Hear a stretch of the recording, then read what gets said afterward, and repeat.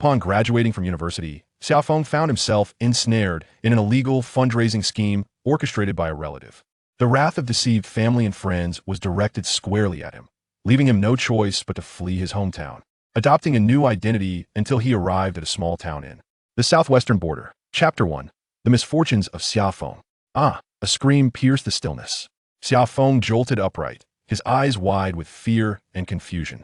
Shaking his head, he struck his temples with his fists, striving to awaken his senses. Yet again, he had endured a nightmare. Outside, the night was as dark as ink, punctuated by the occasional serenade of chirping insects. Glancing out the window, he checked his phone resting beside him. It was 5:30 in the morning, the darkest hour of the day. Damn it, when will these nightmares cease?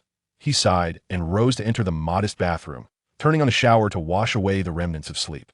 This was Ruining, a small town nestled near the China-Myanmar border. In recent years, the town had become a bustling hub, attracting a myriad of individuals seeking their fortunes.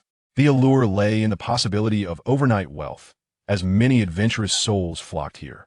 Additionally, its proximity to Myanmar, a land rife with conflict, provided a refuge for wrongdoers seeking to escape justice by crossing into northern Myanmar. After refreshing himself, Xia Feng, clad only in his skin, sat on the edge of his bed, gazing at a pile of stones in the corner, letting out a deep sigh as he lit a cigarette. Sleep was no longer an option. He needed to prepare for his day at the market. Currently, the most frenetic trade in Ruining revolved around jadeite rough stones. As the saying goes, madmen buy, madmen sell, and madmen await. Though jade culture has a relatively brief history, originating from the northern Myanmar region of Pakong and introduced to China during the Ming Dynasty, it swiftly gained favor among the elite, captivating hearts for centuries. With the opening of the country, the jade trade, once dormant, experienced a resurgence. Xia Feng approached the pile of stones, meticulously selecting pieces while inspecting their outer surfaces. He placed the chosen stones into a woven basket, preparing for the market ahead. At 24 years of age, a native of Shandong province, Xia Feng had recently graduated from university.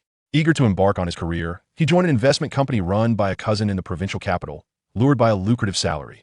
This company primarily solicited public investments and subsequently lent out funds, operating on the fringes of legality. Xia Feng, blessed with intelligence and charm, quickly ascended to a supervisory position with the backing of his cousin, the owner. However, misfortune struck when the company was implicated in wrongdoing. His cousin absconded with billions, leaving the family in disarray, and the company shuttered. Though Xia Feng had merely been an employee with no direct responsibility, many investors were relatives and friends from his hometown. Their hard-earned money had been misappropriated, and despite the perpetrator's escape, Xia Feng found himself in dire straits as he had handled substantial sums. In a fit of irrationality, the townsfolk blamed him, alleging that his deceit had led them to invest. They pressured him for repayment, with the entire town convinced of his culpability. The police, recognizing his innocence, were powerless to intervene. His family suffered, as well. Even his married sister faced repercussions, while his second sister lost her job due to the scandal. With a meager 30,000 yuan scraped together by his family and a few thousand of his own, Xia Feng departed under the cover of night, leaving his hometown behind. In what felt like a single night, Xia Feng had matured. Employment was no longer an option given his circumstances. Any earnings would barely sustain him, let alone repay debts. Fortunately, a college friend had regaled him with tales of the jade stone trade in Ruining, suggesting it as a potentially lucrative venture. Thus, he found himself in Ruining for over half a year, but instead of accumulating wealth, he had dwindled his savings to 4,000 yuan amidst a collection of unprofitable stones. His prospects seemed bleak. Mastery in the jade rough business was an elusive fortune typically dependent on cutting stones, where a successful cut could yield riches. Initially, Xia Feng had cut numerous stones, all of which resulted in failure. It wasn't until he gradually grasped the intricacies of the trade that he recognized his own naivety. He knew several successful business owners who were cautious about cutting stones even with wealth. The risk of loss was too great. Gazing at the basket filled with stones, Xia Feng stood, perspiration beading on his forehead. He retrieved a small electric pot to boil noodles, adding a drizzle of sesame oil, a few vegetables, and 2 eggs to the mix. This constituted his breakfast in the current market. A bowl of rice noodles cost 8 yuan, and he was reluctant to part with his dwindling funds. After finishing his meal and lighting a cigarette, he glanced at his phone. It was nearly 7. He grabbed his backpack and began to tally his assets. Inside, he found just over 4,000 yuan in cash and a few crumpled bills, his entire fortune. The market stall fee was looming. Renting his space cost 350 yuan monthly, with a few days of grace, but the early market stall fee was non-negotiable. Failure to pay would result in immediate eviction. Stall spaces were in high demand, especially during the jade boom. Had it not been for the previous vendor's misfortune, Xia Feng wouldn't have had the opportunity to take over the spot, for which he had paid 3,000 yuan in transfer fees. The stall fee was 300 yuan per month, a significant expense that, without steady income, would soon leave Xia Feng in dire straits. While night market stalls were free, he needed to arrive early to secure space. This informal street market was a disturbance, often attracting police intervention. Fortunately, they refrained from confiscating stones otherwise. Xia Feng would have been left destitute as the hour approached. Xia Feng gathered his belongings, hefting the heavy basket of stones as he prepared to head to the morning market. He resided on the third floor of a locally built residence, a three-story structure with single rooms designed for rental to outsiders. Despite the economic underdevelopment of the area, rent was considerably cheaper than in more prosperous regions. Upon stepping outside, he noticed his neighbor, a middle-aged man clad in athletic wear, emerging from his door. "Brother Yang, out for a workout?" The man smiled faintly and jested. "So early to set up your stall?" "Xia Feng, if you don't strike it rich, it would be an injustice." Xia Feng chuckled in response. He knew little of Brother Yang's background. Everyone in Ruining had a story. As they chatted, Brother Yang kindly assisted Xia Feng in carrying the stones downstairs. Once in the courtyard, he stretched his limbs and briskly exited through the gate, embarking on his daily morning run. Xia Feng placed the basket of stones on his battered electric bike, frowning at its condition. The battery was unreliable, requiring daily charging. It had been a second-hand purchase, but replacing it was out of the question due to his financial constraints. Mounting the bike, he silently navigated out of the courtyard, winding through the village until he reached the main road. The dawn was just beginning to break. Chapter 2. The Morning Market Tale. Jiegao is a town, its name meaning Old City in the Dai language, situated across the river from Ruining, and belonging to a domestic border trade zone where one can conduct international business without incurring taxes. The bustling marketplace, known as Yuqing, serves as the largest gathering place for jadeite rough stones in the country, attracting tens of thousands of merchants engaged in the jade trade. The jade business is currently thriving, with individuals from across the nation arriving daily in search of lucrative opportunities. Yuqing itself is a rather rudimentary market. Half of it situated in a spacious courtyard, and the other half along the street. Xia Feng's stall is not ideally located, positioned at the innermost corner of the courtyard. His standard 2-meter counter occupies only 1 meter. When Xia Feng arrives, the market is largely deserted.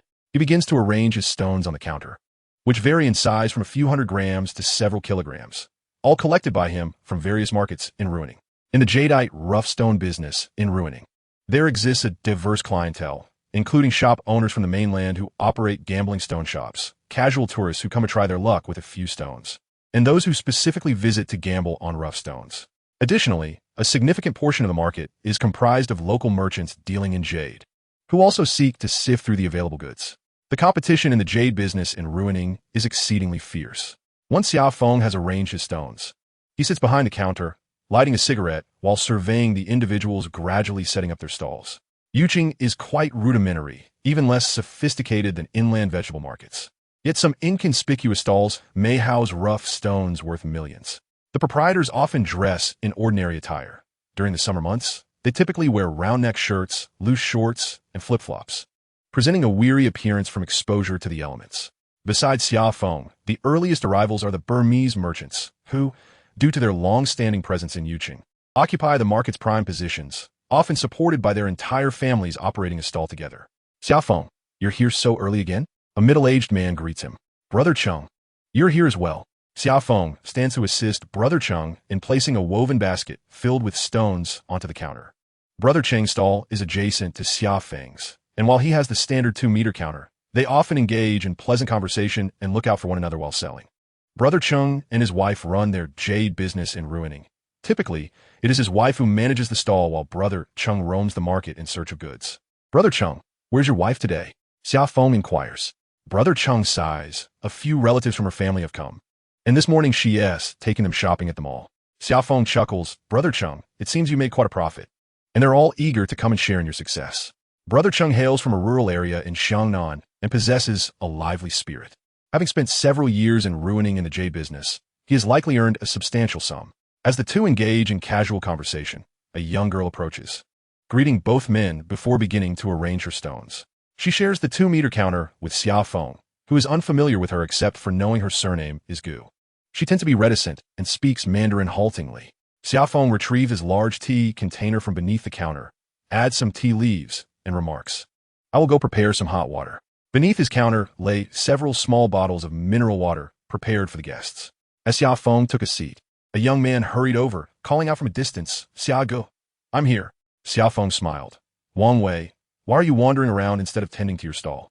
"My wife is watching." Wang Wei chuckled and then whispered, "Xia Ge, my father has acquired a stone worth 150,000. Come to my house this afternoon. I'll show it to you." Since his arrival in Ruining, Xia Feng had made a few acquaintances, and the 20-year-old Wang Wei was among his closest friends. Wang Wei's father ran a significant business, owning a shop of over 100 square meters in Yalong Jewelry City. "What kind of stone is it? Is it large?" Xia Feng inquired, intrigued. "About 10 kilograms, with a color band wrapping around it. Bright green, it's a jadeite." "Is it from the famous jadeite-producing region in northern Myanmar?" Xia Feng asked. "Have you opened the window?" Wang Wei shook his head. "Not yet.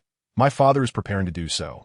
According to him, if it opens well, it could be worth over $1 million. Xia Feng sighed. "When will I ever be able to afford a stone worth $1 million? Chen Ge, seated nearby, chuckled. "Patience.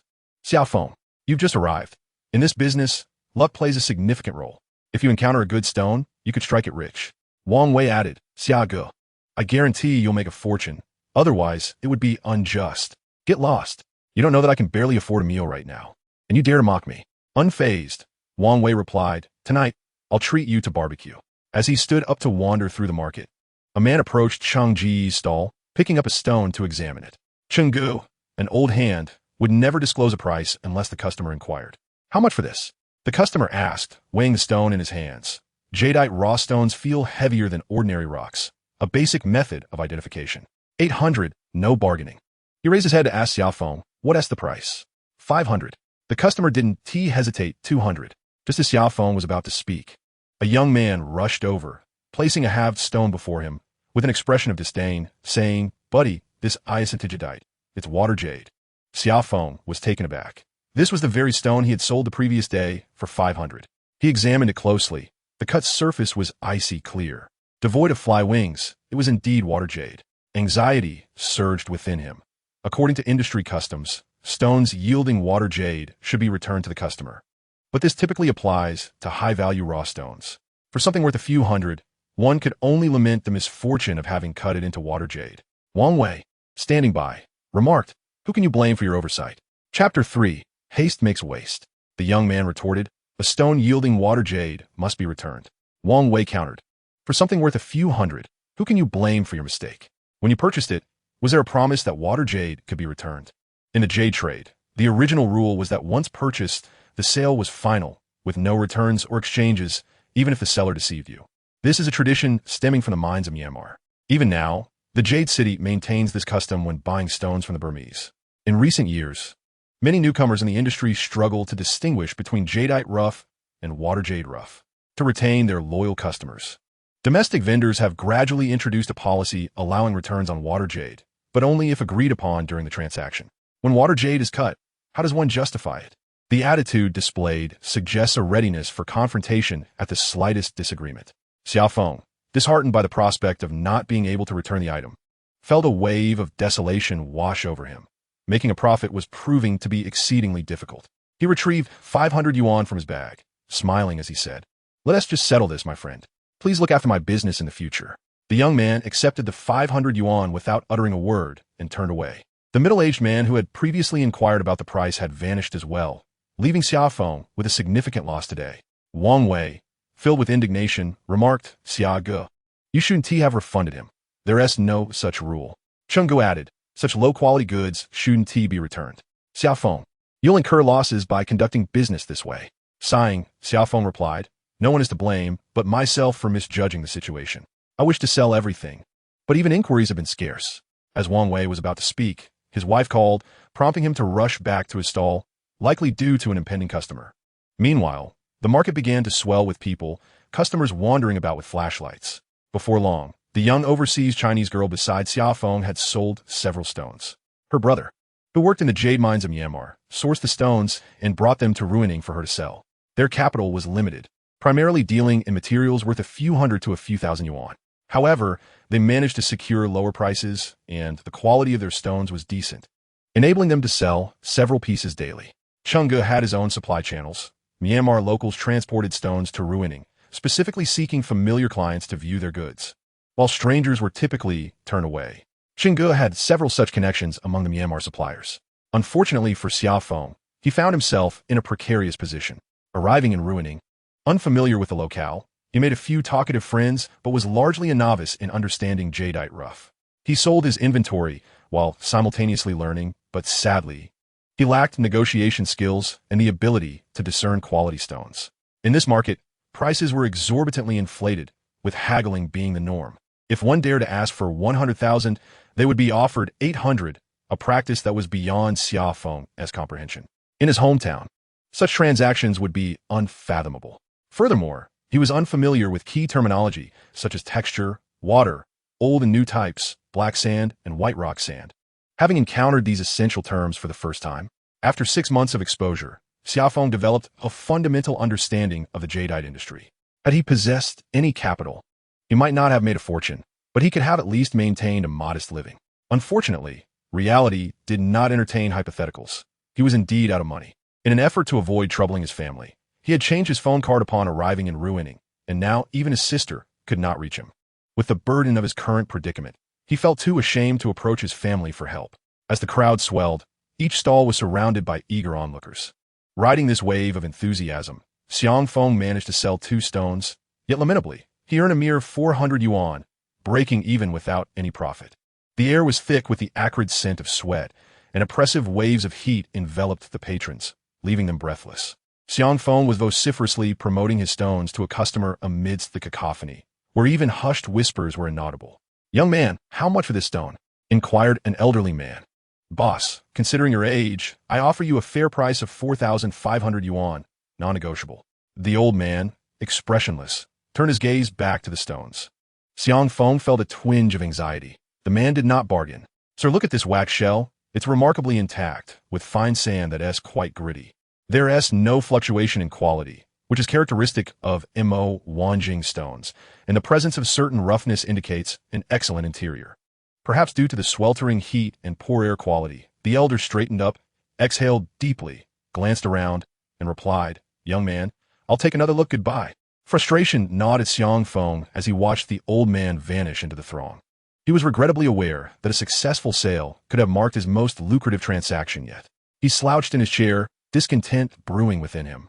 When Xingge offered a word of counsel, Xia Feng, in future encounters with such individuals, it's wise to speak less. You see, those who dabble in jadeite raw stones harbor significant suspicion. The more you say, the more they doubt. Suddenly enlightened, Xia Feng clasped his fists in gratitude. "Thank you for your guidance, Xingge. I was rather anxious." Xingge continued, "If it were tourists, your approach would have been utterly effective. With just a few provocative words, they would be tempted to spend without hesitation. However, with seasoned jade enthusiasts, it's best to keep your words to a minimum." Chapter 4. The Art of Persuasion by Sheer Coincidence. A couple in their 30s approached the stall of a young girl with the surname Gu. They clumsily examined the stones, utilizing a flashlight. Xia Feng exchanged a knowing smile with Xingge. They recognized these as tourists.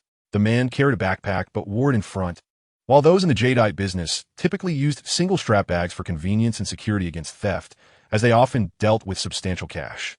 A brief glance revealed that the couple was clearly affluent. The man donned a complete Nike sports outfit, and on his wrist gleamed a watch that appeared to be from IWC, its oversized face quite ostentatious. The woman wore a stylish dress from a brand unknown to Xia Feng, but she sported a Louis Vuitton shoulder bag. The combined value of these items surely exceeded 100,000 yuan, unless they were counterfeit.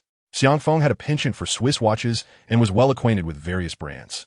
He once owned a Longines watch, but regrettably, it had been damaged during an incident, relegating it to his home. In comparison to IWC, Longines represented the gap between a junior employee and the boss. Longines' most affordable timepieces cost only a few thousand yuan, while IWC's entry-level models began at no less than 100,000 yuan. Xia Feng noted the couple's refined demeanor. Their every gesture exuded confidence, causing his heart to race. The prize has arrived. In the realm of jadeite commerce, a merchant from Ruining derogatorily referred to those from the mainland as naive yet affluent individuals who dare to venture to Rayleigh in search of stones. It is evident that such clients, possessing both daring spirits and substantial wealth while lacking knowledge of jadeite raw stones, were most welcomed by the merchants. A couple, after inquiring a few questions, found themselves struggling to comprehend the heavily accented Mandarin spoken by a young lady with the surname Gu. Upon glancing at Xia Feng stones and failing to find one that piqued their interest, they were swept along the crowd to Brother Cheng's stall. "Look at that stone. How vibrant the green is. It's truly beautiful," the woman exclaimed, pointing at a small piece. The man picked up the stone, illuminated it with a flashlight, and inquired, "How much for this stone?" Brother Cheng immediately brightened, standing upright as he proclaimed, "Sir, this stone is 30,000. No negotiations. I assure you, this is from the finest mining site in Myanmar, Muna. You may not have heard of it, but in our industry, we have a saying, when Muna emerges, none can rival." The man chuckled. "Is this your dragon-slaying sword?" Brother Cheng responded with a smile. "Quite so. Muna stones are indeed exquisite. Just look at the green peeking through. Even a ring face would fetch over 10,000. The stone was modest in size, weighing merely a few hundred grams. The man toyed with it and remarked, "It's too small. It lacks significance." Brother Cheng quickly added, "I have larger pieces as well, albeit at a higher price, but their quality is absolutely flawless." The woman glanced at Brother Cheng and suggested, "Show us what you have." Brother Cheng, restraining his excitement, replied, "This is my treasure. I seldom reveal it." He then bent down to retrieve a large stone wrapped in a woven bag from beneath the counter, carefully placing it on the table. Removing the bag, the stone was fully revealed to the couple. It was angular and weighed over 20 kilograms, predominantly white with one side entirely green, albeit marred by numerous cracks that resembled axe marks, the surface appearing to be strewn with green beads, vivid in color. The man's eyes sparkled as he shone the flashlight onto the green surface, which appeared translucent even in daylight. "It's stunning," the woman inquired. "Is there green inside as well?" Xia Feng felt a wave of dizziness, thinking the woman truly lacked sense. Brother Cheng chuckled. If this stone were entirely green within, it would surely be worth over 100 million. However, without cutting it, no one can be certain. Gambling with stones is a thrill, as a single cut could lead to immense wealth. He continued, "From what can be seen, the green must be emerging from within. Otherwise, it wouldn't appear so rich. I've consulted experts who believe there could be several centimeters of green inside. If that is the case, this stone could exceed 1 million. Xia Feng listened with great interest as Brother Cheng spun his tales to the couple. Nearby, several other customers leaned in to glimpse the stone, yet none dared to interject. The jadeite trade was characterized by its closed and conservative nature, where one person discussed the stones while others remained silent, lest they face repercussions. Xia Feng fixated on the man, but when he finally spoke, Xia Feng nearly fainted from exasperation. "I just want to buy a green ornament to place in my home." "What's the price?" Xia Feng had finally encountered the affluent, who displayed an extravagant demeanor. Cheng Gu deliberately paused before stating, "I purchased this stone for 50 million shots, and with shipping costs, it totals approximately 60 million shots." The woman, visibly dissatisfied, interjected, "Just tell us the price in a currency we understand." Cheng Gu, with an apologetic smile, replied, 300,000 yuan. The man glanced at the woman, who nodded, indicating her genuine interest. After a moment's contemplation, the man inquired, "If the green is indeed as you claim, why don't you gamble on it yourselves? Are you truly a benevolent person, willing to suffer a loss for the sake of others?" Cheng Gu rubbed his hands together, expressing his frustration. "This stone was purchased collaboratively by several compatriots of mine. I genuinely wish to split it open, but unfortunately, 2 shareholders disagree, leaving me powerless." Cheng Gu feigned an innocent demeanor, asserting, "This stone is undoubtedly among the best performers in the market. Only you 2 formidable entrepreneurs would consider it. Otherwise, I would never present it." The woman smiled faintly. "Offer us a reasonable price, and if it suits us, we shall buy it." Cheng Gu pretended to ponder for a moment before saying, "Since you 2 seem to have a good rapport, I'll take a smaller profit. How about 350,000? To be honest, our investment is substantial, and we would only earn 50,000. The shareholders might not even agree." The man shook his head, likely aware of the exorbitant prices often demanded by jade sellers in Ruining. "I don't care how much you paid. 350,000 is simply unacceptable." Cheng Gu quickly retorted, "Boss, then please suggest a price. As long as it exceeds my cost, I will certainly agree. I'm willing to forego profit. You are both prominent figures, and I hope you will refer more clients to me." Xia Feng watched intently, captivated by Cheng Ji's performance. When prompted for a counteroffer, both remained silent. Their ignorance of jade did not imply naivety. Rather, they were uncertain of the appropriate price. The man picked up a flashlight to examine the stone once more, seemingly deliberating on a counteroffer. The couple whispered to each other amidst the cacophony of the surroundings. Even Xia Feng and Chenggu could not discern their conversation. When the man finally spoke, Xia Feng felt as though he might plummet. 200,000. Chapter 5. Divergent Mindsets. This couple was indeed not lacking in funds. Chenggu was taken aback, forcing himself to suppress the racing of his heart, shaking his head vigorously. Boss, this price is far below cost. It's absolutely unacceptable. You are quite bold in your negotiation. Yet you do not comprehend the value of this stone. It's a timeless masterpiece. Perhaps you might consider looking around. There are plenty of less expensive stones that might catch your eye. The strategy of feigned indifference and calculated restraint was apparent. Xia Feng silently marveled at the audacity of employing Sun Tzu's tactics in jade sales. Impressive. The couple, lacking a deep understanding of the pricing of jade raw stones, had merely thrown out a random figure they had discussed, believing it sufficiently low. Nonetheless, they were genuinely fond of the stone, prompting the woman to ask, "What is your lowest price? If it's reasonable, we will take it. 350,000 is absolutely not feasible." Although the woman lacked expertise in jade, she understood the fundamental principles of commercial negotiation. The seller's word should not be the final word. The man spoke, 240,000, not a cent more. Cheng Ji's heart raced. He wished to hold out a little longer and replied, "Absolutely not. I cannot justify this price to the shareholders." Perhaps due to the crowd and the heat, the woman suddenly grew a bit impatient and tugged at the man, saying, "Let us move on and explore other options." The couple turned to leave, and amidst the throng, Chenggu hastily called out, "Wait, sir. I'll call the shareholders. It will only take a minute." With that, he stepped out from behind the counter, feeling as if he were on the brink of despair as they truly intended to depart. The two stood with smug expressions, and Chenggu quickly took out his phone, uncertain of whom he was calling, feigning urgency as he shouted into the receiver. After hanging up, he announced, "Gentlemen, the shareholders have agreed to the 240,000. If I had pressed him, he wouldn't have considered selling. Alas, there is no profit to be had here, just a wasted effort." His heart raced. This was the pivotal moment. The woman smiled slightly, an air of superiority emanating from her. She pulled out a card from her bag and said, "Please charge it."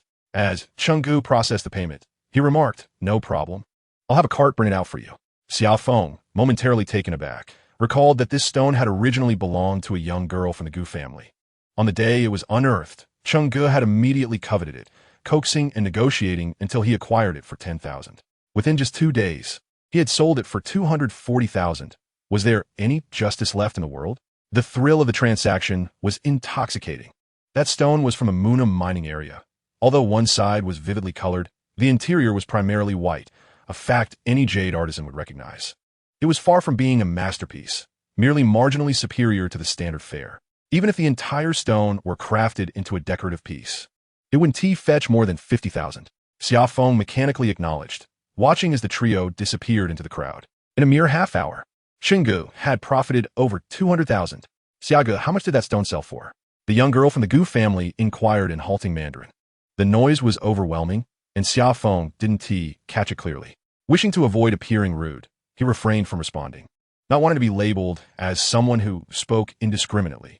The girl mumbled in dissatisfaction, but Xia Feng was too preoccupied with the exhilarating transaction Chenggu had just executed to concern himself with her feelings. "This is a token of good fortune for you. May it bring you prosperity in the future." Xia Feng accepted the money, promptly expressing his gratitude. "Thank you, Chenggu." He was not so naive as to turn down a gift. Chenggu then handed the Gu girl 500 yuan, to which she expressed her gratitude profusely. Had she known that Chenggu had sold the stone for 240,000, she might have fainted from shock. After distributing the money, Chenggu turned to Xia Feng, saying, "Hurry, help me pack up the stones. I must take my leave." Xia Feng, puzzled and about to question the urgency, suddenly understood. If the buyer found someone influential in ruining, Chenggu would be fortunate to escape without serious consequences, let alone continue selling on the street. Ruining, situated near the border, is a place where chaos reigns, surrounded by towering mountains and inhabited predominantly by ethnic minorities, where nearly every household possesses a hunting rifle. The Burmese move freely in and out of Ruining, displaying a fierce and untamed nature, with brawls, thefts, and robberies occurring frequently. Additionally, firearms and illicit substances are rampant, as the extensive national border is simply beyond the reach of governmental control. 2 individuals carefully packed stones, and Brother Chung remarked, "I shall treat you to dinner tonight," before vanishing into the throng. Summer Wind gazed at the sweltering crowd, contemplating internally. Opportunities abound here. It is merely my ill fortune that impedes me. When I had money, I lacked understanding. Now that I comprehend, I find myself devoid of funds. Summer Wind, how much did Brother Chung sell that stone for? I was too occupied with customers to catch the details, inquired a fellow stallholder, a robust middle-aged woman who, along with her husband, sought their fortune in ruining. If Brother Chung were deemed a cunning merchant, this couple would be considered VIPs among such merchants. Zhang Jia, I am also unaware of the final price. I only know Brother Chung initially quoted a high price, but their voices fell too low for me to hear, replied Summerwind.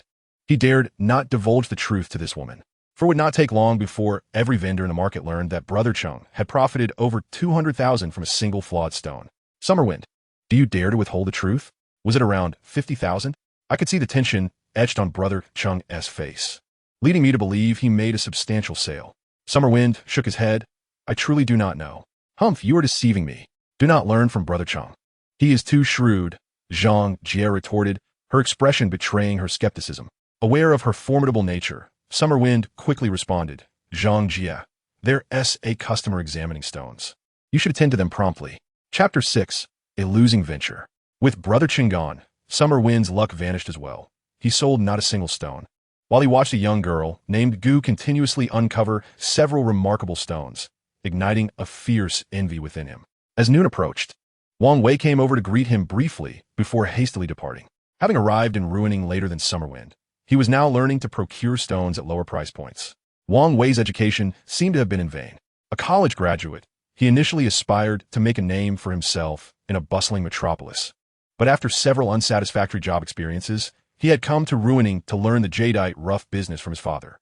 His father was exceptionally capable, traveling annually to the northern Myanmar mines to collect stones. People from Jiangxi hold traditional values dearly, having amassed considerable wealth. Wang Wei's father brought many relatives and friends from their hometown, yet the craft of stone dealing remains a personal endeavor. Occasionally, these acquaintances would partner with him to purchase stones.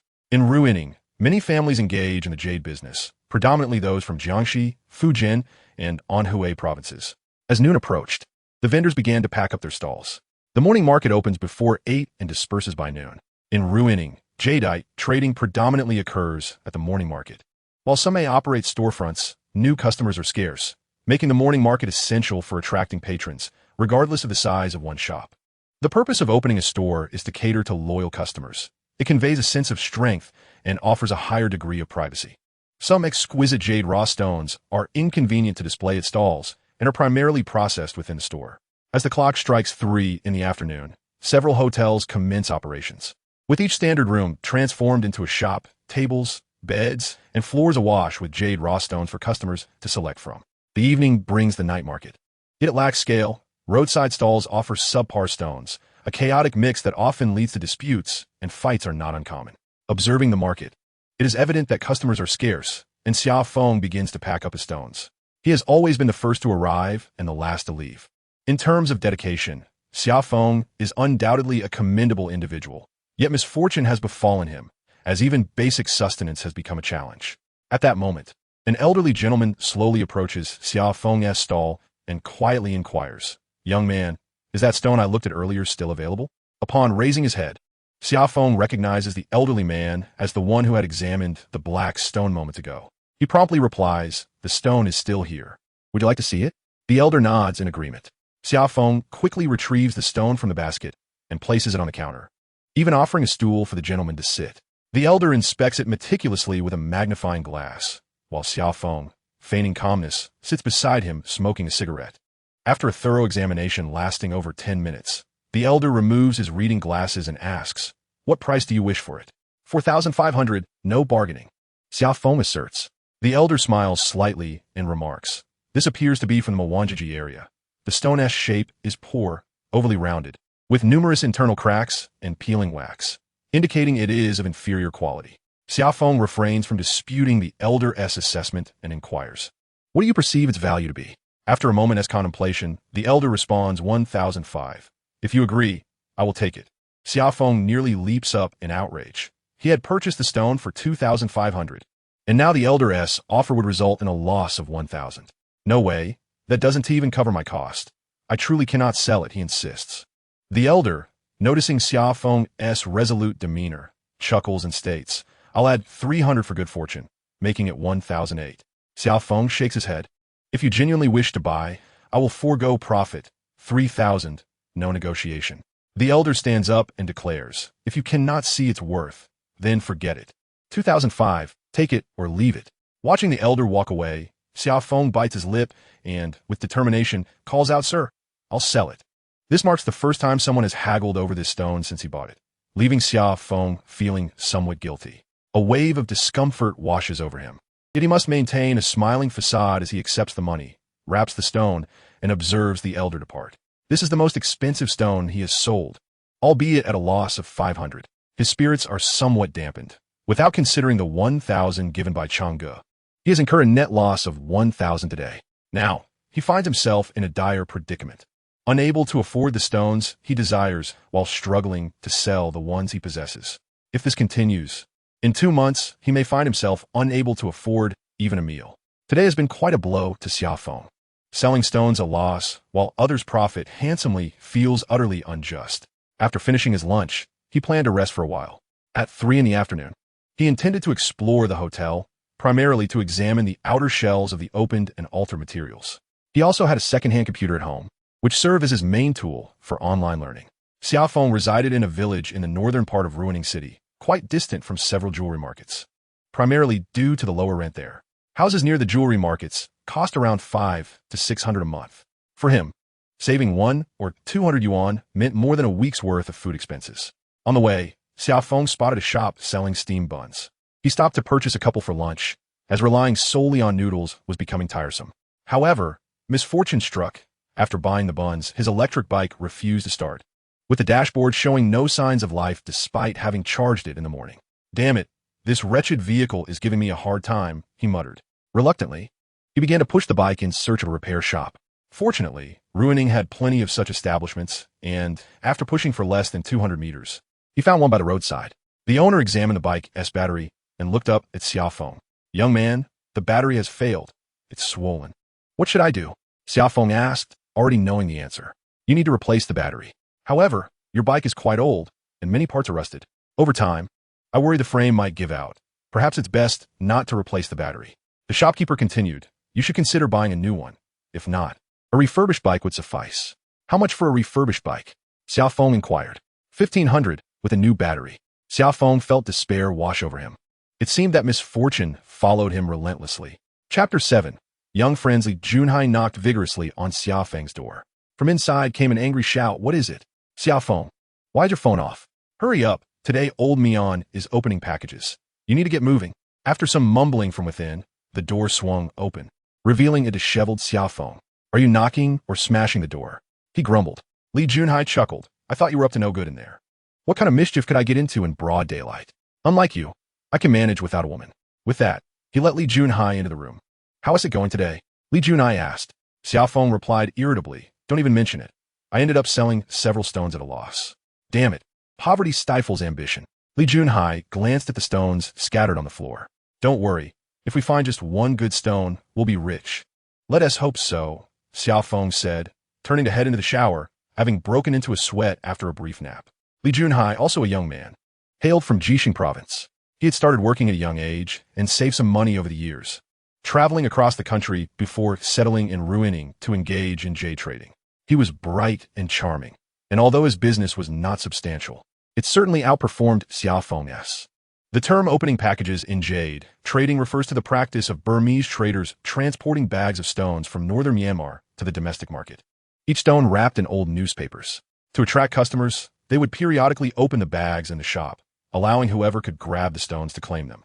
Those interested would then negotiate prices with the Burmese traders. For individuals like Xia Feng and Li Junhai, this represented a direct source of goods.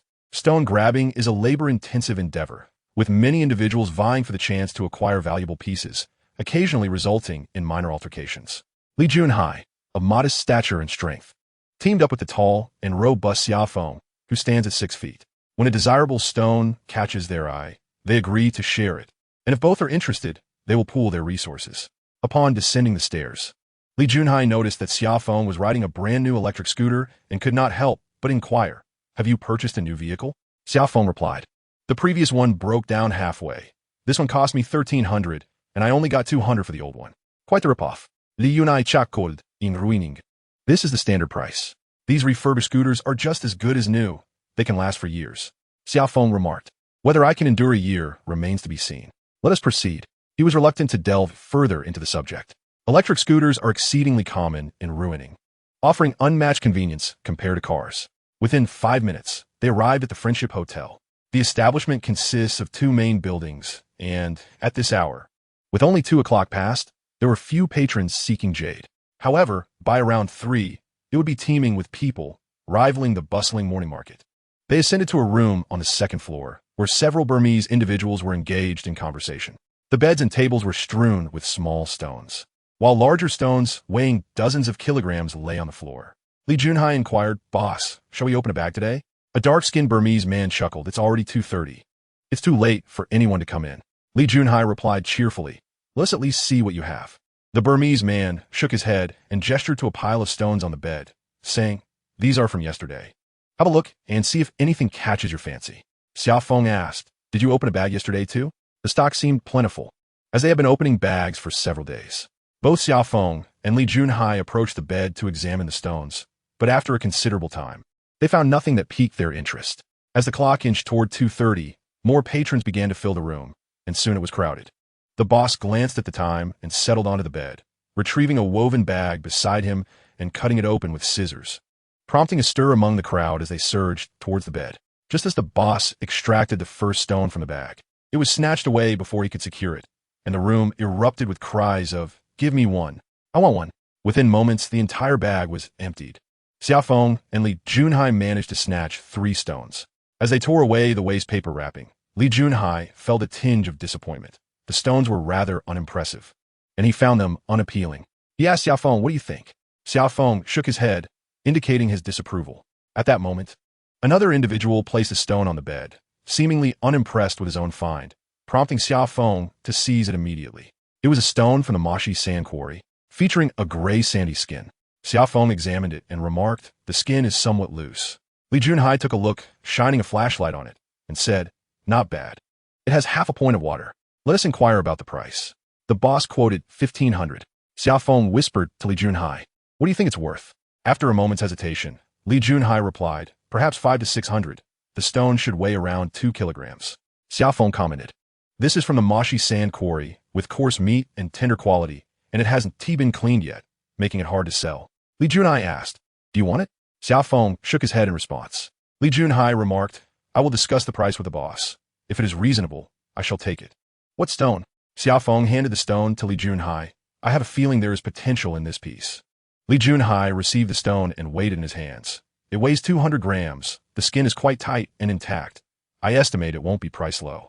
Xia Feng commented, Under the light, it shows no promise at all, but I'm fond of this skin. 2,000. This is from the Wanji market. The boss interjected.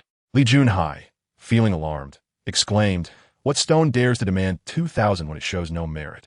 The boss chuckled without replying. Xia Feng called out, 200. The boss shook his head.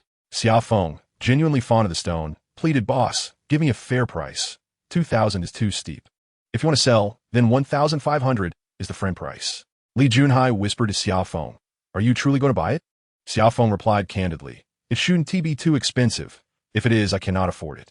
Li Junhai regarded Xia Feng with disdain. How about 500? Xia Feng nodded, aware of Li Junhai's familiarity with the boss. The Burmese prefer to deal with regular customers and tend to offer lower prices. Li Junhai sat on the edge of the bed. Boss, every time you unpack, I come to support your business. How many stones have I bought from you? He gestured with his hand, showing the bag to the old Burmese, and continued, Just for this small stone, offer a discount, 300. The price you offer barely covers cost. How can I sell it? Li Junhai chuckled. Then I will add 100. 400, I shall take this stone. The old Burmese still disagreed. Li Junhai grew anxious. Just tell me your price. Though your complexion is dark, do not let your heart be too black. The boss, feeling somewhat helpless under Li Junhai's persistence, finally conceded. If you want it, then 1,000. Without hesitation, Li Junhai produced 500 in cash and placed it directly in the boss's hands, saying, So it's settled, 500. Be sure to keep it safe. I shall return tomorrow. Your daughter still lacks a boyfriend. Do you think I am suitable? The boss contemplated chasing after him, but thought better of it. Despite Li Junhai's slick tongue, he had indeed purchased quite a few stones from him, and 500 was not a loss. So he shouted, "Think of coming back tomorrow." Chapter 8. The Wang Father and Son. Upon exiting the room, Li Junhai handed the stone to Xia Feng, who in turn gave the money to Li Junhai. In ruining, the old Burmese was accustomed to gauging people's worth. If Xia Feng were to buy, such a price would never be attainable. As they descended the stairs, Li Junhai inquired, "Will you look at other shops?" Xia Feng shook his head. "I am heading to Wang Wei's house. Will you join me?" Li Junhai had matters on his mind. "I have a few things to attend to, so I want to accompany you." Xia Feng had met Li Junhai in the market and later became acquainted with Wang Wei through him. The three of them often gathered for barbecues and gradually became quite close. After parting ways with Li Junhai, Xia Feng made his way directly to Yalong Jewelry City. In ruining, it is said jokingly that there are more jade shops than grocery stores, with every street and alley teeming with establishments selling jade rough stones and finished jade products. However, if one were to pinpoint a specific area of concentration, it would undoubtedly be in the vicinity of the ruining river bridge, where a grand commercial hub flourishes, comprising Yalong Jewelry City, Qixing Commercial City, Nanya Jewelry City, and Jinxing Jewelry City, all separated merely by a road. Among these establishments, Yalong stands out as the most upscale, boasting impressive architectural scale and spacious shopfronts, some even exceeding several hundred square meters. The proprietors here are affluent individuals of considerable economic standing. Without substantial wealth, one could scarcely afford such expansive premises. Conversely, Qixing Commercial City is the least prestigious, with each shop measuring merely 20 to 30 square meters, and some as small as a mere dozen square meters, creating a rather cramped atmosphere. This locale is bustling with many Burmese individuals, contributing to a sense of disarray.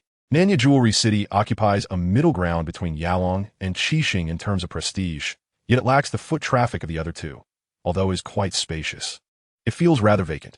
Jinxing, on the other hand, is regarded as the VIP realm of the ruining jade industry, frequented by the local elite who are not only wealthy, but also well-connected, possessing the ability to converse with figures from both the Burmese North and the local government. These individuals typically refrain from engaging with the general populace, having their own unique supply channels and discreet clientele from the mainland.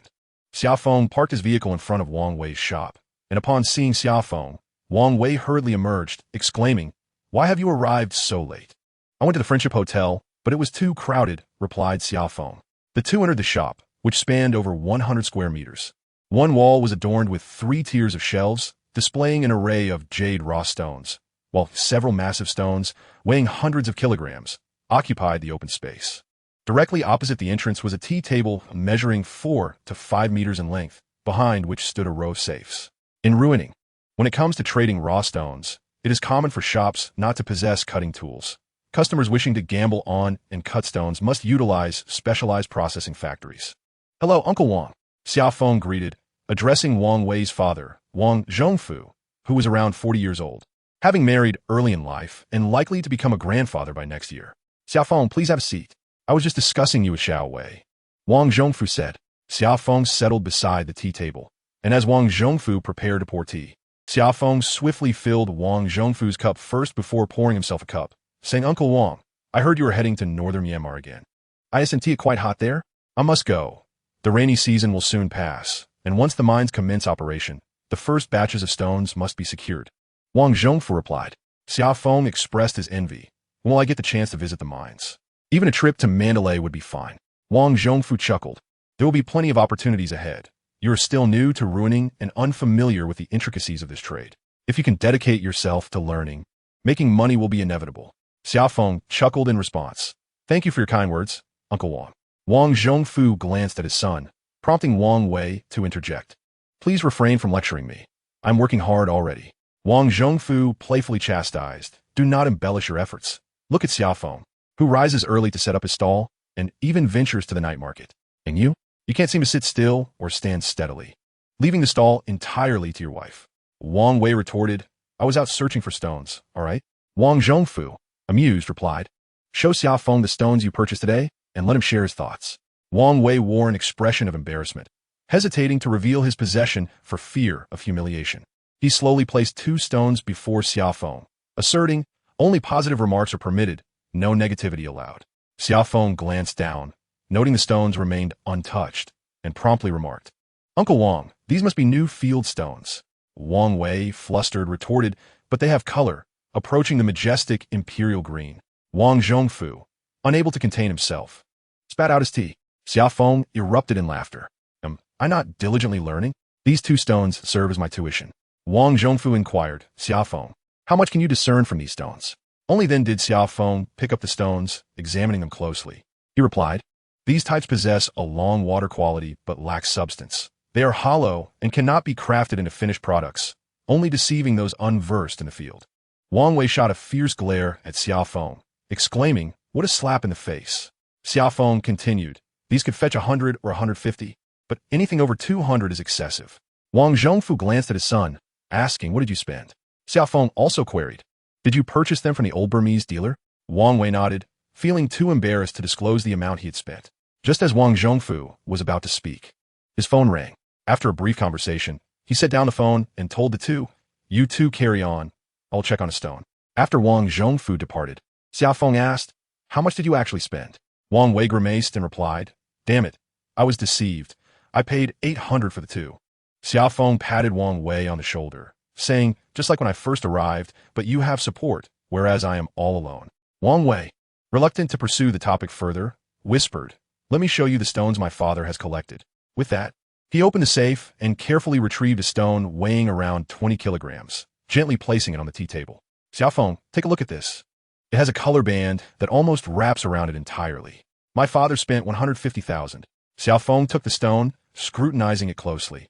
This is a red waxy stone from a desirable mine, angular and pleasant to the touch.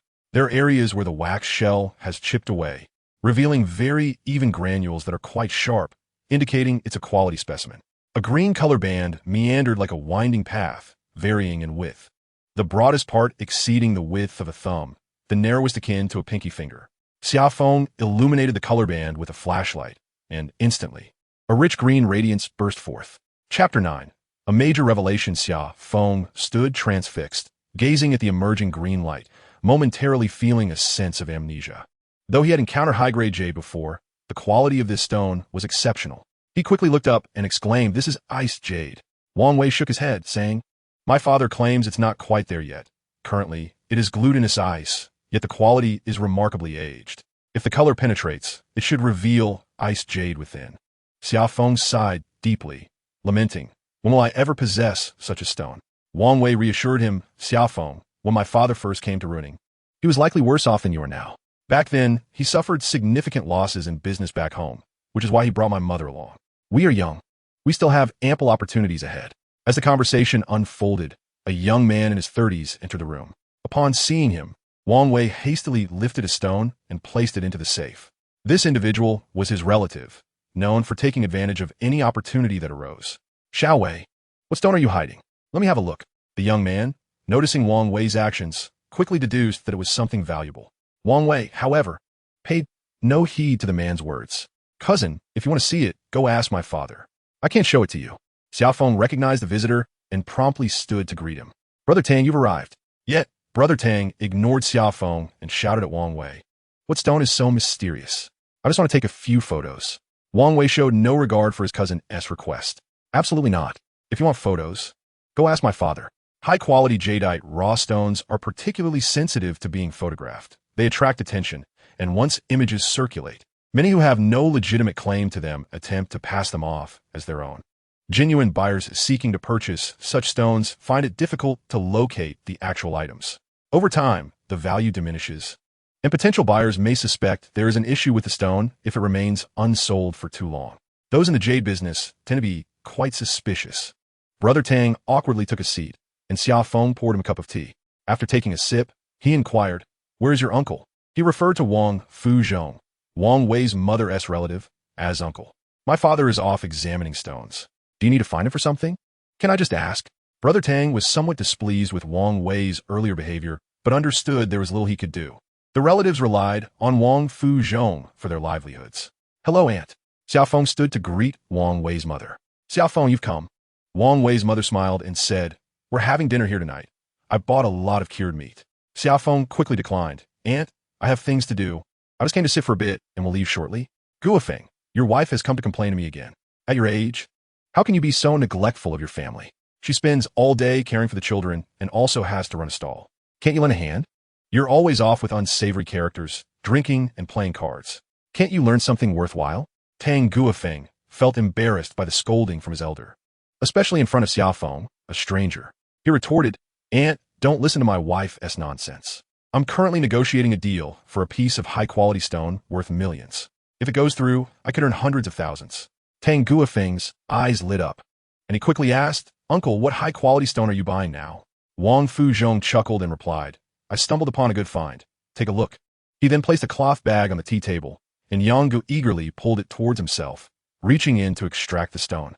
It was a stone the size of a head, with a smooth, glossy black surface. A corner had been cut from it, and upon seeing the cut, Tang Guofeng exclaimed, "Young Grian." He suddenly looked up and asked, "Uncle, how much did you buy it for?" Wang Fuzhong playfully asked, "What do you think it's worth?" Tang Guofeng fixed his gaze intently upon the stone, scrutinizing it from various angles before turning to examine the small slice once more. Tentatively, he remarked, "There's more in the color band, and it's widening. Surely it won't be contained within 100,000. Wang Wei leaned in, intrigued by the stone, and upon hearing his cousin's valuation of 100,000, couldn't help but retort, "I believe 80,000 would suffice." Wang Fuzhong chided him with a laugh, "You overestimate junk. When faced with quality, you fail to comprehend." "Step aside." Xia Feng appeared entranced, oblivious to Wang Fuzhong's inquiry as he continued to inspect the stone. "Uncle, what is the weight of this stone?" he inquired. Xia Feng murmured, 11 kilograms. Wang Fuzhong shot him a puzzled glance. "How do you know?" Xia Feng suddenly snapped back to reality, his complexion pale as he replied, "I guessed." Wang Fuzhong sensed something amiss with Xia Feng, yet dismissed it, stating, "Indeed. It is 11 kilograms. An elderly gentleman purchased it. It must be sold on-site once cut. The owner of the processing factory is a friend of mine, and this bargain shall be my profit." Tang Guofeng expressed his reluctance. "Uncle, how much do you anticipate this stone will yield?" Wang Fuzhong chuckled heartily. "It's valued at 100,000, but I want to part with it for less than 200,000, and I acquired it for 80,000. Just as Yang Guofeng prepared to interject, Wang Fuzhong raised a hand. "Hold your tongue. I still need to study this stone. We shall discuss investment later." Tang Guofeng sought to seize an opportunity. "No matter how you view it, this stone is bound to be profitable." Wang Fuzhong had his own considerations. "Though this nephew can be rather troublesome, he is still family. I prefer not to incur my wife's ire, and this stone carries substantial risk. If the color turns out well, it will soar, but if not, it may not even be worth 80,000. Having engaged in the jade business for many years, Wang Fuzhong understood the importance of avoiding losses.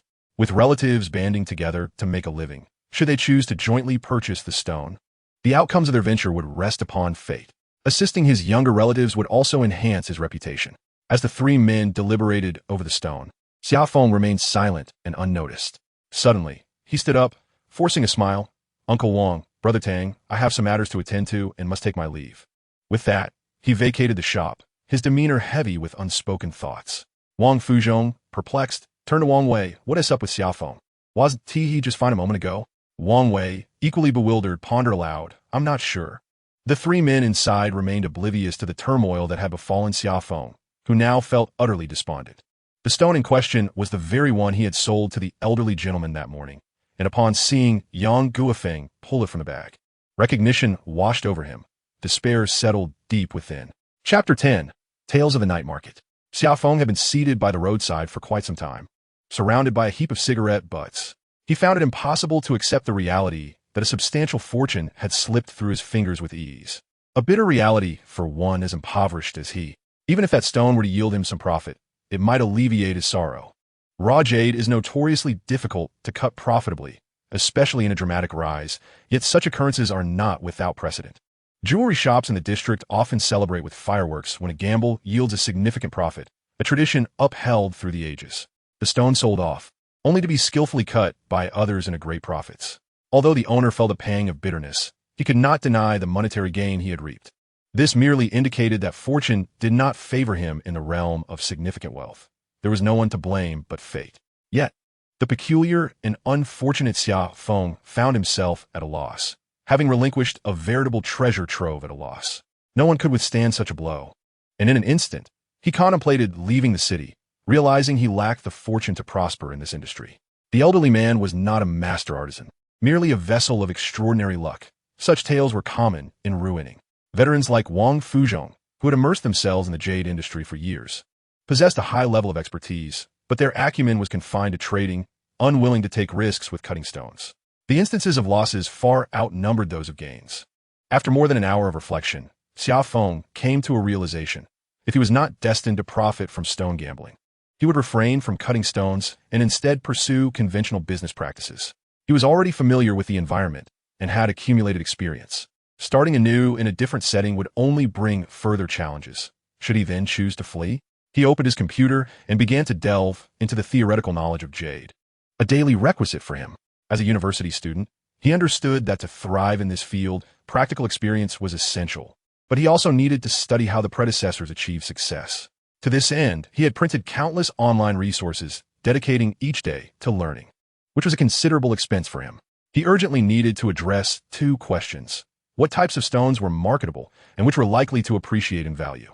The stones he had purchased earlier now lay neglected on the ground, no longer appealing to him, yet thousands of dollars were tied up in them, leaving him hesitant to make any significant financial moves.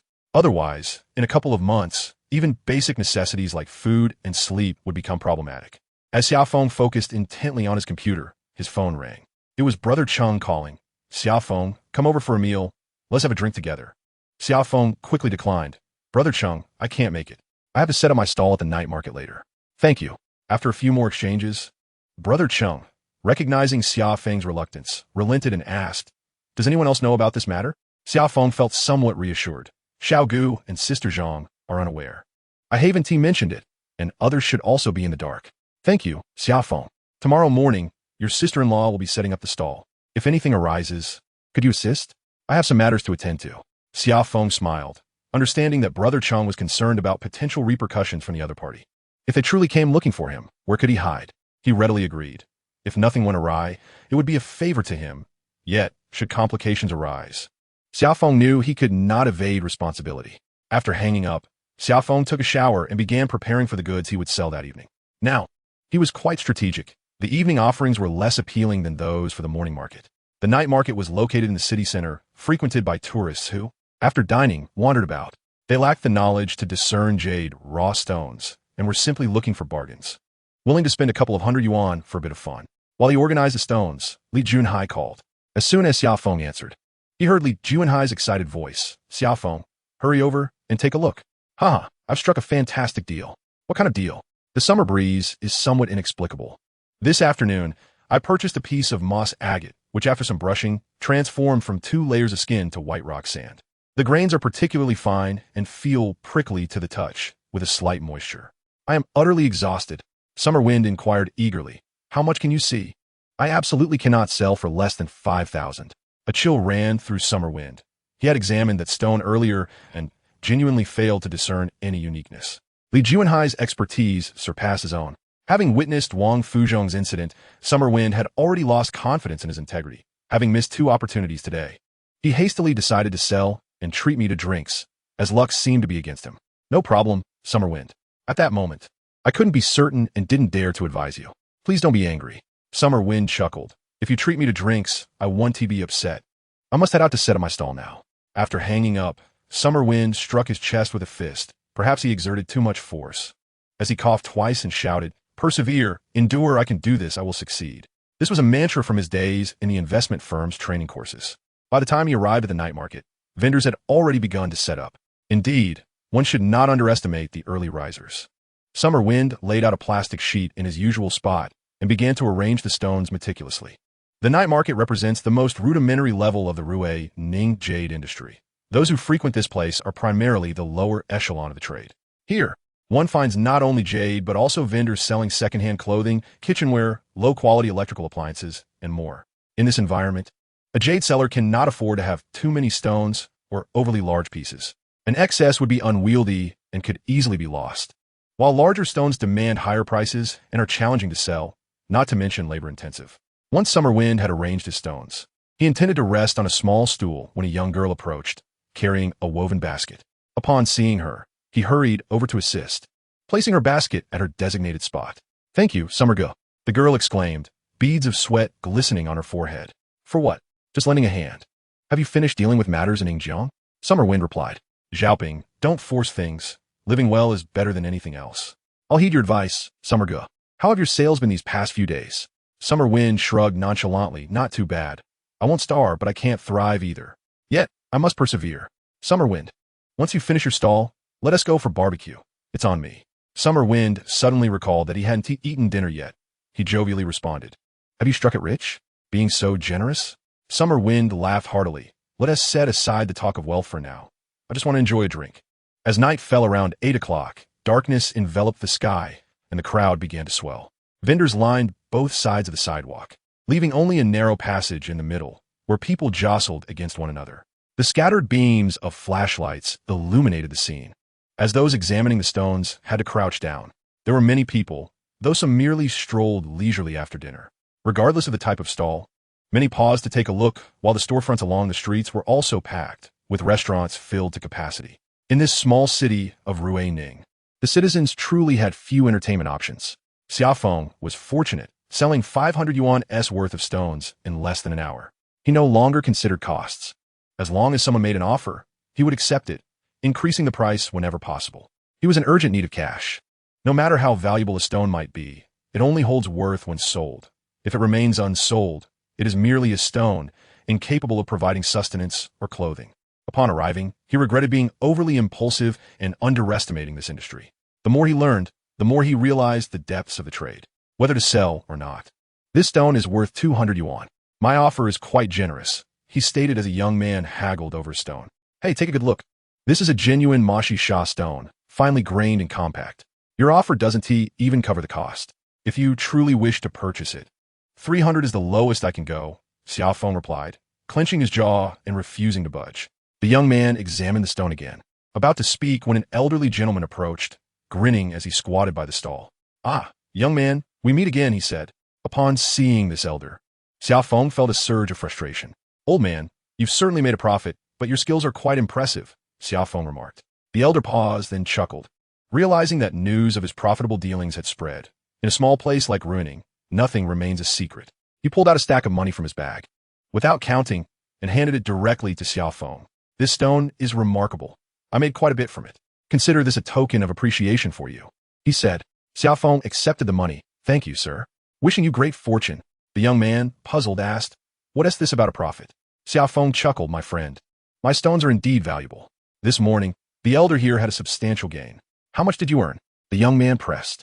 Xia Feng shook his head. Best not to inquire. The elder picked up a stone and smiled at Xia Feng. I come down every couple of months, and this time the haul is significant. Xia Feng inquired, do you have work in this area? The elder shined a flashlight on the stone, seemingly unimpressed, and replied, sort of. Bring more stones to the morning market tomorrow. If they are suitable, I'll buy them. Xia Feng felt a surge of joy and promptly responded, thank you, sir. I'll be sure to do that.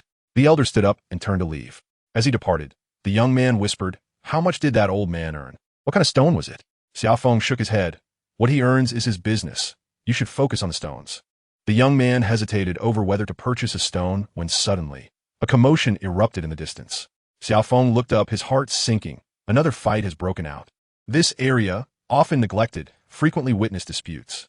As he pondered, the situation escalated, and Xia Feng hurriedly began to pack away his stones. There was no doubt today as stall would be dismantled, the police would arrive shortly. The young man tossed 300 yuan onto the stall and rushed over to see the commotion. As Xia Feng secured his stones, he spotted a girl named Xiaoping gathering her stones as well, and he called out, Xiaoping, hurry up. All the street vendors are seasoned individuals. Upon witnessing a brawl, they instinctively know that today's business is thwarted. Although the police do not confiscate the stones, the scene is chaotic, making it easy for someone to casually swipe a few stones. Vendors scramble to pack their belongings amidst the turmoil, with some being jostled and others attempting to take advantage of the confusion to steal, while even more despicably, some harass women, resulting in a cacophony of curses. At that moment, two groups begin to clash. In the dim light, it is difficult to discern who is who. Summer Wind, uninterested in observing the commotion, picks up his stones and approaches Xiaoping, saying, hurry, the police will be here soon, assisting Xiaoping in securing her stones. Summer Wind carries his belongings in one hand and, with the other, helps her with hers as they hastily make their way out. The crowd is overwhelming, tightly packed, and after considerable effort, the pair finally emerges from the throng, only to hear police sirens blaring in the distance. Brother Xia, do fights happen here often? Xiao Ping inquires. Summer Wind replies, quite frequently. The old Burmese band together to exploit others. I suspect this incident involves them. Xiao Ping comments, Yingjiang has designated night markets. Yet in such a sizable Rue Ning, there is no fixed location, making street vending exceedingly chaotic. Reaching Xiao Ping's electric scooter, Summer Wind remarks, and she nods in agreement. Brother Chung gave me 1,000.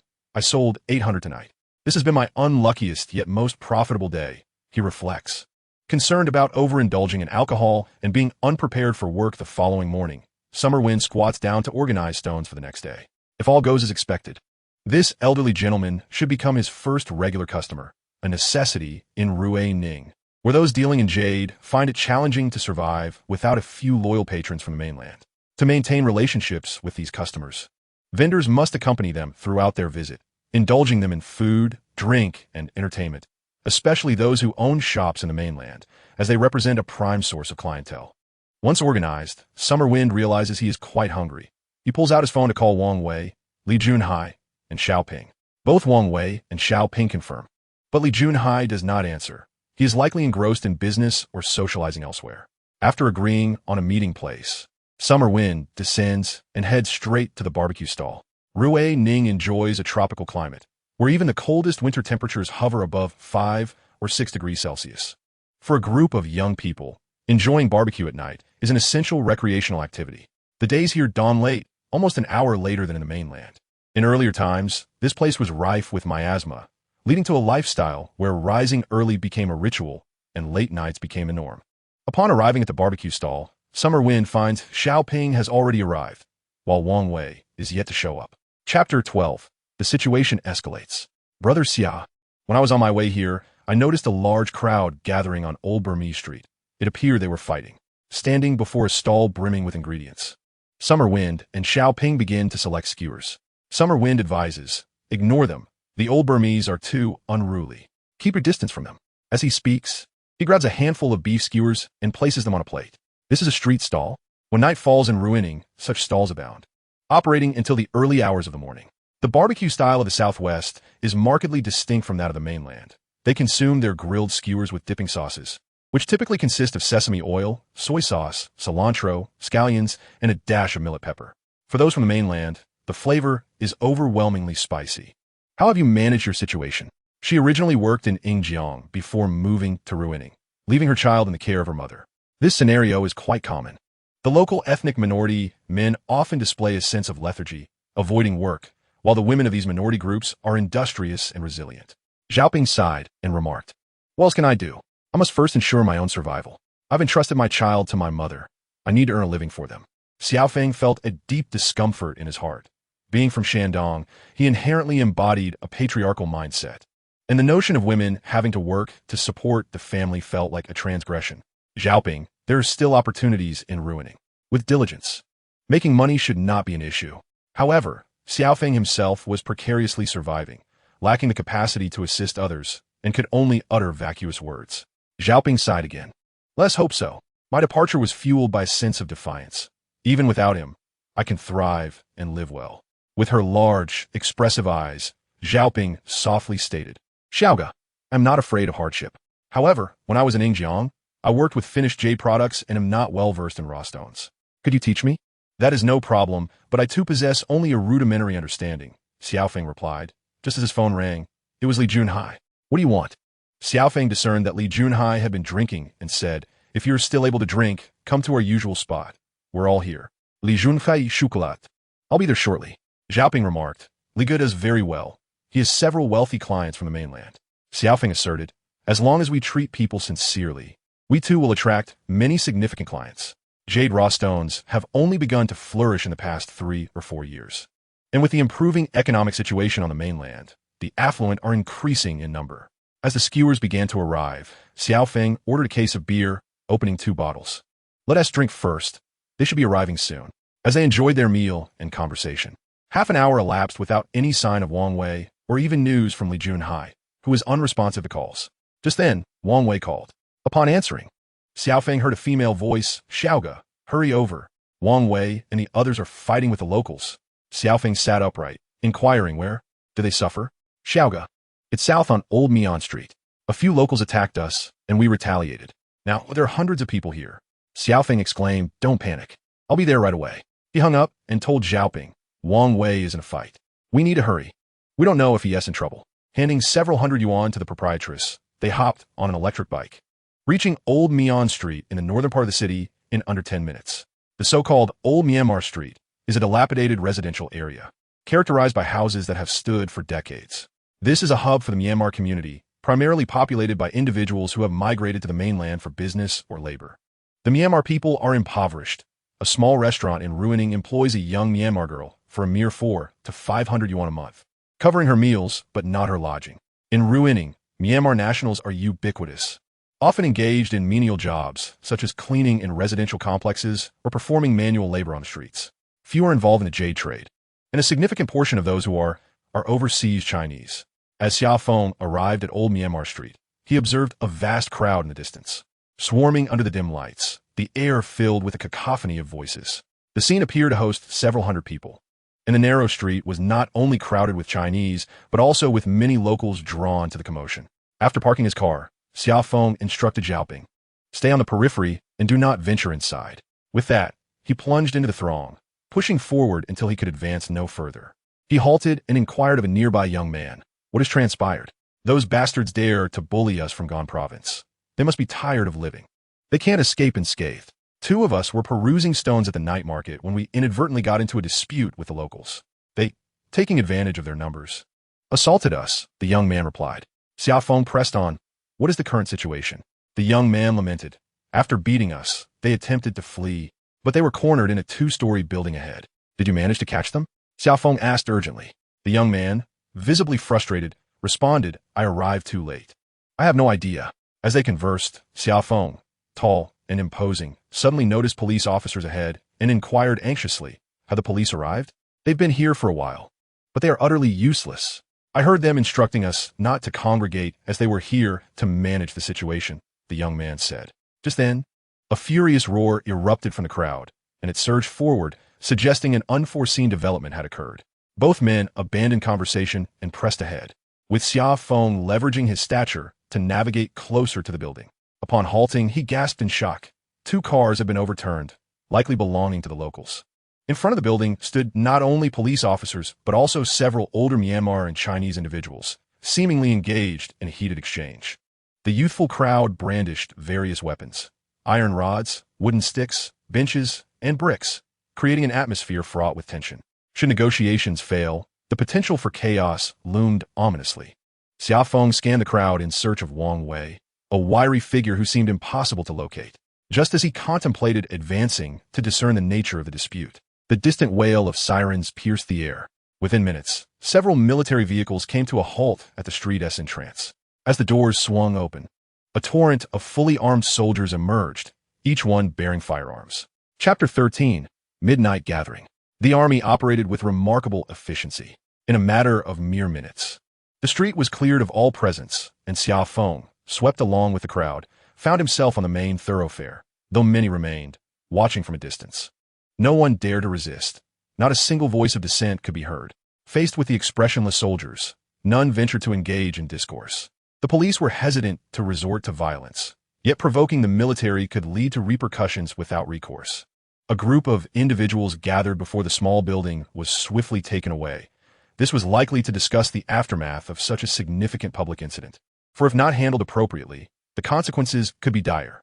A few young men encountered one another. Wang Wei emerged unscathed, as those from Jiangxi had banded together, and in Ruining, they constituted the largest community. Upon hearing that a fellow townsman had been wronged, he rallied a few companions to confront the aggressors. Li Junhai also arrived to witness the scene. The vehicle was undoubtedly lost. Some local thieves had a penchant for stealing electric bikes, especially amidst the earlier chaos. Xia Feng's bike was relatively new. If it weren't taken, whose would it be? Misfortune seemed to shadow him relentlessly. Xia Feng's day had been woefully unfortunate. The group arrived at a barbecue stall, and no sooner had they seated themselves than Li Junhai inquired, "What transpired?" Wang Wei, brimming with indignation, declared, How dare they bully us Jiangxi people? Truly, they must be tired of living. My two fellow townsmen just arrived in ruining for business and spotted a stone at the night market. When negotiating with a local, perhaps their offer was too low. After sipping his beer, he continued. That local, in a fit of anger, told my compatriots to get lost and not to hinder his trade. Soon, a quarrel erupted, and before we knew it, a group of locals assaulted my townsmen. Wang Wei's wife, Li Juan, interjected. One was beaten severely, blood streaming from his head, while the other was frightened off after receiving a few blows, which allowed him to alert his acquaintances. Xia Feng chuckled. It's fortunate that you Jiangxi people stand together. Otherwise, that beating would have been in vain. Wang Wei grinned. We're all from the same county. We know each other well. Xia Feng probed. Did you engage in the fray? He then asked. What were those individuals arguing about in front of the building? Li Junhai responded. Now it's up to the soldiers to decide. It's likely that the locals will have to pay quite a sum this time. Xia Feng concurred. It seems that way. Physical confrontation is unlikely now. In the end, a monetary settlement will suffice. Xia Feng added, Wang Wei, you should refrain from rushing in next time. It's best to stay on the sidelines and cheer. The locals are too wild. Upon hearing this, Wang Wei's wife quickly chimed in. Yes, you must heed Brother Xia's advice. Wang Wei, recognizing Xia Feng's good intentions, nodded in agreement. Li Junhai jovially announced, Tonight, I shall treat everyone as a celebration for Wang Wei's victory. He then mischievously inquired, Xia Feng, did you strike it rich today? Nonsense, Xia Feng exclaimed, downing his drink in one swift motion. A surge of frustration welled within him, and he proclaimed, Let me share my thoughts, or I shall suffocate.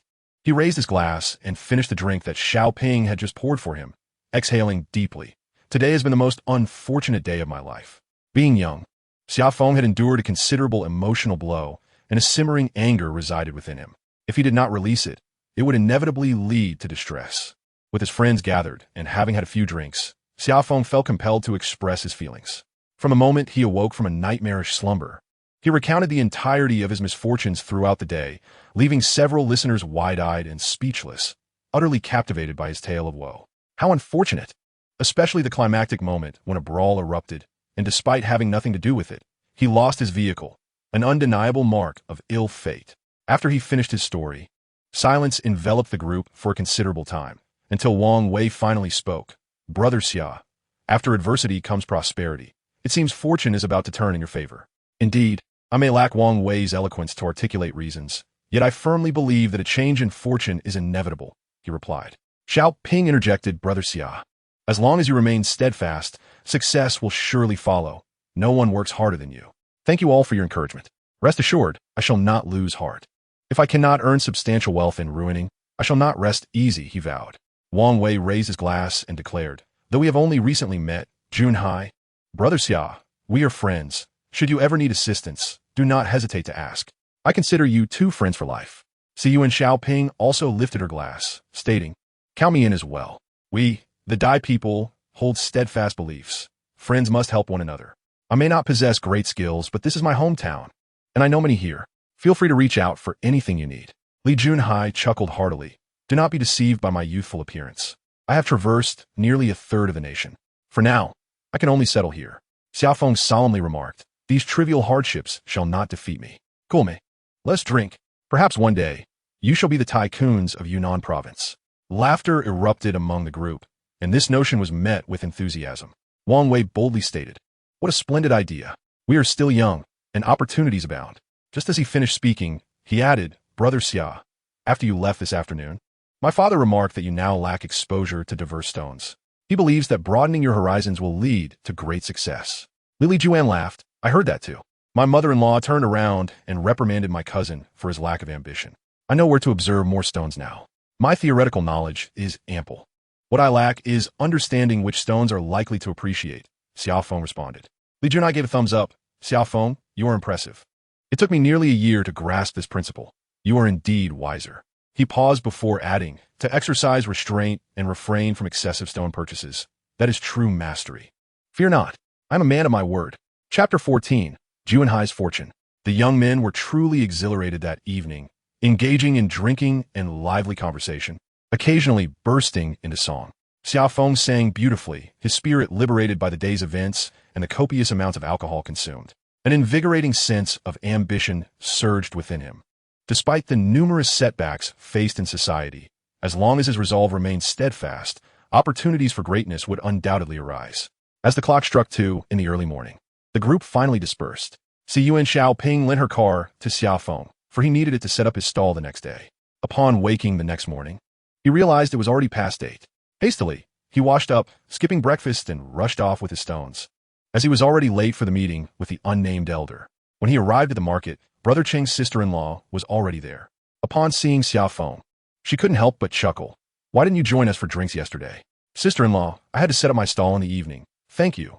Brother Cheng's sister-in-law was generally kind to Xia Feng, and today, after her arrival, no one inquired about the previous day's events, which indicated Xia Feng's discretion. Particularly, the middle-aged woman beside her, Sister Zhang, would certainly have made a fuss if she had known that a stone from her own collection had earned 200,000. The entire market would have been made aware. Xia Feng hastily arranged the stones, filled with anticipation for the arrival of the elderly gentleman. Suddenly, Xiao Gu asked Brother Xia, "Are you aware of the fight that occurred yesterday?" Xia Feng nodded. "I was at the scene. Did you also attend?" Xiao Gu shook his head. "I don't live nearby. I just heard about it." The old Myanmar fellow must have compensated 10,000. Xia Feng was taken aback. He hadn't anticipated the compensation to be so substantial. In a small border town like Ruining, where various ethnic groups coexisted, fights were commonplace. The typical resolution involved monetary compensation, often substantial, or else arrests would ensue. The local police station housed not only officers but also armed police, as smuggling from northern Myanmar was rampant, particularly given its status as a significant opium-producing region, which posed immense pressure on domestic anti-drug efforts. As Xia Feng engaged in casual conversation with the two, he soon arranged all the stones and opened the cabinet beneath his stall, revealing several stones, many of which he had purchased upon his arrival, primarily from new factories. Essentially deceptive materials. He had spent a considerable sum on these stones, driven by ambition and a touch of impulsiveness. Around 9 o'clock, customers began to trickle in, and Xia Feng sat in contemplation. Li Junhai's words from the previous night echoed in his mind. It was now crucial for him to exercise restraint and avoid impulsive purchases of stones. Just because he favored a particular stone did not mean others would feel the same. He needed to observe what kinds of stones others were selling. Lost in thought, Li Junhai approached. Upon seeing Xia Feng, he appeared slightly disheveled, sleep still lingering in his eyes. "Why are you here so early? Didn't you sleep?" Xia Feng remarked, noticing Li Junhai hadn't even washed his face. "Hurry and set up your stall. Don't let drinking interfere with business." Li Junhai chuckled. "I just came to check on you." He then rummaged through the stones on the counter and added, "You should make some sales, acquire some good stones." Xiao Gu, though familiar with Li Junhai, was not closely acquainted. At least Xiao Gu understands how to care for others. Li Junhai picked up a stone and examined it closely. After a moment, he inquired, "What is the price for this one?" 1,000, non-negotiable, Xia Feng replied. Li Junhai scrutinized it further before asking, "What a fair price." "I'll take it." Xia Feng casually glanced at the stone. It was a red wax shell stone from the Sanxiao market, weighing around 3 to 4 kilograms, with few cracks in the skin and very fine sand. With a smile, Li Junhai turned to Xiao Gu, saying, "I've been lucky these past few days. Give me a discount, and if it really appreciates, I'll give you a red envelope." Xiao Gu blinked and asked, "How much do you think you can make?" Li Junhai grinned mischievously, 200. Xiao Gu shook his head and said, "Boss, you must be joking. Just look at this outer shell. It is certainly not worth 200. I will add another 100. Xia Feng observed the banter between the two, and before long, Li Junhai spent 500 yuan to acquire the stone. He tugged at Xia Feng and said, "Let us go and have the stone cut. In Yu City, there are numerous specialized stone-cutting shops." The two of them approached the shopkeeper and requested that he split the stone in half. Amidst the thunderous roar of machinery, the owner personally handled the cutting, and within 3 minutes, the stone was sliced apart. Upon seeing the result, the owner could not help but exclaim, "A significant increase in value. It has internalized." Xia Feng snatched the stone, and there it was. The cut surface revealed an outer layer of skin that was 2 centimeters thick, while the interior was a delicate, pale green jadeite, incredibly refined, almost translucent and exceptionally clean. It was of the glutinous variety, with a potential for a bracelet. The value had soared. This piece of stone was worth at least a hefty sum. It all depended on whether a perfect bracelet could be fashioned from it. Xia Feng could not help but glance at Li Junhai and asked, "Is stone gambling truly this remarkable?" Li Junhai, lauga fartili. "I've been quite fortunate these past few days. Let's see if we can produce a bracelet." "How can you tell?" Li Junhai chuckled again. "Nonsense. I can't tell at all. Such internalized stones are purely a matter of luck. Even the experts rely on sheer chance. He added mysteriously, I rarely cut stones. Only when I feel lucky. If that piece of Moxisha hen tea yielded results yesterday, I certainly wouldn't have cut this stone today. He chuckled again and remarked, You've never been to a casino, have you? That place is all about luck. When fortune is on your side, you win regardless of the bet. But without luck, even the best calculations are futile. Xia Feng pondered this and realized the truth in his words. Luck is intangible yet undeniably real. Xia Feng, I tell you, I will keep cutting until I deplete my resources. Back at the stall, Li Junhai handed 500 yuan to Xiao Gu with a cheerful grin, saying, Xiao Gu, we have a bond. This is for you.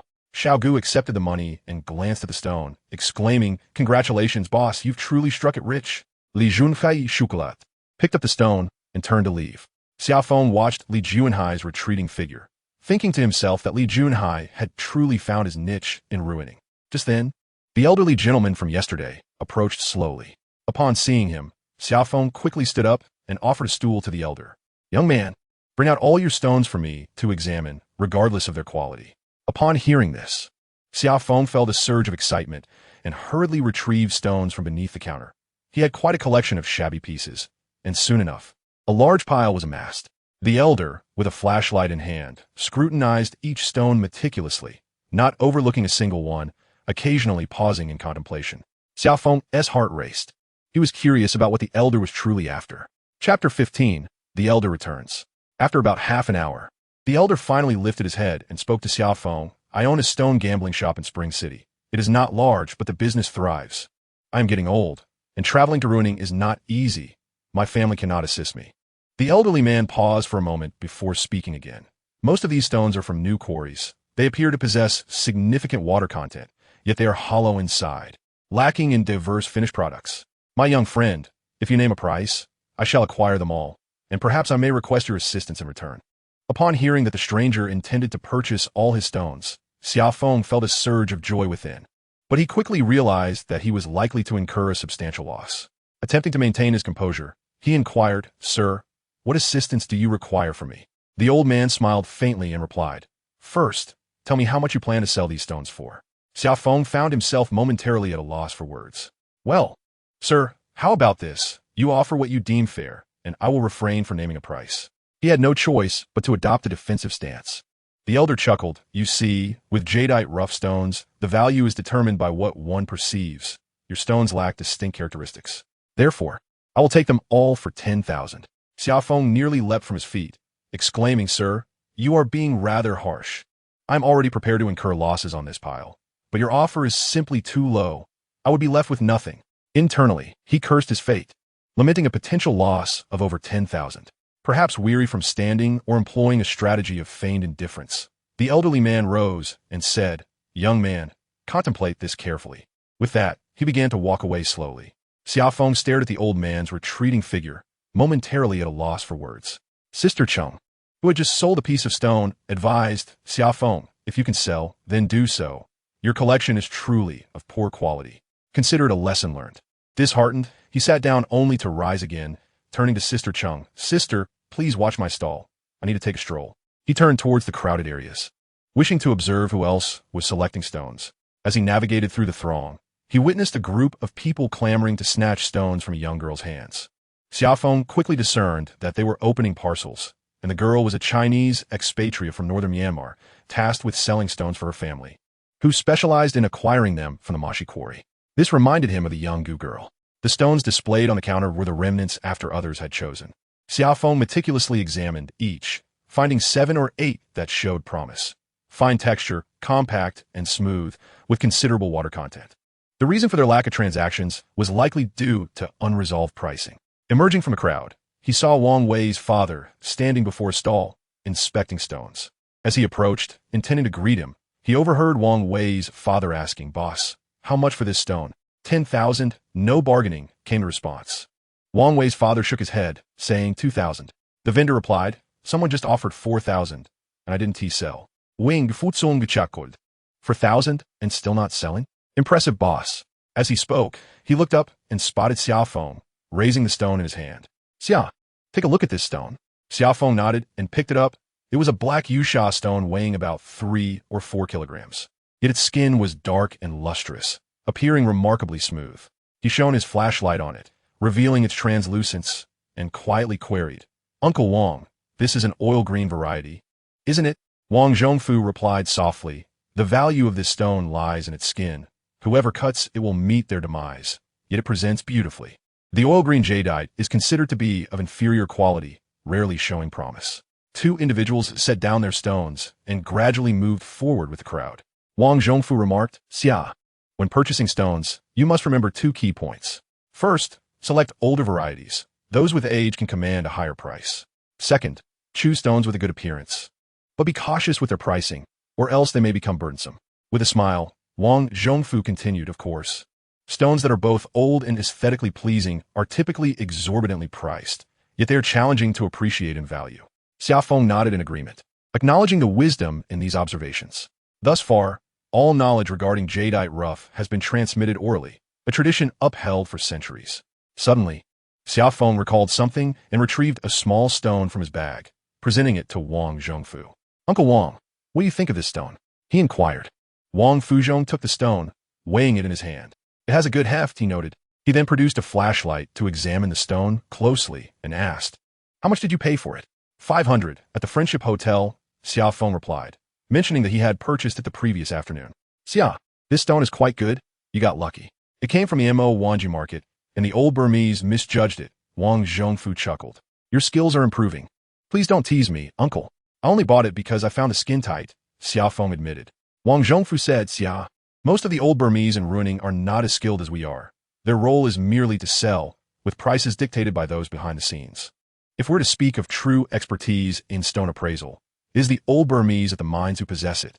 Wang Zhongfu appeared wistful, likely reminiscing about the true masters he had encountered at the mines. After walking for a while, they parted ways, and Xia Feng continued to navigate through the bustling crowd, eager to observe what stones others were purchasing. In the jadeite rough business in ruining, each individual has distinct clientele, leading to markedly different focuses when selecting stones.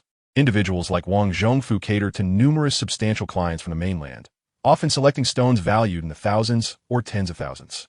In contrast, Li Junhai primarily seeks stones priced in the hundreds or low thousands.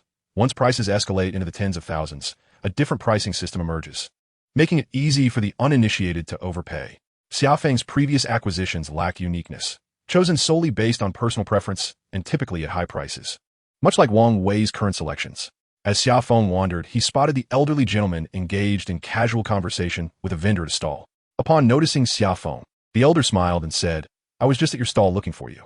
Do you have time for lunch today? I would like to treat you." Xia Feng promptly replied, "You are my client. I shall treat you." The elder chuckled, "Just something simple to eat will suffice, and we can chat." Chapter 16. The Elder's Teachings. "Uncle Zhao, please have more of this dish," Xia Feng urged as they shared a drink in a small eatery. Xia Feng attentively served food to his companion. The eatery, generally modest and somewhat dilapidated, predominantly offered Dai and Burmese cuisine, which mainlanders often find difficult to enjoy. Xia Feng, having overindulged in alcohol the previous night, was still feeling unwell, so they ordered 2 bottles of beer, which were refreshing in the hot weather. "Back then, it was truly arduous. We arrived as a group of dozens, and 8 of us lost our lives in the process," he reminisced. The summer breeze held a tinge of curiosity. "Uncle Zhao, what is the reason?" sighed Zhao Likun as he took a sip of beer. "Look around. It is now bustling with life and teeming with vehicles. Back then, it was a year without seeing a single outsider. The area was scarcely populated. A desolate wilderness filled with miasma, and a moment's inattention could lead to one's demise. Moreover, medical resources were scarce, relying solely on local folk healers. Even a minor case of diarrhea could go untreated, and when serious illness struck, it was a matter of luck. Though I did not experience the hardships of the older generation, I can empathize with their sentiments." He raised his glass and continued, "Uncle Zhao, you have endured much suffering and now enjoy the fruits of your labor. Isn't it wonderful now?" "Ah, Xia," he replied, "when I was here as a sent-down youth, I longed for jade, but alas, I had no means to purchase it. Now that I can afford it, the price of jade has soared." The elder set down his glass and remarked, "At my age, every trip to ruining feels like shedding a layer of skin. It is truly grueling. Spring City lies 700 or 800 kilometers away, accessible by only a single national highway. A bus journey can take nearly 30 hours, all winding mountain roads. The provincial capital has an airport with direct flights to Spring City, using Soviet-made and 24 aircraft that seat 50, but they fly at a low altitude. While these Soviet planes are rugged and durable, comfort is not their strong suit. The southwest Yunnan region is rife with high mountains, and turbulence can jolt one's very insides during the flight, not to mention the exorbitant ticket prices that ordinary folks cannot afford. Xia, I wish to ask you for a favor. Speak freely. There's nothing I cannot manage, responded Xia Feng, somewhat perplexed. Uncle Zhao, how do we proceed? What I desire may not align with your preferences. Jade raw stones are not standardized. Each piece presents its own uniqueness, often perceived differently by each observer. Zhao Lakun explained. With the advent of smartphones, if you find something suitable, take a picture and send it to me. I will decide whether to purchase it and at what price. I will reserve 5% of the transaction for you. Xia Feng's heart leaped with joy. This was a lucrative venture that required no upfront expenditure, albeit some investment of time.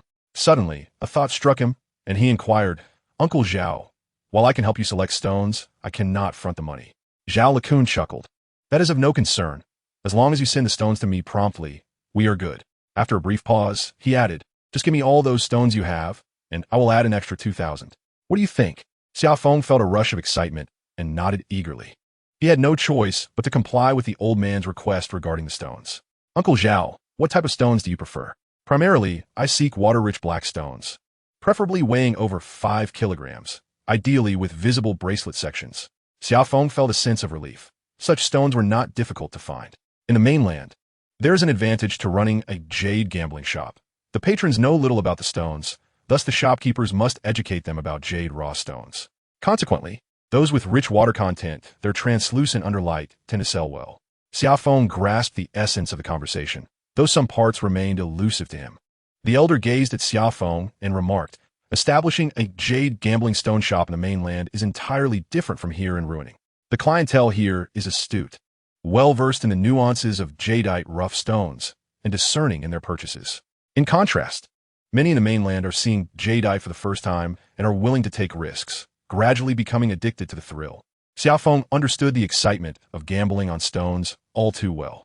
As they conversed, Xia Feng's phone rang. Upon answering, he heard a female voice say, Xia Ge, my uncle is planning to gamble on a large stone this afternoon. You must come and take a look. It's worth several 100,000. The caller was Zhang Xia, a fellow native from Shandong whose uncle had established a significant jade business in Ruining, employing a considerable number of people. Xia, I have some matters to attend to. I will come over shortly, Xia Feng replied before hanging up. Zhao Lakun inquired, is something the matter? Xia Feng explained, a fellow townsman reached out to me. I will discuss it later. Zhao Lakun, unfazed, continued, Xia, please pay close attention to the affairs on my end. There will be many opportunities for collaboration in the future. However, I advise you to refrain from cutting stones yourself, especially you youngsters, as the addiction can lead to financial ruin in an instant. With a sigh, he added, yet, in this industry, if one does not engage in gambling stones, wealth will remain elusive. Trading is akin to other businesses. Securing a basic livelihood is feasible. Xia Feng offered a wry smile. Uncle Zhao, even if I were to gamble, I lack the funds. I prefer to conduct my business honestly. Zhao Lakun replied, it is wise of you to think that way. With the advancement of information, stone gambling is becoming popular in the mainland. Regardless of understanding, many are drawn to the gamble, and opportunities to earn abound. Alas, the wealth we acquire is somewhat insidious. Changing the subject, Xia Feng asked Uncle Zhao, do you believe there truly are experts in gambling stones? Zhao Lakun responded, jade rough has existed for centuries, even before the market opened. Many engaged in the jade rough trade. There are highly skilled individuals who have honed their craft in the mines of northern Myanmar. They can discern the quality of a stone upon touch, a fact I have witnessed firsthand. Listen closely, Xia, he continued. The more promising a rough stone appears, the greater its potential for deception. Conversely, those that seem unremarkable can yield exceptional results. Uncle Zhao, do you often cut stones? Xia Feng inquired. Rarely, Zhao Lakun chuckled. The stone I purchased from you yielded a significant gain, but most of the time, I either break even or incur losses. I seek not accolades, but simply to avoid missteps. Xia Feng pressed further. What do you mean by that? Zhao Lakun elaborated, if one is to cut stones, it is better to choose larger ones. The principle of greater size, lesser loss applies. As long as there is a hint of quality inside, substantial gains are possible. Secondly, one should only cut those stones with peculiar skins, as their prices are generally lower, and even experts may find them perplexing. Xia, remember, By the time stones reach ruining, especially those that appear promising, they have likely changed hands numerous times in northern Myanmar. The hesitation of experts to cut them is for a reason. Do not fall prey to the schemes of others. Xia Feng pondered this advice. Chapter 17. The Tycoon of Stone Gambling. Uncle Bai, how has business been lately? Xia Feng accepted the tea poured for him, nodding in gratitude. In a quaint courtyard of the Jupiter Jewelry City, several individuals gathered in a pavilion, sipping tea. The host, a robust man in his 50s, exuded an air of success. Among the attendees were two middle-aged gentlemen. Bai Su Yang, a native of Shandong, had been engaged in the jadeite trade in Ruan Ning for over 2 decades, establishing himself as a prominent figure among the Shandong community in Ruan Ning. Known for their warmth and loyalty, a considerable number of his compatriots surrounded him. Xia, how have you been? Bai Su Yang inquired, his voice tinged with curiosity. Have you come across any fine stones lately? Xia Feng, quick-witted, retrieved a small, dark stone from his bag and presented it to Bai Su Yang. Uncle Bai, what do you think of this one? I just acquired it. Bai Su Yang examined the stone meticulously before passing it to a nearby individual. From its exterior, it appears promising. How much did you pay for it? 500. Came reply. Quite a bargain, Xia Feng. Your skills have clearly improved, Bai Su Yang remarked, prompting a humble response from Xia Feng. The middle-aged man holding the stone asked, Old Bai, what lies within? Bai Su Yang scrutinized the stone once more and replied, It has edges and angles. Although the granules are coarse, there is little variation, suggesting the interior quality should be commendable. He then turned to Xia Feng and asked, Would you like to open it? The middle-aged man encouraged, Come on, handsome. If it appreciates, I'll buy it. Xia Feng nodded, Uncle Bai, let us proceed. I would appreciate your assistance. Bai Su Yang stood and made his way to the workshop, chiding playfully, You're too courteous for your own good. Xia Feng chuckled sheepishly. Opening jadeite rough is undeniably an exhilarating endeavor. With nothing else to occupy him, Bai Su Yang shooed the workers aside, seated himself, and began operating the dental machine. As the grinding head first touched the stone, he gasped, It's so hard. He focused intently, slowly grinding the stone. Soon, a deep groove of approximately 1 centimeter emerged. Setting down the machine, he illuminated the stone with a flashlight. Suddenly, a brilliant white light emanated from the crevice, akin to a small bulb. My goodness, it's filled with green, he exclaimed, excitement bubbling over as he turned to the others. It's now ice grade. What a spike in value. With that, he resumed work with the dental machine, showcasing his adeptness as he carved several slender, elegant windows resembling the winding branches of a wax plum blossom. Name your price. I'm interested in purchasing, the middle-aged man stated. Bai Su Yang introduced the man to Xia Feng. This is General Yang, a businessman from Hebei. Xia Feng felt slightly bewildered. This was his first experience unveiling such a remarkable stone, and he was entirely uncertain of its value, unable to quote a price. Most of the stones he had purchased were in the hundreds or low thousands, primarily of the glutinous ice and glutinous varieties. This ice-grade stone with blue flowers was a first for him. Quick on his feet, Xia Feng turned to Bai Su Yang. Uncle Bai, you decide. I'm indifferent to the amount. Bai Su Yang stifled a chuckle, recognizing Xia Feng's cleverness in ingratiating himself. After contemplating, he said, General Yang, let us be bold. 4,500. Agreed, the stone is mine, the man replied readily. Mr. Yang is a straightforward individual. He counts out 4,500 yuan from his wallet and hands it to Xia Feng, saying, Thank you, handsome. Everyone is aware that this price is rather low. Yet no one raises any objections. Bai Su Yang has his own motives. He intentionally lowered the price slightly, primarily for that substantial stone, which is the main attraction. Mr. Yang has snagged a small bargain. Pendants made from ice-type stones with green flowers typically exceed 10,000 yuan, and this stone has the potential to yield 2 pendants. Though one must also gamble on the presence of cracks or variations. Thus, Bai Su Yang's offer is considered reasonable. Peel it all off, Mr. Yang instructed as he handed the stone to Bai Su Yang. Bai Su Yang called over a worker to strip the stone, smiling as he remarked, This is a good omen. It all depends on what Mr. Zhang thinks. Before he could finish, a stout middle-aged man entered the room. Standing at nearly 6 feet 3 inches, his face aglow, he boomed, Old Bai, what are you murmuring about? Mr. Yang chuckled while chiding, Old Zhang, you're so slow you'd miss even the hottest meal. Look at the time. Mr. Zhang laughed in response. Good things are worth waiting for. If it turns out to be a profit, I'll treat you all to dinner tonight. Xia Feng had overheard Zhang Xia mention that several big shots were betting on a stone worth over $1 million. He had come merely to observe, and it appeared that the show was about to commence. Bai Su Yang suggested, Let us take a closer look at the stone. To be honest, this is my first time betting on such an expensive piece. The speaker seemed indifferent. and the listeners merely brushed it off. Xia Feng, come over and have a look. Your luck seems strong, and I could use a bit of your fortune. Feeling a bit shy earlier, Xia Feng quickly stood up and followed the crowd into the room.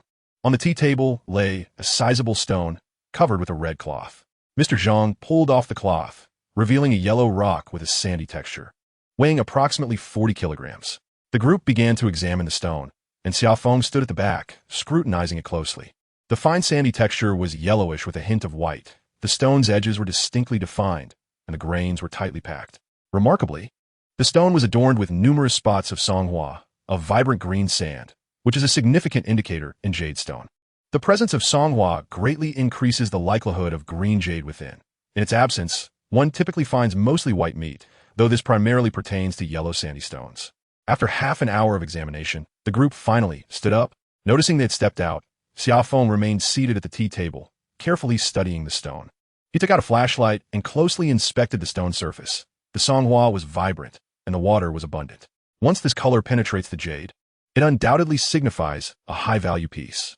The sand grains were quite coarse, indicating that the jade's quality is exceptionally old.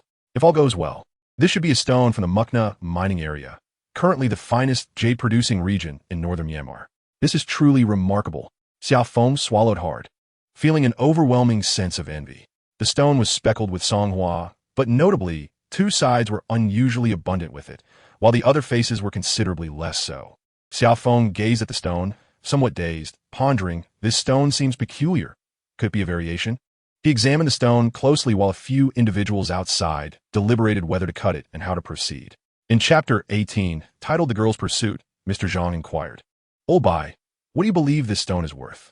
Old Mian demanded 2 million.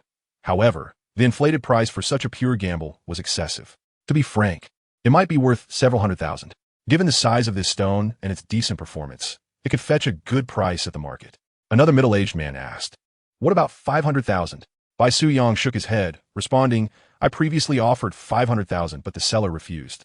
Honestly, if it were truly worth 500,000, I would either open a window or cut it myself. Yang Zong chuckled, Boss Bai, you are quite affluent. Several million is merely a drop in the bucket. Bai Su Yang countered, this isn't merely about money. Partnering to cut stones is a customary practice in the industry. If profits rise, everyone rejoices. If it fails, the loss is minimal for each individual. Such is the wisdom of seasoned veterans in the world of stone gambling. 9 out of 10 ventures fail. To expect to indulge alone and reap all the rewards is sheer folly, for reality will always teach you humility. Mr. Zhang asked, What is the best outcome we can hope for? Bai Su Yang replied, Complete color saturation, though the chances are slim. The likelihood of a floral green is much higher. It depends on the abundance of color. Floral green is a particularly unique variety of jadeite, typically characterized by a glutinous texture, with green jade interspersed with white flesh, creating a vibrant appearance. If the quality is sufficiently aged, it can be considered a high-grade jadeite, making it a preferred material for exquisite ornaments. Bai Su Yang, possessing considerable experience, noted that the outer skin of jadeite often exhibits various forms of mottled patterns, some appearing as extensive green patches, while others manifest as lines of varying lengths and widths. The most desirable form is a single line encircling the stone. Additionally, there are dotted patterns which, in terms of visual appeal, rank the lowest. After a moment of contemplation, Bai Su Yang added, This stone holds little significance for opening. It is riddled with mottled patterns. If the cut reveals color, that is one thing, but if it exposes white flesh, it is better left uncut. Yang Zong remarked, Since we have encountered it, we might as well cut it. The cost per person is merely 200,000 to 300,000. Another middle-aged man queried, What is the worst-case scenario? Teacher Yu, who is an academic, said, If I were to elaborate on the intricacies of the stone, I could only fabricate a response. Stone gambling is ever-changing. Even the experts from northern Myanmar can only provide a rough estimate. Bai Su Yang hesitated momentarily, stating, The quality should not be poor. If all the model patterns are merely surface color with no depth, even if it reaches the glutinous ice type, it would only be worth 200,000 to 300,000. This would represent a complete failure. Such a jadeite raw stone could not simply be discarded after cutting. All present were financially capable. Yet that is the nature of stone gambling, rejoicing in gains while succumbing to despair and losses, with luck playing a significant role. Yang Zong Ditlaret, let us acquire it for 700,000 to 800,000. Old Bai, please expedite communication with Old Mian. If necessary, have him come here so we can confront him together.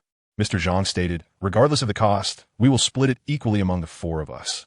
Bai Suyang picked up the phone, exchanged a few brief words, and then set it down, saying, he will be here shortly. Teacher Li, who was somewhat reticent as a university professor, possessed a profound appreciation for jade and a deep understanding of jadeite products. Unfortunately, when it came to gambling on jadeite stones, he remained a novice.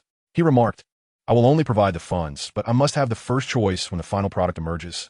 Zhang smiled, saying, it is unlikely to yield anything akin to the exquisite adornments in your home. The thrill of gambling with stones lies in its unpredictability. At that moment, Xia Feng stepped out of the room, and Bai Suyang inquired, Xia Feng, what is your assessment? After a brief hesitation, Xia Feng replied with trepidation, I have encountered such treasures infrequently. Cutting it should lead to a significant increase in value. Correct? Yang, overjoyed, responded with your auspicious words, if it truly appreciates, I shall reward you handsomely. Xia Feng took a seat and continued, Uncle Bai, this stone is from Muna, isn't it? Indeed, Muna. What have you discerned? Bai Suyang, also awaiting the arrival of the old Myanmar traders, engaged in small talk. The stone's granules are quite hard and compact, and the moss patterns are dot-like, barring any surprises. The interior should exhibit a similar state. If the colors unfold, it ought to reveal a floral blue. However, just as Xia Feng was halfway through his sentence, two Myanmar men entered from outside. The first, a man of short stature, barely reaching 1.60 meters, bore an astonishingly large belly, resembling a pot. The second was a young man, presumably his assistant. Boss Bai, how do you find the stone? The Myanmar man inquired. Come, have a seat and enjoy some tea. Bai Suyang Bichgonet. Upon seeing the arrival of the old Myanmar traders, Xia Feng recognized that they were about to negotiate prices, a matter he preferred to avoid. He promptly stood and declared, I will examine the stone further to learn more. Bai Suyang glanced at Xia Feng, thinking, this lad possesses remarkable intuition, knowing when to advance and when to retreat. Xia Feng re-entered the room, settling by the tea table to scrutinize the stone, when a charming young girl stepped in. Xiaga, you are here, she exclaimed, her face alight with surprise. Zhang Xia, I've been here for a while. What are you busy with? Zhang Xia settled beside Xia Feng, her tone sweet. What else is there to do? Every day, I am consumed by grocery shopping and cooking. It is becoming quite tiresome. Zhang Xia, being Bai Suyang's niece, was responsible for the daily affairs of her uncle and his entourage, which included two Myanmar women. Xia Yi, when shall we go out for some fun? I can ask my uncle for a day off. Xia Feng, aware of her interest in him, remained cautious, understanding that he was barely managing his own sustenance, let alone entertaining romantic pursuits, especially while carrying a considerable debt. It would be untrue to say that Xia Feng was oblivious to matters of the heart. During his university days, he had experienced romance, sharing kisses and intimate moments. But upon graduation, they had gone their separate ways. Zhang Xia, I am currently swamped with work day and night. When will I find time for leisure? Xia Feng deflected. Zhang Xia pouted. You were just making excuses. Why didn't you take me along when you all went out for barbecue last night? Xia Feng's cheeks flushed, and he protested. Your uncle forbids you from going out at night. As you well know, I would not dare defy his orders. Zhang Xia smiled mischievously. My uncle said that if you take me out, he would agree. Just as Xia Feng was about to respond, several people entered from outside, and Yang, filled with excitement, exclaimed, let us see how we can slice this. Once the first cut is made, we shall celebrate with fireworks. The practice of setting off fireworks and firecrackers is a customary tradition in the Jade Rough Stone Market, particularly in jewelry cities like Jupiter and Yalong, where the sky frequently bursts into a kaleidoscope of colors, captivating passersby. As the summer breeze assists in placing the stones into the oil-cutting saw, the reticent Mr. Lee suddenly inquires, young man, what do you think of this stone? Chapter 19, The Fatal Temptation.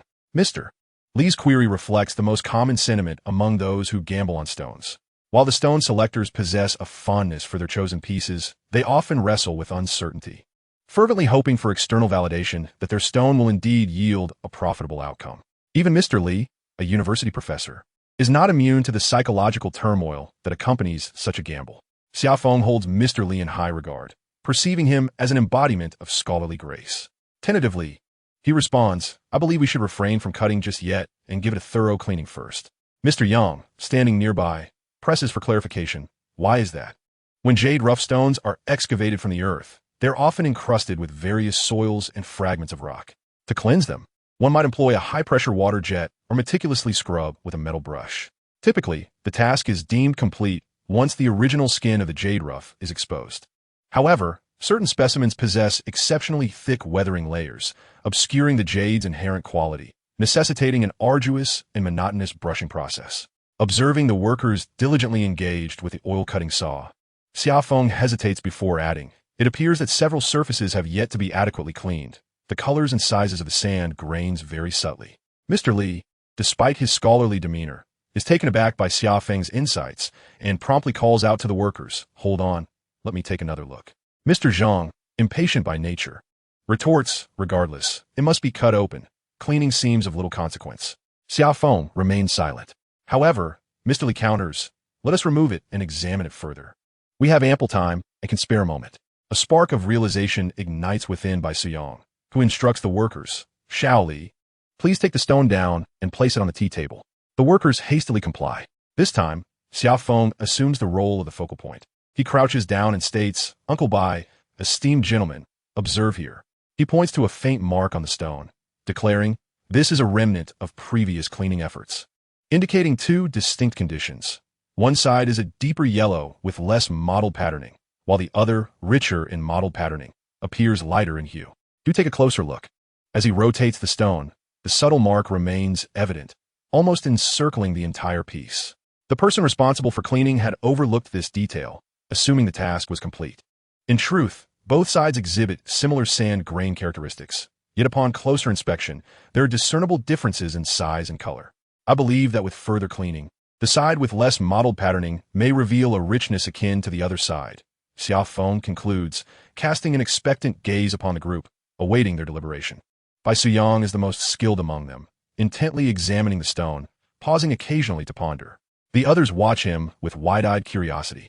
After a lengthy moment, Bai Suyong exhales deeply and exclaims, "Shao Li, come over and clean the stone."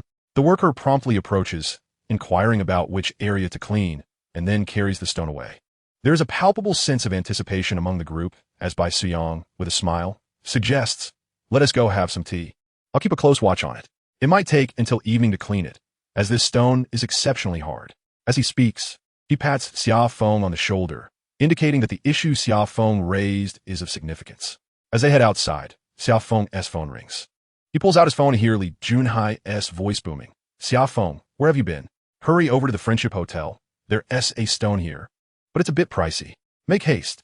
Upon hearing this, Xia Feng quickly informs Bai Suyong, "Uncle Bai, I have something to attend to. I must leave now." Young, who has been listening, chimes in, "Handsome, let us have dinner together tonight. Don't be shy." Xia Feng hurriedly declines. While others might eagerly seek connections with these influential mainland bosses, Xia Feng refrains from accepting, aware of the potential faux pas, and politely excuses himself before departing. As Xia Feng steps out, Teacher Li comments, "This young man is quite impressive. He is very genuine."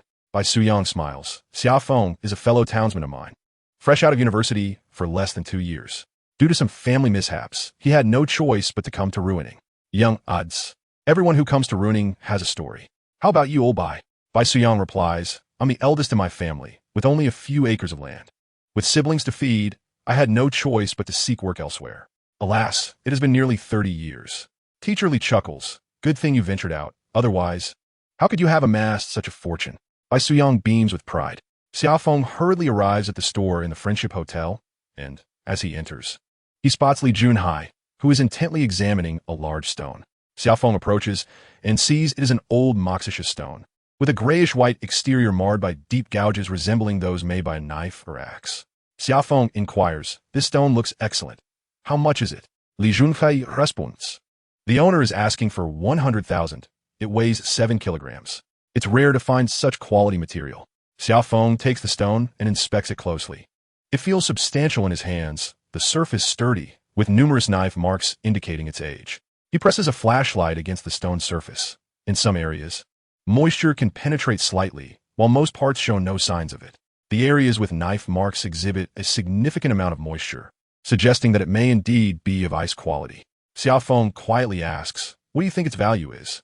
Li Junhai hesitates, shaking his head. "It could be worth 30 to 40,000, but there's considerable risk involved. The Moxisha quarry has only emerged in recent years and boasts high output, primarily producing material with notable water quality. The finest Moxisha stones are those that have shed their outer layer. Regardless of size, nearly all their surfaces have weathered away, primarily yielding stone of ice quality or above, with some even reaching glass-like quality.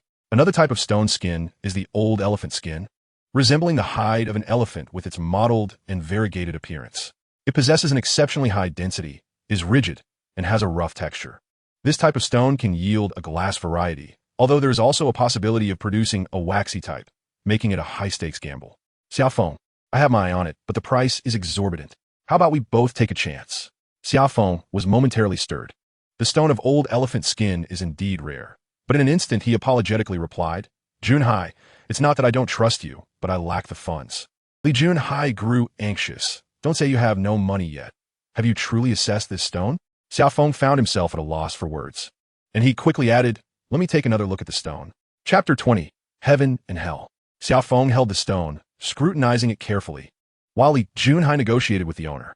It seemed that Li Junhai was genuinely fond of this stone. Xia Feng offered 5,000, which was the utmost he could afford. Although he had a bit more, he was reluctant to place all his capital on a single stone. Nevertheless, he still harbored a flicker of hope, for the cutting rate of such old elephant skin stones is notably high. Even if it yields a glass type, it would result in a significant profit. Boss, 60,000 is too steep. Even if it turns out to be glass, it's not worth that price.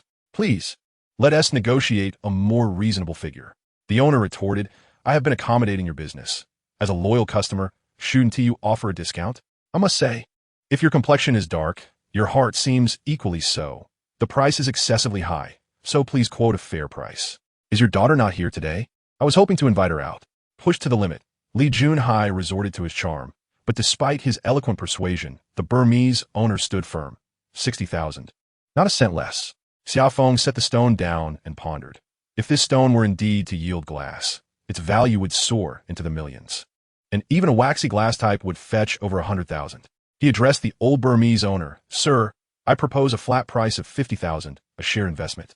If it appreciates, we all profit, and we can cut it open immediately. The owner was intrigued by this innovative notion and inquired here on site. Xia Feng pointed downstairs. There's a cutting machine below. You can go and take a look. The owner glanced at the several Burmese associates nearby, one of whom nodded in agreement. It is well known that the Burmese have an even greater penchant for gambling on raw stones than those in the domestic market. Countless tales abound of overnight wealth in the northern Burmese mining districts. Li Junhai nodded and promptly retrieved 50,000 from his bag, handing it to the old Burmese. The old man meticulously counted the bills twice before excitedly exclaiming, Let us go and aim for a significant gain. The other old Burmese businessmen ceased their activities, leaving one to keep watch while the rest descended to witness the stone cutting. Li Junhai conferred with Xia Feng and sought the old man's opinion before marking a line on the stone for the workers to saw. Xia Feng's heart raced. He had never bet on such an expensive stone before. However, this stone indeed showed promise, being an exceptional specimen of old elephant skin. The group seemed oblivious to the deafening sound of the cutting saw, standing anxiously behind as the worker began to cut the stone, which was small enough for the worker to use a water-cooled handsaw. The machine roared, and Xia Feng's mind went blank. Suddenly, a chill ran down his spine as he recalled something, plunging his mood into despair. He was exceedingly irritable, oblivious to the cacophony that surrounded him. Yet an ancient voice seemed to bellow in his ear. Xia, when it comes to the stones from ruining, especially those that are promising, one can only wonder how many hands they have passed through in northern Myanmar. The seasoned experts refrain from taking risks for a reason. Do not engage in the folly of others, stealing a donkey while you pull out the peg. This was the sage counsel from the venerable Zhao Likun, who had imparted these words only hours prior, yet he had already forgotten them. It should be cut. Xia Feng's spirits plummeted as he despondently perched himself on a small stool, contemplating the grim prospects ahead. Though a flicker of hope lingered, perhaps this stone could indeed yield a rise. Suddenly, he struck his own face with considerable force. Yet the din of his saw was so overwhelming that no one noticed or saw. The noise ceased. Li Junhai seized the stone, casting a glance at it, and was instantly gripped by an icy despair. The knife-marked area barely penetrated a centimeter, while the rest was evidently of inferior quality, nothing more than a glutinous type. Not even reaching the standard of glutinous ice, it had transformed into something utterly disappointing. It's collapsed. Xia Feng uttered, the stone has crumbled. He exhaled deeply, murmuring, I understand now. Faced with the reality, Xia Feng found clarity. This was not a matter of luck. Uncle Zhao was correct. Had this truly been a good stone, The adept gamblers from northern Myanmar would not have left such a grand opportunity for others to seize. The materials for Moksha were relatively straightforward in the realm of stone gambling, and those proficient individuals must have discerned something that he had not. Hence, they refrained from wagering. The sting of humiliation was too sharp. Rising, Xia Feng addressed Li Junhai. Junhai, take the stone with you. I have matters to attend to. With that, he mounted his electric bike and departed. Having just incurred a loss of 5,000 yuan, he felt a genuine sense of regret, and he dared not purchase a fine vehicle. By 7 in the evening, Zhang Xia called him, urging him to join Bai Suyang for dinner, but Xia Feng, lacking the inclination, could only decline politely. He yearned to curse aloud. This day has been a roller coaster, oscillating between heaven and hell, devoid of any moments of satisfaction. Is the heavens intent on tormenting me? This misfortune stemmed purely from his own hubris. Having been intoxicated by the prospect of victory, had he paused to reflect longer, he would not have fallen into such a pit. This was his first time cutting such an expensive stone, and he had lost even his undergarments in the process. Now, contemplating setting up a stall seemed futile. Had he known, he might as well have shamelessly followed General Bai for free meals and mingled for a taste of fortune. Yet another nightmare ensued. His uncle brandished a cane, striking him fiercely, and he could not evade the blows. Xia Feng jolted upright. His phone was stubbornly ringing. It was Zhang Xia again. Upon answering, he heard her urgent voice. Xiaga, why did you take so long to answer? I called a dozen times. Uncle is anxiously looking for you and has scolded me. Xia Feng rubbed his eyes and inquired, what is it? I'm not sure, but it should be good news. I heard them all laughing. Chapter 21. The Experts Arise. Xia Feng glanced at his phone. It was already past 9 in the evening, and he realized he had slept for over 2 hours. Currently, the quality of my sleep is exceedingly poor. I am plagued by nightmares and awaken with my entire body aching, as if I had been laboring tirelessly. Xia Feng sighed, lamenting that it was all due to a lack of funds. Were it not for his youth, he would likely have been bedridden for days. He splashed water on his face and hurried outside, for it seemed from Zhang Xia's tone that the large stone had indeed been cut. Upon arriving outside by Su Yang's courtyard, he could hear laughter from within. Striding inside, he was greeted by Yang, who called out, "Handsome, come over quickly." To Xia Feng's surprise, Su Yang stood up and welcomed him, saying, "Where have you been? I searched for you all night and couldn't reach you by phone." Apologetically, Xia Feng replied, "I sincerely apologize. I had a bit too much to drink last night and succumbed to sleep in the afternoon." Everyone rose and moved towards the room, and teacherly patted Xia Feng on the shoulder, stating, "We were waiting for you. You are now an expert." Xia Feng was baffled by the sudden turn of events. As he crouched beside the coffee table to examine the stone, he was taken aback. How did it transform like this? Someone remarked, "Kid, it's all thanks to you." Observing the stone, he noticed that 2 of its surfaces were densely covered with mottled patterns, which might prove overwhelming for those with a fear of clusters. He shifted the stone slightly and discovered that the other faces remained intact, but the newly polished surfaces exhibited superior qualities. Bai Su Yang Chuklet, when I suggested cutting the stone, your uncles insisted on hearing your opinion. You are now the expert. Xia Feng felt a flutter of anxiety within. He was hesitant to admit that he had just botched a piece of Moksha in the afternoon. Zhang said, "Xia, take a good look. How should we proceed with this stone? Does it require further polishing?" Xia Feng glanced at Bai Su Yang and replied, "Esteemed bosses, I'm still quite naive in this realm. Old Bai over there is the true expert." Yang interjected, "For now, we wish to hear your thoughts. Do not concern yourself with Old Bai's opinions." Bai Su Yang added, "Xia Feng, you have the Midas touch. Feel free to speak your mind." Reluctantly, Xia Feng lowered his gaze to the stone. Since the outcome did not directly impact his finances, he managed to adopt a calm demeanor. The goal was to ensure that the cut yielded the maximum benefit. He concluded that it was wiser to be conservative rather than reckless, for the loss incurred that afternoon had not been in vain. After examining the stone for 10 minutes, Xia Feng stated, "If the esteemed bosses wish to cut it for finished products, I believe the method of cutting is inconsequential. However, if it is to be sold as rough material, then a cut should be made here." He pointed to a corner of the stone and continued, "According to the wisdom of the gambling stone predecessors, if this stone is genuine, there's a high probability that this area will yield full color. At the very least, it should produce a floral blue." Bai Su Yang observed that the area Xia Feng indicated was indeed a corner, surrounded by a dense cluster of model patterns. Nodding in agreement, Bai Su Yang acknowledged that this was also his thought. Without hesitation, Yang stood up and declared, "Then we shall cut this corner, Xia Feng. You may draw the line." Xia Feng felt a surge of trepidation. It was the first time anyone had placed such trust in him, yet he felt utterly unprepared. For the stone was far too valuable. Perhaps Olbai should take the lead. He is the true expert. Today, for reasons unknown, several individuals found the summer breeze particularly agreeable. Teacher Li remarked, "Xia, why don't you take the brush?" Bai Suyang offered a wry smile, saying, "Xia Feng, you should draw. They no longer trust me." Reluctantly, Xia Feng picked up the flashlight and resumed his meticulous examination of the stone. After a brief moment, he earnestly sketched a closed-loop line on the corner of the stone, muttering to himself, "As long as the cut reveals full color, the imagination will flourish." The size of the incision matters little. If a stone's cut is entirely green, then its imaginative potential is significantly enhanced. Some may believe the entire stone is saturated with color, while others might contend that at least half of it is fully colored. Pessimists might assert that the color penetrates only a few centimeters, with the remainder being white jade. Interpretations of stones vary widely, and in this public auction, the attendees are a diverse crowd. Should an affluent yet uninformed individual encounter a stone with a full color cut, it could command an exorbitant price.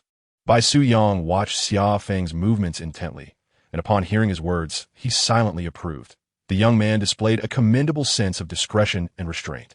When Xia Feng stood to make way, the others crouched to take a closer look, while Yang raised his head to seek Bai Suyang's counsel. Bai Suyang stated, "Let us proceed with this line. Xia Feng is more conservative than I. He initially intended for a larger cut, but the associated risks were significant. Exposing white flesh would drastically diminish the stone's value.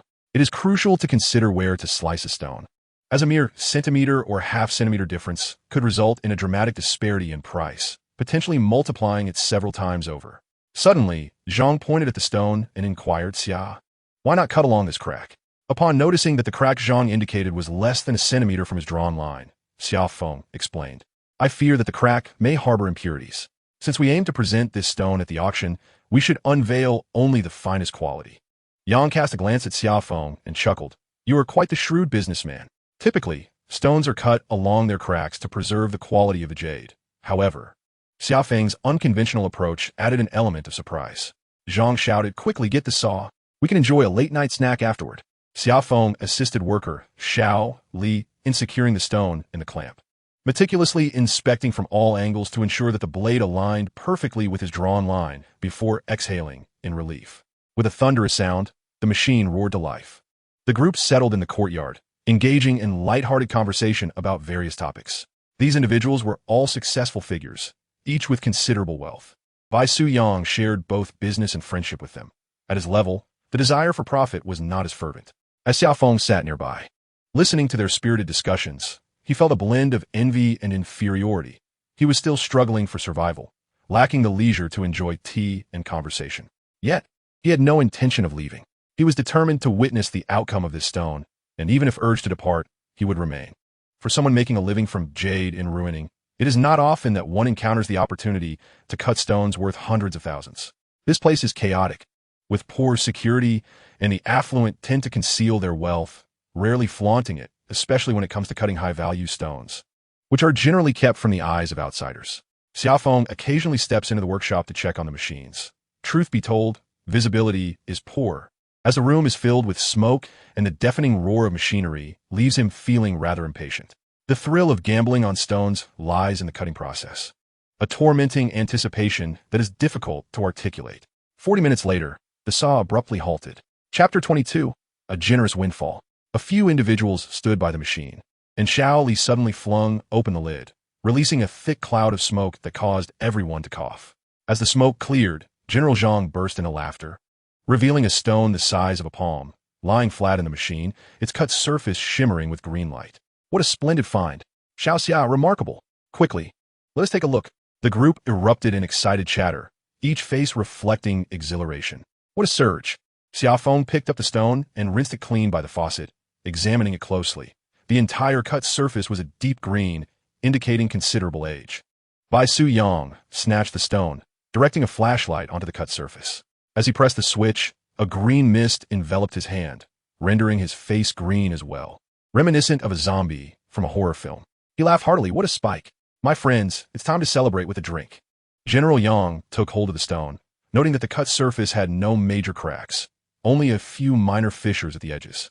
"Huh, a bracelet. In the realm of gambling on stones, besides the quality of jade, the presence of cracks and patterns is a crucial pricing factor. Should a bracelet emerge from this stone, its value could easily be several times higher than that of a stone without such features. Particularly, a fully colored bracelet of this quality could fetch around $1 million. Optimistically, with the stone weighing 40 kilograms, if it were entirely colored, dozens of bracelets could potentially be produced. Gazing at the stone resting on the table, the group began to deliberate on its current worth. For jade of this quality, Xia Feng had no understanding of the pricing system and wisely refrained from interjecting. By Su Yang estimated, it should be worth between 5 to 8 million, given that there is a fully colored bracelet. Teacher Li, being more meticulous, inquired, "How much full color remains beneath?" General Zhang replied, "Who can tell? We must let others take the gamble."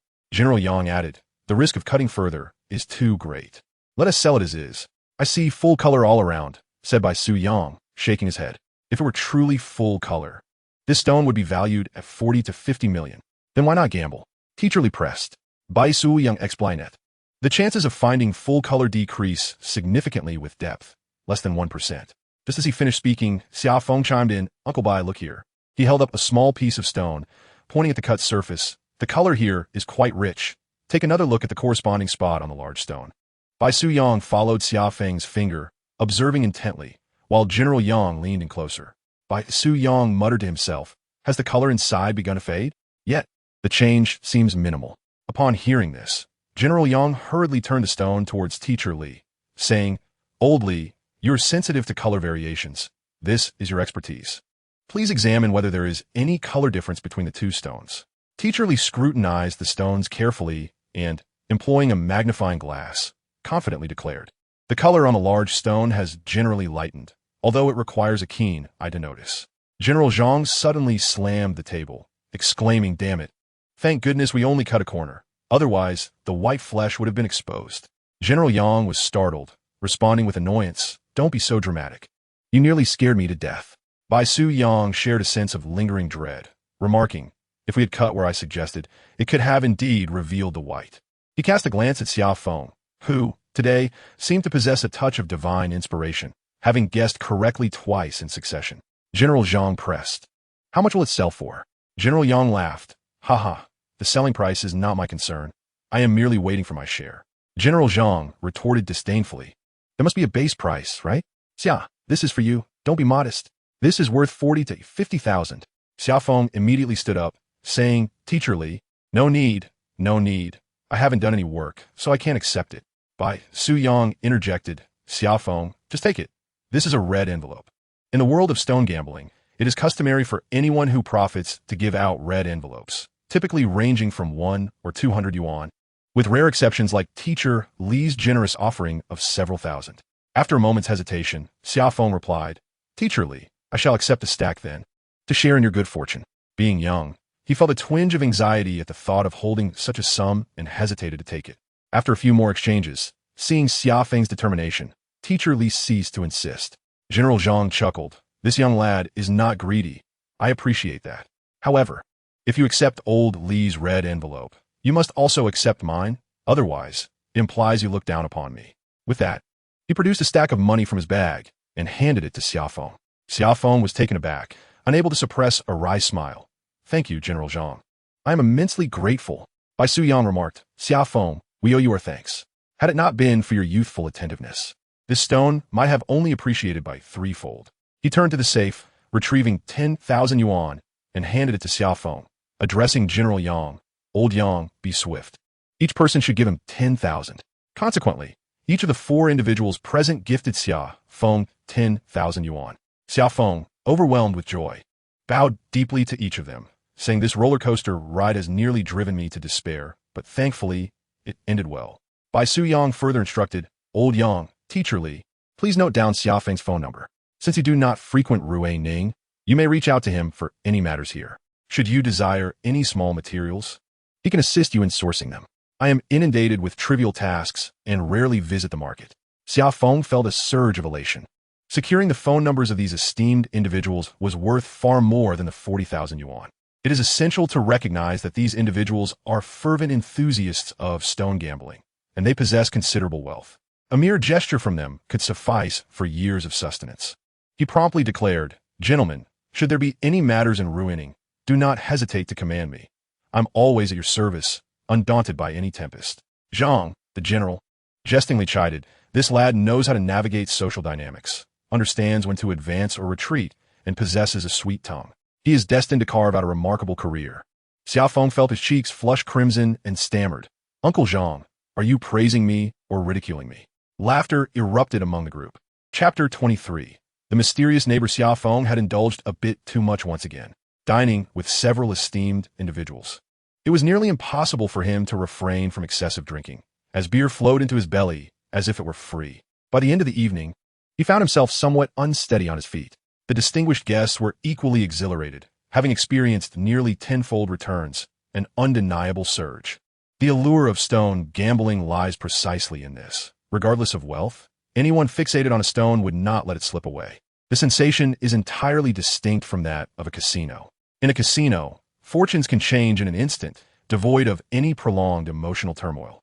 In contrast, the anticipation before a stone is cut is a torturous affair, fraught with anxiety and longing, a desperate urge to smash open the stone and unveil its secrets. Once the stone is cut, regardless of the outcome, the immediate relief can be profoundly liberating. Losing feels like a devastating blow, while winning brings about a sense of triumph. At 7 in the morning, Xia Feng awoke. After freshening up, he prepared a simple dish of rice noodles, eating while tallying his earnings from the past 2 days. To his surprise, he had over 4,000. He had sold just over 1,000, with that small stone fetching 4,500. Sheng Ge contributed 1,000.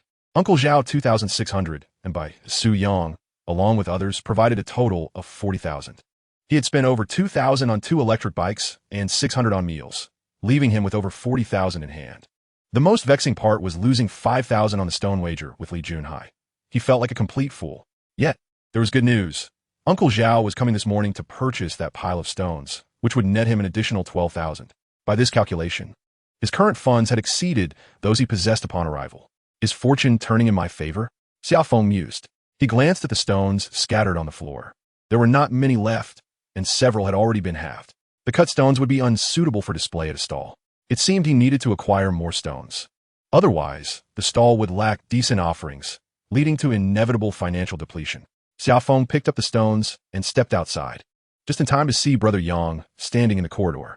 Brother Yang, are you heading out for exercise again? Xia, are you setting up your stall today? I would like to come by and take a look. The two made their way downstairs, and Xia Feng responded, I have a stall deep within the courtyard. When do you plan to come? Around 10. I have no plans during the day, just a leisurely stroll. Xia Feng was unaware of what Brother Yang truly did. He only knew his name was Yang Jisheng and that he was 41 years old, a fact he had heard from the landlord, though rumored to be wealthy. His living conditions were exceedingly modest, his room akin to Xia Feng's, which, even in the small town of Ruining, could be considered quite low-end. Every morning, Yang Jisheng embarks on his jogging routine. It indeed requires considerable willpower to maintain such a commitment. His attire is quite unremarkable, typically consisting of a standard sports outfit.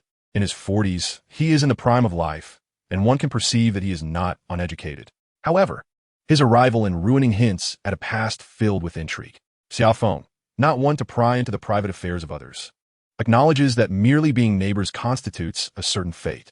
Yang Gu inquires, have you heard about the altercation involving the Burmese a few days ago? He continues to recount how the local Burmese clashed with several individuals from Jiangxi province, escalating the situation to the extent that armed police were involved.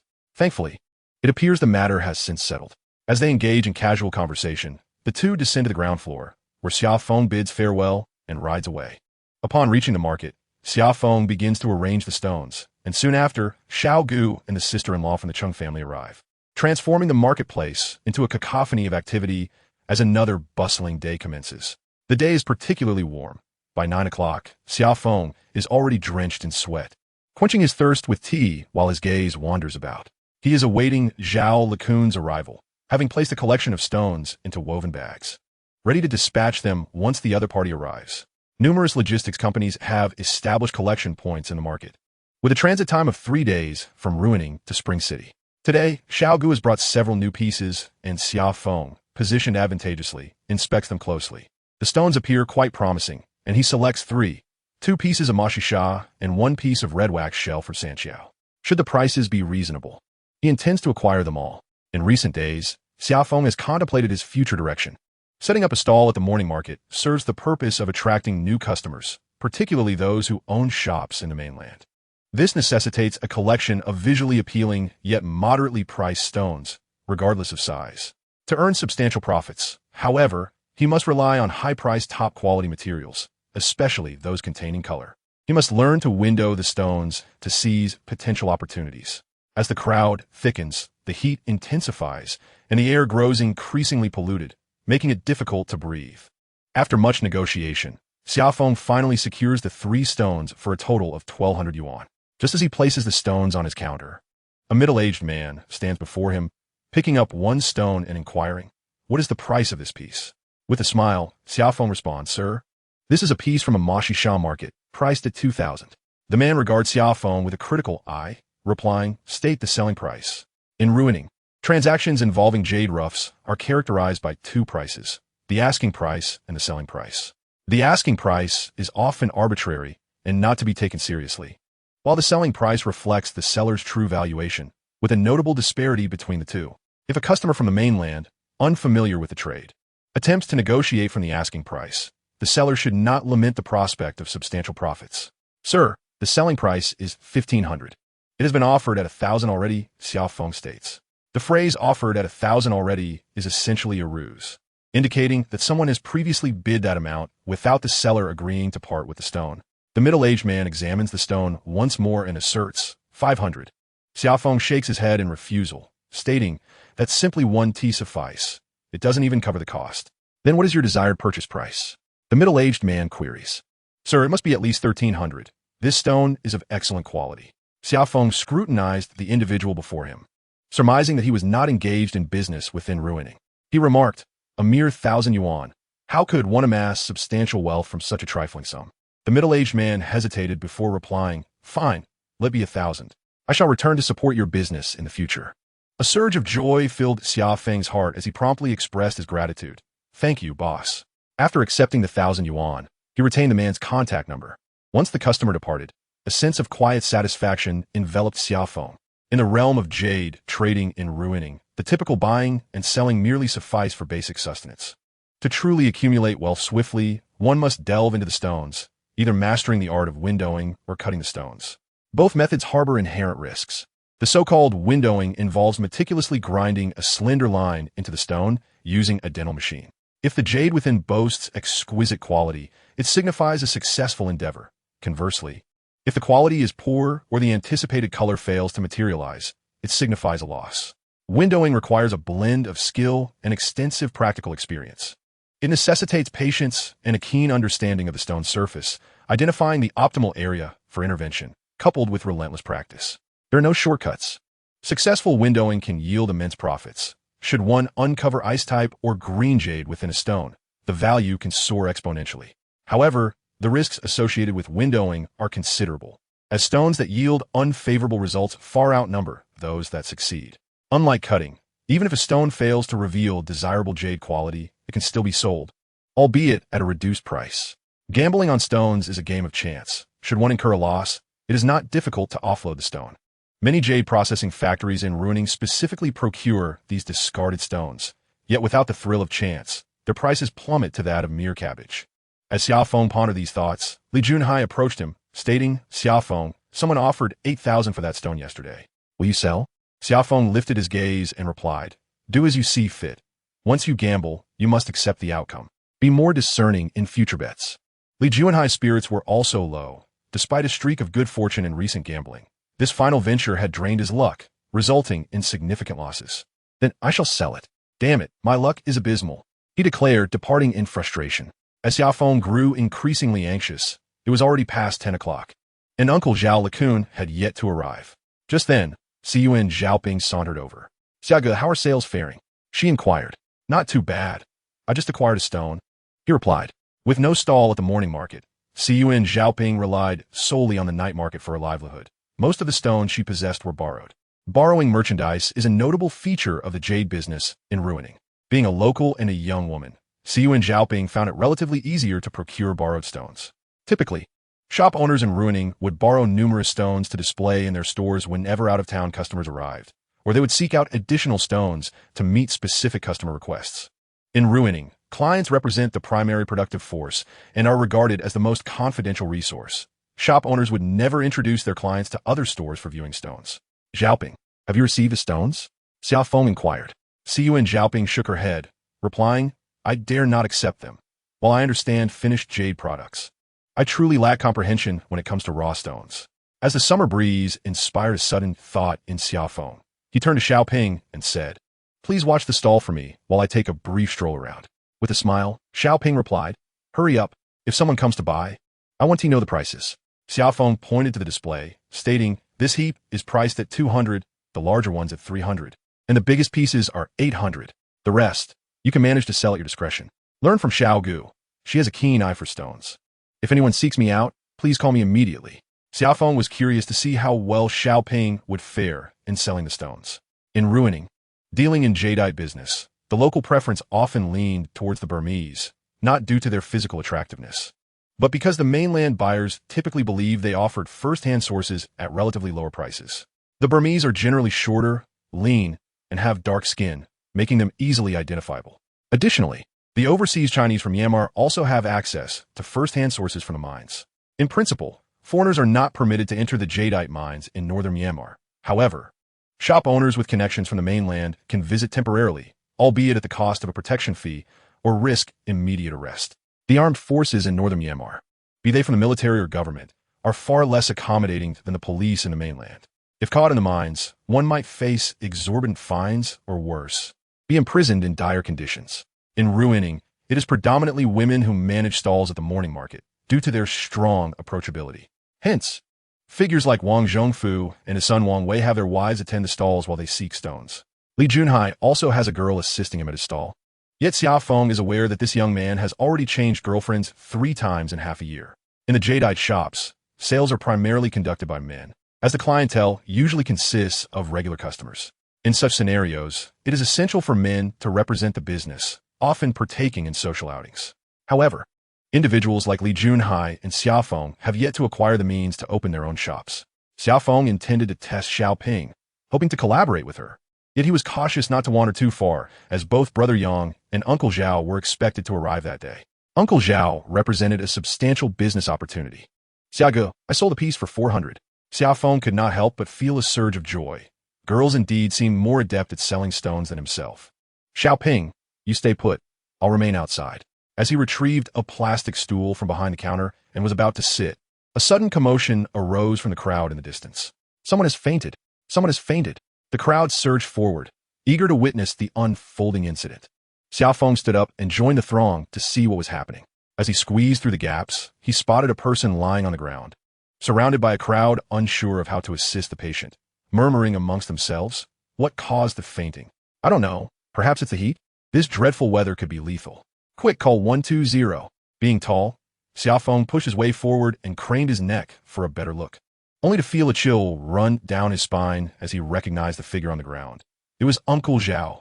Chapter 25. Uncle Zhao in critical condition without hesitation. Xia Feng forcefully parted the crowd and squatted beside Uncle Zhao, calling out loudly, Uncle Zhao, Uncle Zhao, what has happened to you? As Xia Feng observed Zhao Likun's pallid visage, tightly shut eyes, furrowed brow, and labored breathing, it was evident that he was enduring excruciating pain. Xia Feng, having received a higher education, possessed a fundamental understanding of medical principles. He was acutely aware that if Uncle Zhao were suffering from a cardiac ailment, movement was to be avoided at all costs. He raised his voice, proclaiming, Everyone, please step back. The patient requires fresh air. As he retrieved his phone to dial for emergency assistance, several market administrators approached, with one leading the group inquiring, What seems to be the problem with the patient? The leader added, Young man, do not panic.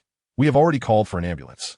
Xia Feng gazed vacantly at Zhao Likun, prompting the leader to ask, Do you know this elderly gentleman? Xia Feng replied, He is one of my clients, a resident of Spring City. At that moment, the crowd parted abruptly, and the paramedics entered, carrying a stretcher. A doctor conducted a brief examination of Zhao Likun and exclaimed, Quickly, take him away. He is having a myocardial infarction. As he spoke, he placed several pills into Zhao Likun's mouth. The doctor then stood and added, Family members should follow. The patient's condition is grave, and you must be prepared mentally. Xia Feng's heart sank, and he declared, "I will follow." The cunning market leader, adept in managing such situations, opted for silence upon hearing Xia Feng's intention, preferring to avoid further complications. Xia Feng boarded the ambulance, which sped towards the hospital. Upon arrival, Zhao Lacun was promptly ushered into the ICU by a cadre of doctors. Xia Feng, witnessing the frantic activity, felt helpless and took a seat in the corridor. Suddenly, he remembered that Ciyuan Zhaoping was still tending to her stall. He quickly called her, instructing her to secure the stones in the cabinet after the morning market. As Ciyuan Zhaoping noticed Xia Feng following the ambulance and was about to inquire further, he hung up the phone. Just after he ended the call, a young female nurse approached and asked, "Are you a family member of the patient?" Xia Feng was taken aback, but quickly replied, "I am his friend. He is somewhat of a senior to me." The nurse, her expression devoid of emotion, instructed, "Please come with me. I need to gather some basic information." They proceeded to the office, where the nurse sat at her desk and inquired, "What is the patient's name and age?" Xia Feng, recalling Uncle Zhao's full name, responded, "Zhao Lacun, 60 years old." The nurse continued, "Has this happened before? Does he have any other medical conditions?" Xia Feng, forcing a smile, replied, "I am not certain. He is just a client of mine, and I am not privy to the specifics of his health." The nurse set down her pen and stated, "We require a payment of 20,000 yuan. Without hesitation, Xia Feng replied, "I will cover the expenses." With the assurance of payment, the nurse considered her duties fulfilled and said, "Please proceed to make the payment. The patient's condition is serious, and you need to notify his family as soon as possible." Xia Feng acknowledged her and turned to fulfill the payment. Suddenly, it occurred to him that Uncle Zhao should have had a black handbag, which was now missing. It is often said that the most notorious places for pickpockets are the morning market, and indeed, the morning market remains at the top of that list. Transactions involving jadeite are predominantly conducted in cash, and the bustling nature of the area results in a throng of individuals, creating an ideal opportunity for pickpockets. Here, thieves are not only inclined to purloin money, but also target raw and finished jadeite stones. When Zhao Lacun collapsed, he lost consciousness entirely, and it was uncertain where his bag had ended up, even if it had not been taken by a thief. The potential for a passerby to opportunistically snatch it was high. Such is the nature of humanity. Having completed the payment, Xia Feng found himself seated in the corridor, contemplating the situation with a sense of discontent. He hastily contacted Ciyuan Zhaoping, instructing her to seek out the market management personnel and report that a black bag belonging to a patient had gone missing, ideally prompting the police to take action. As Xia Feng sat there, his mind was a blank slate. This was an unfamiliar predicament for him. Despite having covered the medical expenses, the gravity of the situation weighed heavily, especially if anything were to happen to the patient. He resolved to locate Uncle Zhao's family first. Xia Feng rose and approached the office, inquiring, "Doctor, what is the current condition of the patient?"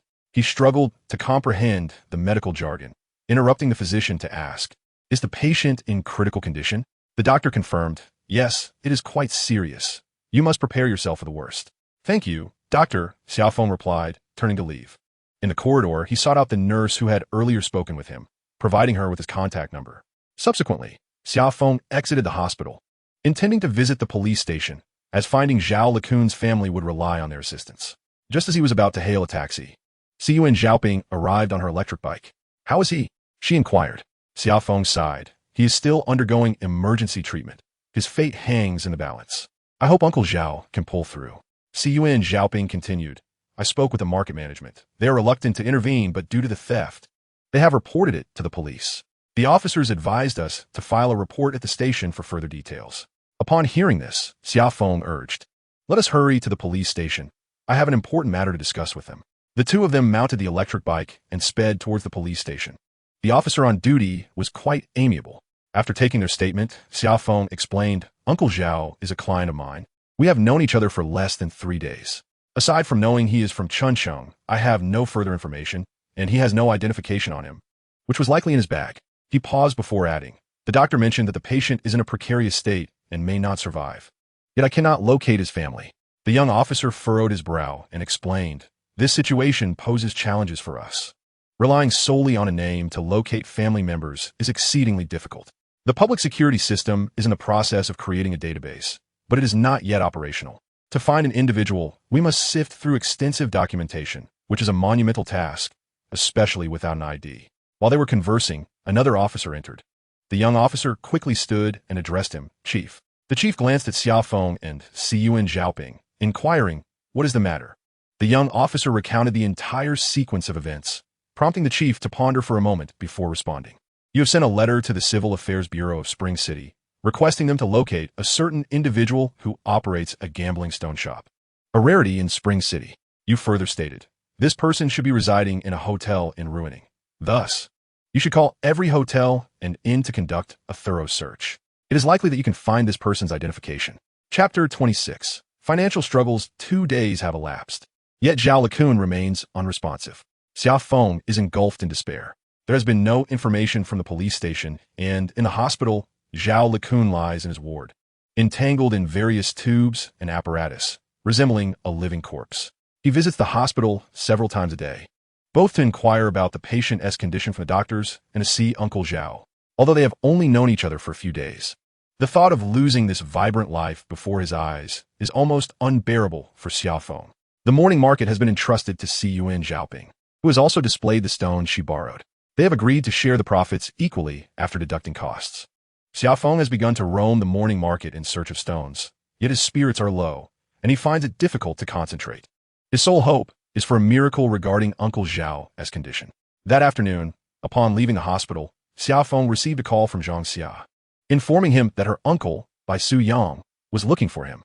Upon arriving at the Jinxing Jewelry City, he spotted Bai Su Yang and Teacher Li seated at a tea table, sipping tea. He hastened over to greet them. Xiao Xia, please sit down. What have you been busy with these past few days? Why haven't you come by? Bai Su Yang inquired. Mr. Bai, I've just been aimlessly wandering around, Xia Feng replied, not wishing to divulge Zhao Likun's predicament. In Ruining, everyone possesses their own story, and the bonds of human connection are tenuous. There is no need to burden others with his worries. Xiao Xia, as Xia Feng heard this, he glanced at Bai Su Yang, who smiled and said, don't mind me. I currently have no time for trivial matters. Teacher Li has entrusted this to you. Xia Feng responded, finding stones of a uniform yellow hue is not particularly challenging, but sourcing those with the right quality and color is quite difficult. In jade terminology, full yellow refers to stones that are entirely yellow, with the finest being the chicken oil yellow. The yellow hue in jadeite is attributed to ferrous oxide, while the red hue derives from ferric oxide. Generally, during the formation of jadeite, the surface displays either yellow or red tones, while the inner material tends to be predominantly white or grayish. There are exceptions, with stones that are completely yellow or red existing, but they typically exhibit inferior quality. The truly exquisite ice-type yellow jadeite, colloquially known as ice yellow, commands a premium price and is classified as high-end jade. Xia Feng continued, such stones are elusive. I cannot guarantee that I will find one. Teacher Li insisted. You must find it. A senior of mine has a birthday coming up, and I intend to present it to him. Bai Su Yang elaborated, Xiao Xia. Teacher Li is a professor at Beijing University and a renowned artist. You must take this matter seriously.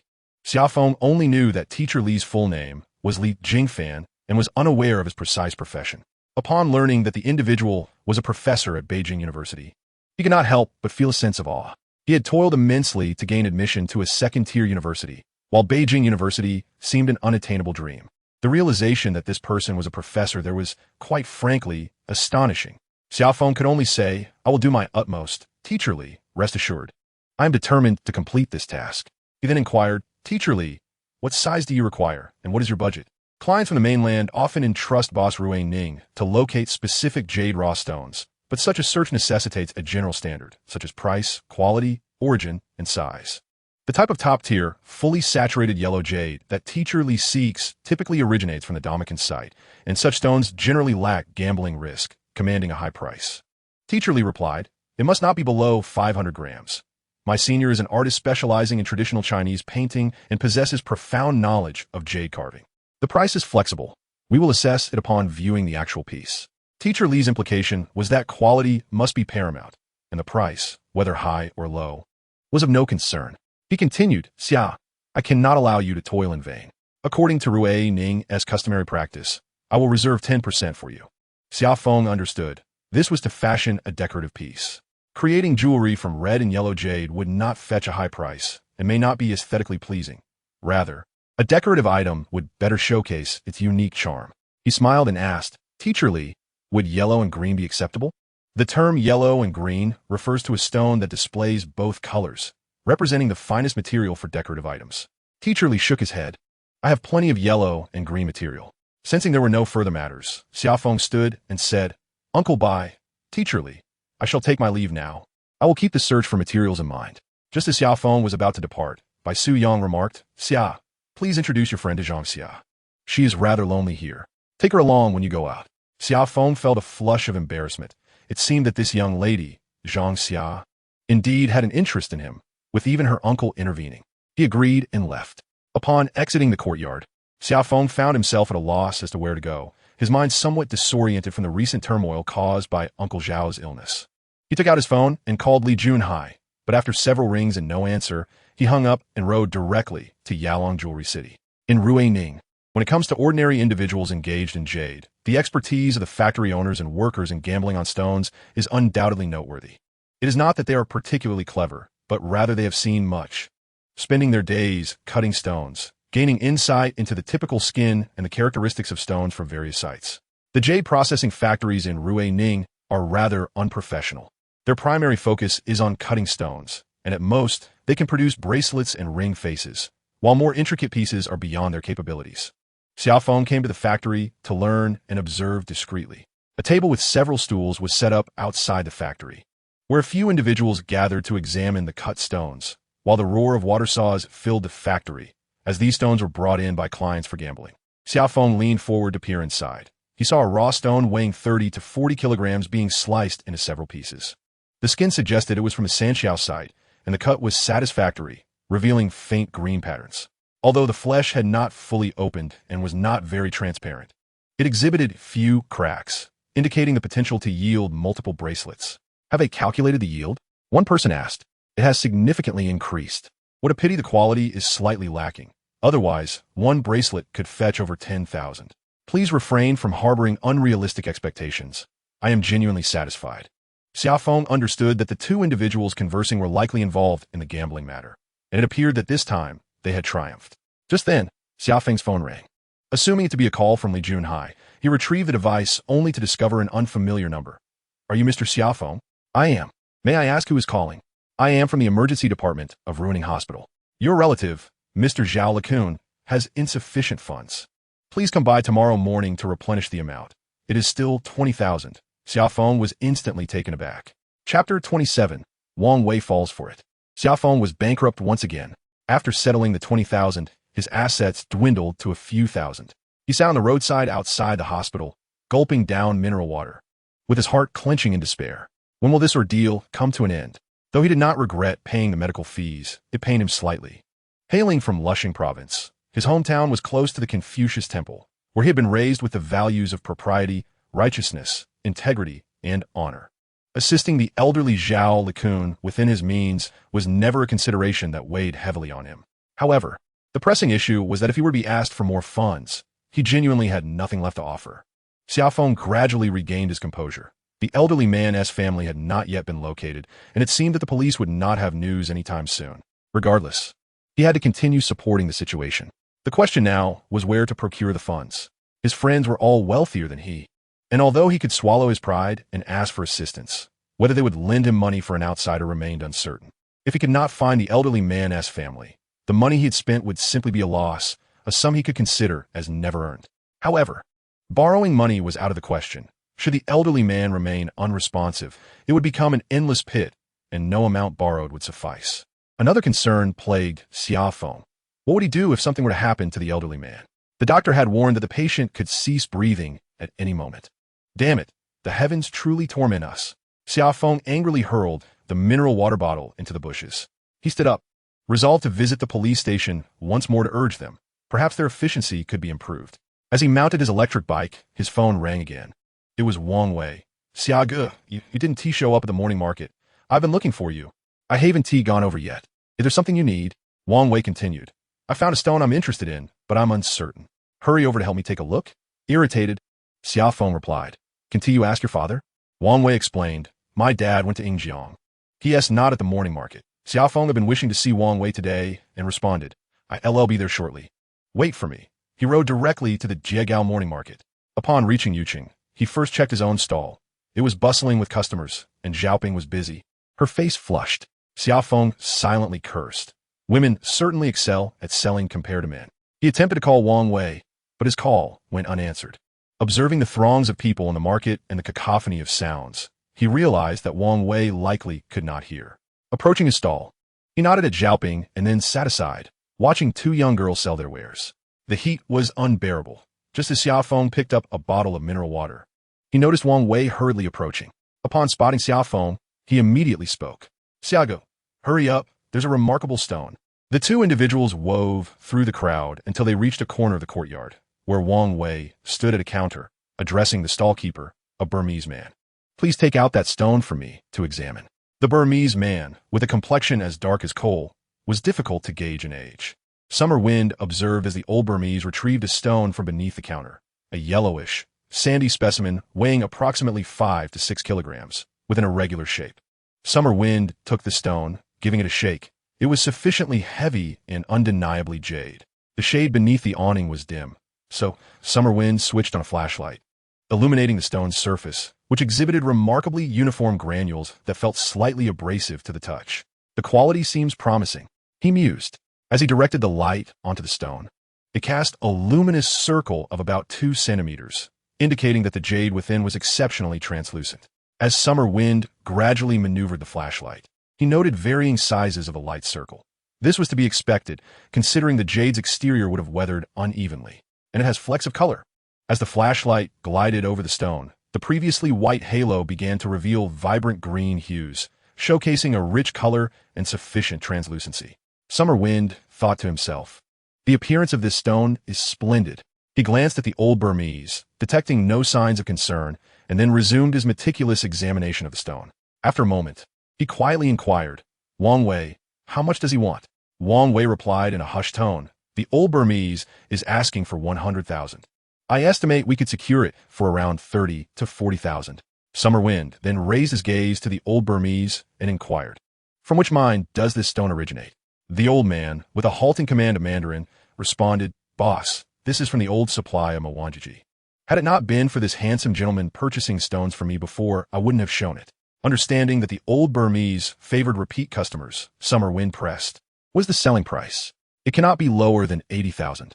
Wang Wei nodded, stating, "This stone is indeed exceptional. If the price is reasonable, I shall take it." Aware of Wang Wei's financial means and penchant for boasting, Summer Wind remarked, "I have no objections. The matter now hinges on the price."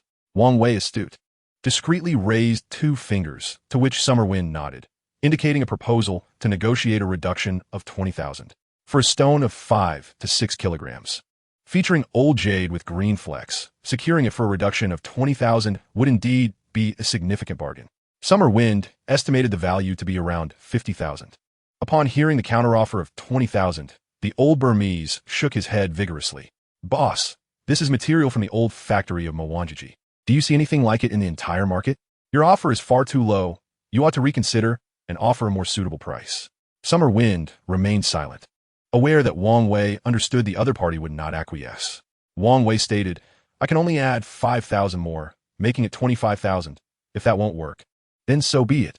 The old Burmese scrutinized Wang Wei intently, but still shook his head, declaring, "Absolutely unacceptable. That price doesn't even cover the cost." Knowing that this negotiation would require time, Summer Wind found himself in a sour mood, unwilling to engage amidst the cacophony of voices surrounding him. "Xia, 28,000 would be acceptable," Wang Wei proclaimed, a triumphant expression on his face as he produced 2 stacks of money to hand over to the old Burmese. Suddenly, Summer Wind's heart raced. He seized Wang Wei's money and exclaimed, "Wait a moment." Old Mian was filled with surprise, yet unforeseen circumstances abruptly arose. As the money remained unattainable, he instinctively reached out to snatch it. However, Xia Feng, tall and robust, swiftly blocked his hand and pushed him back, causing the diminutive old Mian to fall into a chair. Displaying remarkable agility, he quickly regained his footing and bellowed, "Do you wish to fight?" Xia Feng responded with a cold snicker, picking up a flashlight and lowering his gaze to examine the stone. Within a minute, his expression turned grim, and he menacingly addressed old Mian, "I will offer you 28,000, but you must ensure that this stone is not a counterfeit. Otherwise, you shall owe me 28,000. Old Mian was taken aback and replied, "There is no such rule. Why should I compensate you?" Wang Wei, not one to be easily fooled, instantly grasped Xia Feng's implication. The stone's outer layer was artificially crafted, commonly referred to as a counterfeit. Chapter 28. Adding insult to injury, the middle-aged old Mian was genuinely enraged, exclaiming, "Do you understand the rules? Once a counteroffer is made, it must be honored. Do you seek a confrontation?" As his words fell, several other old Mians rose, glaring at Xia Feng and Wang Wei in unison. According to the customs of jadeite rough stone transactions, sellers may demand exorbitant prices, while buyers are permitted to negotiate on the spot, even if the price discrepancies are vast. Physical altercations are typically avoided. If a seller demands 10,000 and the buyer counters with 100, the seller would not interpret it as a disruption. Buyers can freely lower prices, but once a counteroffer is made, they must proceed with the purchase. Otherwise, they breach the industry norms, leading to repercussions regardless of the situation. Even if confronted by authorities, who would side with the seller, resulting in at least some financial restitution to the seller. These are the age-old rules passed down through centuries of jadeite rough stone trading. Another principle is that once a purchase is agreed upon, it cannot be returned or exchanged. Whether the stone is genuine or counterfeit, or if a buyer overpays for a low-quality stone, no claims could be made afterwards. Wang Wei had set his sights on this stone, and if it were indeed genuine Moanjin material, the market price would align with Xia Feng's assessment, certainly not less than 50,000. Though each stone possesses unique characteristics and varying prices, there remains a fundamental pricing structure for stones of similar attributes. Xia Feng believed this stone to be worth 50,000. Even if Wang Wei were to acquire it for 45,000, Xia Feng would harbor no further doubts. Of course, this would be contingent upon the stone's authenticity being verified later. Selling the stone for 28,000 raised suspicions in Xia Feng. Old Mian, being predominantly driven by greed, had clearly presented a problematic deal. Xia Feng's demeanor darkened as he reflected on the turmoil caused by Uncle Zhao's affairs over the past few days, realizing that he had overlooked the most precarious aspects. Fortunately, Old Mian had not held firm on his price, allowing Xia Feng to seize an advantage. "We will take the stone for 28,000, but it must be guaranteed as genuine," Xia Feng declared, wishing to avoid escalating the situation. Wang Wei, unsure of how Xia Feng discerned the truth, stood steadfastly by his side, his face a mask of rage, yet at a loss for words. "You shall not have the stone. Leave my stall now, and do not return," Old Mian retorted.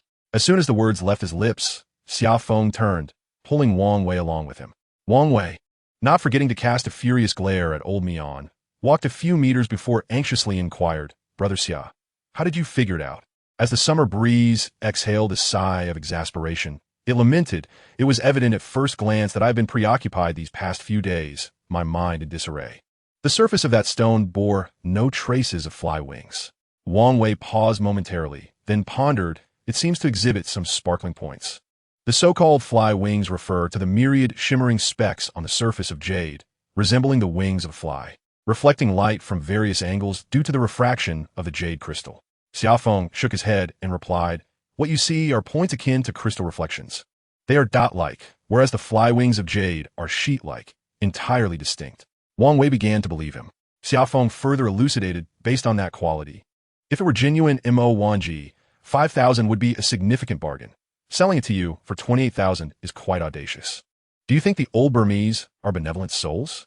Wang Wei suddenly realized, his expression turning fierce as he exclaimed, "Damn it, I must seize the opportunity to confront him for daring to deceive me." Xia Feng raised his hand and chastised Wang Wei. "What are you thinking? Fighting? You deserve to be deceived." Wang Wei offered an awkward smile, a cold sweat breaking out on him. "Xia Ge, allow me to treat you to dinner tonight. As a sincere thank you," he said earnestly. "Forget it. I have a multitude of matters to attend to these days. Perhaps another time when I'm less occupied." Xia Feng replied, "No, it's imperative that we dine together." Wang Wei insisted, "Tonight, let us feast on copper ladle beef, and we shall invite Li Junhai as well." Copper ladle beef resembles a hot pot from the mainland, with the singular distinction of being exceedingly spicy, even more so than the hot pots of Sichuan. Xia Feng noted, "Junhai is quite busy these days. He is engaged with a group on a significant transaction, reportedly involving a color material valued over 4 million. The client has already arrived, and he is accompanying them throughout the day." Wang Wei, astonished, inquired, "Does he truly have such wealthy clients?" Xia Feng shook his head. "The stone belongs to someone else. And so does the client. He merely acts as an intermediary, earning a small commission. Wealthy individuals from the mainland come to peruse stones, and those in the know strive to find the stones that please them, often through a convoluted network of connections before reaching the affluent buyers. After the deal is struck, they share the spoils, This is a commonplace operation in ruining. As the two parted ways, Xia Feng first visited the stall to observe the diligent Sun Xiaoping, who was enthusiastically engaging customers in conversation. Not wishing to interrupt her, he turned to leave, intending to inquire at the police station about a certain matter. Just then, he received another phone call. Upon seeing the caller ID, he felt a surge of alarm. It was the hospital. Mr. Xia, you must come quickly, Mr. Zhao is in a perilous state, and the doctors are preparing to issue a critical condition notice. Xia Feng felt a wave of dizziness wash over him. What he dreaded had come to pass. He hastily rode his bike to the hospital. Upon arriving at the emergency room, a young nurse approached him and said, Mr. Xia, you must brace yourself. The situation was extremely dire. He nearly passed away. How is Uncle Zhao now? Xia Feng asked anxiously. Fortunately, amidst the misfortune, the patient is stable now. His heartbeat is regular, and his breathing normalized. Xia Feng collapsed into a chair, drenched in cold sweat, exclaiming, when will such matters ever come to an end? At that moment, a doctor approached and inquired, Xia, have the patient and his family members been located? Xia Feng shook his head in response. The doctor stated, I have completed the critical illness notification, but it would not be appropriate for me to hand it over to you. It would be best if you could urge the police to promptly locate the patient's family, as the situation here is rather grim. With that, both the doctor and the nurse departed. Xia Feng, who had earlier been engulfed in anxiety, now felt utterly drained, lacking the strength to proceed to the police station. For someone of his age, the events of the past few days had been exceedingly taxing. He was still young, with little experience of the world, struggling alone in a challenging environment. Now, not only was his career stagnant, but he also found himself burdened with the care of a dying patient, which was proving to be overwhelming. Time slipped away, and the ringing of his phone jolted him awake. Groggily, he answered, Who is this? May I ask if you are Xia Feng? Yes, I am Xia Feng. Who is this? Xia Feng, I'm the son of Zhao Likun. How is my father? Xia Feng nearly tumbled off the bed at the revelation. He exclaimed, You are Zhao Uncle's son? Your father is in critical condition, unconscious, and receiving emergency treatment in the ICU. The caller sounded anxious as he replied, I am currently on my way to Ruining and should arrive by tomorrow morning. Xia Feng's heart raced with emotion as he inquired, How did you find out? My mother has been trying to reach my father, but couldn't get through. It was only after reporting to the police that we discovered they were also searching for him. Zhao Ge, when Uncle Zhao collapsed. His phone should have been in his bag, which was already missing when I arrived. I have been unable to contact you. Let us discuss it further once I get there. The caller hurriedly concluded before ending the call. Xia Feng felt a wave of relief wash over him. Having located Uncle Zhao's family meant he could finally alleviate his burdens. He glanced at the clock, noting it was just past 9 in the evening, and the night market was bustling. He stood up to head to the early market, but as he stepped outside, he spotted Brother Yang from next door, staring blankly at the distant mountains in the corridor. Brother Yang, not going out tonight? I've been a bit tired these past few days and thought I would take a day to rest. Yang Jisheng's eyes brightened as he suggested, You haven't had dinner yet, have you? Come, let me treat you to some drinks. There's a barbecue stall at the village entrance. Xia Feng hesitated, considering their acquaintance was rather casual, but it felt impolite to decline at the first offer. He realized he hadn't eaten since noon and was indeed hungry, so he replied, Let me treat you. We've been neighbors for quite some time, and we Haven Tea had a chance to gather. As they conversed, they made their way downstairs. Upon reaching the courtyard, they found the landlady and her family chatting. Spotting Xia Feng, the landlady called out, Boss Xia. Xia Feng chuckled, understanding that she was likely hinting at the rent. He and Yang Jisheng arrived at the barbecue stall at the village entrance, which was somewhat secluded with few customers. They found a seat and proceeded to select their ingredients from the stall. Yang Jisheng remarked, I truly cannot get used to the barbecue here. It has a flavor entirely different from that of the mainland. Xia Feng replied, When I first arrived, I felt the same way, but after 6 months, I have forgotten what mainland barbecue even tastes like. Yang Jisheng pointed to an ingredient and remarked, I particularly cannot tolerate this folded ear root. One bite, and I feel an overwhelming urge to expel everything from my stomach. Xia Feng chuckled, I can manage. As he picked up a small plate of the folded ear root, he noticed Yang Jisheng shiver. Is this something meant for human consumption? Before long, an array of skewers arrived at their table, and the two ordered several bottles of beer. It was the height of summer, making cold beer particularly refreshing. Xia Feng devoured the rice noodles, pausing to say, Brother Yang, please wait a moment. I haven't eaten a morsel since breakfast and am nearly starving. Let me fill my stomach with some rice noodles first. Yang Jisheng laughed. Take your time, don't choke. If someone were to see you, they might think you came fleeing from northern Myanmar. In no time, Xia Feng finished a bowl of rice noodles. He raised his glass and said, "Brother Yang, for my first drink, I toast to you." They both downed their drinks in one go. "Xiaoxia, that day I went to see your sister, but couldn't find you. The stall you mentioned seemed to belong to a young girl from the Dai ethnicity. Brother Yang, I sincerely apologize. Something happened that day, and I've been tormented by it for the past few days, nearly driving myself to the brink of despair." Yang Jisheng cautiously inquired, "Is it something you can share?" "There is nothing to hide now. It's all in the past," Xia Feng sighed. "I met an uncle from Chuncheong who runs a gambling stone shop, and came here to procure supplies. Having finally located Uncle Zhao's family, Xia Feng felt an immense weight lift from his heart. In front of a stranger, he felt no burden and recounted the past couple of days in detail.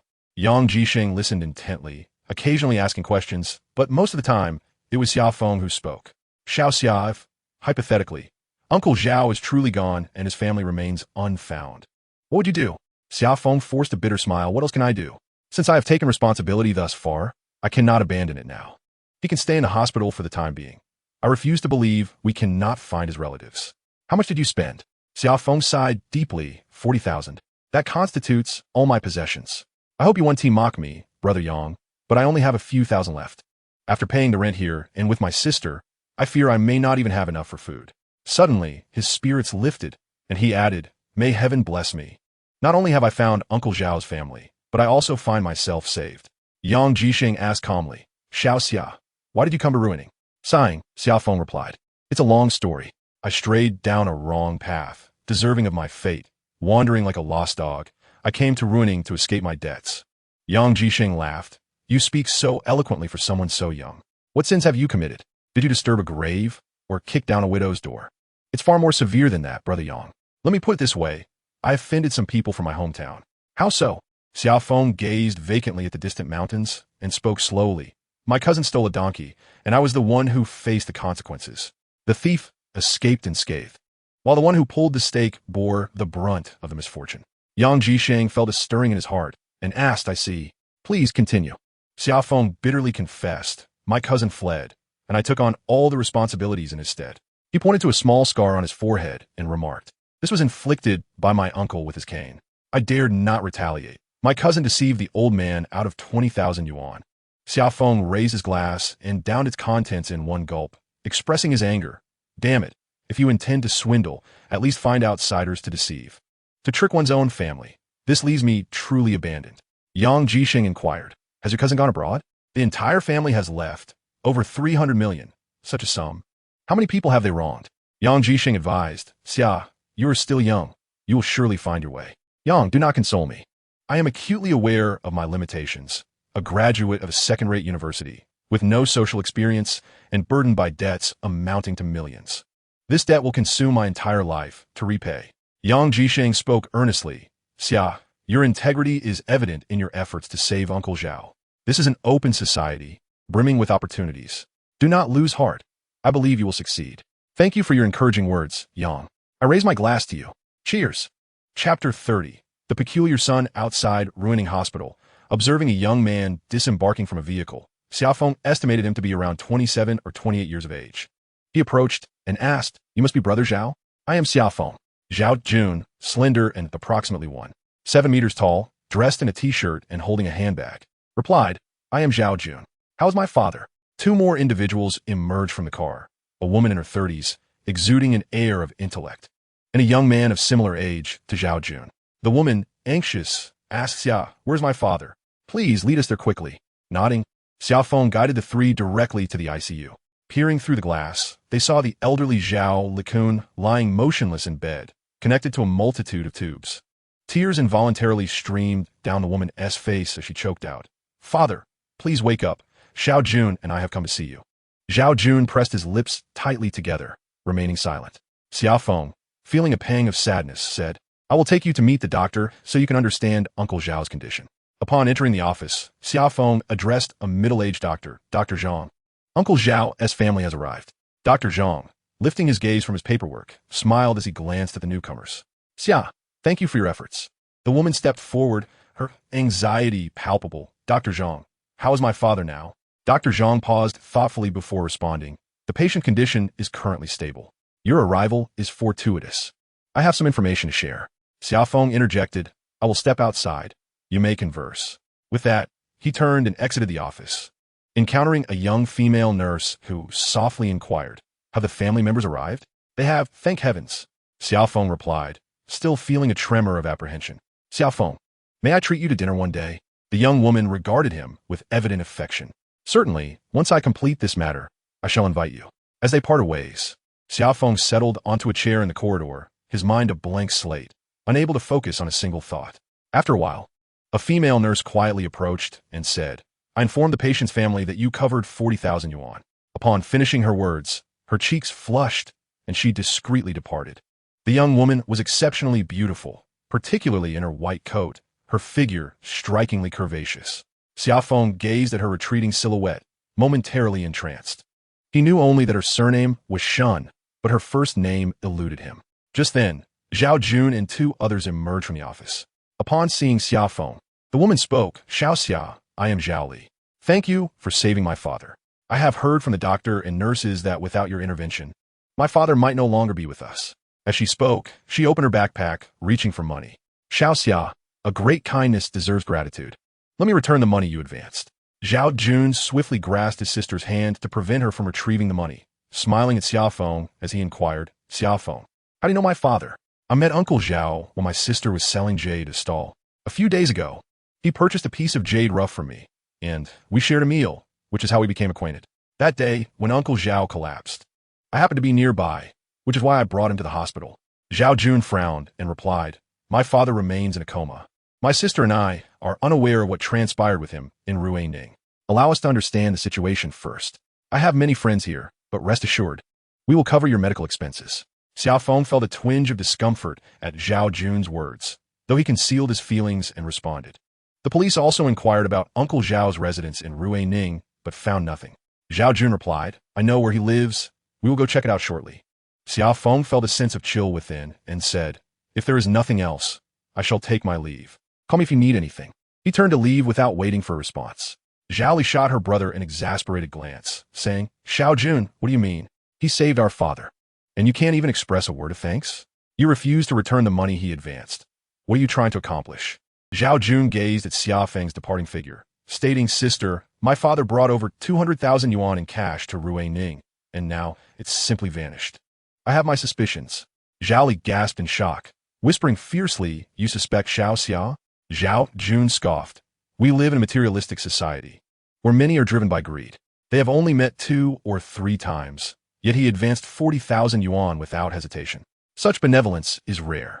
I find it hard to believe. Xiao Jun, do not jump to conclusions. To speak bluntly, if it weren't for Xiao Xia, our father would have long since been lost." Zhao Jun, growing impatient, retorted, "Sister, let's not dwell on Xia Feng for now. We need to investigate where Dad was staying. Over 200,000 yuan in cash has simply disappeared, and I refuse to accept this." The burly man accompanying Zhao Jun added, "Elder sister, it's wise to heed Zhao Jun. I have many friends here, and I can uncover information swiftly." Zhao Li, unwilling to lash out at Zhao Jun's companion, turned to him and said, "Xiao Jun, do not jeopardize the situation. Xiao Xia is our father's savior. We should be grateful, not act in a manner that would chill his heart." Zhao Li pondered for a moment and then remarked, "It will be fine to check out the place where we are staying. You go ahead. I will stay here with Dad." Xia Feng rode his bicycle to the designated location, feeling somewhat unwell. Yet he never anticipated that Zhao Jun would suspect him of pilfering a substantial sum from Zhao Li-kun. Upon arriving at the stall, Siyuan Zhaoping, upon seeing Xia Feng, cheerfully inquired, "Have you found the person?"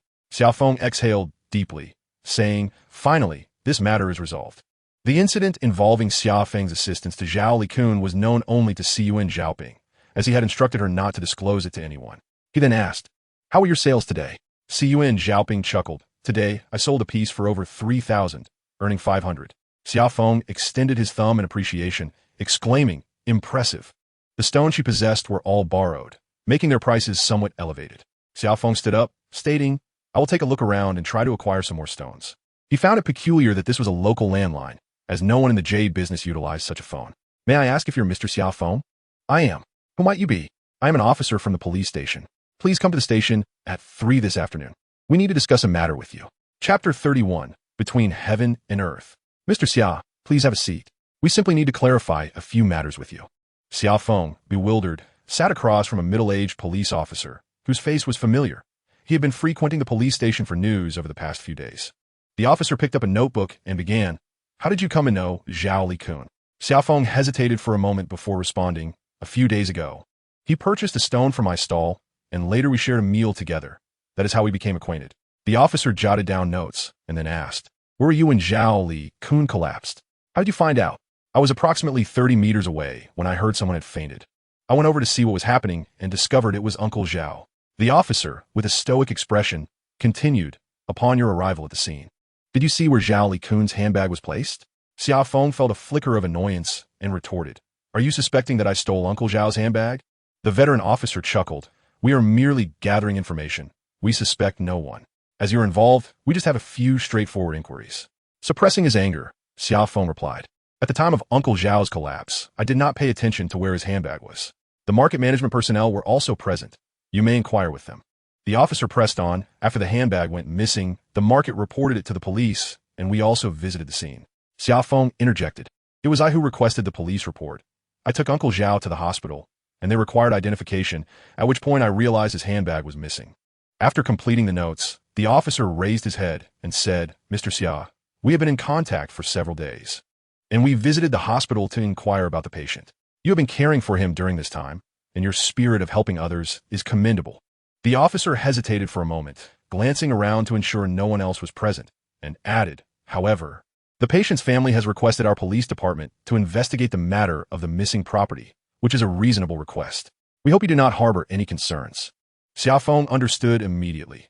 This was likely the case reported by Zhao, and he had become a suspect. No wonder that young man had refused to let his sister give him any money back then. A chill coursed through Xia Feng's heart.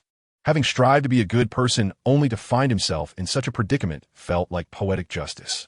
He spoke with indignation. "First, I did not take anything from Uncle Zhao. There were numerous witnesses from the scene to the ambulance. Second, I cared for Uncle Zhao of my own volition. I did not seek their gratitude, but to place the blame on me is sheer folly." The police officer chuckled. "It's not that serious. There should be a substantial sum in that bag. We are under considerable pressure as well." Xia Feng exited the police station, his heart heavy with sorrow and anger. Was it a crime to be a good person? He resolved to confront them. He mounted his electric bike and headed straight for the hospital. From a distance, he spotted Zhao Li sitting alone on a bench in the corridor, appearing forlorn. Xia Feng sighed, his earlier inclination to confront dissipating. "Zoya." Upon hearing her name, Zhao Li quickly opened her eyes. When she saw Xia Feng, she immediately stood and said, "It's Xiao Xia. Please sit down. If it weren't for you, my father might have." Her voice trailed off as tears streamed down her face. Xia Feng, his expression impassive, replied, "Zhao Jia, I advanced 40,000 yuan for Uncle Zhao's hospital fees. I hope you can repay me. Here is the receipt." Zhao Li's face flushed with embarrassment as she responded, "I will give it to you right away. I truly apologize." She then retrieved 5 stacks of cash from her bag and handed them to Xia Feng. 40,000 for your advance, and 10,000 as a token of gratitude. Once there is news regarding my father, I will personally express my thanks." Xia Feng accepted the money, placed the stack directly on the chair, and stated firmly, "That's not necessary." He turned and left. Zhao Li stood there, stunned, not understanding what had transpired. The once amiable young man had suddenly grown cold. Soon, she recalled something, sighed, and sat back down. Her brother must have caused trouble again. Alas, if their father could not control him, she felt utterly helpless. Xia Feng then arrived at Yalong's jade processing factory, nodding at a few familiar faces by the entrance before taking a seat. At that moment, a worker emerged, cradling a large stone, followed closely by a young man. Noticing the young man's troubled expression, Xia Feng surmised that the stone had indeed been ruined. The stone was placed on a table, and several people gathered around to inspect it. This was a piece of Moyanji material, weighing over 30 kilograms, with a black waxy exterior that glistened due to being washed. Xia Feng leaned in for a closer look at the cut surface. It was disastrous, riddled with cracks, some of which contained dark impurities. The stone was utterly compromised. Silence enveloped the group. The gamblers, disheartened, commiserated in their shared misfortune. They had all gathered here hoping for a fortune, but fate had proven unkind. Xia Feng continued to examine the stone. This should be the stone from the Mo Wang Jikan Chong, characterized by a remarkably full waxy shell and sufficient darkness. However, due to its formation at the periphery of the ore vein, the jadeite experienced insufficient pressure or temperature, resulting in a loose internal structure with larger crystals. classifying it as low-end jadeite.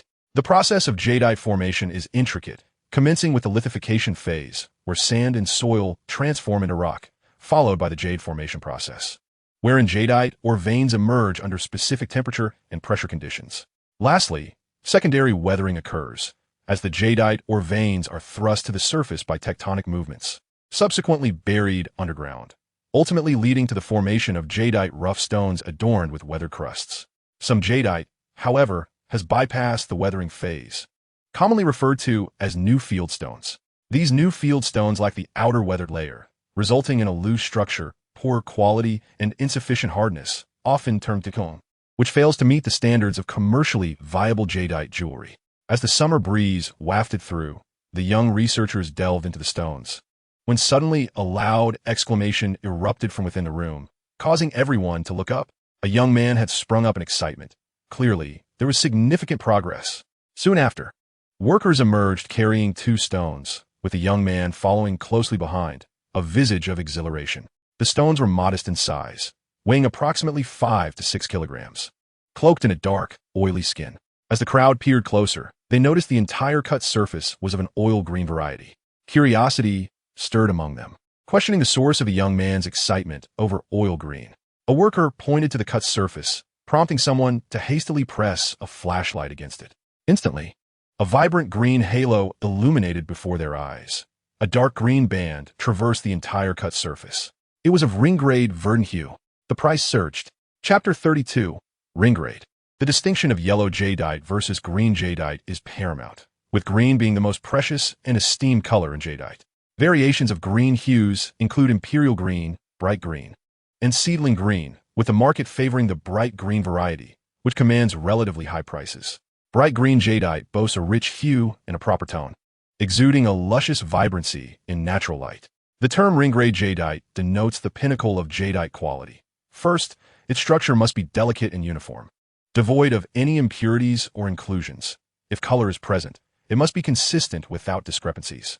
The classification of jadeite is complex with numerous standards, yet fundamentally revolves around the types of structure, water, and color. The structure refers to the crystalline nature of jadeite. It possesses a polycrystalline structure, where the size, arrangement, and density of the crystals significantly influence its quality, essentially categorized in a glass type, ice type, and noodle type. For instance, glass-type jadeite features a fibrous crystalline structure with tightly ordered arrangement, rendering its crystalline structure invisible to the naked eye, thus lacking any visible inclusions. Glass-type jadeite exhibits characteristics akin to nephrite while retaining a glassy luster, unlike nephrite, which reflects an oily sheen. The term water in jadeite refers to its transparency. The more transparent the jadeite, the higher its price. However, there exists an exception, as poorly structured jadeite may still possess excellent transparency, colloquially referred to as gicom. Such jadeite lacks sufficient hardness, preventing it from achieving a glassy luster upon polishing. The hue refers to the colors of jade, which exist abundantly in nature. Among these, green and purple are the most precious, followed by yellow, red, and blue tones. As the saying goes, discussing the color of jade without considering its texture is akin to folly. The texture embodies the very spirit of jade. Jade can also be categorized by various standards, such as oil green type, lotus type, and ring surface grade, among others. These classifications are largely dictated by market demands, yet they fundamentally hinge on 3 criteria: texture, transparency, and color. For instance, in the case of ring surface grade jade, it is characterized by small crystals, a dense structure, and orderly arrangement, with no visible inclusions. Furthermore, the surface must be free of impurities and color discrepancies. Such jade may belong to the categories of glutinous ice type, or glutinous type. A few individuals gazed in astonishment at the cut surface, where aside from a single color band, the remainder was a dull, greenish, oil green jade of little value. One worker remarked, "I have been here for 2 years, and this is only the second time I have encountered such a stone." He pointed to the larger piece of black sand and continued, "Compare the skins of these 2 stones. The smaller one clearly has finer sand and a denser structure." The group lowered their heads to examine the stones, and indeed, the worker's observation proved accurate. The owner of the stone was a cheerful young man who eagerly inquired, "How many ring surfaces can be made from this?" The worker shook his head, replying, "We need to cut deeper. We cannot ascertain how far the color band extends." Suddenly, an onlooker asked, "Hey, Does this stone have a price? As his words fell, all eyes turned towards this man in his 30s. In processing factories, many cut stones are sold on site. And just a few days ago, an elderly gentleman named Zhao Liqiu had similarly benefited from a bargain picked up by Wang Wei's father, Wang Zhongfu. The potential buyer continued. There is still an element of chance involved, but I can see a few ring surfaces. Unfortunately, the color band is somewhat narrow, and the ring surfaces are a bit small. The young man inquired, "How much are you offering?" The buyer pondered before responding, 50,000. I'll take my chances below. The young man shuddered, surprised by the generous offer. Another individual asked, "How much did you pay for this stone?" Although such a question is typically deemed inappropriate. The young man nonchalantly replied, "For 1,800. The stone's owner appeared uncertain, genuinely lacking understanding of jade. The color band on the cut surface appeared dark and murky, leading him to question its value. In reality, the thickness of the color band made it appear heavy and dim, yet once transformed into a finished product, the exquisite green would emerge. Sell it. Sell it. You'll make a substantial profit. Boss, it's a great deal. Share some red envelopes." Several urged the young man to part with the stone, as a tenfold profit could materialize in an instant, with the potential for a bonus. Though slightly bewildered by the flurry of opinions, the young man was not naive. In a moment of clarity, he addressed the buyer, "Brother, if you could increase your offer, I would sell the stone, for I truly do not understand it." The man inquired, "By how much?" The young man, regaining his composure, smiled and responded, "Add 10,000. 60,000, a hand of money for a hand of goods, no regrets allowed." The man cast another glance at the stone. 60,000 was already a considerable bargain. He was about to propose an additional 5,000, but to his surprise, the young man played by his own rules, raising his voice to the crowd. The man, exasperated, could only chuckle and say, "All right, handsome, I'll take the 60,000. In processing factories, the prices for gambling stones are generally low. Buyers are merely seeking to seize opportunities, regardless of whether the stones are deemed worthless or promising. There is always someone interested, unless the outcome is utterly disappointing.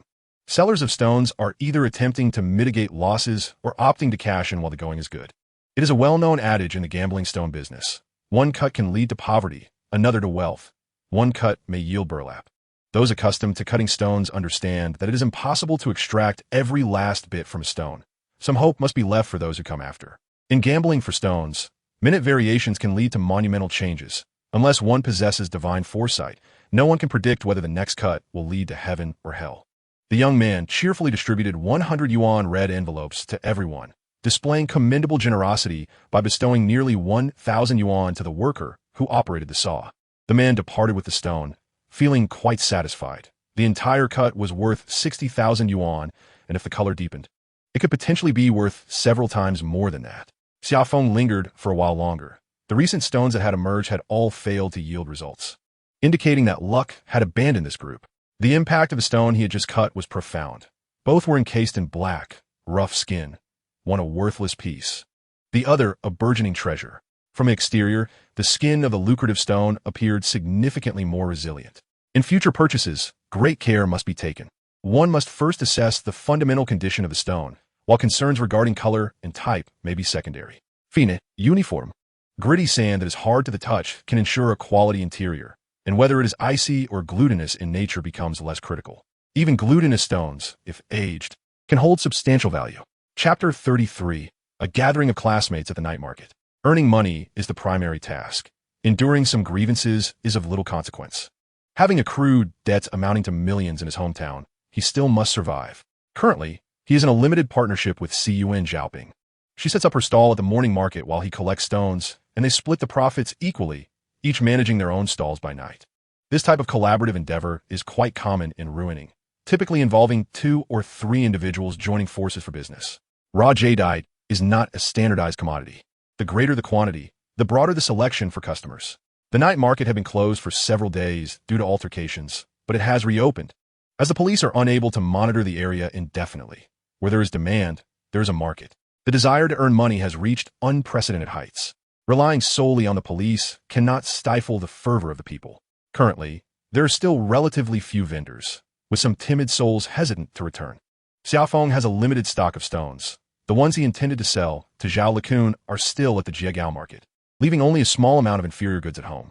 He is eager to sell quickly and acquire better quality merchandise. Xia Feng has also arrived. She is becoming increasingly enthusiastic about the venture. Although the profit margin per stone seems thin, the volume of sales is high. Moreover, without a stall at the Jade Town morning market, finding a place to sell stones has become quite challenging. As the crowd gradually swelled, numerous patrons congregated before each stall. Xia Feng adeptly gauged the clientele, raising prices for those who appear to be tourists while remaining taciturn in the presence of local bargain hunters. The trade of jadeite raw stones was nothing short of a cerebral duel. Beneath the dim glow of the streetlight, 3 or 4 individuals gathered around Xia Feng's stall. His stones were affordable, and before long, 2 pieces were sold. After consecutively offering several smaller stones, he was about to rise and stretch when he noticed a young man scanning the area with a flashlight, seemingly in search of a coveted find. Amused, Xia Feng recognized the lad as the one who had won earlier in the processing factory. "Hey there, come take a look. I've got some fine goods," he called out. The young man, aimlessly wandering, lifted his gaze upon hearing the call. Noticing that the vendor appeared to be of a similar age, he smiled and replied, "What good stones do you have? Show me." Xia Feng, presuming the young man had a penchant for the black sandstones, pointed to a rock on the ground and suggested, "Take a look at this one. You might just strike it rich again." The young man hesitated for a moment before recognition dawned on him, and he chuckled.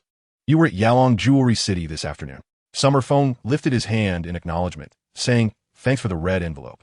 The young man, unabashed, replied, "Aren't I impressive?"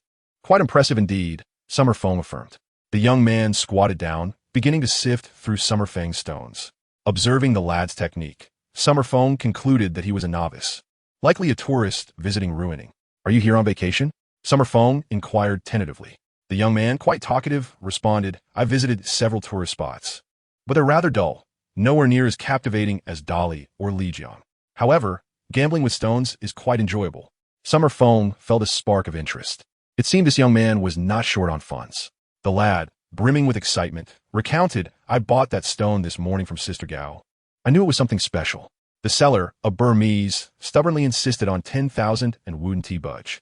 I had to go through quite a lot to persuade him. Suddenly, a young woman playfully slapped the young man on the shoulder, catching him off guard and nearly causing him to topple. "Who just hit me?" "Sister, why the force?"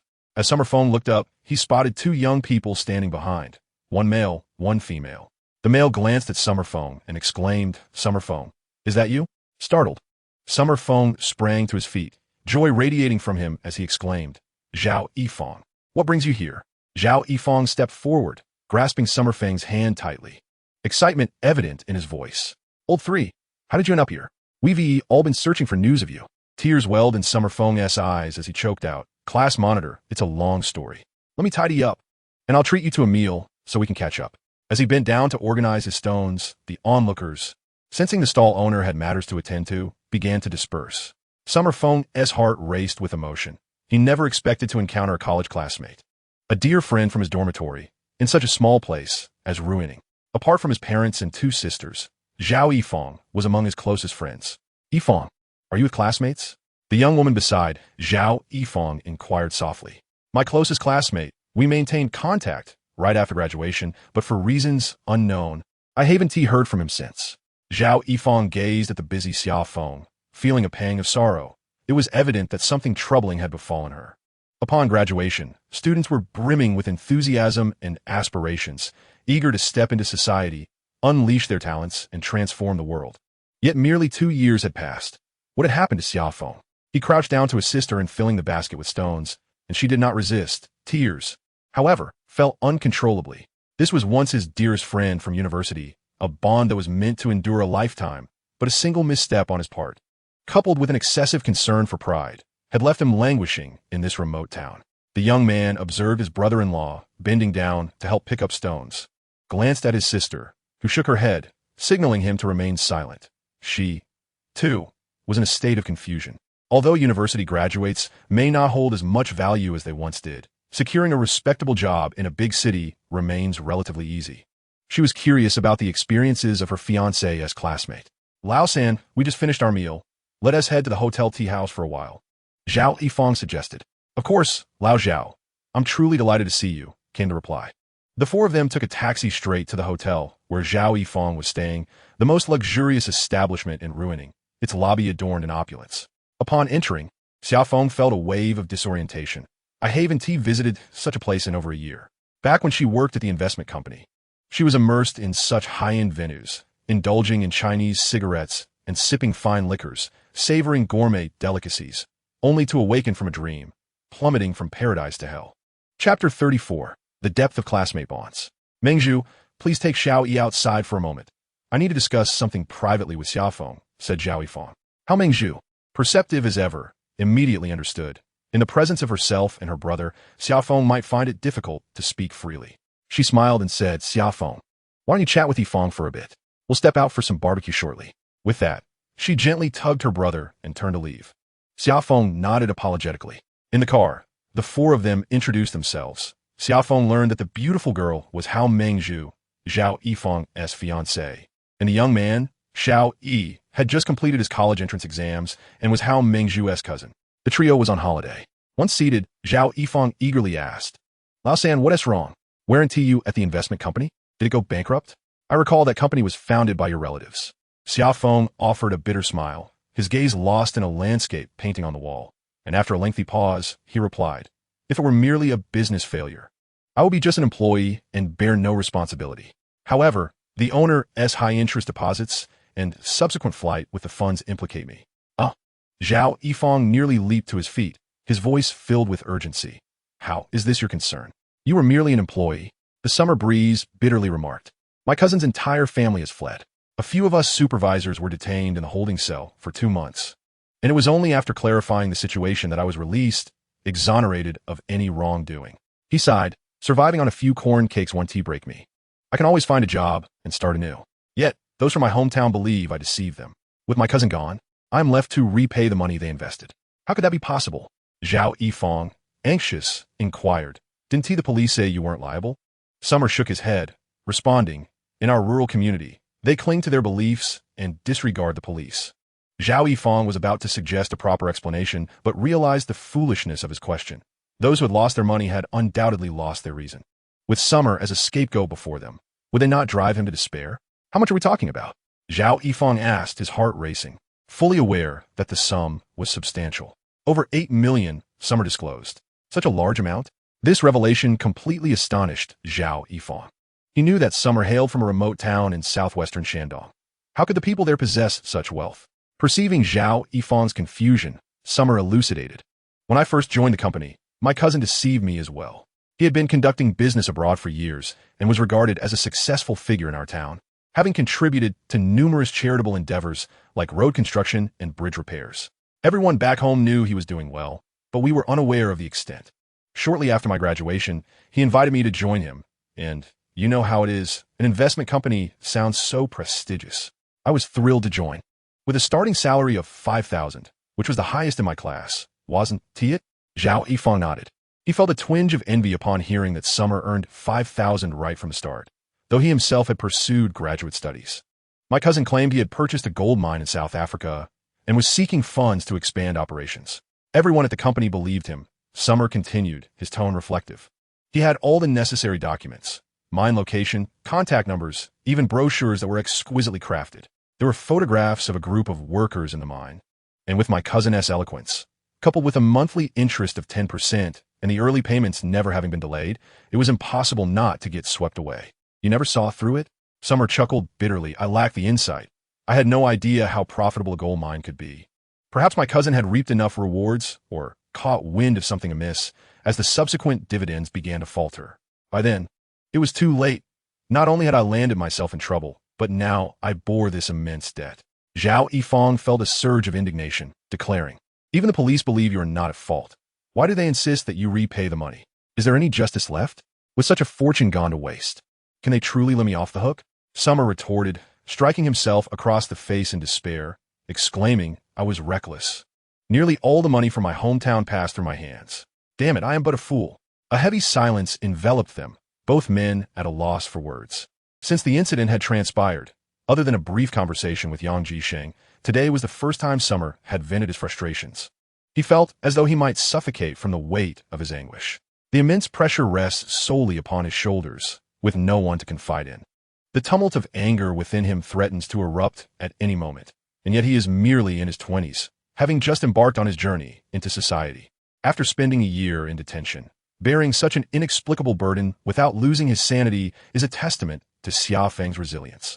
With the financial dealings he has managed, it is inconceivable to claim he bears no responsibility. After a prolonged silence, Zhao Yifeng inquired, "What brings you here? Is it not better to seek employment in the bustling city?" Xia Feng shook his head and replied, "A classmate from the basketball team hails from Yunnan province, and he once mentioned the matter of gambling on jade stones. At the time, I paid little heed. After this incident transpired, I reflected for quite some time.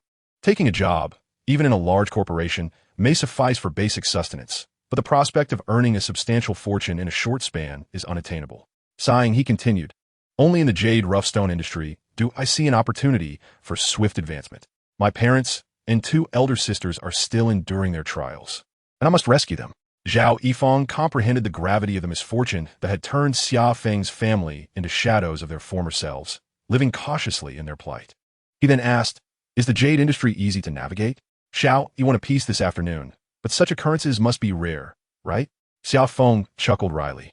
"The chances are considerable, yet one could also lose everything. But, Lao Zhao, would you say I have already lost everything?" Chapter 35. The experience of gambling on stone. Xia Feng set down his teacup and queried, "Lao Zhao, how have you been?" Zhao Yifeng, wishing to avoid the weighty topic, replied, "I remain the same, pursuing my graduate studies in Shanghai, set to graduate next year. I have yet to decide whether to continue for a doctorate or enter the workforce. My fiancé's family is from Su province. Both her parents hold government positions. She is a year younger and also studying for her master's. Xiao Yi is her cousin, and his family is engaged in business." Xia Feng regained his composure, stating, "If it is feasible to continue studying, one should do so. It will elevate one's starting point in the future." Meng Zhu shares this sentiment, yet I am somewhat apprehensive, for I feel as if I'm losing my mind from studying. After completing my doctorate, I would be looking at postdoctoral work, nearing my 30s. Xia Feng inquired about their classmates, to which Zhao Yifeng responded, "Lao Lu is struggling. His emotional intelligence is lacking. Initially assigned to the city, he has now been relegated to the county, and I am unaware of his specific duties. Lao Qi is the most troublesome, leveraging his family's connections. He secured a position in the provincial government, only to leave for study abroad within a year." Xia Feng, who had shared a dormitory with 6 others during university, with Zhao Yifeng as the leader and himself ranked 3rd, reminisced about their harmonious 4-year camaraderie. Zhao Yifeng smirked. "Xiao Qian works in the government of Yangsheng, having passed the entrance examination, though I know not her specific role." Xia Feng's face flushed, stirring memories of his college girlfriend, with whom he had parted ways upon graduation. Zhao Yifeng lamented, "Among our classmates, you possess the keenest intellect and unwavering determination. Yet, fate is often unkind. Xia Feng, do not lose heart. These difficulties are but temporary. I firmly believe you will surmount this challenge." Xia Feng reassured, "Rest easy, Lao Zhao. I have weathered the most challenging times. Now that I have a goal and motivation, a slightly low starting point poses no challenge for me." Zhao Yifeng rose and proclaimed, "Let's go for a drink. It has been 2 years since we last met, and we must indulge ourselves."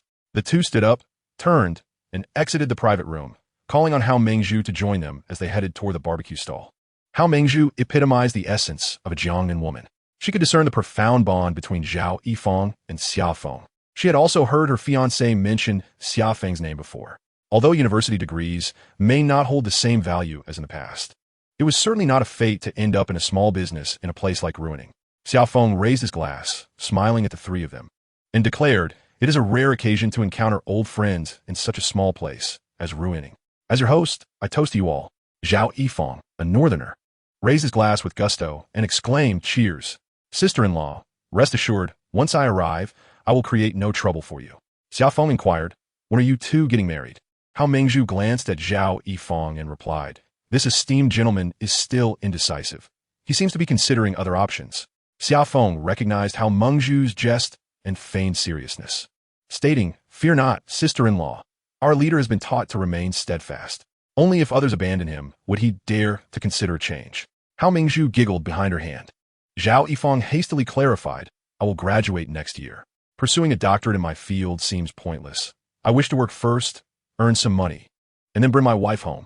Hao Mengzhu laughed and said, "If you want to earn money, you must engage in business. Are you capable of that?" Zhao Yifeng shook his head. "I still prefer to enter the government sector. That seems more stable."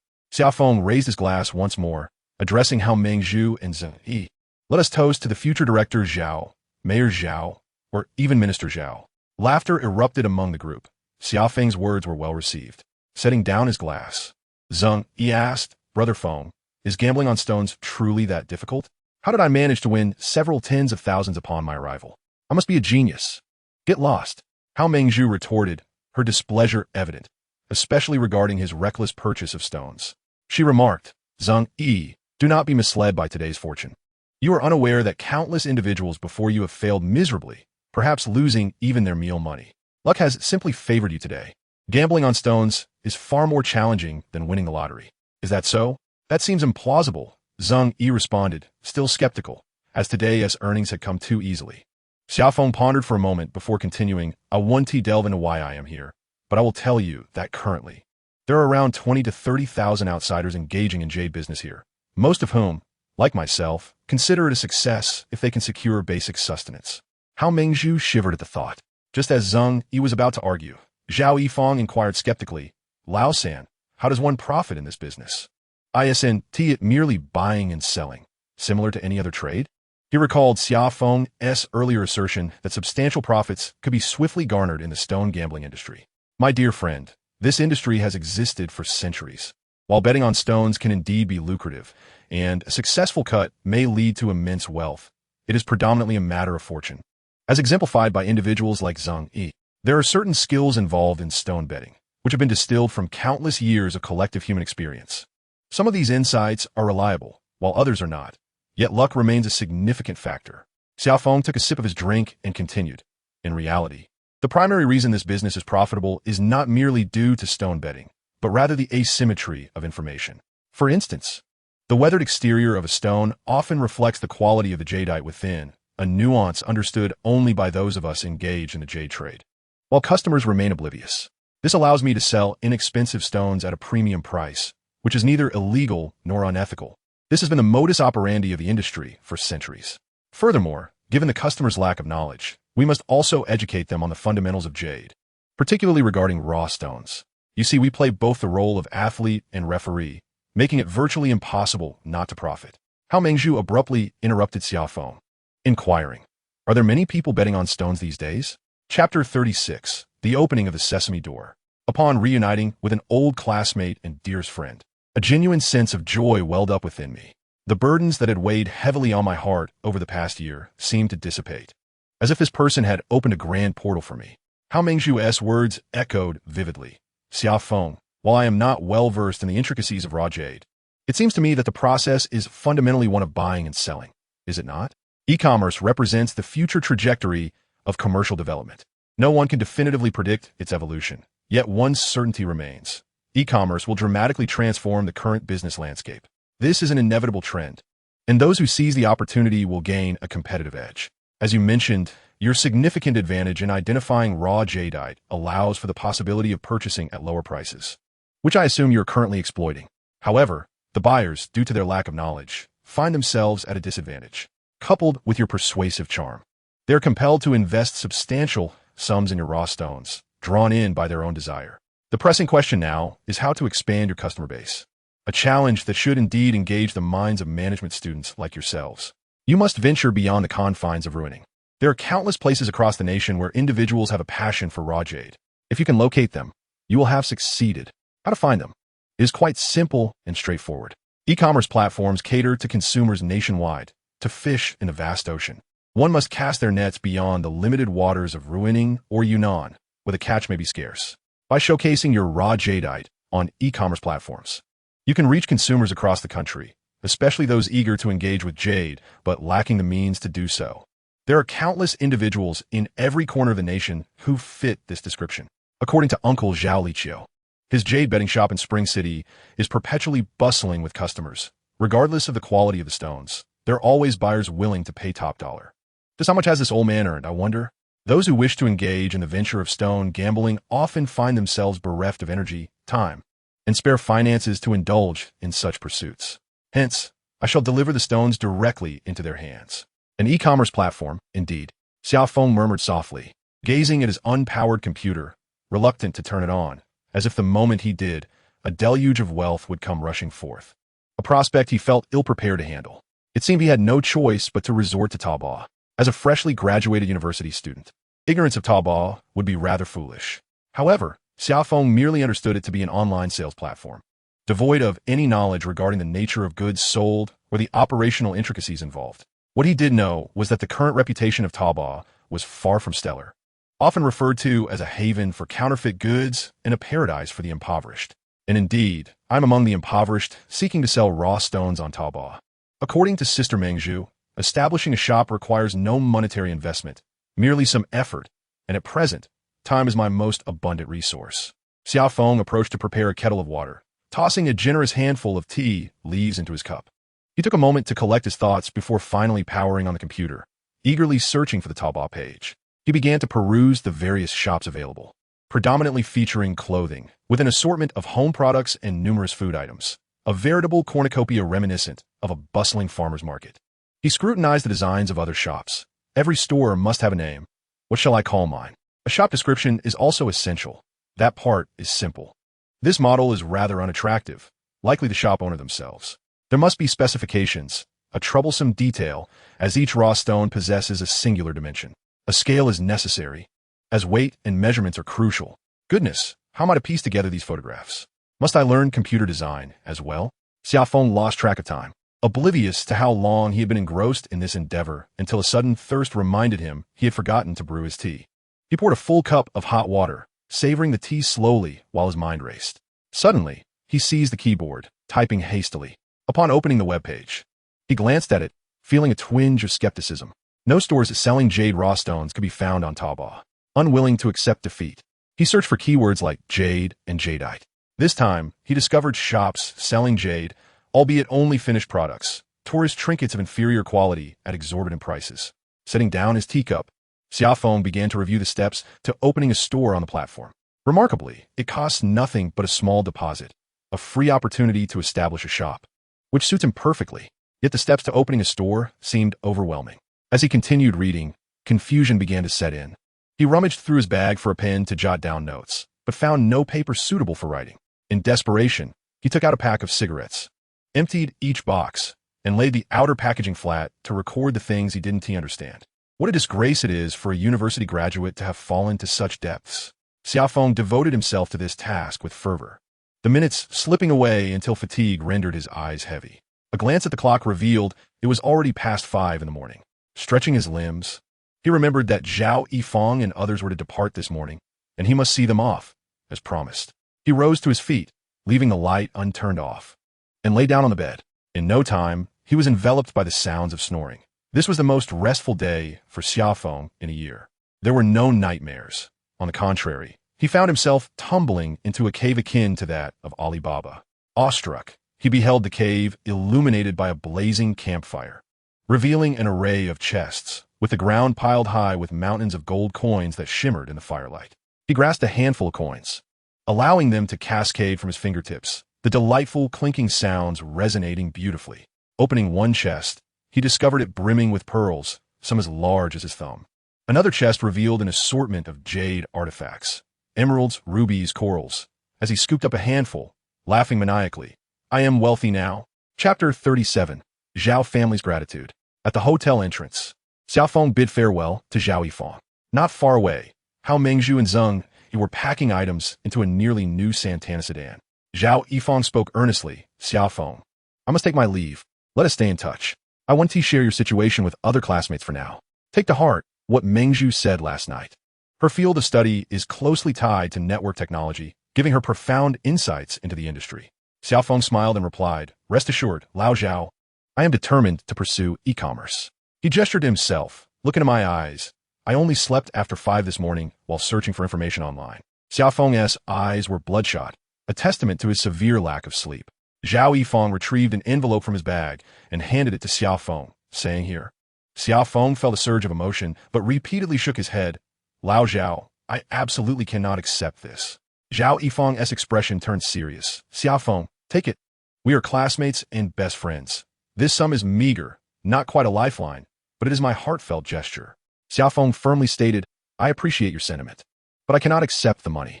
After a few more exchanges of insistence, Xia Feng, feeling helpless, finally accepted the envelope. His heart stirred. He turned to Zhao Yifeng and said, "Such kindness need not be spoken of. When you marry, Be sure to inform me, and I will definitely attend. Zhao Yifeng chuckled. Now that I've found you, there's no escaping that. As he saw the three off to their car, Zhang Yi leaned out and called to Xia Feng, Brother Feng. I'll come by to visit when I have time. Please don't ignore me. Xia Feng knew the lad was still thinking about the gambling stone matter. He replied with a grin, no problem. As long as your sister agrees, you're always welcome. The car drove away. Xia Feng watched it disappear into the distance. His heart tumultuous. For his family and friends, he would resolutely press onward, undeterred by the myriad challenges of the world. After bidding Zhao Yifeng farewell, he mounted his bicycle to head towards Jiegao. Just past the Jiegao bridge, he thought he heard his phone ring. He took out his phone to glance at it and promptly stopped his e-bike. It was a call from the elder Zhao Likun. Uncle Zhao, you're awake? A woman's voice came through the line. Mr. Xia, this is Zhao Li. My father woke up this morning and wishes to see you. Are you available? Sister Zhao, I will come right away. The summer breeze urged Xia Feng to the hospital. Upon reaching the ICU ward, he encountered a throng of people in the corridor. As he approached, Zhao Li stepped out from the crowd, smiling as she spoke. Mr. Xia, I cannot thank you enough. My father has awakened, and I have relayed all the care you provided him over these past few days. He is eager to see you. Xia Feng reciprocated her smile, saying, It is a relief to hear that Uncle Zhao is well. I shall go see him. He casually handed Zhao Li the fruit basket he had purchased on his way, to which she expressed her gratitude profusely. Amidst the crowd, Xia Feng noticed Zhao Jun, a man of dubious character, whom he chose to ignore, treating him as though he were invisible. Entering the hospital room, Xia Feng found a middle-aged man seated by the bedside. Zhao Likun appeared pale, half reclining at the edge of the bed. Xia Feng hastened his steps, gently inquiring, Uncle Zhao, you are feeling better now, I hope? I have come to see you. Upon seeing Xia Feng, Zhao Likun hoarsely replied, Xiao Xia, I owe you a tremendous debt of gratitude. Without your timely intervention, I might not have survived. Tears glistened in his eyes. Had it not been for Xia Feng's swift action in transporting him to the hospital and covering substantial medical expenses, he might not have been there at all. This was not merely his daughter's assertion. Even the doctors and nurses praised Xia Feng's kindness. Uncle Zhao, please do not say such things. I have done nothing extraordinary, Xia Feng humbly responded. How is your condition now? Ah, Xiao Xia, I have troubled you, causing you to miss out on some business opportunities, Zhao Likun lamented. After exchanging a few pleasantries, as Xia Feng prepared to take his leave, the middle-aged man unexpectedly addressed him. Xiao Xia, my name is Li Yan. The elder is my uncle. I would like to invite you to lunch today. Would you do me the honor? Only then did Xia Feng scrutinize this man, who appeared to be in his late 30s, impeccably dressed, exuding the air of a successful individual. Brother Li, that is unnecessary. I have matters to attend to. I will visit Uncle Zhao again in a couple of days. Xia Feng promptly declined, feeling uncomfortable at the idea of dining with a stranger. Hearing Xia Feng's refusal, Zhao Likun grew anxious. He coughed a couple of times and urged, Xiao Xia, you must accept Yan's invitation. Please do not decline. Consider it a favor to me. Observing the elder's earnest demeanor, Xia Feng found it difficult to refuse. He replied, Uncle Zhao, I truly have other engagements today. Let us arrange for another time, and I will certainly come. Li Yan, intent on repaying Xia Feng for his life-saving intervention, was not one to let such a refusal stand. He asserted, Xiao Xia, I genuinely have a matter to discuss with you, so I hope you will not turn me down. His tone carried an authoritative weight that brooked no argument. Xia Feng understood that they were not of Zhao's ilk. To accept a gift for saving the elder would feel rather distasteful. Accompanying Li Yan out of the hospital room, they made their way to the parking lot and entered an Audi sedan. Xia Feng, uncertain of their destination, noted the car's pristine condition, hinting at Li Yan's distinguished standing. After a brief drive, Xia Feng found himself chuckling softly, recognizing that they were headed to the same place where Zhao Yifeng resided, the Nanya Hotel. Upon alighting from the vehicle, they proceeded to a tea house, where Li Yan provided an explanation. It is still rather early. Let us first enjoy some tea and engage in conversation. Xia Feng embraces the notion of accepting circumstances as they come, allowing the other party to dictate the flow. As the two settle down, Li Yan inquires, Xiao Xia, what is your educational background? I sense you have pursued considerable studies. Brotherly, I hold a bachelor's degree. However, due to some unforeseen family circumstances, I came to Ruining to embark on a venture in jade business. Li Yan, having just listened to Xia Feng's articulate discourse, was somewhat astonished. He understood that those who engage in the jade trade in Ruining typically possess a lower educational attainment. Yet he was surprised to learn that Xia Feng had graduated from university. This revelation was indeed unexpected. Everyone who arrives in ruining carries a story. So he refrained from probing further into why Xia Feng had come. Chapter 38. The gift is quite grand. Leon continued, Xiao Xia, where do you operate your shop? Brotherly, I do not currently own a shop. I merely have a stall at Sister Gao's. After a moment's contemplation, Leon replied, Xiao Xia, I must extend my sincerest apologies. Although my cousin is older than you, he lacks understanding of social nuances. You saved my uncle's life, making you a benefactor to our family. Yet he repaid your kindness with malice by reporting you to the police. This was a grave error on our part, and I offer my heartfelt apologies. As he began to rise, Xia Feng quickly interjected, Brotherly, you are being overly gracious. Leon, merely putting on a facade, noticed Xia Feng's maturity and chose not to stand. Xia Feng continued, Uncle Zhao's bag was lost. It is entirely natural for Brother Zhao to wish to locate it. In recent days, I have become quite familiar with several officers at the police station while assisting Uncle Zhao's family in their search. They merely conducted some basic inquiries. Leon smiled faintly. Xiao Xia, I take comfort in your understanding. My uncle brought over 200,000 yuan in cash to ruining, and with the loss of his bag, it is no wonder my cousin is in a state of distress. Xia Feng remained silent, harboring no favorable impressions of Zhao Jun. Upon arriving in ruining, he seemed more preoccupied with financial matters than with seeking treatment for his father. Such a son is truly disappointing. Leon, too, was reluctant to air familial grievances. His cousin, who could not manage his affairs at the age of 27 or 28, not only remained unmarried, but also had to solicit pocket money from his father each month. Moreover, he would erupt in anger at any mention of his shortcomings, rendering his uncle and cousin powerless to manage him. Were it not for his own arrival, Zhao Jun might have caused further trouble. Strangely enough, Zhao Jun, fearless of the world, trembled at the sight of his cousin. With a mere glare from Leon, Zhao Jun resembled a mouse encountering a cat. Suddenly, Xia Feng pondered a question. I have seen Uncle Zhao's handbag. It could hardly contain over 200,000 yuan. Could there be more to this story? If a thief stole such a significant sum, as long as they were not caught at the scene, they would have fled long ago. Xia Feng lamented. During my time in the mainland, many places were equipped with surveillance cameras. I wonder when this small town of ruining will catch up. The prevalence of thieves here is alarming. Leon responded, in Spring City, numerous shopping malls and agricultural markets have begun to install surveillance systems.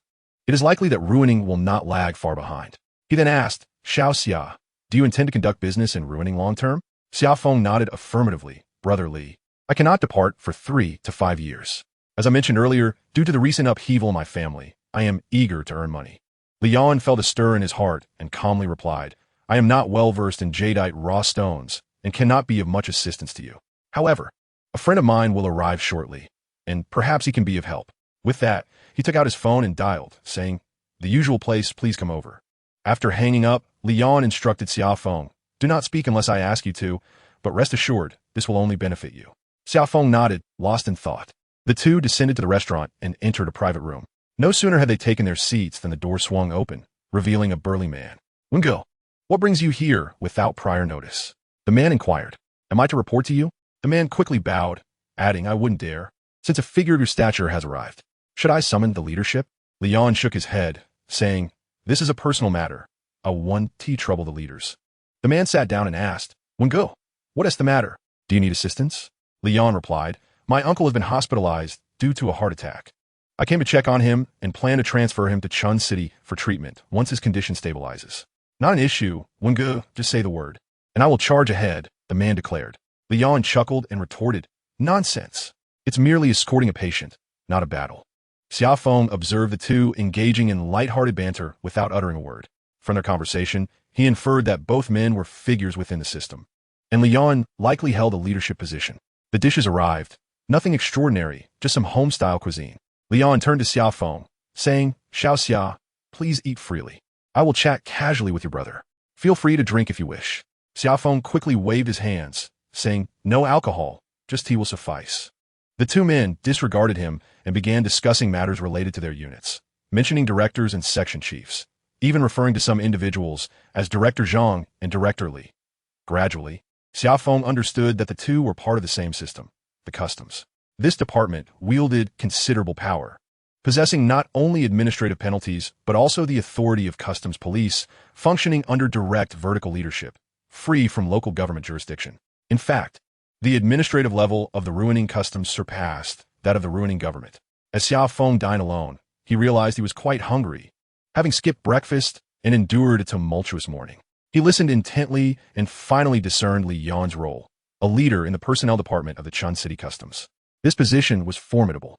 The customs operates under vertical leadership, unencumbered by interference from other departments, and the personnel department holds absolute power within the customs. Reaching such a level in bureaucracy signifies not only a high rank, but also substantial influence. After a while of discussing their respective units and engaging in casual conversation, they finally settled down to eat. Li Yan seemed to recall something and turned to the man, saying, "Lao Zhou, this is my younger brother. If he hadn't been present, my uncle would have been in grave danger." Pausing for a moment, he added, "Xiao Xia does some business in ruining. You are older, so please take care of him." Upon hearing this, the man immediately took charge, saying, "When go, no problem. I have a meeting this afternoon, but I will reach out to Xiao Xia tomorrow afternoon." Subsequently, he addressed Xia Feng, saying, "Brother, please provide me with your phone number. I shall call you tomorrow afternoon when I am free." Xia Feng was uncertain of Li Yan's intentions, but nonetheless complied, revealing his number. It was at this moment that he learned the other party's name was Zhou Feng. After their meal, the trio exited the hotel, with Zhou Feng departing first, getting into his car. Li Yan then remarked to Xia Feng, "Young man, you possess commendable qualities. You are compassionate and responsible, displaying a calm demeanor amidst adversity. I hold you in high regard. You must have discerned by now that Director Zhou works at the ruining customs. Tomorrow afternoon, you should visit him. He has a considerable stock of confiscated jadeite rough stones. Choose what you fancy, and the payment will be straightforward. Rest assured, all procedures are legitimate." Chapter 39. The vibrant yellow jadeite. The border between ruining and northern Myanmar stretches over 100 kilometers, predominantly comprised of mountainous terrain, farmland, and small rivers. Along the national boundary, villages are closely knit, often bordering one another, with some instances of a village straddling two nations. The villagers on both sides have historically been of the same ethnicity, maintaining familial ties and traversing the border with ease.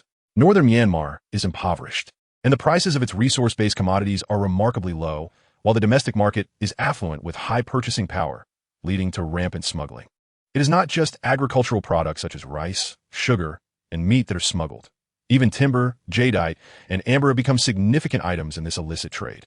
When it comes to jadeite smuggling, it is estimated that each day, no fewer than 800 individuals from Myanmar cross the border, each on motorcycles laden with woven bags filled with jadeite rough stones. In the domestic market, jadeite is classified as a luxury item, subject to exorbitant import taxes. Conversely, the Myanmar government imposes a 30% tax on jadeite exports. Both customs authorities have specialists tasked with appraising the value of jadeite. Although the assessed prices tend to be low, nevertheless, many individuals are reluctant to pay these fees. The government is largely unable to regulate such minor smuggling activities, often turning a blind eye. For instance, if a local villager were to transport half a pig or a cow across the border, imposing a penalty would be impractical, especially since many are fellow townsfolk with whom they share daily encounters. The primary responsibility of customs is to thwart large-scale smuggling operations, such as tons of sugar, meat, or entire trucks filled with jadeite or timber. However, exceptions do exist. Should one inadvertently cross paths with anti-smuggling officers, confiscation of the smuggled goods becomes inevitable. Jadeite constitutes the most significant commodity exchange between ruining and northern Myanmar, with a considerable portion being smuggled, of which a small fraction is directly confiscated. The quality of confiscated jadeite rough stones varies greatly in quality and size, yet they are prized for their affordability and substantial profit margins. According to national law, confiscated items must be sold publicly, with proceeds directed to the national treasury. Xia Feng was astute. Upon hearing Li Yan suggest, he procured jadeite rough stones from the customs office. His heart raced with excitement, recognizing the immense opportunity at hand. In ruining, engaging in the jadeite business, while having connections with customs ensures profitability is almost guaranteed. Good deeds are rewarded, and Li Gu indeed made the arrangements clear in just a few words. It is worth noting that Uncle Zhao's 200,000 had primarily been expended on acquiring the confiscated jadeite rough stones. Zhao Jun, due to his lack of understanding, naively believed that over 200,000 had been lost. Uncle Zhao, having connections, likely earned a substantial amount of money. However, with such a foolish son, it seems he has also become an expert in expenditures, which is indeed a misfortune for Uncle Zhao. The intention behind Uncle Zhao's plan to spend 12,000 on those worthless materials was entirely to curry favor. Initially, he mentioned seeking assistance in sourcing materials, but it was more accurate to say he intended to find an agent here. Unfortunately, due to his illness, he may not even be able to open the shop in the future. Lian first introduced himself to Xia Feng as his younger brother, and only then mentioned that he had saved his uncle. This sequence was quite subtle, implicitly conveying to Xia Feng that Lian was already well acquainted with him and had a good relationship. When he spoke of conducting business in ruining, his underlying message was clear. This little brother of mine is also interested in purchasing jade raw stones. Xia Feng, being astute, quickly grasped the leader's intentions. Xia Feng speculated that Lian likely had some degree of personnel authority at the ruining customs. Selling confiscated jade raw stones to anyone was merely a matter of goodwill. Lian, cunning and shrewd, with a meal and a few words, not only repaid his debt for saving Uncle Zhao, but also effectively dissipated the matter of Zhao Jun's false accusations. In comparison to these astute individuals, he felt significantly outmatched. By 3 o'clock in the afternoon, Xia Feng awoke and sat on the edge of his bed, contemplating the events of the past few days. At that moment, a call came in from Wang Wei. Xiaoge, regarding the yellow jade you mentioned last time, my dad found a piece. When can you come over? Xia Feng couldn't help but smile. When fortune arrives, it is unstoppable. He quickly set off for Yalong Jewelry City. As soon as he entered, he spotted Wang Wei's cousin, Tang Guofeng, who, with his low emotional intelligence and self-importance, was not someone Xia Feng particularly liked. Uncle Wang, the customer is looking for pure yellow, and the quality must be good. They shouldn't be short on funds. Wang Zhongfu, aware that his son had limited experience with jade raw stones, was still young and eager to prove himself. Fortunately, he had made a commendable friend in Xia Feng. Upon hearing that Xia Feng was in search of pure yellow jade, he leveraged his many acquaintances and, after a few phone calls, managed to find a piece. However, this stone came at a high price. Pure yellow jade must be at least partially cut to validate its color, and such clear materials generally carry little risk, justifying the high cost. Wang Zhongfu led Xia Feng out, while Tang Guofeng wished to follow but hesitated, fearing his uncle's disapproval. Wang Wei, absorbed in a game, casually remarked, Xia Ge, I want to go. I'll wait for you at home. Wang Zhongfu did not insist further and proceeded with Xia Feng. After walking over 100 meters in Yalong Jewelry City, they finally entered shop. Inside, several individuals were seated by the tea table, including Li Junhai. After exchanging greetings, the shop owner went to fetch the stone, prompting Xia Feng to quietly ask Li Junhai, what brings you here? Xia Feng nodded, recognizing the significance of the business at hand, and refrained from probing further. At that moment, the shop owner returned with a stone wrapped in a red cloth, appearing to weigh about 1 to 2 kilograms. He placed it on the tea table and said, Mr. Wang, please take a look. If it suits you, feel free to take it. At the tea table, several individuals promptly vacated their seats, allowing Wang Zhongfu and Xia Feng to settle in and examine the stone. As the crimson cloth was unfurled, their eyes lit up. Such an object was indeed a rarity, an anomaly known as Guizhuang material. The stone had been cleaved in half, one portion large and the other diminutive, with a simple polish revealing its entire surface in a rich yellow hue. The outer layer was deep in color, gradually lightening towards the interior. However, what was particularly intriguing were the several yellow-red circles of varying thickness that adorned the cut surface, creating a striking visual appeal. The texture of a yellow jade was exceptionally delicate, though not entirely translucent, classifying it as a fine, glutinous variety. This type of stone was one of those elusive treasures. Though not exceedingly valuable, it was indeed hard to come by, commonly referred to as Guizhuang material. Chapter 40. University Lecturer. Gazing at the stone, Xia Feng couldn't help but marvel at nature's wonders. How are these concentric weathering layers formed? He pondered. Wang Zhongfu, scrutinizing his half of the stone, inquired, Old Qian, you didn't cut this stone, did you? The stones from Dama can lack any intrigue. Weicheng, a major hub in northern Myanmar, is the largest distribution center for jadeite in Myanmar. Wang Zhongfu chuckled. Such peculiar stones are only suitable for crafting into decorative pieces. The fully yellow-cut surface displayed several distinctly colored circles. For a sculptor, once a brilliant idea emerged, the value of the finished product could soar, potentially even winning prestigious awards. Wang Zhongfu looked up and asked, what is the price? The seller stated, it's priced at 200,000. I can offer you 150,000, nothing more. Wang Zhongfu jokingly retorted, are you robbing me? Such stones are always praised but seldom sought after. The price is too steep. The shopkeeper smiled, show it to your clients first. Let us see their interest. Wang Zhongfu glanced at Xia Feng, who nodded in agreement. The Dama Kinkori is rather unique within the jadeite mining region of northern Myanmar. situated along the banks of the Wulu River. Some raw stones must be retrieved from the riverbed, as jadeite has been submerged in water for centuries. Iron ions from the river infiltrate the jadeite, with oxidized iron yielding yellow hues and ferrous oxide producing reds. Damacan's jadeite raw stones are categorized into three types. The first, water stones, are those that have been directly cast into water during tectonic movements and have been smoothed by the river's currents over centuries, resembling pebbles. The second type is half-water, half-mountain stones, which have surfaces that are nearly smooth but contain grains of sand. The final type, mountain stones, bears little distinction from those found in other quarries. According to strict classifications, red and yellow jadeite belongs to a semi-weathered layer, existing only on the surface of the jadeite raw stones, with varying thicknesses. Given the rich colors of jadeite, the technique of color contrast has become one of the primary methods in jade carving, with red and yellow hues being the most frequently utilized. While there are many fully yellow jade stones, the majority possess inferior quality, with coarse textures that classify them as lower-grade jade, and some may not even qualify as jade at all.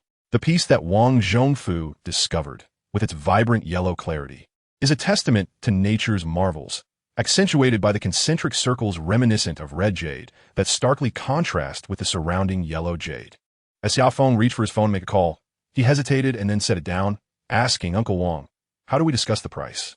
Wang Zhongfu gestured towards Tang Guofeng, who was eager to take a photograph, and then said, "If you like it, just give me a call."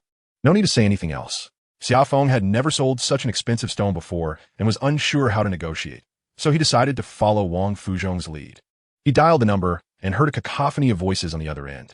He raised his voice, "Teacher Li, this is Xia Feng. I found a piece of yellow jade that you wanted. Can you take a look now?" There was a brief pause, as if the other party was consulting with someone. And then Teacher Li replied, "Put down the phone." Xia Feng said, "Uncle Wang, let us take the stone to the South Asia Hotel Cafe. They are there to examine it." Wang Fuzhong inquired, "Is the other party a teacher?" "A teacher from Jingxi University, but I am not sure what he teaches," replied Xia Feng. Wang Fuzhong chuckled. "Looks like you have a significant client now. Just take the stone over, and if they are interested, you can call me." Stating that I am the owner, he added. Xia Feng glanced at Wang Wei, who was engrossed in his phone, and suggested, "Uncle Wang, let Wang Wei accompany me." Wang Fuzhong immediately understood Xia Feng's intention. It was a matter of trust, and he was concerned about the safety of such a valuable stone. This kind of situation often occurred in ruining, where stones would disappear along with their bearers, typically orchestrated by acquaintances. "You are being overly cautious, Xia Feng," Wang Fuzhong remarked with a smile. "Then you both go. It's better to discuss matters together if anything arises." Tang Guofeng interjected, "Uncle, I should go too. There's strength in numbers." Xia Feng felt displeased. It was evident that this person intended to engage with his client, a cardinal sin in the industry. Colloquially known as digging a ditch, Tang Guofeng, slightly intimidated by his uncle, fell silent. Xia Feng and Wang Wei each took an electric scooter and sped towards the South Asia Hotel. Xia Feng mused that after more than half a year, he still did not know which way the grand entrance of the most luxurious hotel in Ruining opened. Yet he had visited 3 times in the past few days. This place was indeed frequented by the affluent. Perhaps fortune was finally smiling upon him. Upon entering the lobby, they found a cafe on the left. Just as they were about to sit down, Teacher Li and another man walked in, laughing. Xia Feng hurriedly greeted, "Teacher Li, I'm here." Teacher Li responded with a smile. "I hurried as fast as I could, yet I still fell behind. What would you like to drink? Don't hold back." The weather was sweltering. Although the lobby was air-conditioned, Xia Feng felt as if a fire burned within him, and he blurted out, "2 glasses of iced water, please." Once seated, Xia Feng placed the stone on the table. Teacher Li slowly unwrapped the package, and his eyes lit up. "It's stunning." A middle-aged man beside him exclaimed, "This is extraordinary. How is it formed?" He picked up another piece to examine it closely. After several minutes, Teacher Li asked Xia, "How much does it weigh, and what is the price?" "The stone weighs 2 kilograms, if you like it."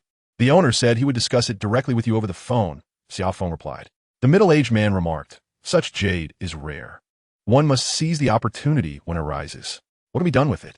He pondered for a moment and, with a hint of skepticism, said, "I'm not sure yet, but with a good idea, it can certainly shine. This material demands creativity." Teacher Li remarked, "Hurry and create a few meticulous paintings. I shall send you the materials." He then turned to Xia Feng and added, "We are all artists. I specialize in oil painting, while Teacher Zhou focuses on traditional Chinese art. Perhaps you could persuade him to paint a piece for you." Addressing Teacher Zhou, he continued, Without Xia, that piece of wood would have cost a fortune.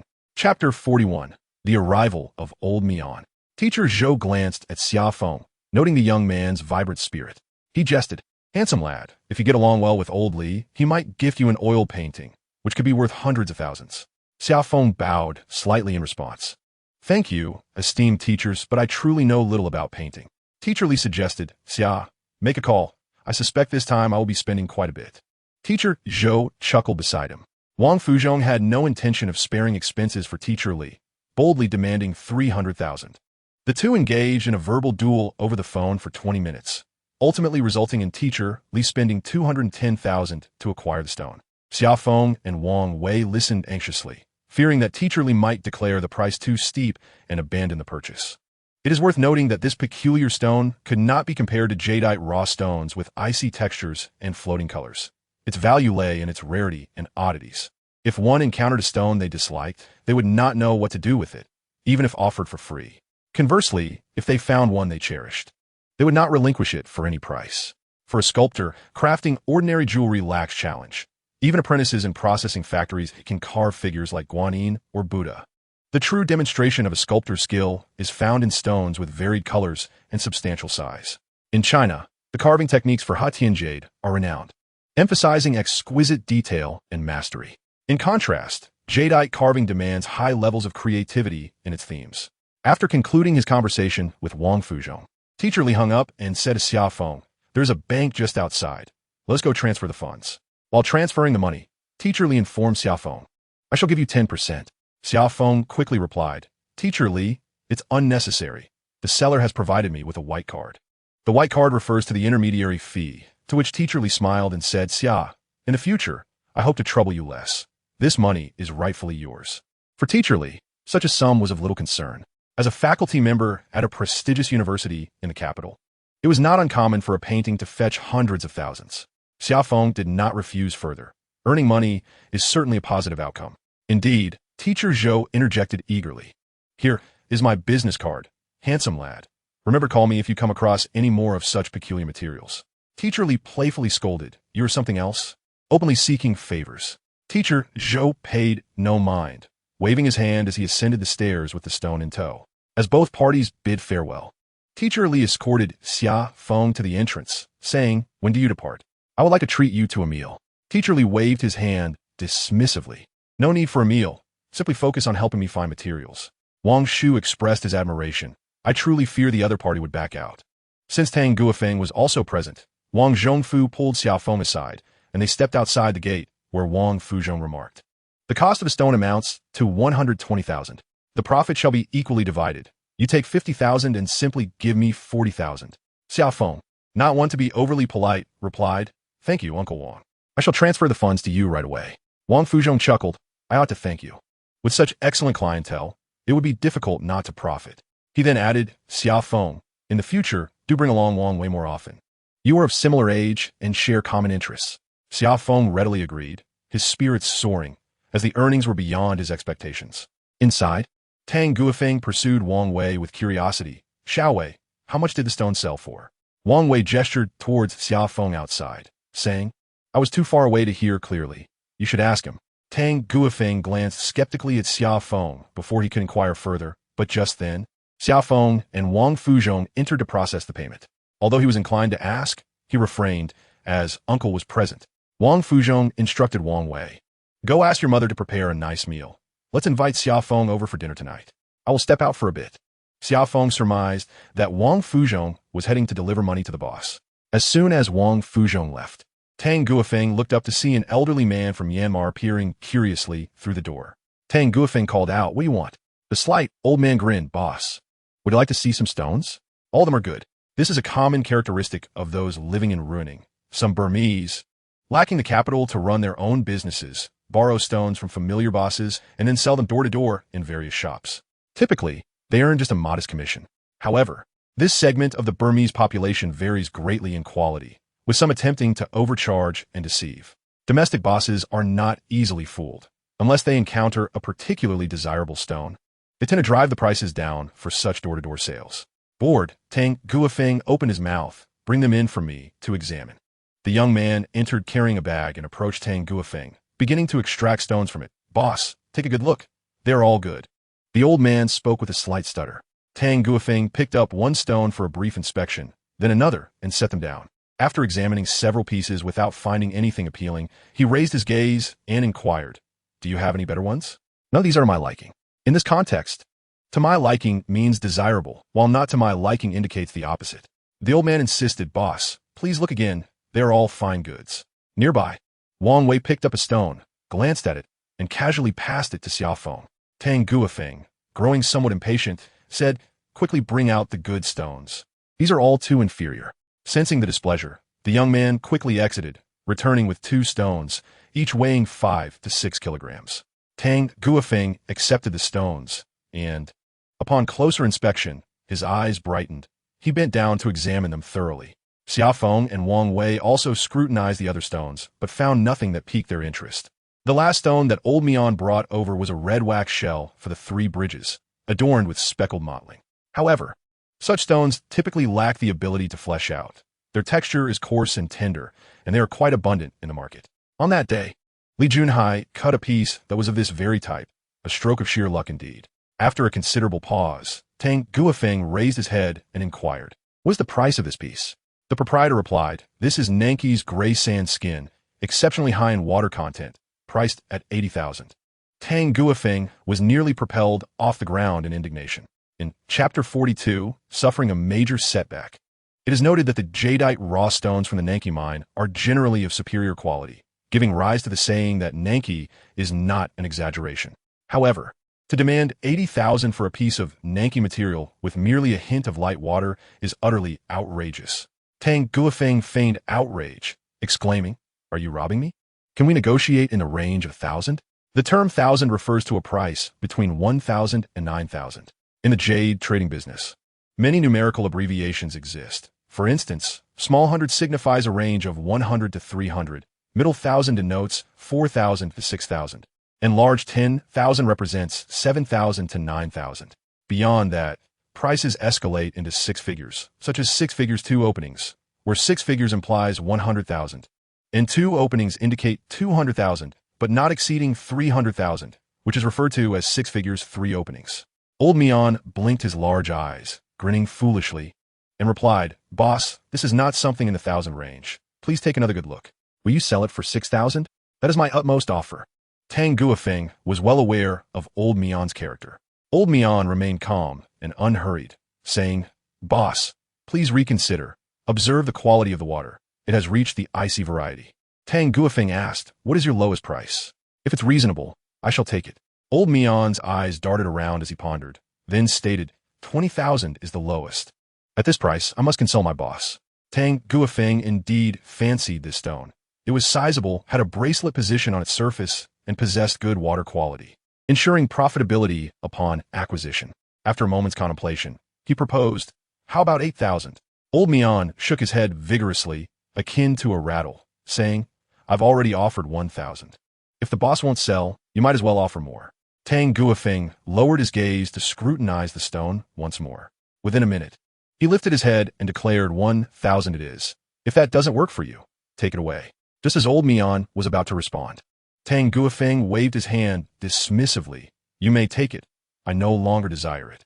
Upon witnessing Tang Guofeng's sudden change in demeanor, Old Mian hastily remarked, "I will make a call to inquire with my boss." He retrieved his phone and stepped outside, while Wang Wei, observing his retreating figure, chuckled, "Cousin, he is surely going to sell it."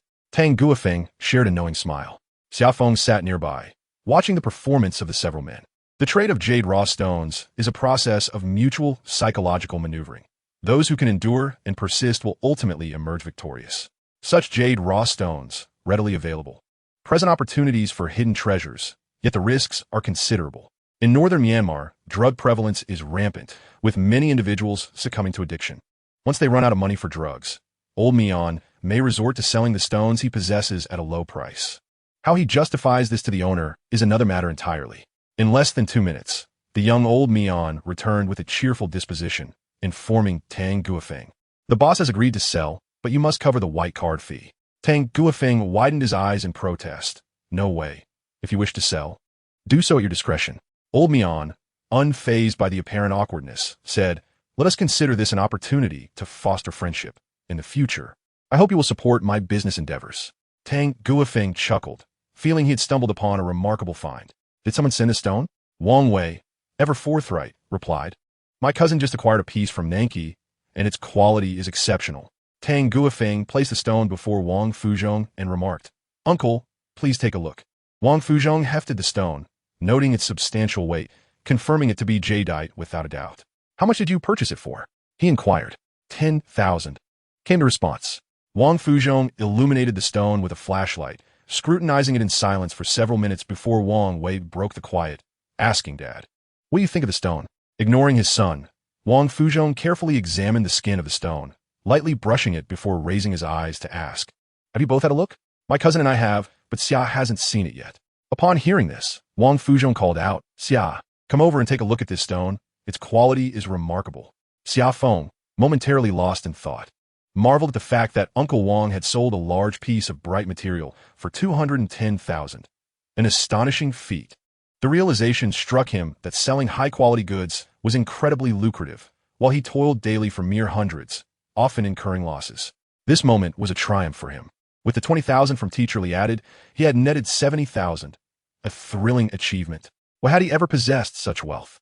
It had been a year since his time at the investment firm when his bank account, including salary and commissions, had reached over 100,000, but alas, it had all been seized by the police. Now, his account balance was as bare as his face. Lost in a reverie on the sofa, he was brought back to reality when Wang Fuzhong called him. Xia Feng, how much do you think this stone is worth? The moment he spoke, Tang Guofeng felt a chill. Uncle was not one to jest, and his inquiry implied dissatisfaction with the price. He intently observed Xia Feng's actions. Xia Feng held the stone to his eyes, examining each facet before taking a flashlight to it. You bought it for 10,000, correct? He asked. Indeed, 10,000, was the reply. As he turned the stone over in his hands, he muttered to himself, the quality is exceptional, quite a steal, but he paused, his gaze fixated on a particular spot, scrutinizing it from various angles. Uncertain, he shone the flashlight again, finding nothing amiss. He instructed Wang Wei, fetch some water. Earlier, Tang Guofeng had already sprinkled water on the stone, which had mostly dried. Xia Feng took the spray bottle and doused a specific area of the stone repeatedly. He focused intently as a small bubble began to emerge from a spot the size of a soybean. Frowning, he looked up at Wang Fuzhong and said, Uncle, this stone has an issue. Pointing to the bubbling area, he added, this spot has likely been tampered with. Did you not notice? Tang Guofeng, upon hearing this, broke into a cold sweat, snatching the stone to examine it closely. Moments later, he erupted in anger, exclaiming, damn it, that old Myanmar dealer. This area has been opened. Wang Wei took the stone for a glance and asked, how was it altered? Xia Feng explained, this stone performed exceptionally well. I suspect old Mian wanted to gamble, but hesitated to cut it open, so he merely drilled a hole to assess the quality of the interior. I reckon the quality is quite poor. In an effort to mitigate losses, old Mian sealed the hole back up. Damn it, if I ever see that man again, I swear I will not spare him. Tang Guofeng continued to vent his frustrations, lamenting a loss of 10,000 yuan in the span of mere moments. Feeling utterly pained by the loss, Wang Fuzhong inquired, had he not drilled that hole, how much could you have seen? Xia Feng pondered for a moment before responding. I have had little exposure to such stones and am unfamiliar with their value. However, I believe it would still be worth around 20,000. You've been around longer than Xia Feng. Are you really unaware of the worth of such stones? How could you dare to seize such a bargain? Chapter 43. The first encounter with Yili. Dinner was already late, and with Tang Guofeng in a foul mood after purchasing a fake piece of leather stone. He dragged Wang Wei and Xia Feng out for drinks. Wang Fuzhong abstained from alcohol and left after dinner. Yalong Jewelry City comprises 4 stories, with residences above and shops below, making it exceedingly convenient. Xia Feng was reluctant to associate with Tang Guofeng, whose emotional intelligence was alarmingly low and who was overly self-assured. Apart from Wang Wei's parents, he considered himself the top figure here. He was blinded by profit, and such obviously overpriced jade raw stones should not even be approached. Even if one does not perceive any issues with the stone, it does not mean there are none. In the realm of jade raw stone counterfeiting, if old Mian claims the second position, no one would dare to assert the first. Northern Myanmar has specialized teams dedicated to counterfeiting, particularly in Jiegao Jade City, where several of old Mian shops are known for selling fakes, something even the regulatory bodies struggle to manage. As for selling water jade as ice-type jade, that is child's play. Sitting before his computer, Xia Feng's eyes sparkled with excitement. His recent experiences had infused him with a sense of exhilarating contrast between ice and fire. Incredible. He finally had 100,000 yuan. I am ready to make a significant move. This was the most triumphant day he had experienced since arriving in Ruining. All the hardships and trials he had endured previously now seemed trivial. Life is filled with ups and downs. It is impossible to sail smoothly at all times. He was still young, capable of enduring loneliness, and steadfast in his principles. Surely his day would come. Xia Feng softly hummed, "May a good person enjoy a lifetime of peace," close the door, and prepare to stroll through the night market. The night market was increasingly bustling, with people crowding the streets, making it impossible to see the vendors from a distance. Under the dim lights, throngs of people swarmed. Xia Feng entered the crowd without any particular destination in mind, simply wishing to wander and observe the stalls selling raw stones. Before long, he purchased 2 small stones. The quality of jade raw stones at the night market varied greatly, but they were reasonably priced, predominantly attracting vendors whose businesses were struggling. Xia Feng approached the stall of Ciyuan Zhaoping, who upon seeing Xia Feng, immediately set aside her customers to inquire, "Xiaga, you didn't go to the morning market today, did you? It's been a whole day since I've seen you." Xia Feng handed her the 2 stones, whispered the price, and then took a small stool to sit beside her. He said, "I will visit the morning market tomorrow, but I might be late. I want to check on Uncle Zhao. How is the old man doing?" Ciyuan Zhaoping pondered for a moment and inquired, "Is something the matter?" According to their agreement, tomorrow afternoon, Zhou Feng was to accompany Xia Feng to purchase the confiscated jade raw stones. However, Xia Feng felt a twinge of unease, caught in a web of uncertainty. As Lian had spoken rather ambiguously, leaving Zhou Feng possibly unaware of the true meaning. It would be more suitable for Wang Wei and Li Junhai to accompany them. Yet Xia Feng preferred to keep this matter from their knowledge. There are boundaries in friendships, and one's resources must remain confidential and not easily disclosed to outsiders. Though their business was modest, Xia Feng collaborated harmoniously with Ciyuan Zhaoping, who possessed an introverted nature, lacking the aggressive demeanor often found in others. Suddenly, an idea struck Xia Feng. He stood up and said, "I must take my leave, as I have other matters to attend to." Just as he was about to depart, a coarse voice bellowed nearby, "Get lost, you irritating brat. With that appearance, do you really think I would buy your wares?" The expletives were unmistakably from Shandong. A young man in his 20s was facing off against several Burmese individuals, and an argument ensued. Xia Feng pushed through the crowd, directly stepping in front of the group. The Burmese vendor recognized Xia Feng. They had been selling at the market together for years, although they did not know each other's names. Familiarity had bred a sense of camaraderie. The vendor remarked, "This person haggled and then decided against the purchase. That is not how it works here." At that moment, Xia Feng realized the complexity of the situation. According to the customary practices, once a price was negotiated, the purchase should follow. Many tourists from the mainland visiting Ruining were oblivious to this rule, leading to numerous disputes. "Friend, I am also from Shandong. We must be fellow townsmen. What seems to be the issue?" The young man replied with indignation, "I was merely strolling around, casually inquiring about the price of stone, and he demanded 10,000. I jokingly offered 1,000, thinking it was a jest, yet he was willing to sell it to me." The young man swallowed hard and continued, "Now, he refuses to let me leave. If this were back home, I would have given him a piece of my mind. Damn it, these Burmese are nothing but deceivers." Xia Feng quickly understood. The young man was unfamiliar with the local customs. He inquired, "What is your surname, friend?" "My surname is Yi Li." The young man replied somewhat hesitantly. Xia Feng then asked, "Which place do you hail from?" "Jiaxiang," came the response. Xia Feng smiled, "We are quite close. I am from Jingxing." The 2 counties were adjacent, both economically challenged. Seeing a fellow townsman brought a sense of warmth, though Xia Feng was not overwhelmed by sentimentality. Yet the dialect was comforting to the ears. He turned to the Burmese vendor. "Which stone are you referring to? Let me have a look." The vendor handed the stone to Xia Feng, and at that moment, Yili ceased his complaints, watching Xia Feng curiously, uncertain of his intentions. The stone was of poor quality, merely a rock. Xia Feng crouched down, pulling Yili with him. He glanced briefly at the stones displayed at the stall, casually picking up a piece from the Sanxiao mine, and asked, "How much for this stone?" The Burmese man hesitated before responding, 2,000. Without a moment's hesitation, Xia Feng asserted, "I'll take it for 1,000. He placed the original stone back on the stall. "Forget about that one." As he spoke, he fixed his gaze intently upon the Burmese vendor. Chapter 44. The Townsman on the Run. The Burmese man felt a bit uneasy under the gaze of Xia Feng. After a moment's hesitation, he finally spoke. Deal. Xia Feng produced 1,000 yuan and handed it to the Burmese man, casually picking up a stone and pulling Yi Li to turn away from the crowd. The Burmese man watched as the two departed, not daring to intervene further. Being a vendor himself, Xia Feng was well acquainted with the local dynamics. His actions also served to give the old Burmese man face, especially after the recent altercation that had taken place here, which still lingered in the man's mind. As the onlookers realized that no fight had ensued, they gradually dispersed. Xia Feng placed the stone on the stall of Cun Zhaoping and led Yi Li out of the night market. Yi Li was straightforward, but not foolish. He understood that this unfamiliar compatriot had come to his aid. "Thank you, brother. Let me pay you," he exclaimed, reaching for his pocket. Xia Feng stopped him, asking, "Yi Li, are you new to ruining? What brings you here?" Yi Li replied in a low voice, "Brother, I just arrived yesterday. Since you've helped me today, let me treat you to a drink." With that, he pulled Xia Feng toward a small restaurant by the roadside. Xia Feng struggled momentarily, but found himself unable to escape the young man's grip. This lad is surprisingly strong, he thought, and resigned himself to follow Yi Li to a barbecue stall, where they ordered some food and a few bottles of beer. Holding up a bottle, Yi Li asked, "I haven't yet learned your name, brother." "I am Xia Feng," he replied. By age, Xia Feng was 3 months older than Yi Li.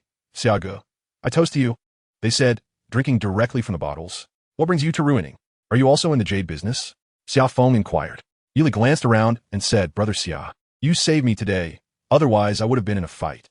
Lowering his voice, he continued, "Back home, I seriously injured someone. They were bleeding profusely, and I had no choice but to flee." Xia Feng was taken aback. This man certainly had a story to tell. He quickly asked, "What made you decide to come this way?" A chill ran down Xia Feng's spine upon realizing that Yi Li was indeed a fighter, having injured someone back home and now intending to join the military in northern Myanmar. Given their recent acquaintance, Xia Feng pondered for a moment before responding, "Yi Li, I have some understanding of the situation in northern Myanmar. There are indeed numerous mercenaries there, but these individuals are ruthless, with no sense of right or wrong." Yi Li interrupted, "Brother Xia, I've been practicing martial arts since childhood, nearly 20 years now. This skill of mine has only ever brought trouble. I heard they are recruiting people like me over there. My family is poor, and joining the military could earn me a fortune. Northern Myanmar is a unique place. Officially, it falls under the jurisdiction of the military government, but in reality, since Myanmar's liberation from colonial rule, it has been a lawless region. The military has never fully exerted control here. The area is rife with autonomous armed groups and organizations, alongside drug trafficking syndicates. In years past, this region was the world's largest opium-producing area, with the infamous Golden Triangle situated here. Subsequently, many drug traffickers adapted to the times, raising the banner of ethnic autonomy, seizing territories, establishing regimes, and waging long-term battles against the government forces. At one point, northern Myanmar was home to dozens of factions, each with its own armed forces. They not only engaged in conflicts with the government troops, but were also embroiled in incessant skirmishes amongst themselves. Northern Myanmar is a veritable treasure trove, abundant in timber resources, particularly renowned for its precious hardwoods such as Burmese rosewood and red sandalwood. Blessed with a tropical climate, the region allows for 3 harvests a year, and its livestock farming flourishes. Furthermore, the underground resources are equally enviable, boasting the world's unique gem-quality jadeite, the finest ruby mines, and an impressive yield of amber and other precious stones. Adding to the allure are the vast deposits of coal, copper, and gold, which are essential raw materials for modern industry. Despite decades of Western sanctions against the military government, they have remained unscathed, owing to their substantial resource wealth. Where there are resources, there will be plunder. Where there is plunder, there will be war. And where there is war, there is a dire need for manpower. Northern Myanmar is in constant demand for soldiers, attracting mercenaries, adventurers, and desperate fugitives from neighboring countries to this lawless region. Here, murder is commonplace, with extrajudicial punishments and torture facilities littered throughout, and dismembered bodies frequently spotted in the streets. Even in times of relative peace among various factions, the area is rife with gunfire, highway robberies, assaults, and vendettas. The military government finds itself powerless against the mountain militias, primarily encircling them without launching full-scale attacks. Instead, they concentrate their forces on key trade routes leading abroad to safeguard the export of their vast resources. The mountain forces also require sustenance, often imposing taxes on transport companies along the mountainous roads, which routinely pay multiple factions for safe passage. Additionally, rogue militias, whether affiliated with the government or the mountain forces, often set up their own checkpoints along the highways, demanding tolls under the threat of violence. Yili is headed to such a perilous landscape, a place not quite a den of dragons and tigers, yet fraught with thorns and the ever-present danger of losing one's life. After much contemplation, Xia Feng was at a loss for how to dissuade this newly acquainted compatriot. He finally said, "Yili, I have never been to northern Myanmar, but I have heard countless stories. It is far too dangerous for someone who merely possesses martial skills." Yili nodded dismissively, replying, "Thank you, Brother Xia. I intend to take a look for myself. I have never fired a gun and wish to experience it. As for which faction to join, I will decide later." Xia Feng understood that Yili was resolute in his desire to venture into northern Myanmar and was beyond persuasion. He said, "Yili, I appreciate your determination, but please ensure your safety once you arrive." Yili, feeling touched by the kindness of a fellow villager he had just met, excitedly declared, "Brother Xia, I acknowledge you as my elder brother. If things become untenable there, I will come find you. I can help you out, and you just need to provide me with a meal." Xia Feng readily agreed. "No problem. Just be sure to take care of yourself over there." Yili raised his bottle, exclaiming, "Brother Xia, we clicked instantly. It feels like fate. Let us toast to our friendship." They both downed a bottle of beer in celebration. Chapter 45, A Chance Encounter. The following morning, at around 8 o'clock, Xia Feng set off on his bicycle, heading directly to the hospital. His assistance to Yili was purely a matter of human compassion. They were both young and fellow villagers, and he could not bear to see Yili suffer humiliation. Even if a confrontation did not arise between the two parties, once at the police station, Yili would still be at a disadvantage, and the inevitable outcome would be to settle the matter with money. This was not due to police negligence. Rather, in minority regions, the management policies are typically more lenient, and there are long-standing customs and taboos that even the police hesitate to address. For instance, some men from minority groups are fond of carrying knives on the streets, and there are even those who bear hunting rifles. In mainland areas, such behavior would swiftly lead to police intervention, but in Ruang Ning, it is quite commonplace. The mountain folk in the rugged wilderness have always resorted to violence at the slightest disagreement, finding a direct confrontation with fists or knives far more satisfying than engaging in discourse. Yet, these villagers are remarkably honest, devoid of deceit or fraud. Unlike the influx of individuals from the mainland, whose negative influences have gradually tainted the local populace, Xia Feng was acutely aware of the current state of affairs. Newcomers like Yili, with their naive bravado, were at risk of significant losses if they were not careful. Zhao Lacun had already been transferred to a regular ward. A heart attack, when it strikes, comes like a tempest, posing an immediate threat to life. However, once stabilized and with proper care, the patient often returns to a state indistinguishable from that of an ordinary individual. "Xiao Xia, come sit over here. Did you not visit the morning market?" Zhao Lacun exclaimed joyfully upon seeing Xia Feng. "Uncle Zhao, how are you feeling today? Are you about to be discharged?" Xia Feng inquired, placing several boxes of nutritional supplements on the cabinet. "Xiao Xia, you should not have gone to such trouble. Please refrain from bringing me anything further." "I have all I need here," Zhao Lacun replied, straightening up and gripping Xia Feng's hand, his emotions stirred. "Uncle Zhao, please do not say that. I feel quite embarrassed." Xia Feng responded. Noticing that the other patients nearby were oblivious, Zhao Lacun leaned in and whispered, "Have you visited Xiao Zhou?" Xia Feng paused before responding. "You mean Brother Zhou? I saw him yesterday. He mentioned he would call me this afternoon." "That is good, very good." Zhao Lacun exhaled in relief, adding, "Xiao Xia, there is something I must advise you on. Xiao Zhou works at customs, overseeing the jade raw materials. When you go, bring plenty of money. There are many good items available. I purchased goods worth 200,000, which should have already arrived in Chuncheon. Make sure to maintain contact with Xiao Zhou. Do not hesitate to reach out and inquire about him. Since Yuan has introduced you, how you nurture this relationship is up to you." "Thank you, Uncle Zhao. Last night, I bought 4 packs of the Zhongjiu to gift to Brother Zhou," Xia Feng said with a silly grin.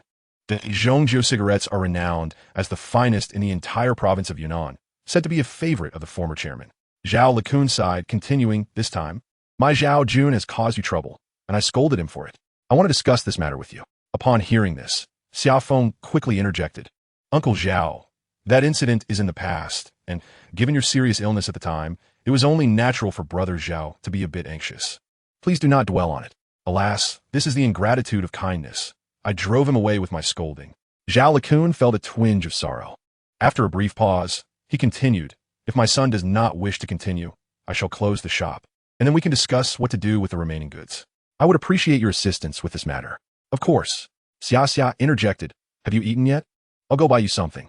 Xia Feng quickly waved his hand and replied, Sister Zhao, I've already eaten. Please let Uncle Zhao have his meal. Just then, a nurse surnamed Shen wheeled a cart into the room. Upon seeing Xia Feng, her face lit up with a radiant smile. Xia Feng, it's been several days since we last met. When will you treat me to a meal? Xia Feng's cheeks flushed crimson at her words, while Zhao looked on with suspicion at the two. Hastily, Xia Feng replied, Nurse Shun, I've been exceedingly busy lately, but I promise to treat you to a meal soon. The spirited young woman, unabashed, replied, Don't forget. As she spoke, she placed a paper bag on the counter, saying, This contains today's medication, with the instructions clearly written on it. Thank you, nurse. Xia remarked. It seems that this young lady has taken a liking to you. Xia Feng interjected. When Uncle Zhao first arrived, she assisted quite a bit. It's indeed time to invite her for a meal. Zhao chuckled. This matter is beyond our assistance. After exchanging a few more words, Xia Feng took his leave and headed directly to the stall. Upon his arrival, he noticed Chengge had also come. The couple was busy attracting customers. Xiao Gu's stall was bustling with people, as she had brought in a considerable amount of new material today, prompting many informed individuals to come and open packages. Upon seeing Xia Feng, Xiyuan Zhaoping whispered, Xia Gu, quickly check out Xiao Gu's stones. If there are any good ones, acquire a few. It's too crowded over here, and my stall is being occupied. Xia Feng approached the counter and saw a young man assisting Xiao Gu, as the package openings were chaotic and stones were easily misplaced. Upon spotting Xia Feng, Xiao Gu asked, Xia Gu, are you interested in looking? Xia Feng replied, Yes, I'd like 2 pieces. Xiao Gu retrieved 2 stones from a woven bag on the ground and handed them to Xia Feng. The jadeite raw stones from northern Myanmar were first wrapped in a layer of black plastic to prevent damage, then tightly bound with newspaper, and finally secured with tape. If domestic logistics are characterized by rough handling, the transportation companies in northern Myanmar are akin to bandits. Those involved in jadeite here harbor deep resentment towards them. Yet they have no choice but to rely on their services. Only organizations with strong backing, either from autonomous groups or military leaders, can operate transportation companies in northern Myanmar. Otherwise, one's vehicle wouldn't even be able to exit the premises. One of the stones was a black wuxia, weighing approximately 1 kilogram, with a remarkably even shape and no fractures. The wax coating on the stone had mostly fallen away, revealing fine, hard sand. Xia Feng rubbed it with his hand and noted the coarse texture. Inspecting the skin, he observed some areas with mottled patterns, and when held up to the light, it appeared quite translucent. Could it be from Mwanjiji? He pondered, recognizing that this stone would not come cheaply. Chapter 46, a major undertaking. In the industry, there's a saying that black wuxia can yield high-quality green jade. Jadeite is primarily a polycrystalline structure composed of sodium aluminum silicate during its formation. Some aluminum ions are replaced by chromium ions, resulting in sodium chromium silicate, which is the green coloring agent.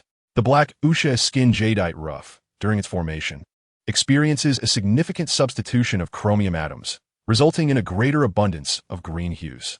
However, the incursion of iron atoms transforms much of this vibrant green into a grayish green, leading to the jadeite commonly referred to as oil green.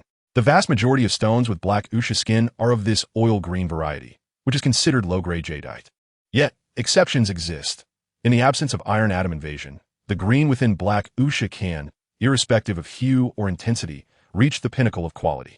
Imperial green, vivid green, and top-grade jadeite, devoid of impurities and inclusions, predominantly originate from black wuxia stones.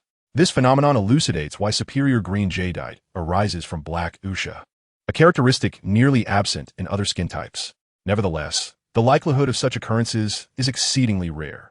It is akin to a lottery where countless individuals, like moths to a flame, pursue the chance to create a celebratory windfall for a fortunate few. Xia Feng was meticulously examining the stone when the nearby Xiyuan Zhaoping softly remarked, This one doesn't seem promising. Xia Feng glanced at the stone Xiyuan Zhaoping had just unveiled, which was a piece from Sanxiao. He inquired, Is there any color? Xiyuan Zhaoping shook her head, No color, but the water is quite long. As she spoke, she slid a flashlight over the stone, prompting Xia Feng to assert, That's not right. Xiyuan Zhaoping realized that Xia Feng had dismissed this stone. Just as she was about to place it on the counter of Xiao Gu, a man abruptly snatched the stone from her grasp, saying, Let me have a look. Xia Feng, seated on a stool, prepared to scrutinize the stone when his phone rang. He quickly retrieved his phone to find it was a call from Zhou Feng. Nervously, Xia Feng stood up. Hello, Brother Zhou, this is Xia Feng. Ah, Xia, this afternoon at 2 o'clock, go to Mengsha village. There's a large courtyard at the village entrance where we will meet. Understood. Thank you, Brother Zhou, I will be there on time. Xia Feng's heart raced. This significant matter was already halfway to success. After hanging up, he attempted to reach for the stone, only to find Chang'e inspecting it. He couldn't help but smile wryly. This man certainly knew how to seize opportunities. Chang'e, holding the stone, inquired, Xiao Xia, are you still interested? Observing Chang'e's anxious demeanor, Xia Feng replied, go ahead, Chang'e. Chang'e felt a surge of joy. There had been customers at the stall earlier, and he was eager to seize this prime opportunity to acquire the best source of goods. He could not let it slip away. As Xia Feng stood to answer the phone, Chang'e casually glanced at the black Usha stone and was immediately reluctant to put down. Such a stone, with color on its surface and a tight skin, sparked the imagination, but he knew he could not gamble. This type of stone was suitable for window opening. If color emerged, its value could surge exponentially. The high-quality materials sold at Ruining predominantly consist of black Usha, while stones with skins like Baiyin Sha and Huangyin Sha generally carry much less risk. The essence of gambling on stones lies in the venue's integrity. Even the slightest deviation is unacceptable. Jadeite initially forms deep underground, at depths of 2 to 3 kilometers, where pressure and temperature are optimal. The quality of jadeite found in the center of a vein far surpasses that found at its edges. After observing the stone for a while, Chang'e looked up and asked Xiaogu, how much is this stone? Xiaogu glanced at the number on the stone and then checked his phone, replying, 30,000. Chang'e chuckled and said, Xiaogu, this is far too expensive. What is the minimum price you can offer? After all, I have always supported your business. Xiaogu inquired, Chang'e, what amount can you see? After pondering for a moment, Chang'e replied, 8,000. Xiaogu shook his head. That is still significantly below cost. Chang'e, this is an old material from Mowanji. Chang'e gazed at the stone, contemplating, and then stated 10,000. Xiaogu silently shook his head, seeing that the two were unable to reach an agreement. Xia Feng stood up and whispered a few words to Siyuan Zhaoping before turning to leave. His thoughts were preoccupied with the events of the afternoon. Upon returning home, noticing that it was still early, Xia Feng picked up a jade carving machine and began learning to open windows on the stone, filling the room with the sound of squeaking. The jade raw stone was encased in a thick layer of weather crust. Initially, to reveal the jade flesh within, people would directly strike a corner of the stone with a hammer. Later, the technique of using a jade carving machine to drill holes into the outer layer, commonly known as opening windows, was invented. Opening windows is a skilled craft. One must first learn to interpret the stone's outer skin. The jade raw stone is diverse and ever-changing, with minute differences yielding vastly different qualities inside. The goal of opening windows is to showcase the finest jade flesh, which is essential for commanding high price. Another crucial aspect is to avoid cracks and water lines. One must steer clear of fissures, and if unavoidable, create a trapezoidal surface to conceal them. Chasing water is another term. It refers to artificially crafting various three-dimensional surfaces on jade that lacks good transparency to enhance its clarity, with fish scale patterns being the most commonly used. There's an old saying, an open window does not equate to an increase in value. Only when cut does it count. This means that a stone may appear to have good quality and transparency when opened, but these attributes can be artificially created, and cutting the stone may result in it collapsing. As Xia Feng was engrossed in his work, his phone rang. Siyuan Zhaoping smiled and said, Xiaogu, I managed to sell over a dozen of the stones you had, but it probably didn't yield much profit, judging by that boss's demeanor. He must be from the mainland. Xia Feng felt elated. Xiaoping, to sell them as is, quickly dispose of those stones, as I might be receiving a large shipment soon. Siyuan Zhaoping quietly added, Xiaogu, that piece of black sand that Chang'e didn't take, he offered 13,000, and Xiaogu didn't sell it. Are you still interested? Just as Xia Feng was about to say, he would go take a look. He suddenly realized it was already noon, and the morning market should have dispersed. After a moment of thought, he replied, let us discuss it tomorrow. The prices of stones are quite high, and I need to examine them carefully. Putting down the phone, Xia Feng exhaled deeply. The situation was improving. It was now a matter of his next steps. He currently had only 120,000 yuan, and he needed to use his resources wisely. If he couldn't acquire a good stone in the afternoon, he would consider taking that piece of black sand. In ruining, encountering suitable stones is not easy, especially those that look promising and can appreciate significantly whether opened or cut. Such opportunities must not be missed. Without gambling on stones, one cannot hope to attain wealth. Chapter 47. Confiscated Jade. Zhouge, you've arrived. looking at Xia Feng as he stepped out of the car. Xia Feng wore a broad smile and handed over the paper bag in his hand. Xia Feng glanced inside, smiling as he said, "Xia Feng, you are too kind." As he spoke, he opened the car door and tossed the bag onto the back seat. Xia Feng explained, "It's just a small token, Brother Zhou. Rest assured, I'm not someone lacking in understanding." Xia Feng was taken aback for a moment, then patted Xia Feng on the shoulder, and the two entered the courtyard one after the other. This courtyard was situated alongside the main road. From the outside, it appeared rather modest, with no signs to indicate its purpose, rendering it entirely inconspicuous to outsiders. As soon as Xia Feng stepped into the courtyard, a middle-aged man in his 50s emerged from the reception room, his face beaming with a warm greeting. "Director Zhou, you're here. Lao Zhang, open up warehouse number 3. Xia Feng was taken aback by the unexpected vastness of the courtyard, which housed several buildings side by side, clearly warehouses. The open spaces in front of each building were dotted with numerous vehicles, including trucks, SUVs, and sedans, their rusted exteriors suggesting they had been parked for quite some time. Xia Feng chuckled. "If you ever wish to buy a car, just let me know. These vehicles may look old, but with a bit of repair, they can still serve." "Thank you, Brother Zhou. I'll take a look at the Jade first," Xia Feng replied. The two followed Lao Zhang to warehouse number 3, where Lao Zhang unlocked the large padlock and swung open the door. Xia Feng stepped inside, and Xia Feng's heart raced as he closely followed behind. "Xiao Xia, the floor is strewn with raw jade stones. Take out whatever you fancy, and we can discuss the price afterward. Just remember, do not mix up the stones," Xia Feng instructed. "Understood, Brother Zhou," Xia Feng affirmed. Lao Zhang quickly added, "It's my pleasure to serve the leadership." With that, the two men proceeded inside. Xia Feng finally steadied his nerves and began to scrutinize the warehouse, which spanned approximately 400 to 500 square meters. There were no shelves. Instead, various raw jade stones were neatly arranged on the floor. Some were in small piles of just a few stones, while others were stacked high in woven bags. Yet each pile was distinctly separated. It seemed that the confiscated stones were grouped together to avoid any confusion, Xia Feng mused to himself. After contemplating, he decided to start from the left side, planning to place any stones he liked in the aisle in front of each pile to prevent any disarray. The first pile contained stones from the Damakan's source. There were only a dozen or so, each being window material. Among them were a few water stones, which, when illuminated, displayed impressive transparency and exquisite quality. Xia Feng felt a twinge of anxiety. Such stones were easy to sell, but what price would Xia Feng offer him? If the price were too high, they would be hard to sell, leaving him financially strained. He regretted not asking about the price earlier. With a resolute heart, Xia Feng selected a few water stones and placed them in the aisle, feeling a bit regretful about leaving the remaining few, which were also quite good. Next, he moved to a pile of stones from the Mashi sand quarry, which varied in quality. Some were even excellent sand-extracted material, definitely valuable, and not to be overlooked. Xia Feng opened a woven bag piled high, only to feel disappointment as he discovered they were all kilogram-grade stones, lacking in allure. Then came another pile of Mashi stones, all of exceptional quality.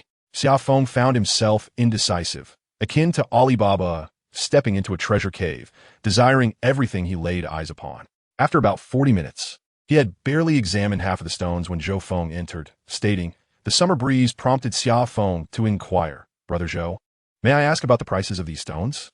He gestured toward the stones on the ground, all of which he had personally selected. Xia Feng chuckled and replied, "This room is filled with kilogram materials, priced by the kilogram. Previously, they were sold by the pile, quite cheaply. Since you've selected them individually, let us say 100 per kilogram." Xia Feng was taken aback, nearly leaping in astonishment. It felt akin to receiving a gift. Cautiously, he asked, "Is this really acceptable?" Xia Feng reassured him, "You are purchasing stones. What is there to fear? I will bring the accountant over shortly, and we can weigh them directly for payment." After Xia Feng departed, Xia Feng, brimming with excitement, began to jump around the storeroom. "This is incredible. I've struck gold. Good deeds truly bring good fortune." Overwhelmed by elation, he nearly stumbled into the pile of stones. Once his excitement settled, he scrutinized the stones. Soon, a thought crossed his mind. Xia Feng was not present, so he hastened to take care of the matter. Exiting the storeroom, he spotted old Zhang sipping tea beneath the shade of a tree. He approached and asked Uncle Zhang, "Is there a grocery store nearby? I need to buy a bottle of water." Old Zhang pointed beyond the wall. "There's South one across the street." Xia Feng acknowledged him and left the courtyard, making his way to the grocery store. He purchased a bottle of water and drank eagerly, his throat parched from earlier excitement. "Uncle Zhang, here are 2 packs of cigarettes for you," he offered. Old Zhang, taken aback, hesitated to accept, feeling somewhat flustered as it was the first time he had received a gift in his life. "No, this is too much," he insisted, rising to his feet. "Don't worry, Uncle Zhang. I shall be a frequent visitor here." Old Zhang watched Xia Feng's retreating figure, his heart filled with apprehension. Managing the storeroom alone, he feared that if his superiors discovered he had accepted a gift, it might lead to his dismissal. While old Zhang wrestled with anxiety, Xia Feng reveled in his good fortune. He repressed his excitement and began to meticulously select the stones. Gradually, he discerned a pattern. The smaller the pile, the higher the quality of the stones, while the larger mounds were predominantly kilogram materials. The room also housed a considerable number of large stones, with several towering over a person's height near the wall. Intrigued, Xia Feng approached them and noted that some displayed remarkable quality. One could almost feel the despair of the original owner who had lost such valuable stones. The majority of the stones were deep black, with dozens of piles scattered about. After considerable deliberation, Xia Feng managed to select around 30 pieces, each substantial in size, some weighing an estimated 40 kilograms. "Xia Feng, is this all you have? Nothing more suitable?" Zhou Feng inquired. Standing up and stretching, Xia Feng replied with a smile, "Brother Zhou, let us go with these for the first time. I fear it may not be convenient for you." Zhou Feng chuckled in response, "It's fine now, but may not be later. The General Administration is drafting a document stating that all confiscated items must undergo an auction process." He patted Xia Feng on the shoulder, adding, "Even if they are auctioned, specialized sales are unlikely to be cancelled. Some items unsuitable for auction must be transferred, and the management of these processes is quite stringent." Xia Feng, unfamiliar with such professional terminology, nodded along. After a brief delay, he finally completed his selections. Old Zhang came over to assist him in loading stones into the woven bags. In the midst of a summer breeze, Xia Feng managed to call Xiyuan Zhaoping, asking her to hire a tricycle to wait at the entrance of Mengsha village. Zhou Feng not only brought an accountant, but also the cashier.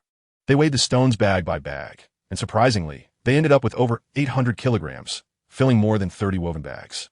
Xia Feng felt a sense of relief, grateful that he hadn't been overly ambitious, as his limited funds would have been insufficient otherwise. It seemed that Zhou Feng and his team were quite experienced and efficiently completed the process in no time. Zhou Feng then said to Xia Feng, before leading the accountant and cashier away. At that moment, Xia Feng realized that, on the surface, this was merely a formal procedure for handling confiscated goods, devoid of any underhanded dealings. Yet, from another perspective, selling the confiscated items to outsiders seemed reasonable. This was a legitimate workaround within the rules. His good deeds were finally bearing fruit, allowing him to enter this circle. Perhaps in the future, all items would be auctioned, which would truly be fair. Putting aside these thoughts, he focused on loading the vehicle. Fueled perhaps by the motivation of 2 cigarettes, old Zhang worked diligently alongside Xia Feng, and with the driver's help, they completed the task swiftly. Xiyuan Zhaoping was oblivious to how Xia Feng had acquired so many stones, but seeing his excitement, she guessed that he must have struck a significant bargain this time. Xia Feng intended to store the items in his room, as there was still heavy lifting to be done, requiring a trip to the 3rd floor. With the stones being moved, Xia Feng and the driver took the lead, exerting tremendous effort to carry the more than 30 bags upstairs. Exhausted and drenched in sweat, Xia Feng was about to sit down for a brief respite when Yili called. Gasping for breath, Xia Feng inquired, "Yili, why are you calling me?" He was skeptical of the actions of his fellow villager he had met the previous night. The region of northern Myanmar was fraught with peril, and an ordinary person venturing there in search of gold could easily find themselves in dire straits. Yili was planning to come over, and Xia Feng relayed the address. Gazing at the room filled with stones, he felt a mix of helplessness and exhilaration. The small space was nearly consumed by the 30 bags, leaving no room to walk. He stacked the original stones in the corner, and now these new acquisitions felt like a burden, lacking even a place to be displayed. The two of them began to unpack and categorize the stones. As they opened several bags, even Xiyuan Zhaoping was astonished by the quality of the stones. "Where did you manage to buy so many, Xia Ge?" After a while, Xia Feng grew weary and sat on a stool, panting. Xiyuan Zhaoping, with a smile, asked, "Xia Ge, these stones must have cost a fortune, right? Just look at this Mashi Sha, with some sand shedding, even under a kilogram. It could easily sell for 3 to 2,000 yuan." Xia Feng burst into laughter. "Zhaoping, we are about to strike it rich." Xiyuan Zhaoping held up the piece of Mashi Sha and inquired, "How much did this cost?" Xia Feng took the stone, weighing it in his hands, estimating it to be about a kilogram, and replied, 100 yuan. "What?" Xiyuan Zhaoping nearly jumped in disbelief. "How is that possible?" Xia Feng sighed. It truly was 100 yuan. Good deeds yield good rewards. I want to elaborate further. You just focus on selling, and I'll handle the stones. Xiyuan Zhaoping suddenly wiped away her tears and said, Brother Xia, I can assist you in selling stones, and I shall take 10% of the profits. This is the custom of ruining. 5% would suffice as well. If you do not agree, I shall not help you. Xia Feng was momentarily taken aback. Then he smiled wryly. Alas, her life has been quite harsh. Xiyuan Zhaoping had received little formal education due to her family's poverty and being a girl. She was not favored at home. In desperation, she initially worked the fields, but when that could no longer sustain her and her mother, she sought employment elsewhere, leaving her child in the care of her own mother. The women of the Dai ethnicity are known for their resilience and with a sharp mind. Xiyuan Zhaoping began by assisting others in selling finished jade in Yingjiang. Eventually, she arrived in Ruining, attracted by its larger market and greater opportunities, not far from home. Xia Feng had met Xiyuan Zhaoping through Li Junhai.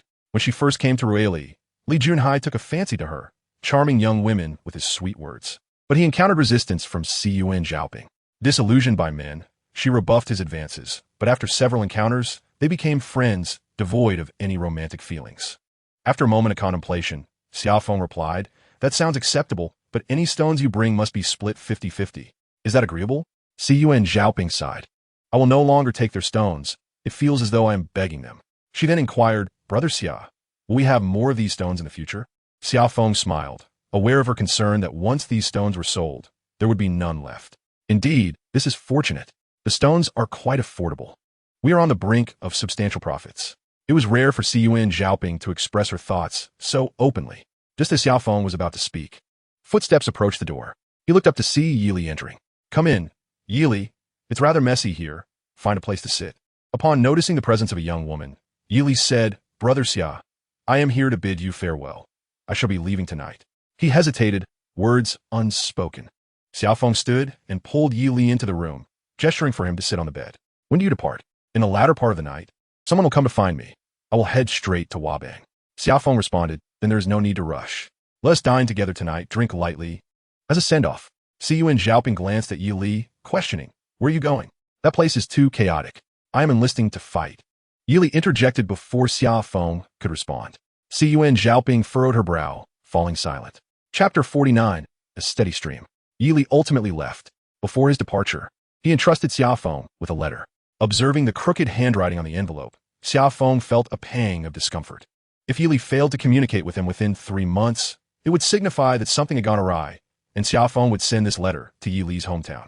This was a farewell letter.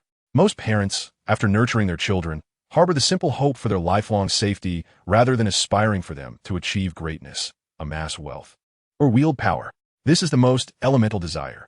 For a parent, the thought of a child, like Yili, risking his life for a brighter future is unbearably cruel. Though Yili had a troubled past, it had not yet reached an irredeemable state. Xia Feng was reluctant to accept this letter from Yili, but upon seeing Yili's tragic expression, he had no choice but to comply. Yili was not foolish. Anyone capable of mastering martial arts possessed a keen intellect.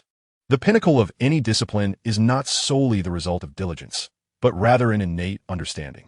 Without cleverness, one cannot grasp the intricacies of martial arts, especially Chinese martial arts, which are deeply rooted in the essence of Huaxia civilization and demand considerable physical prowess. As Yili's martial skills reached a certain level, he might require greater challenges to conquer himself. In this peaceful era, where could he find a more suitable place than northern Myanmar? Yili's temperament suited him well. His cheerful and straightforward nature reflected the characteristic disposition of the people from Shandong.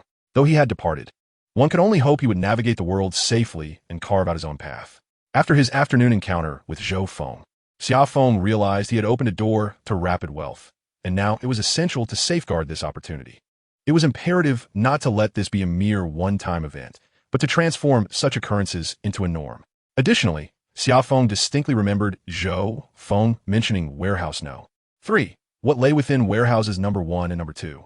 Were there also warehouses number 4 and number 5? In Ruining, smuggling was a commonplace affair, and countless confiscated items could be found, such as those cars in the yard. Were there also several warehouses containing jade? The stones he had seen today were mostly common goods, even kilograms of material.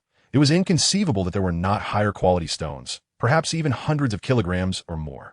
Uncle Zhao had purchased stones worth over 200,000, What kind of goods had he acquired? What distinguished the stone gambling shops in the mainland from those in Ruining? According to Ruining's customs, in situations like today, Xia Feng was expected to provide Zhou Feng with a 10% white card. He hesitated over how to deliver this money. It was essential to give, despite the potential risks it posed to Zhou Feng. If he refrained, there would be no second chance for him. This was a fundamental principle in dealing with matters. Maintaining relationships could not rely solely on goodwill. Without mutual benefits, no one could provide long-term assistance. Moreover, those purchasing confiscated stones in their vicinity were certainly not few. Any leader would have the right to engage in such dealings. How could he gain an advantage among them? If an auction policy were to be implemented, his current funds would be utterly insufficient. It was crucial to seize this time window. Every additional profit counted. Xia Feng gazed at the woven bags on the ground, a satisfied smile gracing his lips. Suddenly, a beautiful maiden appeared in his mind. He contemplated inviting that lovely nurse for a meal one day. He chuckled to himself. When he awoke the next morning, Xia Feng discovered an issue below, and he couldn't help but smile wryly. After a night of spring dreams, youth was indeed a blessing. At 7:30, Cun Xiaoping arrived. Xia Feng carried 2 baskets of stones downstairs and placed them on the electric vehicle. Just as they were about to depart, they heard Yang Jisheng calling from upstairs. Yang Jisheng came down and said, "Xiao Xia, I need your help with something. I want to buy a pendant. What will be good?" Xia Feng smiled and inquired, "Brother Yang, how much are you planning to spend? Is it for yourself or a gift?" "A few thousand, something for a young girl," he replied. Xia Feng remarked, "If you are free later, come find me at Jiegao. I shall assist you in selecting." "Thank you." Jiegao Yucheng primarily focuses on the sale of raw jadeite, yet a portion of the offerings includes jadeite ornaments and decorative pieces. The two proceeded directly to Jiegao. Upon reaching the stall, Xiaogu had just arrived as well. Xia Feng inquired, "Xiaogu, did that block of black wuxia sell yesterday?" Xiaogu shook his head, stating, "The prices offered were too low. My brother refused to sell." Xia Feng replied, "Once I finish displaying the stones, I shall take a look." "Very well, let us sell this batch of stones and strive to earn more." The two settled in front of the counter, and Xia Feng began to set prices for the stones. Cun Xiaoping, not well versed in this matter, noted the prices and costs that Xia Feng mentioned, recording them in a small notebook, one for the hypothetical cost price and another for the selling price. At the Jiegao morning market, every vendor possesses a small notebook detailing the cost of their stones, including shipping fees. Occasionally, during negotiations, they might reveal their notebooks to customers. It is merely a sales tactic, and whether the so-called cost price is genuine remains a mystery to all. After discussing all the stones, Xia Feng instructed Cun Xiaoping to weigh each stone and record the weights in the notebook, as this would reflect the true cost of the stones. "Xiao Xia, have you changed the stones?" Upon entering, Chenggu immediately noticed that the stones at Xia Feng's stall were entirely different from before. "Chenggu, I have befriended an old Burmese. He has a wealth of goods, and I acquired quite a few, all with decent quality. Do take a look and see if any catch your fancy." Xia Feng spoke the lie with an unwavering demeanor. Chenggu picked up a stone and inquired, "What is the price for this one?" Cun Xiaoping responded, "Chenggu, this one is priced at 3,000. If you fancy it, 2,000 will suffice." Chenggu, fully aware of the underlying game, realized that this young lady was not easily swayed. Her words were merely to be taken with caution. His thoughts shifted, and he began to examine the stones with greater scrutiny. Chapter 50, A Battle of Wits. As Chenggu scrutinized the stones, he observed Xia Feng taking the block of black wuxia from Xiaogu. He leaned in closer, whispering, "The stone is indeed remarkable, but the price is excessive." After much discussion, we could not agree. Xia Feng gazed at the stone, stating, "I merely glanced at it yesterday. It seemed acceptable." The stone was indeed fine, yet the price was steep, making it difficult to sell. Chenggu reiterated his point, unwilling to concede. Xia Feng raised her head and asked, "Chenggu, is it possible to open a window on this stone?" Chenggu took the stone, examined it, and responded, "It should be feasible, but the risk involved is substantial. If it contains color, it is likely to be floating flowers. Should we fail to reveal the color, it could lead to significant loss." "Xiaogu, how much does your brother wish to sell it for?" Xiaogu replied, "My brother stated that this is old material from Mo Wanji. He is selling it for the skin, and there's also some pine flower on it. He has insisted that it cannot be sold for less than 15,000. Chenggu interjected with dissatisfaction, "Your brother is only 2,000 short. I can offer 13,000 and still he refuses to sell." Xiaogu apologetically responded, "Yesterday, someone offered 14,000, but I did not dare to sell." Xia Feng addressed Chenggu, saying, "Xiaogu is earnest. She listens to whatever her brother says." Chunga muttered under his breath before turning his attention back to Xia Feng's stones.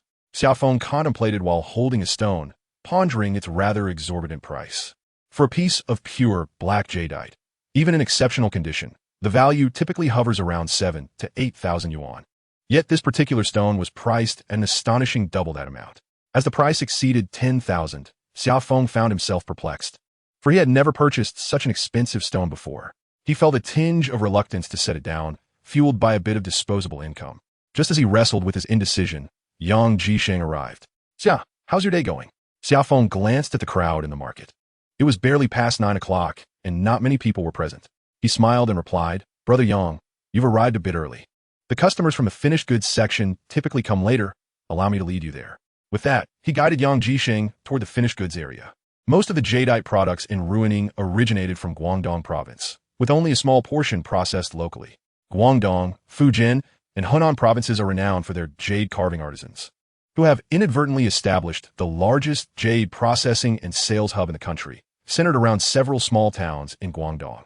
Even in ruining, over half of the jadeite products available in the market are sourced from Guangdong, where the trade of rough jadeite stones thrives. This phenomenon is deeply rooted in history and geography. In the early years of reform, jade merchants from Hong Kong and Macau set up factories in the mainland, igniting local investment enthusiasm. With limited funds, a few households, or even entire villages pooled resources to establish processing plants and attract talent from various regions, gradually building a robust industry. On another front, the materials from the Myanmar public auctions are predominantly processed stones, conveniently shipped via sea to Hong Kong and then to Guangdong province. The merchants profit substantially from processing fees and markups. The people of Guangdong are generally averse to gambling. They seldom purchase uncut stones, preferring instead to invest in processed materials, regardless of the stone's size, which are invariably split in half. These processed stones do carry an element of risk, yet the contrast with uncut stones is stark. Conversely, ruining is famed for its rough jadeite stones, attracting enthusiasts of gambling on stones. In terms of reputation, the layperson may recognize ruining but remain oblivious to Guangdong. However, those within the jade trade still favor Guangdong. Business practices in Guangdong are notably straightforward, while ruining locals, including those who travel there for trade, are often known for their hefty demands, seeking to profit as much as possible, a tendency influenced by the nature of rough jadeite stones. The finished goods section of Yuqing is quite expansive, housing several halls. Here, the atmosphere exudes a higher class, with immaculate and bright counters, showcasing a dazzling array of jadeite ornaments that evoke a sense of tranquility. Even on a sun-drenched day outside, the lights within are fully illuminated. This contrasts sharply with the sale of rough stones, where dim lighting is preferred. Yang Jisheng perused the area, occasionally glancing around but failing to find a suitable piece. Xia Feng suggested, "Brother Yang, there is another hall over there that specializes in high-end items. Let's take a look." As they walked and chatted, they continued to browse. Eventually, Yang Jisheng's eye caught a striking violet pendant, resplendent in deep hues of red and purple, offering an almost translucent quality. "How much is this one?" he inquired. The young salesgirl glanced at Yang Jisheng and said, "Boss, this is a rare peach blossom jade, quite exceptional, aged and without any cotton or color discrepancies. It is undoubtedly a collector's item." Summer Wind interrupted her incessant chatter. "Just tell me the price."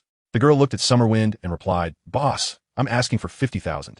Yang Jisheng was taken aback, but soon grasped Summer Wind's intention. He smiled and asked the girl, "What is the lowest you can go?" The girl feigned contemplation and finally said, "Boss, if you want it today, I can let it go for 45,000. Summer Wind shook his head. "That's too expensive. The girl is not being genuine. We just saw one over there that is even better, priced at only 45,000. With a casual wave of his hand, he began to fabricate tales. This was the first time Yang Jisheng witnessed Summer Wind haggling. He stood silently to the side, secretly amused. If the girl believed Summer Wind, she would truly be deceived. As she had just set up her stall, someone else approached, eager for a good start, and she said, "I can offer you 40,000. "Handsome." Summer Wind shook his head. 25,000. "If that works, I'll take it. If not, we'll keep looking." With that, he grabbed Yang Jisheng and began to walk away. The girl contemplated calling them back, but the profit margin was too slim, and as she hesitated, the two had already distanced themselves. Yang Jisheng, inexperienced in such matters, whispered, "Why?"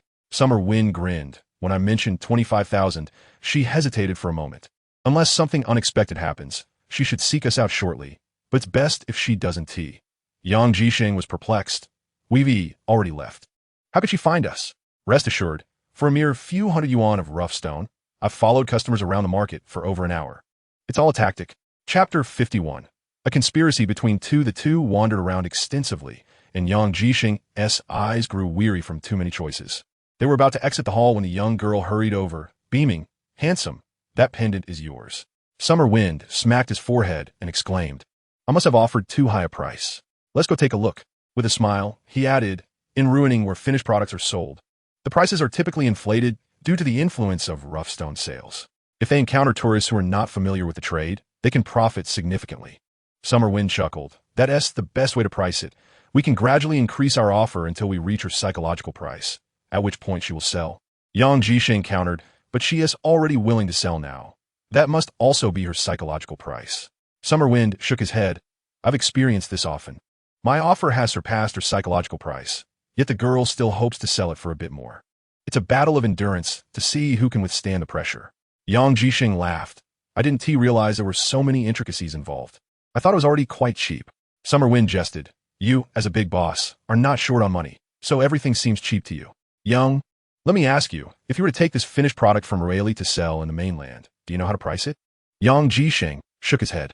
After a brief mental calculation, Yang Jisheng couldn't help but exclaim, "Why has the price increased several-fold?" As two individuals strolled and conversed, they arrived at Xia Feng's stall, where Yang Jisheng took his leave. He spoke, "Brother Chung, this batch of materials is thanks to Xiao Ping's connections. We purchased it together, and she determines the selling price. I shall not be involved, as we agreed beforehand." Xia Feng, uninterested in their chatter, took the stones handed to him by Xiao Gu and resumed his examination. "Cun, Xiao Ping informed Xia Feng. Wang Wei just came looking for you. He said he would return shortly." Brother Chung contemplated withdrawing, but hesitated, glancing at Cun Xiao Ping's innocuous gaze. He muttered, "This rascal Xia Feng has learned to be cunning, sending you to deal with me." Cun Xiao Ping chuckled softly. At that moment, Wang Wei approached, drenched in perspiration, and upon seeing Xia Feng, he exclaimed, "Brother Xia, let's dine together tonight. My cousin is treating us." Xia Feng lifted his head to glance at Wang Wei and replied, "I want to be attending." Wang Wei, grinning, responded, "My cousin specifically asked me to invite you. He said you overindulged him the other day and are due for some payback. Has he struck it rich? Why is he treating?" Xia Feng inquired. Wang Wei leaned closer, lowering his voice. "A group of them partnered to sell a stone worth over 3 million. He probably earned 2 to 300,000. Xia Feng was taken aback, then wryly remarked, "Wang Wei, when will we partner to sell a stone worth over 1 million? Wang Wei waved his hand dismissively. "Tomorrow, we shall sell it." "Nonsense," Xia Feng retorted, scolding the boy for his casual remarks. Wang Wei seized the stone from Xia Feng's hand and asked, "This stone is quite impressive. Did you purchase it?" "I haven't bought it yet. I'm contemplating acquiring it for a window opening," Xia Feng replied, deep in thought. Wang Wei's eyes lit up. "Let us buy it together. I know someone who excels at window openings, but it will require some expenditure." "No problem," Xia Feng agreed, turning to Xiao Gu. 15,000? Xiao Gu, busy attracting customers, responded, 15,000. Xia Feng handed the money to Xiao Gu and said to Wang Wei, "Tell your cousin I have matters to attend to tonight. We will go to open the stone window this afternoon." Wang Wei, aware of Xia Feng's disdain for his cousin, nodded in agreement and departed. Xia Feng, holding the stone, relayed a few instructions to Cun Xiao Ping, expressing his intent to visit Zhao Likun in the hospital. On the way, Xia Feng pondered a significant matter that troubled him. Despite arriving at the hospital, he still had not formulated a solution. Zhao Likun appeared quite well, seated on the edge of his bed, enjoying some fruit. Upon seeing Xia Feng, he attempted to rise to greet him, but Xia Feng gently pressed him back down. "Uncle Zhao, you seem to be recovering well, looking radiant." "Huh, it is all thanks to you," Zhao Likun replied, setting down the fruit. Noticing the room was a bit noisy, he turned to his daughter and said, "Let us take a stroll outside, Xia Feng." Zhao nodded, sensing that her father had something to discuss privately with Xia Feng. The two slowly exited the ward and strolled beneath the shade of the trees in the courtyard. Zhao Likun inquired, "Have you completed the stone purchase?" "Yes, uncle. It is done. I spent 80,000, Xia Feng confirmed. "That is good to hear. There is something I must tell you, but do not disclose it to anyone," Zhao Likun cautioned, contemplating his words. "You should express your position to Xiao Zhou. After all, Yan is my nephew, which distinguishes me from you." Xia Feng felt a secret delight within and said, "Uncle Zhao, I came to seek your advice on how to handle this matter." What else can we do? We must adhere to industry customs. It is only natural for those in such positions to seek additional income. As the saying goes, a clear stream yields no fish. Zhao Likun added, the entire sales procedure poses no issues. Both the pricing and weight are publicly acknowledged. Rest assured, this matter is known only to me. A weight lifted from Xia Feng's heart as he replied, Uncle Zhao, I intend to proceed with a 15% margin. What do you think? Zhao Likun glanced at Xia Feng, suddenly enlightened, and jestingly chided him. Young man, you possess the potential to become quite the shrewd businessman. Chapter 52, Master of the Open Window. Xia Feng chuckled foolishly, harboring his own thoughts. In Zhou Feng's eyes, his significance likely ranks low. To gain the other's attention and foster a lasting transaction, he must concede some profit. No one ever complains about having too much money. Zhao Likun sighed, saying, alas, if my Zhao Jun were as adept as you, he would never find himself asking me for money daily. Xia Feng had no fondness for Zhao Jun and could not counsel Zhao Likun, so he shifted the topic, asking, Uncle Zhao, I have another question. You operate a shop in Spring City. How do the customers there differ from those in Ruining? Zhao Likun pondered briefly before replying. They are entirely different. These are two distinct types of people. Aside from tourists, those who come to Relic generally possess some knowledge of jadeite, having previously engaged with stones in the mainland. Their standards for stones are quite high. They understand the market and the material. Are the customers in mainland gambling stone shops truly addicted? Xia Feng expressed skepticism toward Zhao Likun's assertion. Yu Haven Tea witnessed their fervor. With the current economic conditions, once they enter the shop, they hardly scrutinize the stones. They go straight for the saw. As long as the stone does not yield a worthless core, the shop owner has ways to manage. Zhao Likun suddenly inquired, Xiao Xia, are you considering opening a shop in the mainland? I am merely gathering information. A friend of mine has such an ambition. Xia Feng shook his head, responding, Uncle Zhao, which stones sell well in the mainland? Regardless of the market, any stone with clarity and good transparency can be sold as ice type, commanding high prices. Comparatively, black wuxia is still quite favored. It is said to produce high green, and novices believe they are unique, attributing their luck to skill. The two exchanged knowing smiles. Zhao Likun continued, larger stones sell well. As long as they can be fashioned into bracelets, the price can soar, regardless of type, as they are oblivious. Furthermore, in the mainland, a shop must possess cutting saws. Once the stones are cut, they must be transformed into finished products, which imposes the obligation of not consistently making poor cuts, or else customers will cease to return. Xia Feng began to grasp the implications. It appears that selling a rough stone entails after-sales service, while in Ruining, once a stone is sold, the transaction is deemed complete, irrespective of whether it appreciates or depreciates in value. Zhao Likun remarked, do not underestimate the profits from processed goods. They are substantial. I always send the materials for processing to Guangdong, where the fees are considerably lower. Sigh, I share the same sentiment. I can no longer manage solely on my own. Today, Xia Feng sought out Zhao Likun with a clear intent. One reason pertained to Zhou Feng, a youth inexperienced in the art of gifting. After hearing Zhao Likun's perspective, he felt a sense of reassurance. Now it was up to him to determine his next steps. The other reason involved opening a store on Taobao. For the past few days, he had been home, practicing how to carve windows into stones and browsing online to learn the intricacies of running a shop. To immerse himself further in the experience, he had even purchased a few items. As he sat beneath the shade of a tree, just lifting his bowl to begin his meal, he spotted Li Junhai and a young man riding an electric scooter towards Yalong, Jewelry City. Li Junhai, where are you off to? Xia Feng shouted, his voice rising. Without waiting for a response, Li Junhai hurriedly moved on, observing a somewhat unusual expression on Li Junhai's face. Xia Feng speculated that something might be amiss, yet he chose not to dwell on it. After all, Li Junhai was thriving in Ruining with many acquaintances. Nothing too grave could possibly occur. Upon arriving at the shop, he found Wang Fuzhong and Wang Wei already present. Xia Feng placed the stone before Wang Fuzhong and stated, Uncle Wang, I have a hunch about this stone. Its price is rather steep. Wang Fuzhong picked up the stone for a closer inspection, while Wang Wei felt a tinge of anxiety, for he held a half share in it. After scrutinizing for a while, Wang Fuzhong inquired, what was the highest bid from others? This belongs to a young overseas Chinese girl next door. Changge bid 13,000, which should be the highest, came to reply. Wang Fuzhong remarked, to be honest, I do not quite understand. The skin is tight enough, and there's a fair amount of mottled jade. Yet why hasn't he the old Myanmar cut it open? This leads us to the theory of cautious speculation in the realm of stone gambling. One must fear overly optimistic thoughts. The greater the hope, the deeper the disappointment. should it collapse, one might find no solace to shed tears.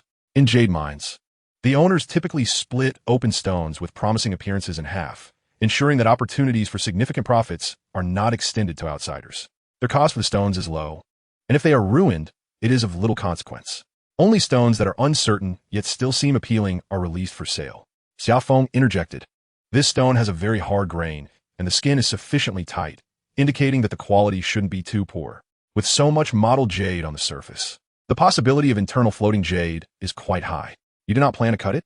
Wang Fuzhong asked. Xia Feng shook his head. I wish to carve a window. Wang Fuzhong replied, Xiao Wei, accompany Xia Feng. Let Xiao Chun take a look. His understanding of stones surpasses ours. Wang Wei nodded in agreement and led Xia Feng outside. In a shop located on a bustling street behind Yalong Jewelry City, a man in his 30s sat dozing in a chair amidst a chaotic array of cutting saws. Uncle Chun, we have work to do, Wang Wei called out. The middle-aged man opened his eyes, and upon recognizing Wang Wei, retorted grumpily, Do not call me uncle. Call me brother. Wang Wei chuckled, placing the stone on the table. Let us carve a window. The man picked up the stone, feeling its texture before scrutinizing it closely. He then approached the machine, testing it with a dental drill. It's quite hard. Subsequently, he picked up the stone and examined it intently, occasionally pressing it against the light to assess its quality. Wang Wei and Xia Feng stood silently by, both unaware of what the other was observing. 20 minutes had passed, and there was no indication of stopping. Within a minute, the middle-aged man rose and smiled at Wang Wei, saying, Xiao Wei, this stone belongs to you, right? It's ours, Wang Wei replied. What is the matter, Uncle Chun? Opening the window costs nothing, but I expect half the shares for this stone's reveal. Chapter 53. Finances are tight. Both Xia Feng and Wang Wei were taken aback. Uncle Chun was indeed quite audacious. Is it possible for the price to rise? Wang Wei inquired. Certainly, I don't care how much you bought it for. It won't be less than 100,000. That much? Wang Wei glanced at Xia Feng, seemingly awaiting his decision. This was Xia Feng's first encounter with such a situation. After a moment's thought, he responded, Uncle Chun. Call me Chingu. My name is Chun Yufa, and I'm a fellow villager of Xiao Wei. Chingu, we trust your expertise. As long as it exceeds 100,000, I'll grant you half the shares, excluding costs. Chin Yufa revealed a broad smile, displaying his white teeth. It's settled then. You both may leave. Come back tomorrow to collect the stone. As they exited Chin Yufa's shop, Xia Feng couldn't help but ask, What does this Chingu do? He seems quite impressive. Wang Wei chuckled. He possesses exceptional skills in window opening, but his character is lacking. When it comes to his own stones, he is perpetually anxious. 9 out of 10 times, he either fails or reveals the bottom. The term revealing the bottom refers to when the color material exposes white flesh, significantly diminishing its value. Once, he gambled on an expensive piece of color material with several others. He was so nervous that he revealed the bottom on consecutive windows, infuriating his partners who demanded he compensate them with stones. Since then, he has only opened windows for others and never purchases stones himself. Xia Feng laughed. Such a person exists? How did he learn to open windows? He used to work as a laborer in Guangdong province, learning from his master. I'm not sure of the specifics. His family is quite poor, hailing from our neighboring village. A thought crossed Xia Feng's mind, and he asked, How does he charge for opening windows? It varies based on his mood. He generally looks down on ordinary materials. However, I've never encountered a situation like this before. Wang Wei, brimming with excitement, said, If what he claims holds true and we can sell it for 100,000, we both stand to make a significant profit. Let us hope so. Chungu certainly exudes confidence. Wang Fuzhong asked, What is going on? Wang Wei recounted the events, and Wang Fuzhong chuckled. This was actually our suggestion to him. Young Chun has a heavy family burden. Both his parents are bedridden. We wanted him to earn more. But it seems he has woven himself into a web instead. Xia Feng remarked, That is of little consequence, as long as there is a substantial increase. It's merely a matter of how much we earn. However, Uncle Wang, is his skill truly that high? Before Wang Fuzhong could respond, Tang Guofeng interjected. His skill is indeed remarkable, but his fees are quite steep. The last time I asked him to open a window, he charged me 1,000 for a small piece weighing a few hundred grams. Wang Fuzhong remarked that there are approximately 4 or 5 experts in window opening at ruining whose skills are comparable to his own, all of whom are affluent magnates. They purchase their own stones and open windows themselves, while he struggles.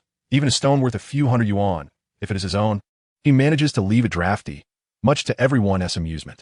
Wang Wei chuckled, commenting on the lack of psychological fortitude, adding that if it were him, Wang Fuzhong shot him a glare, indicating that such words should not be spoken aloud. He continued, stating that the art of window opening requires insight, primarily centered around the interpretation of stones. He had studied it too, but had never succeeded in opening a window. Xia Feng added that he had practiced at home as well. He was reasonably adept at opening water, yet struggled to discern where the colors were in the materials. Wang Wei interjected, suggesting that opening water is of little significance, and to earn substantial profits, one must focus on colors. Xia Feng rolled his eyes, retorting that he wished to learn how to open colors, but his capabilities were insufficient. The group erupted in laughter. Xia Feng proposed they dine together in the evening, offering a treat. "Brother Tang, I know you're making a fortune, but I have prior engagements tonight. I arranged something 2 days ago." "Thank you, though." In the jade rough stone trade at Ruining, one cannot amass great wealth merely by buying and selling. To achieve significant profits, one option is gambling on stones, albeit with a low success rate. The most effective approach is to master the art of window opening. While one can learn to open windows independently, collaborating with an expert seems to expedite the process, and incurring some expenses is inconsequential. Upon returning home, Xia Feng counted his remaining funds, slightly over 20,000 yuan. He was uncertain about how things were progressing with Sun Xiaoping. They had agreed to reconcile their accounts weekly. He picked up the phone to call Xia Feng, recognizing the importance of addressing certain matters promptly. The phone rang for a considerable time before Xia Feng finally answered. "Xia, what can I do for you?" "Brother Zhou, are you free tonight? I would like to consult with you about something." "Not possible today. I have prior arrangements," Xia Feng replied after a moment's thought. "How about tomorrow? I will call you once I am free." Xia Feng hung up, feeling a weight lifted from his shoulders. As long as Xia Feng met with him, the subsequent matters would be more manageable. He sat before his computer, browsing the web. Through his recent studies, he had developed a comprehensive idea about opening a store, though he remained undecided. According to Uncle Zhao Liqiu, the stones favored by people in the mainland differ entirely from those in Ruining, and he needed to procure a batch of goods, but funds were tight. As he was engrossed in his computer, the phone rang. He picked it up and smiled upon seeing it was his classmate, Zhao Yifeng. "Old Zhao, are you not busy today? What prompted you to call?" Zhao Yifeng responded. "Xia Feng, how have you been lately? Is business treating you well?" "Thanks to your good fortune, business is decent. I am still preparing for the online store." Xia Feng cheerfully inquired, "What do you need from me?" "Xia Feng, I wish to present a gift. My wife suggested that jade would be best. It is for a woman. So could you help me select one? But fair warning, I must pay. Otherwise, I shall not seek your assistance." "Choosing jade is no problem. What is your budget?" Zhao Yifeng replied, "Around 10,000 yuan, I suppose. I am not well versed in this, but it should suit someone in her 50s. "No problem. I shall seek it out tomorrow. I assure you will be satisfied." As the two concluded their call, Xia Feng glanced at his phone and hurriedly dashed out of the room, descending the stairs. Xiyuan Zhaoping was carrying a woven bag filled with stones, preparing to ascend. These were the refused materials Xia Feng had gathered that morning. Xia Feng remarked, "You didn't even call when you arrived?" "Thankfully, I checked my phone." With that, he took the heavy bag from Xiyuan Zhaoping's hands and struggled to carry it upstairs. "The stones are so weighty, I feared I couldn't manage," she replied. Following Xia Feng, Xiyuan Zhaoping added, "Xia Gu, can't you choose a room on a lower floor? Ascending and descending all day is quite exhausting." "The upstairs is more affordable," he replied. Chapter 54, Unfortunate News. As they entered the room, Xiyuan Zhaoping stated, "I still need to gather some stones. I can't solely sell those cheap items of the night market. Some customers prefer stones in the 1,000 range." Xia Feng, panting heavily, set down the woven bag and suggested, "Then let us select some smaller stones." Xiyuan Zhaoping continued, "Xia Gu, I've sold over 16,000 in the past few days. I should give it to you now, as I feel uneasy holding it." "So much?" Xia Feng exclaimed, pleasantly surprised. "You're quite impressive. No one even noticed me sitting there." Xiyuan Zhaoping pulled out a small notebook and began to reconcile their accounts, detailing each sale and the corresponding amounts. Xia Feng proposed, "Zhaoping, since we are partners, we should maintain some order. I see this place as a warehouse. We will both keep track of the stones that leave, and then we can discuss the selling price. If the difference is reasonable, you can make the final decision. It's not practical for you to carry so much cash alone. Let us agree on a sum, say 10,000 or 20,000, and settle up at that point." "Sounds good. I will follow your lead," she replied. Xia Feng took a sheet of paper and began calculating the earnings from the past few days, being new to this. The records were a bit chaotic. Feeling idle, Xiyuan Zhaoping stood up to select more stones. After half an hour, Xia Feng handed her the data-filled paper, saying, "Take a look and see if there are any discrepancies, If all is in order, we could divide the profits now. Si Yuan Zhaoping stood to wash her hands. Beaming as she exclaimed, "Dividing money is my favorite." Xia Feng counted out a portion from a large stack of cash and handed it to her, stating from now on, "You will receive 20% of the profits." As she accepted the money, tears welled in her eyes. She had earned nearly 2,000 in just a few days, nearly matching her previous month's income. "Xia Ge, thank you for bringing me along," Si Yuan Zhaoping expressed gratefully. Noticing her impending tears, Xia Feng quickly joked, "What is this small sum? In the future, we shall divide 100,000 each month." Si Yuan Zhaoping discreetly wiped away a tear, saying, "I can hardly imagine that. For now, I am content." Xia Feng, equally exhilarated, reassured her, "Don't worry, Zhaoping. We are still young and full of potential. If others can prosper, so can we. With your kind words, if I do acquire wealth, I will bring my son over." After they finished packing the stones, Si Yuan Zhaoping suggested, "Let's go out to eat." "It's my treat." "That sounds splendid. I shall save some money." After dining, the two individuals ventured to the night market to set up their stall. As a member of the Dai ethnic group, Si Yuan Zhaoping possessed an innate simplicity and kindness. To be candid, in such collaborations, one fears deceit the most. With daily cash transactions, any mishap could lead to confusion. In ruining, people's hearts are restless, making it challenging to find a trustworthy partner.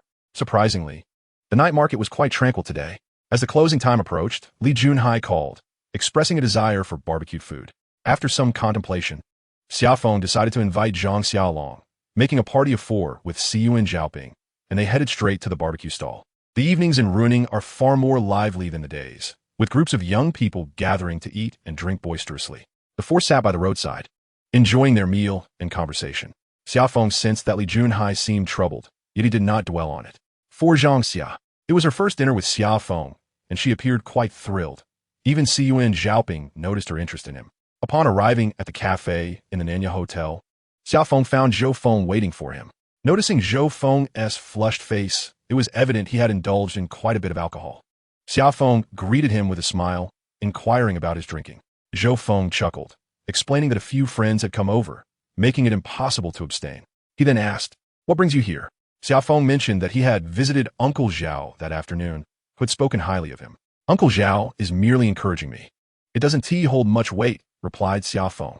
Observing the absence of other patrons, he placed a paper bag on the chair and said, "Brother Zhou, a little fine tea for you." He then picked the bag up, placing it beside himself. "Thank you, Xia," Zhou Feng replied, "but I have matters to discuss with you." After a moment's thought, he said, "Our industry is currently undergoing a restructuring, especially concerning confiscated goods, which has sparked considerable external commentary due to the lack of transparency." Xia Feng immediately felt a wave of anxiety. This was certainly not good news. "In a few days, we will convene to discuss this issue. Initially, our administration intended to implement an auction system, yet such a system will take at least a year or more to establish. The leadership is considering signing long-term agreements with several companies to categorize and direct the sale of confiscated items, including timber, agricultural products, jade, and petrified wood, among others." Xia Feng grew increasingly anxious, asking, "Brother Zhou, what are the requirements for the company?" Zhou Feng sipped his tea and reflected before responding. "There are numerous opinions, but no consensus has emerged yet. However, one thing is clear.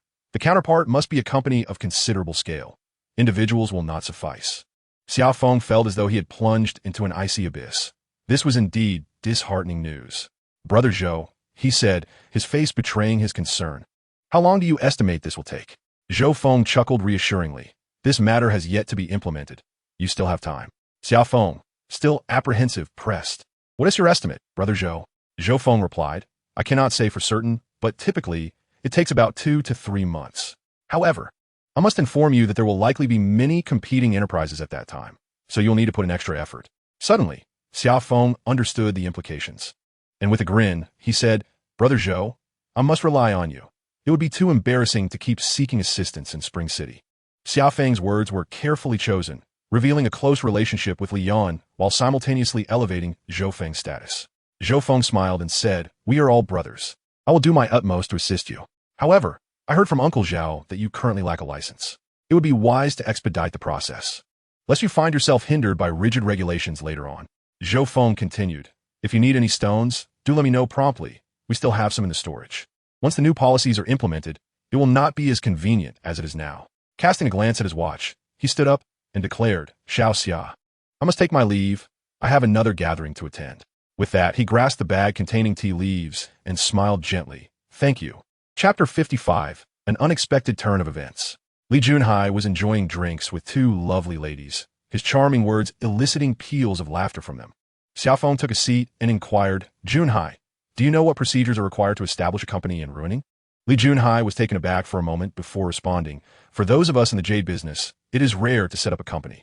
Generally, obtaining a business license as an individual proprietor suffices. He added, Wang Wei's father registered as an individual proprietor under his mother's name. Raising his glass to clink with a few others, Xia Feng downed his drink and then stated, an individual license will not suffice. I must secure a company license. Li Junhai replied, well, that is beyond my expertise. However, it is prudent to be cautious. Recently, someone at Yalong Jewelry City was penalized hundreds of thousands for excessive transactions using a company card. Why? Xia Feng asked. Li Junhai explained they were accused of tax evasion, though I'm not clear on the specifics. In ruining, small jade transactions are typically conducted in cash, while larger transactions generally involve private transfers. With little usage of corporate accounts, establishing a jade business in ruining is largely futile due to the exorbitant taxes, which are unbearable for operators. Furthermore, transactions with the Burmese must be conducted in cash. The Burmese only accept cash, even for transactions worth hundreds of millions within their own country. After his discussion with Zhou Feng, Xia Feng felt a mix of emotions, elation at being accepted by Zhou Feng, which held immense significance for his future endeavors, and anxiety about the necessity of possessing a company license to enter Zhou Feng's selective trading list.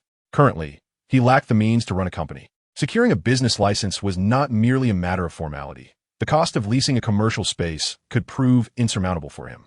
Of course, it was possible to borrow a company license, but the associated risks were considerable. Should conflicts arise, the likelihood of being ousted was all too real. Even with Zhou Feng's support, it would be of little consequence. In terms of qualification and operational procedures, a company license represented his identity. Without it, re-entering the fold would become exceedingly challenging. Having graduated from university, Xia Feng had joined an investment firm, dedicating his days to securing investments, leaving him utterly ignorant of the company registration process and unsure of how to proceed. Noticing Xia Feng's low spirits, Zhang Xia remarked, Xiagu, tomorrow at work, I will ask our accountant.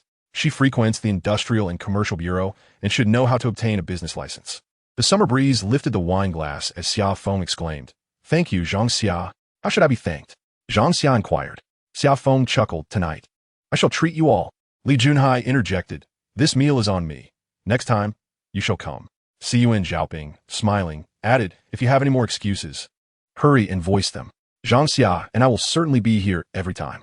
Laughter ensued among the group. After the merriment, Xia Feng turned to Li Junhai and asked, How was that matter you were handling? Xia Feng was referring to the significant transaction Li Junhai had been orchestrating, involving several million. Let us not discuss it. It's likely to fall through. Let us focus on enjoying our drinks, Li Junhai replied, clearly reluctant to delve into the topic. Amidst laughter and chatter, the four young friends lingered until past 1 in the morning before parting ways. The following day, Xia Feng arrived early at the morning market. He assisted Siyuan Zhaoping in setting up the stall, then ventured to a grocery store to purchase several boxes of mineral water to place beneath the counter for customers. After brief exchanges with Siyuan Zhaoping, he proceeded to the finished goods area to buy items for his classmate, Zhao Yifeng. Arriving so early, there were few patrons at the finished goods stall, allowing Xia Feng to wander leisurely until he spotted a beautiful iced jade pendant. After purchasing the item, Xia Feng sent the jade to Zhao Yifeng. After some back-and-forth conversation, he finally received the payment transferred back to him. Upon seeing Xia Feng approach, Li Juan stood up and asked, Xiagu, are you looking for Wang Wei? Has he not arrived yet? Li Juan appeared somewhat anxious, glancing around before whispering, It's not Wang Wei. It's his cousin, Tang Guofeng. Xia Feng gasped. Has something happened to Wang Wei? No, it's his cousin who was attacked, Li Juan replied softly. Xia Feng pressed, was he badly hurt? Why did this occur?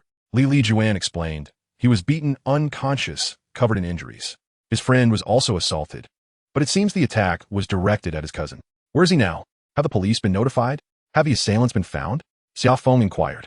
By the end of their conversation, Li Juan could not clarify why Tang Guofeng had been assaulted. In ruining, the Burmese lived quite comfortably, benefiting from abundant opportunities as long as they were willing to work hard. Conversely, there were numerous petty thieves among the Burmese who stole anything they could. Their expectations of life were minimal. As long as they had something to eat, they were content. Many Burmese resided in the dilapidated houses on the outskirts of ruining city, and even in some unfinished buildings. To avoid paying rent, these individuals preferred to live amidst refuse. Most troubling was their lack of moral discernment. As long as they were compensated, many were reckless and willing to take risks. Moreover, when they committed crimes, they would flee back to Myanmar, leaving local police powerless against them unless a homicide occurred. As for brawls, even the police showed little interest in intervening, if apprehended. The Burmese often lacked the means to pay restitution. Xia Feng told Li Juan, "I shall refrain from calling Wang Wei. When he awakens, let him contact me. When I have a moment, I will also go visit Tangu." Xia Feng felt a tinge of suspicion. Xia Feng was the type who presented a brave front, but was, in truth, timid and unable to take responsibility. Being attacked in the middle of the night surely indicated he had crossed someone. Ruining is not like the mainland. The security situation here is rather dire. Some men from minority ethnic groups roam the streets armed with waste knives, and not long ago, there were even those who strolled about with hunting rifles. Although I hold no particular fondness for Xia Feng, we have known each other for a considerable time, and our familiarity is profound, especially since he is the elder brother of a good friend of mine. We are all unfortunate souls who have come from the mainland in search of a livelihood. How could such a calamity befall us? Chapter 56, Serious Consequences. Until noon, Wang Wei had not called. The weather was sweltering, and the summer breeze left me feeling rather listless. I skipped lunch and gradually dozed off in bed. I lost track of time until the phone rang. It was Zhang Xia. "Xiago," I spoke with accountant Li. She mentioned that obtaining a license is quite simple. There are many agencies right in front of the Industrial and Commercial Bureau. She even provided me with a phone number. "You should come over shortly. She is quite knowledgeable about these matters." "Thank you. I will head over soon." After hanging up, the weariness dissipated, and I took a refreshing cold shower. Just then, the phone rang again. I hurried out to check and saw it was Wang Wei calling. "Wang Wei, how is your cousin?" "He's fine now. If you're free, come over. We need to pick up that stone." Only then did I remember this matter. With so many recent distractions, I had forgotten. I glanced at the clock. It was just past 2 o'clock, the hottest part of the day. Reluctantly, I steeled myself and dashed out of the room. Upon my arrival, Wang Wei came straight out and hopped onto the back seat of my electric bike. "Let us ride. It'll be cooler." We reached Boss Chen's shop, where he was just pulling up his iron gate. Wang Wei called out with a grin, "Brother Chun, you can't be just waking up?" Boss Chun blinked sleepily and replied grumpily, "I worked through the night. Of course, I just woke up." Wang Wei jumped off the bike and walked briskly to him, grinning, "Brother Chun, I bet you've made quite a fortune." Boss Chun shot him a disdainful glance. "Look on the table and see for yourself." Wang Wei hurried inside and picked up the stone on the table, momentarily stunned. The entire stone was riddled with countless holes, each surface adorned with small windows of various sizes. He shone a flashlight on it, and the stone emanated a rich green glow, as if each window was a little green light bulb. Summer Feng, who had just entered, exclaimed, snatching the stone from Wang Wei. He leaned down to examine it closely, unable to suppress his admiration. The openings were exquisitely crafted, reminiscent of winter sweet blooming on gnarled, withered branches. The craftsmanship was truly remarkable. Even more astonishing was the green hue emanating from beneath each small window. Summer Feng quickly grabbed the flashlight, meticulously examining every detail. He knew that if the base was exposed, the stone's value would plummet. Observing Summer Feng's actions, Brother Chen inquired, "How long have you been in a jade?" Summer Feng smiled and replied, "I've been in ruining for nearly a year. I had no prior experience with jade." Brother Chen offered no kindness, stating bluntly, "Then don't bother looking. You wouldn't be able to tell if it's exposed." Xia Feng perceived that Brother Chen was somewhat lacking in human sensibility. His speech rather blunt, which is colloquially referred to as having low emotional intelligence. He felt no embarrassment and murmured, "It appears to be richly colored, yet aged. How much could this possibly be worth?" Brother Chen replied, "You two are young, and I want to take advantage of you, regardless of the selling price. Just give me 50,000. The increase in price was partly based on suggestions from Wang Fuzhong and a few others, aiming to enable him to earn a bit more. He could not possibly turn around and use this tactic on someone else's son. That would be utterly disgraceful. Moreover, demanding 50,000 just for opening a window was undeniably a substantial amount. Upon hearing the other party's words, Wang Wei eagerly chimed in, "Thank you, Brother Chun. No. Thank you, Uncle Chun." Brother Chun feigned a strike at him, prompting Wang Wei to hastily exclaim, "I'll swipe my card. Brother Chun, hurry before you change your mind." The three of them laughed. Xia Feng understood Brother Chen's intentions. If they took too much this time, it would be difficult to explain to their fellow villager, Wang Fuzhong. Wang Wei was also shrewd. Although his understanding of the stone was limited, he knew that this particular piece was undoubtedly worth a six-figure sum now, and he would not miss the chance to profit. When purchasing the stone, Wang Wei had not paid any money. Now he transferred 50,000 to Chen Yu, and whatever the stone sold for in the future would no longer concern him. Xia Feng toyed with the stone, asking, "Brother Chun, is it richly colored?" Brother Chun shook his head. "I didn't dare to dig deep. It's highly likely not fully colored, as there are several areas where the color has faded." "Are there any bangles?" Xia Feng inquired further. "Generally, a piece of jadeite roughly around 1 kilogram can yield a bangle, and this stone weighed just over a kilogram." Brother Chun shook his head again. "Too many cracks. To avoid them, I worked through the night." Wang Wei took the stone, muttering to himself, "Are there cracks? How did I not see them just now?" He scrutinized the stone closely, feeling a twinge of reluctance, and used a flashlight to inspect it again, ultimately having to concede as he found no cracks. However, such methods to avoid cracks would not deceive seasoned Jade players. Typically, if the area where the window is open shows no cracks, they prefer to create a flat surface, which appears clean and elegant. However, if fashioned into a tail fin pattern or other designs, it could easily raise suspicions. Brother Chin stated, "From now on, bring me any stones that have windows." Xia Feng quickly replied, "I have a few at home. I will bring them to you tomorrow." Brother Chin raised an eyebrow. "Let us be clear. If the stones are not good, I won't take them. Some stones may appear promising, but might not be suitable for opening windows."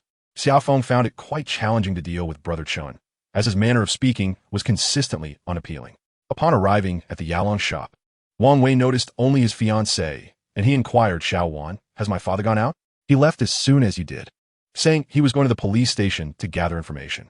Hearing from his companion, it was said that the opposing party were seasoned Myanmar individuals, armed with daggers, and he had not dared to move. Xia Feng asked, "How is Brother Tang?" "He has a concussion. It seems he was struck by something and lost consciousness immediately, sustaining injuries all over. Fortunately, it's nothing serious, just his head is swollen like a pig's." Wang Wei seethed. "Damn it, if I catch those few people, I will make them pay. Who do you wish to kill?" Wang Fuzhong strode in, immediately unleashing a tirade of curses. Wang Fuzhong paused momentarily before bellowing, "If there is nothing else, then go to the hospital to care for your brother. Your sister-in-law still has to look after the children at home." Chapter 57. Lessons from the Veteran. The atmosphere was indeed awkward, especially with Xia Feng, an outsider, present. Wang Fuzhong was genuinely infuriated. He still had no idea why his nephew had been assaulted. The situation clearly pointed towards Tang Guofeng, yet Tang remained silent, leaving one to wonder whether he was truly unaware or simply choosing not to speak. Tang Guofeng's wife was equally uninformed, as she spent her mornings at the market and the afternoons and evenings at home with the children, knowing little of whom her husband interacted with daily. Their visit to the police station proved fruitless, yielding no information whatsoever.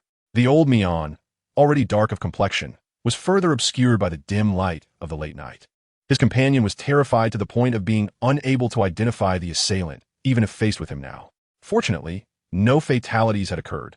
Had there been a death, the police would have pursued the case rigorously, given the established connections between the two local law enforcement agencies.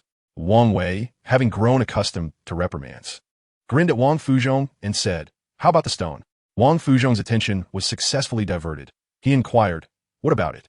"Hee, it's skyrocketing in value, Dad. Just look at how much it's worth." Wang Wei flatteringly presented the stone before Wang Fuzhong.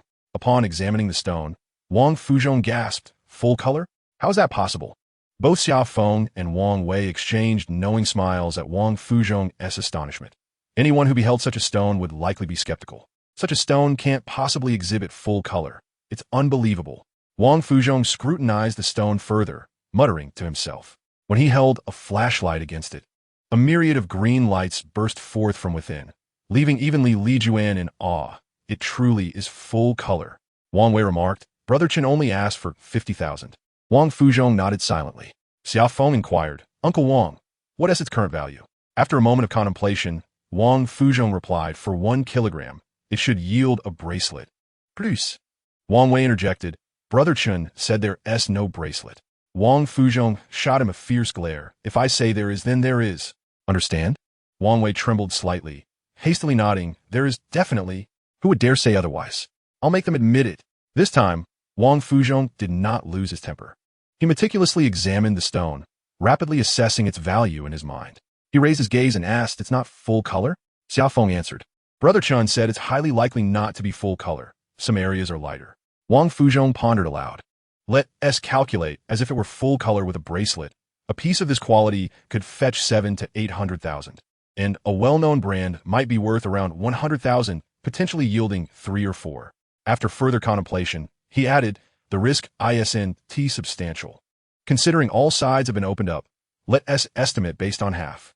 Wang Wei whispered, "Brother Chun mentioned there are many cracks. Be quiet. I didn't ask for your input."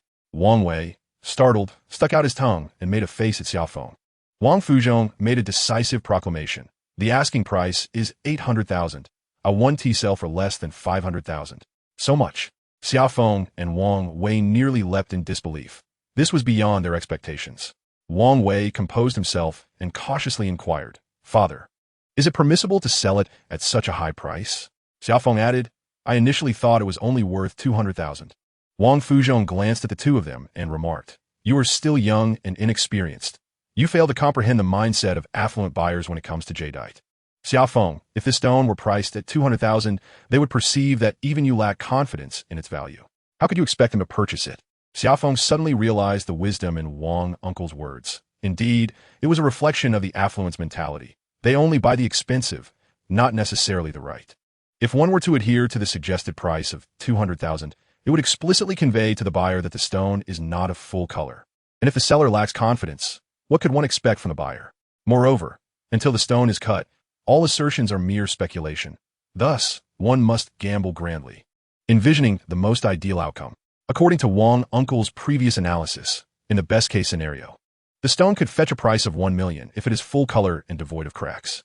By offering it at merely half that price, it provides the buyer with a certain level of expectation, presenting an opportunity for significant appreciation. For the buyer, the stone undeniably offers a grand vista, and with its green jadeite flesh visible from every angle, the risk is considerably diminished. Unless one is excessively suspicious, they are likely to perceive it as a full-color stone.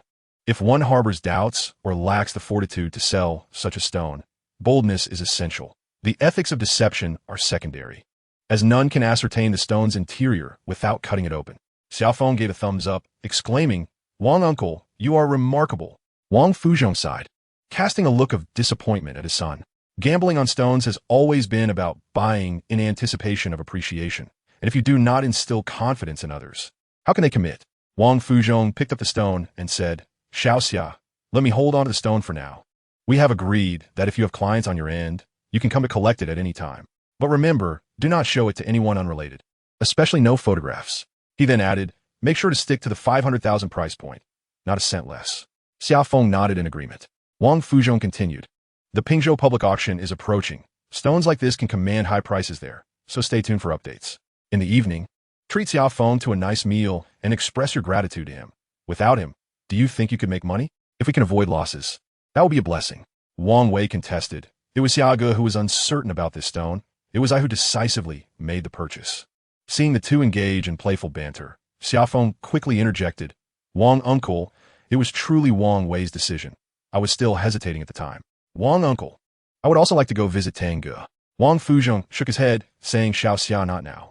Matters over there are still unclear, and I am unaware of who we may have offended. It would be wise for you to refrain from getting involved." Xia Feng could only nod in agreement and said, "Wang Uncle, if there is anything I can assist you with, do not hesitate to ask, and I will certainly fulfill it." Wang Fuzhong waved his hand as the father and son entered their car. After parting ways, Xia Feng headed straight for the Jinxing Jewelry City. Chapter 58, Visiting Next Door. "Accountantly, I apologize for bothering you, but I wish to inquire about how to obtain a business license." On the second floor of Bai Suyang's workplace, Xia Feng and Zhang Xia sat on the sofa in the finance office, facing a middle-aged woman in her 40s. According to formal procedures, one must possess a property rental certificate or own a property deed. However, residential properties are not permissible. As per national regulations, the minimum registered capital for a business license is 100,000 yuan, which must be deposited into a designated account at the Industrial and Commercial Bureau and will be refunded upon the license's issuance. Additionally, one needs to provide identification, proof of funding sources, shareholder identification, personnel configuration, and so forth. Once these are completed, one must then proceed to the tax bureau to obtain a tax certificate.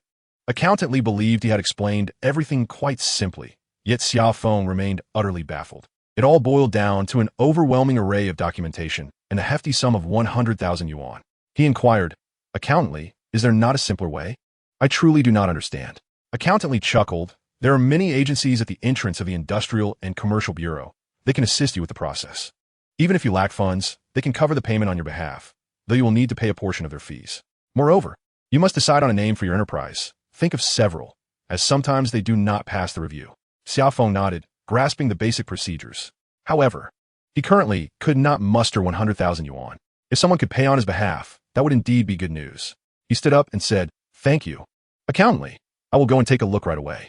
Be cautious, Xia. The agents there are a mixed bag, filled with many fraudsters. Do not be deceived. Accountant Li advisa earnestly. As Xia Feng and Zhang Xia descended the stairs, Zhang Xia whispered, Xiage, shall I accompany you? There is strength in numbers. Do not fall for any tricks. Xia Feng appreciated Zhang Xia's concern and replied, It's fine. I will consult first. If anything arises, I will reach out to you. Zhang Xia gazed at Xia Feng's departing figure, her emotions difficult to articulate. Xia Feng, resolute in his intentions, soon arrived at the entrance of the Industrial and Commercial Bureau. Observing the rows of modest buildings along the street and the imposing structure of the bureau, he quickly lost his favorable impression of the various agencies offering certificate processing and business consultations. After inquiring with several intermediaries, the responses were largely consistent. It would cost 3,000 yuan to facilitate the license, but all necessary documentation would still need to be provided by him. They could offer office space, but at an additional cost. The registered capital could be paid on his behalf, with the option to register any amount desired, charging a service fee of 1,000th of the amount. Upon hearing such exorbitant fees, Xia Feng's heart sank.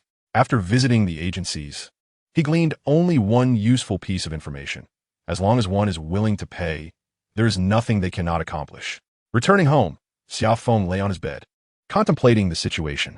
He found the agents to be rather untrustworthy, yet relying solely on his own efforts appeared futile. With no money at present, having just unearthed a promising stone that might yield substantial profit, it was disheartening that he could not capitalize on it immediately.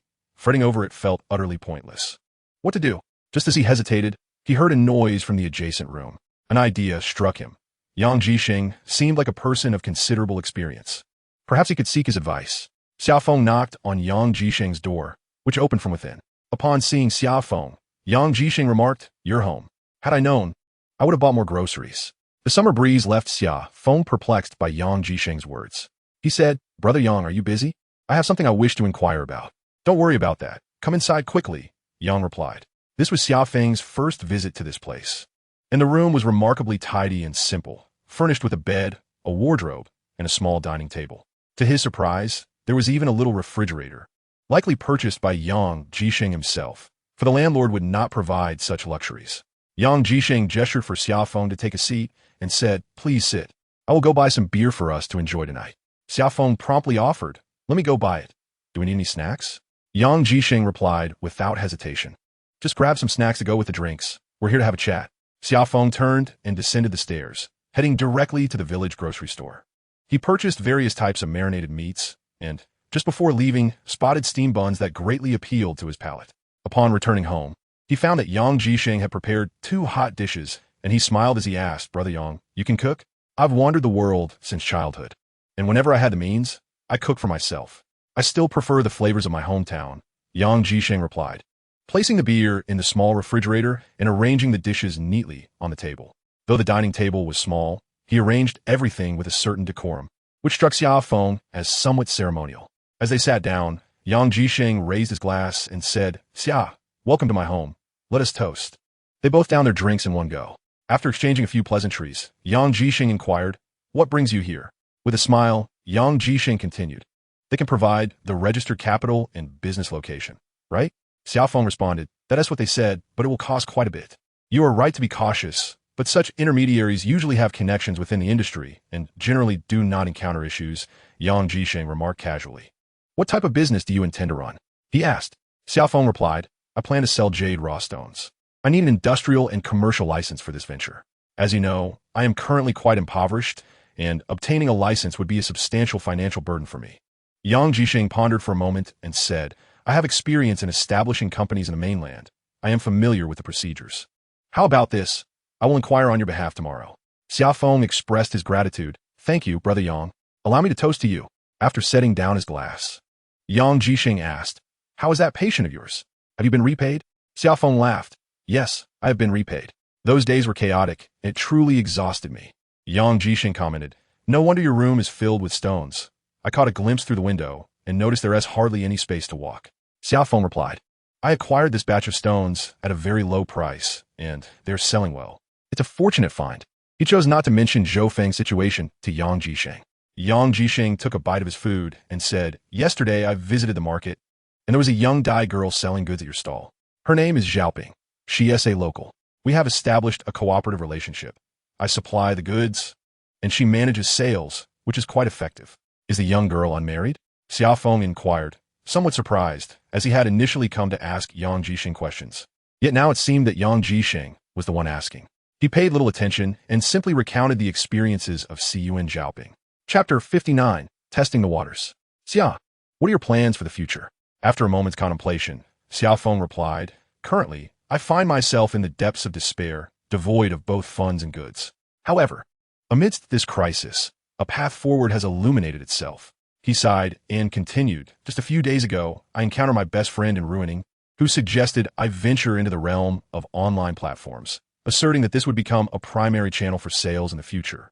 Xia Feng took a hearty sip of his drink and added, Of course, online sales are not without their drawbacks, the most significant being the issue of trust, which I will need to navigate gradually through practical experience. He chuckled, Brother Yang, online sales are indeed quite suitable for selling raw jadeite. I require minimal investment. Other stones can be showcased in my store, merely as an image. Once sold, I receive payment, and if not, there are no costs incurred. Yang Gu responded with a smile. I understand that borrowing goods is quite commonplace in your industry. Xia Feng replied with a knowing smile. I have recently established a connection that allows me to acquire exceptionally cheap stones, all of which are of excellent quality. However, my current capabilities are lacking, so I must proceed gradually. Yang Gu, intrigued, inquired discreetly, Does this relate to your need for a license? Xia Feng nodded in affirmation. Yang Gu further asked, How far do you believe you can go in this field? Xia Feng raised his glass and clinked it with Yang Jisheng's, exclaiming boldly, Brother Yang, although I am currently struggling, it does not signify that I will not succeed in the future. With diligence and the support of friends, I am certain I will amass great wealth. However, a shadow crossed his face as he added, I must swiftly repay my debts. My second sister lost her job because of me. Yang Gu chuckled. The jade gambling industry is still considered a niche market, not widely accepted, and Xia Feng interjected, Brother Yang, you may be unaware, but the true magnates in the jade industry are those dealing in finished products, their fortunes measured in billions.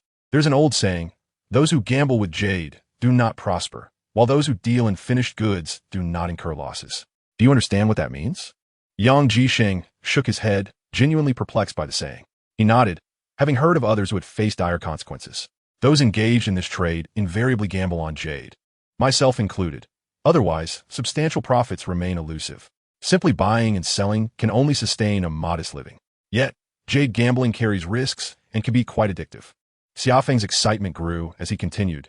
Producing finished goods is an entirely different matter, especially for those creating high-end items. If you're not averse to tying up your funds, even if the goods remain unsold, their natural appreciation will yield bountiful returns. The jade market is currently experiencing an unprecedented surge due to its scarcity. Let me share a humorous tale with you, Brother Yang. Yang Jisheng nodded. Do tell there was a man who, during the early reform years, engaged in jade gambling and struck it rich by crafting a fully colored bracelet, selling it for 500,000. With that sum, he ventured south, starting with a small supermarket, moving on to projects, and eventually establishing a factory. After enduring countless hardships and toiling for a decade, he amassed a fortune of 5 million, ultimately returning home in triumph. On a serendipitous occasion, he chanced upon a bracelet he had previously sold at the largest mall in the area, its price marked at 8 million. Yang Jisheng let out a snort, spitting out his drink in disbelief. This is quite absurd. After toiling for a decade, is it not better to simply recline at home? Where can one even seek justice? Xia Feng lamented, having a fortune of gold at home pales in comparison to possessing a single exquisite jadeite. The value of jade will inevitably rise. It merely depends on who seizes the opportunity. Yang Jisheng inquired, I have visited several jewelry markets, particularly Yalong, and I noticed that the stores hardly had any customers. Is opening a shop truly beneficial?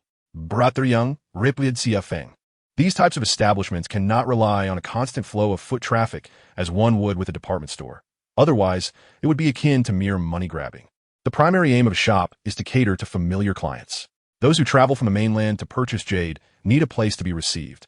And when longtime customers see your grand and lavish store, they perceive you as having strength, especially the affluent clientele who place great importance on such matters. As he spoke, Xia Feng's thoughts drifted to Bai Xiang's circle of friends, who were fond of gambling on stones but would never venture into the market to sift through rocks themselves. They would merely roam about, treating it as a leisurely stroll. Even establishments like Wang Fuzhong's would be beneath their consideration, as the quality was lacking. This reflects the hierarchy. Xia Feng and Li Junhai admired Wang Fuzhong's achievements, yet Wang Fuzhong himself regarded individuals like Bai Suyang with reverence. Does this imply that, in order to expand, one must have a store? Certainly, Brother Yang. Currently, I lack the means, but once I acquire wealth, I will lease a commercial space. I am acquainted with several affluent individuals, and I anticipate that this network will only grow. At that point, I cannot be found on the streets, introducing stones to passers-by. Suddenly, Yang Jisheng appeared somewhat despondent. He raised his glass and said, Xia, thank you for keeping me company. Xia Feng found this remark peculiar and inquired, Brother Yang, what troubles you? With a sigh, Yang Jisheng gazed vacantly. In the past 3 years, I have traversed the mountains and rivers of this country, ultimately arriving in ruining, yet I still cannot attain tranquility in my heart. He paused for a moment and continued, Today marks my birthday. I have turned 40 and still remain unaccomplished. Xia Feng lifted his glass. Brother Yang, happy birthday. Regardless of any misfortunes life may present, we must look forward. You are still young, and with your experience, your future endeavors will surpass mine. Yang Jisheng regarded Xia Feng and asked, What do you perceive me to be, candidly? After a moment of contemplation, Xia Feng replied, You have received an excellent education, though your origins are not particularly distinguished. Your family is not among the wealthiest. You should be regarded as a successful individual, as your demeanor exudes a certain confidence. Yet, I surmise that arriving and ruining during this pivotal time reveals much about you. Yang Jisheng spoke in a somber tone. Those who come to ruining each carry their own stories, myself included. Xia, allow me to share a story with you. Chapter 60, Brother Yang's Tale. Yang Jisheng gazed quietly out the window, as if lost in a state of ethereal contemplation. After a prolonged silence, he began to speak slowly. I hail from Yuxiang County in Shaanxi Province. You are indeed correct, Xia. I attended a normal university. You can imagine the immense difficulty of the college entrance examination 2 decades ago. As a child of a poor family, my ability to attend university was a sensation throughout the county. I have an elder brother, 2 sisters, and a younger brother who all toil in the fields and take on laborious jobs. To be candid, it was their unwavering support that allowed me to complete my education. Upon graduation, I was assigned to a school as a teacher. It was a time of unprecedented openness, brimming with opportunities and temptations for wealth. Given my family's dire financial situation, I boldly resigned to venture into business. Fortune favored me. I found success in various endeavors. Initially, I dealt in agricultural machinery parts, then transitioned to fertilizers and grains. Eventually, I acquired a quartzite mine and began producing refractory bricks. Our region is rich in iron ore, with numerous small steel mills and foundries, and I primarily supplied them with materials. My competence, coupled with a certain shrewdness, enabled my business to flourish. In the span of a decade, I had nearly 10 companies under my management, including mines, steel enterprises, and supermarkets, with assets amounting to several hundred million. Xia Feng seemed captivated, pondering how Yang Gu amassed such a vast fortune only to find himself in ruining now. Yang Jisheng sighed, Money is a double-edged sword, and humans are even more culpable. My current predicament is a consequence of my wealth. In the early days of my venture, my family was unable to assist me. I was forging my path alone. Once my business gained traction, my brother, sister, and parents insisted on becoming involved. Out of familial obligation, I acquiesced to their requests, assigning them roles suited to their limited education. Initially, there were no conflicts, but as the enterprise expanded, I employed numerous professionals, especially in the mining and steel sectors, where expertise was paramount. They could only engage in logistical support. Eventually, I established a corporate group and appointed a general manager. From that point onward, tensions escalated. I shall spare you the details, but ultimately, I faced an agonizing dilemma. Either oust my family from the management tier, offering them only nominal salaries, or witness my entire management team resign. My wife, weary of the discord, often clashed with my family, leading to constant arguments. I frequently bore the brunt of their ire, aware that I had a tendency to favor my relatives, yet they are my kin, and my achievements owe much to their sacrifices. Xia Feng felt a stirring in her heart. Yanga, have you divorced? Yes, it was unavoidable. Both my family and my wife pressure me into it. Xia, the most challenging bond to sever is that of family. Yet at times, it can be the most injurious. Yang Zixing murmuret. Having reflected deeply, I resolved to remove my family from the company. As I sensed my power slipping away and the prospect of losing my enterprise loomed, my family resorted to desperate measures, confining me to our ancestral home and coercing me to transfer my shares to them. Xia Feng nearly leapt in disbelief. Is this truly your siblings doing? What your parents? Yang Jixing shook his head in resignation. They're singularly focused on devouring my assets, and my parents are complicit. The summer breeze left Xia Feng astounded. Are there truly parents in this world who would confine their own flesh and blood for the sake of money? Xia Feng nearly erupted in anger. Yang Jixing howled like a wolf, his voice filled with despair. What sins did I commit in my past life that they would treat me in such a manner? Xia Feng handed him a tissue, offering words of comfort. Brother Yang, consider them as if they do not exist. Yang Jixing covered his face with his hands, tears escaping through his fingers as he choked out. I was imprisoned in a cellar for over 2 months at that time. I truly did not know if I would ever emerge alive. Xia Feng, taken aback, eventually mustered a weak inquiry. What happened afterward? I agreed to transfer all my shares to them, and only then was I allowed to see the light of day. Xia Feng grew anxious. Brother Yang, why don't you report them? This is illegal detention. How could I? They have forsaken all familial bonds for the sake of wealth. Do you think they fear my complaint? Moreover, Yang Jixing's face turned ashen, tears glistening on his cheeks as he bitterly remarked. The entire village, even the village chief, knelt before me, urging me not to involve the authorities. I had no choice but to relent. Xia Feng suddenly understood. Your parents have bribed the villagers. Yang Jixing nodded. That place is exceedingly poor. A small favor can easily sway their hearts. To the villagers, these enterprises belong to the Yang family, and they care not which Yang is in charge. Poverty blinds the mind, causing them to overlook righteousness for trivial gains. The ancients were not mistaken in their observations. In a moment of tension, Xia Feng even resorted to quoting classical literature. Yang Jixing sighed. In the end, I became the villain of filial piety. Your life is a gift from your parents, and your education is supported by your siblings. How can it be wrong to ask for some financial assistance now? Xia Feng was taken aback by this peculiar reasoning, left at a loss for words, unsure what to say. In a fit of frustration, he stood up and clenched his fist. There is no reasoning to be had. I would rather incapacitate him, ensuring he cannot care for himself, and I would endure the burden of his care for a lifetime. Yang Jixing looked at Xia Feng with disdain. Would I strike my parents or my siblings? I cannot harm either. Xia Feng was stunned and then despondently stated, This is a burden I must bear. It is a burden I must accept, and indeed, I shall accept it. Yang Jixing reflected. In the first half of my life, everything went smoothly, filled with glory. In the end, I find myself utterly alone, without a roof over my head. Let it be a fleeting dream. He continued, Every year on my daughter's birthday, I buy her a gift. I know I have wronged both her and her mother, yet I cannot find them, nor do I have the courage to seek them out. Xia Feng asked, Is that violet pen a gift for your daughter? Yang Jixing nodded, tears streaming down his face once more. Xia Feng abruptly sat down, popping open 2 bottles of wine with a loud noise, declaring, Brother Yang, a true man remains unshaken by honor or disgrace, even amidst thorns. We must not lose our fighting spirit. If you think well of me, then learn the art of selling jade with me. There will always be a chance for resurgence. Yang Jixing rarely smiled. Little Xia, there are countless lucrative endeavors in this world. It is not solely through gambling on stones that one can thrive. He paused, adding, What I lack now is a state of mind, a drive to rise upward. I simply do not wish to work. Xia Feng found himself at a loss on how to console the other party, who simply did not wish to work. Chapter 61. An event occurs.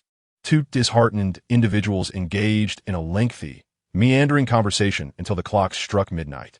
The following morning, at 7 o'clock, Xia Feng completed his morning routine and ventured out to the sister's establishment.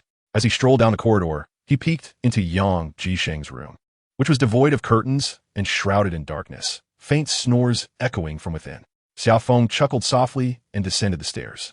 Upon reaching the ground floor, the landlady, Upon noticing his emergence, approached him with an air of mystery and whispered, "What transpired between you and Boss Yang last night?" It sounded like a ghostly wail, punctuated by intermittent singing. Xia Feng struggled to recall the events of the previous night, forcing a smile as he replied, "Oh, nothing much. Just a bit too much to drink." The landlady chuckled, "You ought to drink less in the future." That Boss Yang staggered out for an hour in the middle of the night. I genuinely worried for his safety. "It's nothing, dear lady. Brother Yang merely had some grievances weighing on his heart. Once he awakens, all will be well." After bidding farewell to the landlady, Xia Feng mounted his electric bike, heading straight for the sister's establishment. All this misfortune stems from poverty, he pondered, soon arriving at his destination. Upon entering the courtyard, he couldn't help but chuckle. He had arrived too early, as the entire courtyard remained eerily quiet, devoid of even the earliest of patrons. Xia Feng turned to the street lined with food stalls, which opened early solely for breakfast and lunch, catering to the morning market with a plethora of regional delicacies. He casually selected a stall, ordered fried dough sticks and soybean milk, and dug in heartily. At that moment, two young men hurriedly approached and took seats adjacent to Xia Feng. One of them called out to the vendor, "2 bowls of rice noodles and 4 fried dough sticks, please." "Coming right up," replied the vendor. One of the men whispered, "We made quite a profit this time. Let us find a place to celebrate tonight." The other glanced at Xia Feng, who was engrossed in his meal, and murmured, "Such fortunate opportunities are rare. Usually, we deal primarily with Jade. Damn it, those folks earn even more than we do. Do you think it's dangerous for them?" "What danger is it to us? They chose to run. We provided them with significant assistance, and they ought to be grateful." Just then, their order arrived, and they ceased their conversation to indulge in their meal. Xia Feng gleaned enough to surmise that these two were likely involved in the illicit transportation of individuals across the border into northern Myanmar. This business had evolved into a comprehensive operation, with various players involved. Those luring in clients, those transporting individuals from Spring City to Ruining, and those facilitating crossings over the border. With northern Myanmar handling the reception, reflecting on their conversation, Xia Feng was suddenly reminded of Yi Li, his fellow townsman who had departed several days ago, leaving Xia Feng uncertain about his fate. The term running originally derived from Hong Kong and Taiwan cinema, referring to members of the underworld who committed grave offenses or offended untouchable figures, forcing them to flee to other locales for safety. Gradually, this term found its way into the mainland vernacular, applicable to anyone unable to sustain themselves in their hometown, be it those who had inflicted harm, evaded debts, or engaged in fraud. All of them were said to be running. Xia Feng's current predicament could certainly be described as such. Fleeing to northern Myanmar undoubtedly signifies a grave transgression, potentially even involving matters of life and death. Within a mere span of minutes, the entire Yuqing courtyard became a cacophony of activity, with numerous vendors hastily arranging their stalls. A daily ritual that must be observed. Siyuan Zhaoping had already arrived, and Xia Feng greeted her before proceeding to fill his large tea thermos with water. "Xiao Xia, come here for a moment," Cheng Ge called upon seeing Xia Feng. Siyuan Zhaoping whispered to Xia Feng, "This is a good opportunity. Do not let it slip away." Xia Feng and Cheng Ge stepped out from behind the counter and stood in the corridor. Cheng Ge remarked, "Xiao Xia, I have heard that you possess a considerable amount of quality materials at reasonable prices. A client from the mainland will be visiting in the next few days, particularly seeking such materials. May I take a look? If they're suitable, I would like to keep them for a few days." Xia Feng greeted Sheng Yi. "Are you looking for large pieces or small ones? My inventory is quite diverse. I have an assortment of everything." Cheng Ji's heart leaped with joy as he replied, "The client owns a shop and has no strict preferences regarding size. They simply need to find something appealing." After contemplating, Xia Feng concluded that this was indeed a fortuitous opportunity. "Then let us arrange for you to visit my home this afternoon or evening. I have plenty of materials." Cheng Ge smiled, saying, "Xiao Xia, this client could be significant. You must offer a more favorable price. Rest assured, Cheng Ge, you have always supported my business. Pricing won't be an issue." Suddenly, a thought struck Xia Feng, and he asked, "Cheng Ge, how shall we determine the price for this afternoon?" Siyuan Zhaoping was still unfamiliar with the pricing of the stones. The prices at their stall had been pre-established by Xia Feng, and she merely sold them. With a grin, Siyuan Zhaoping declared, "I've already devised a plan. We'll go by weight, charging 800 yuan per kilogram." Xia Feng chuckled, "You are quite shrewd." The current batch of goods had only cost him 100 yuan per kilogram, allowing for an 8-fold profit upon resale. Siyuan Zhaoping smirked. That couple only cares about money. Even if you offer them a discount, they will still perceive the prices as high. Just as Xia Feng was about to respond, Siyuan Zhaoping interjected, "You are impressive." Xia Feng gave a thumbs up and stood up, stating, I will step outside for a moment. Wandering through Yuqing, Xia Feng found no particularly exceptional stones. He also stopped by Li Junhai's stall, where a young girl was browsing, but he refrained from greeting her. Li Junhai was a decent fellow, albeit fond of changing girlfriends. However, he never brought his dates to gatherings with Xia Feng and the others. Wang Wei was also absent, and upon seeing Xia Feng, Li Lijuan mysteriously informed him. Xia Gu, Xiao Wei went to the hospital with his father early this morning, but he mentioned that Tang Gu is doing fine now. Have they not yet apprehended the culprit? Li Lijuan shook her head. Xiao Wei should know something, but he hasn't shared it with me. Li Lijuan had many clients. And Xia Feng quickly excused himself to leave. As he walked, Xia Feng pondered that Wang Fuzhong was an experienced player with many clients from outside.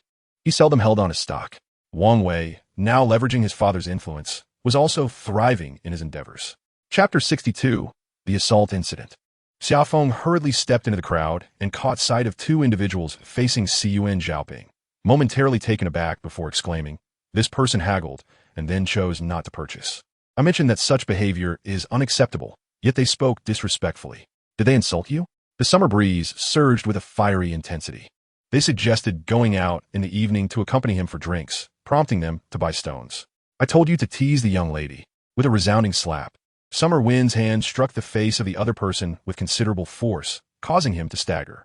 The individual standing beside him was momentarily paralyzed with fear, frozen in place.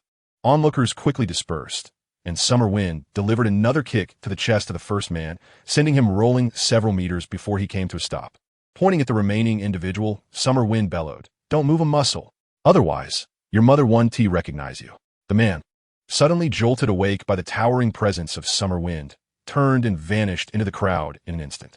Feeling unsatisfied, Summer Wind approached and kicked several more times, hurling profanities. At that moment, market management arrived, and shortly thereafter, the police appeared. Several individuals were escorted to the office, surrounded by a throng of onlookers. An older police officer inquired what prompted the fight. Summer Wind pointed to the assaulted individual, stating, he was harassing my sister. Siyuan Zhaoping, in anger, exclaimed, they approached my stall to buy stones, haggled without purchasing, and when I mentioned it wasn't the custom, he insisted that if I accompanied him for drinks at night, he would buy. His words were utterly distasteful. She gestured toward the young man and instructed the police, take him to the hospital for treatment. Both Siyuan Zhaoping and Summer Wind were taken to the police station, their phones confiscated. When Summer Wind sat down to give his statement, a middle-aged officer chuckled and inquired, you're Xia, right? Glancing at the two officers across from him, Summer Wind chuckled, Officer Zhang, my name is Summer Wind. The officer sighed, you did a good deed, yet you also dared to engage in violence. Are you not aware that assault is a crime? Summer Wind replied with a sheepish grin, Officer Zhang, I lost control of my emotions. I hope you can forgive me. It won't help if I forgive you. If the other party files charges for minor injury, you could end up behind bars. Do you understand, young man? Summer Wind replied with a grin, Officer Zhang, I wish to report something, if I may. Report? What would you like to report? Officer Zhang inquired, slightly taken aback. The person I struck, along with another who escaped, may be involved in human trafficking to northern Myanmar. What? Officer Zhang nearly sprang to his feet, urgently questioning, how do you know this?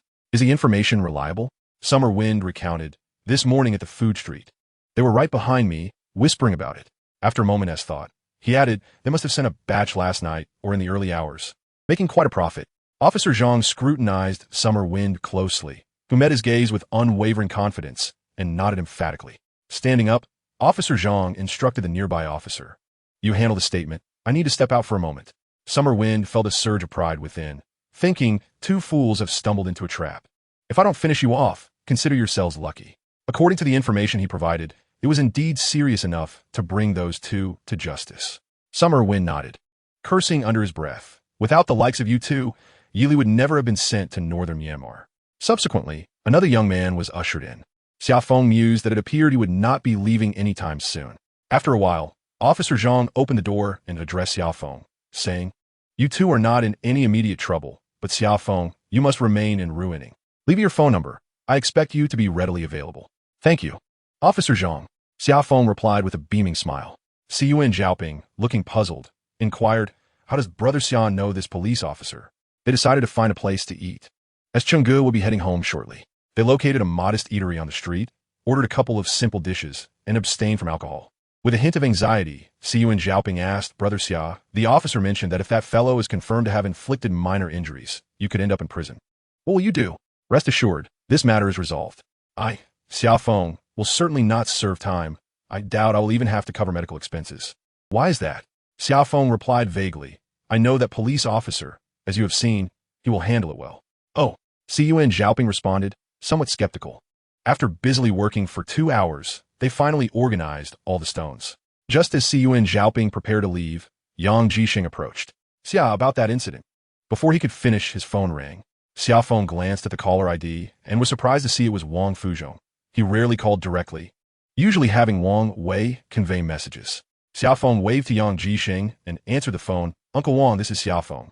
Do you need something? Xia, I need to discuss something with you. Are you free now? I am. Where shall we meet? Wang Fuzhong pondered for a moment before saying, I'll come to your house. Please give me the address. After hanging up, Xia Feng reflected briefly and then looked at Yang Jixing.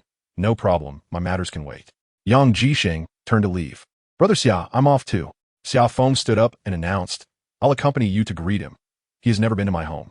After bidding farewell to Xiyuan Zhaoping, Xia Feng waited at the entrance for Wang Fuzhong, concerned that the location was somewhat obscure and he might have trouble finding it. To his surprise, within 10 minutes, Wang Fuzhong arrived on an electric bike. Uncle Wang, what brings you here in such haste? I could have come to you. Wang Fuzhong halted, glancing around before stating, I won't come inside. I have a matter I would like to seek your assistance with. Xia Feng smiled. Speak freely, Uncle Wang. Whatever I can do, I will strive to accomplish.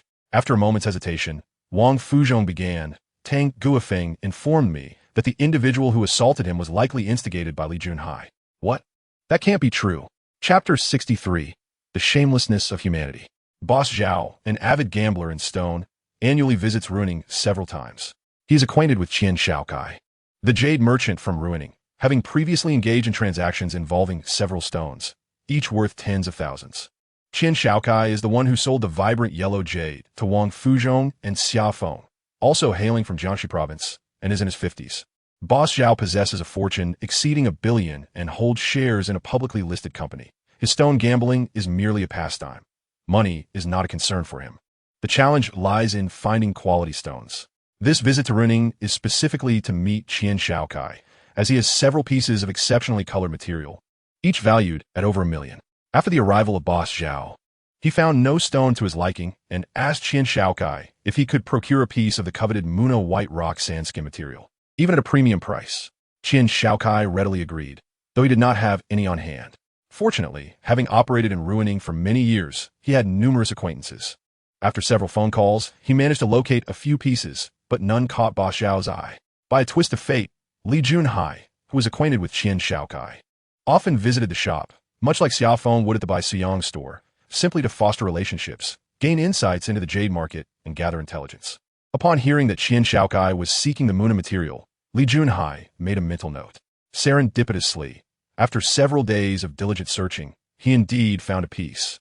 Sourced through a friend, the two men visited the villa of the stone's owner to inspect it, and they could not help but admire its quality. A Muna white rock sandskin weighing over 500 kilograms, with a compact and sturdy outer shell, evenly distributed sand grains, and most strikingly, two color bands nearly encircling the stone.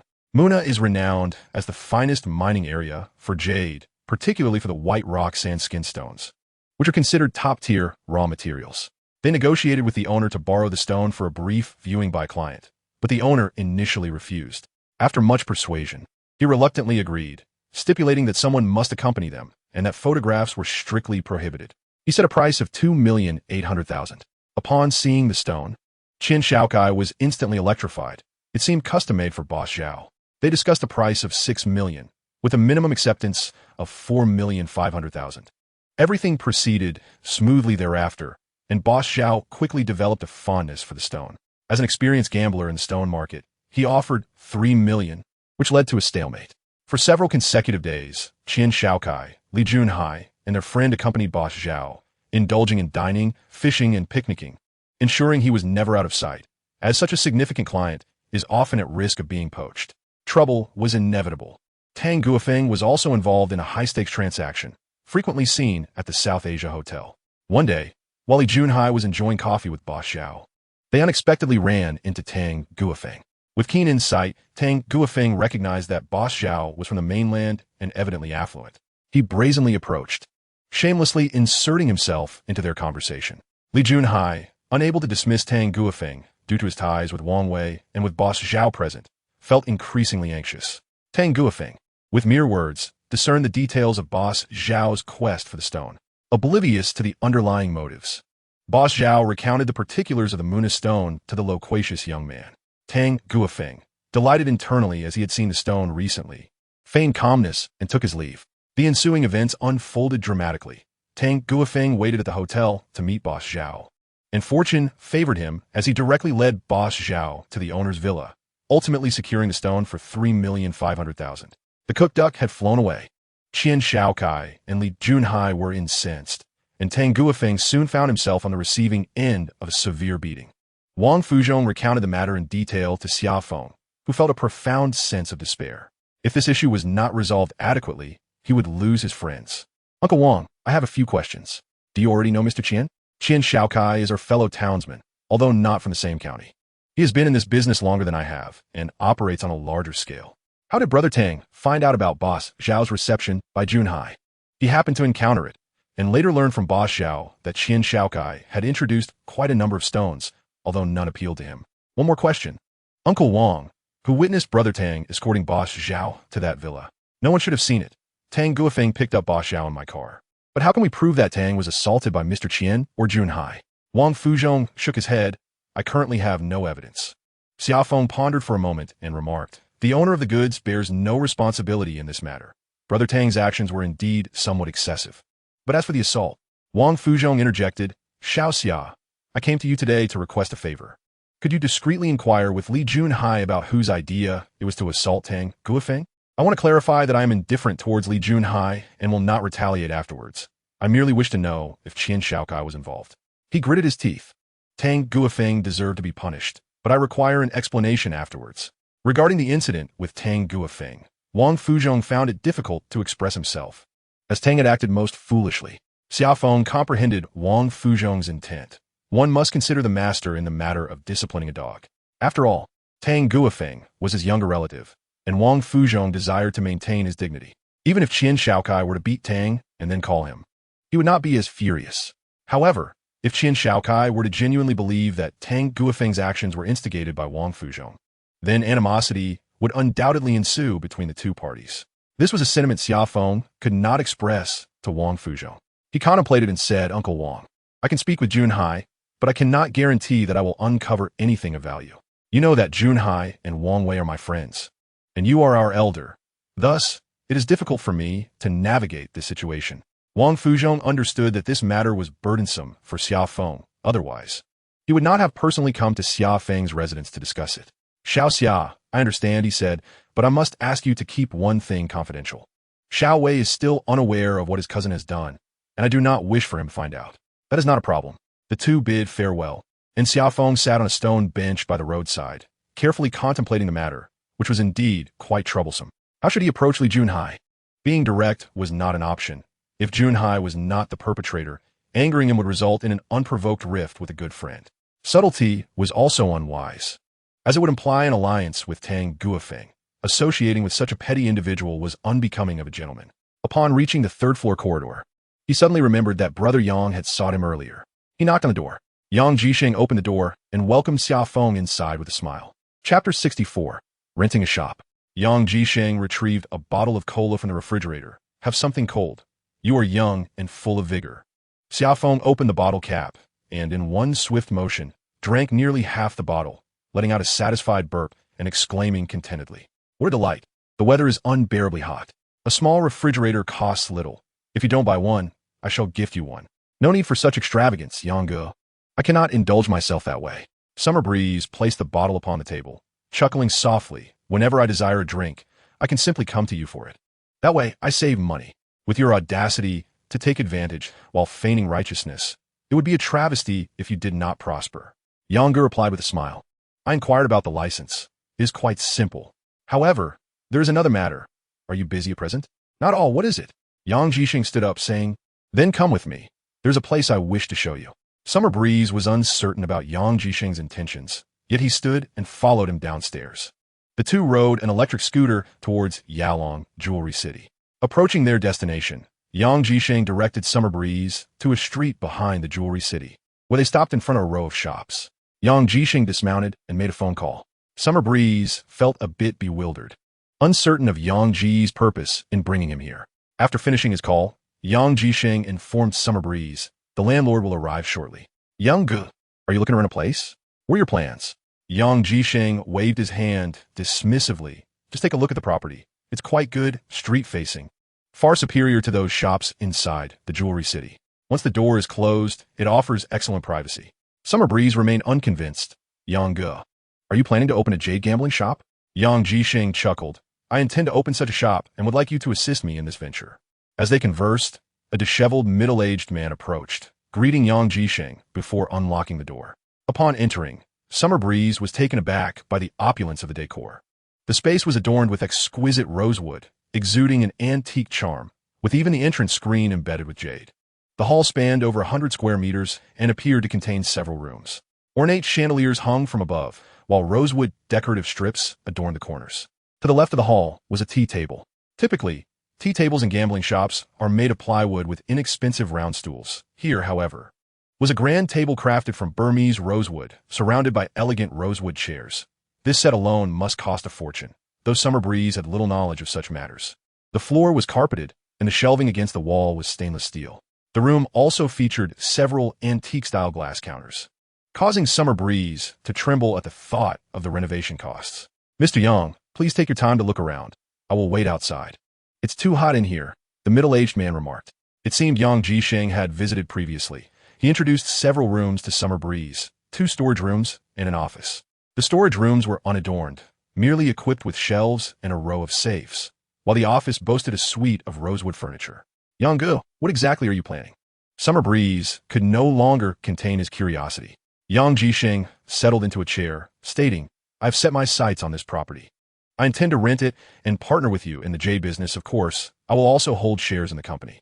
Summer Breeze was nearly taken aback. Yang Gu, such a luxurious place, must cost a fortune. Yang Jisheng smiled slightly. First, will you agree to collaborate with me? After a moment's hesitation, Summer Breeze replied, Yang Gu, it's not that I disagree, but he wanted to express that he was currently in a precarious situation, lacking the means to negotiate a partnership. Xia Feng, he began, let me outline my terms. Xia Feng hastily sought a chair, feeling his legs weaken. I will rent this property and purchase the furniture within it. Additionally, I shall provide 300,000 in working capital. You will manage the operations, while I oversee finances and logistics. He paused for a moment, then earnestly continued. From this point forward, I will not invest any further. However, I shall retain 20% equity in all your future companies. Should you bring in other investors, they may only draw from your shares, not mine. Xia Feng was taken aback, remaining silent for a long while before tentatively inquiring, Why, Brother Yang? I trust you as a person and believe in your potential. I currently lack ambition, but I must accumulate a dowry for my daughter, whose name is Yang Shooting. I wish to collaborate with you under a name. Brother Yang, allow me to ponder this. It seems I am gaining a considerable advantage. Xia Feng lowered his head, seemingly deep in thought, though his mind was a blank slate, astounded by this remarkable opportunity. Yang Jisheng smiled at Xia Feng before stepping outside to converse with the landlord.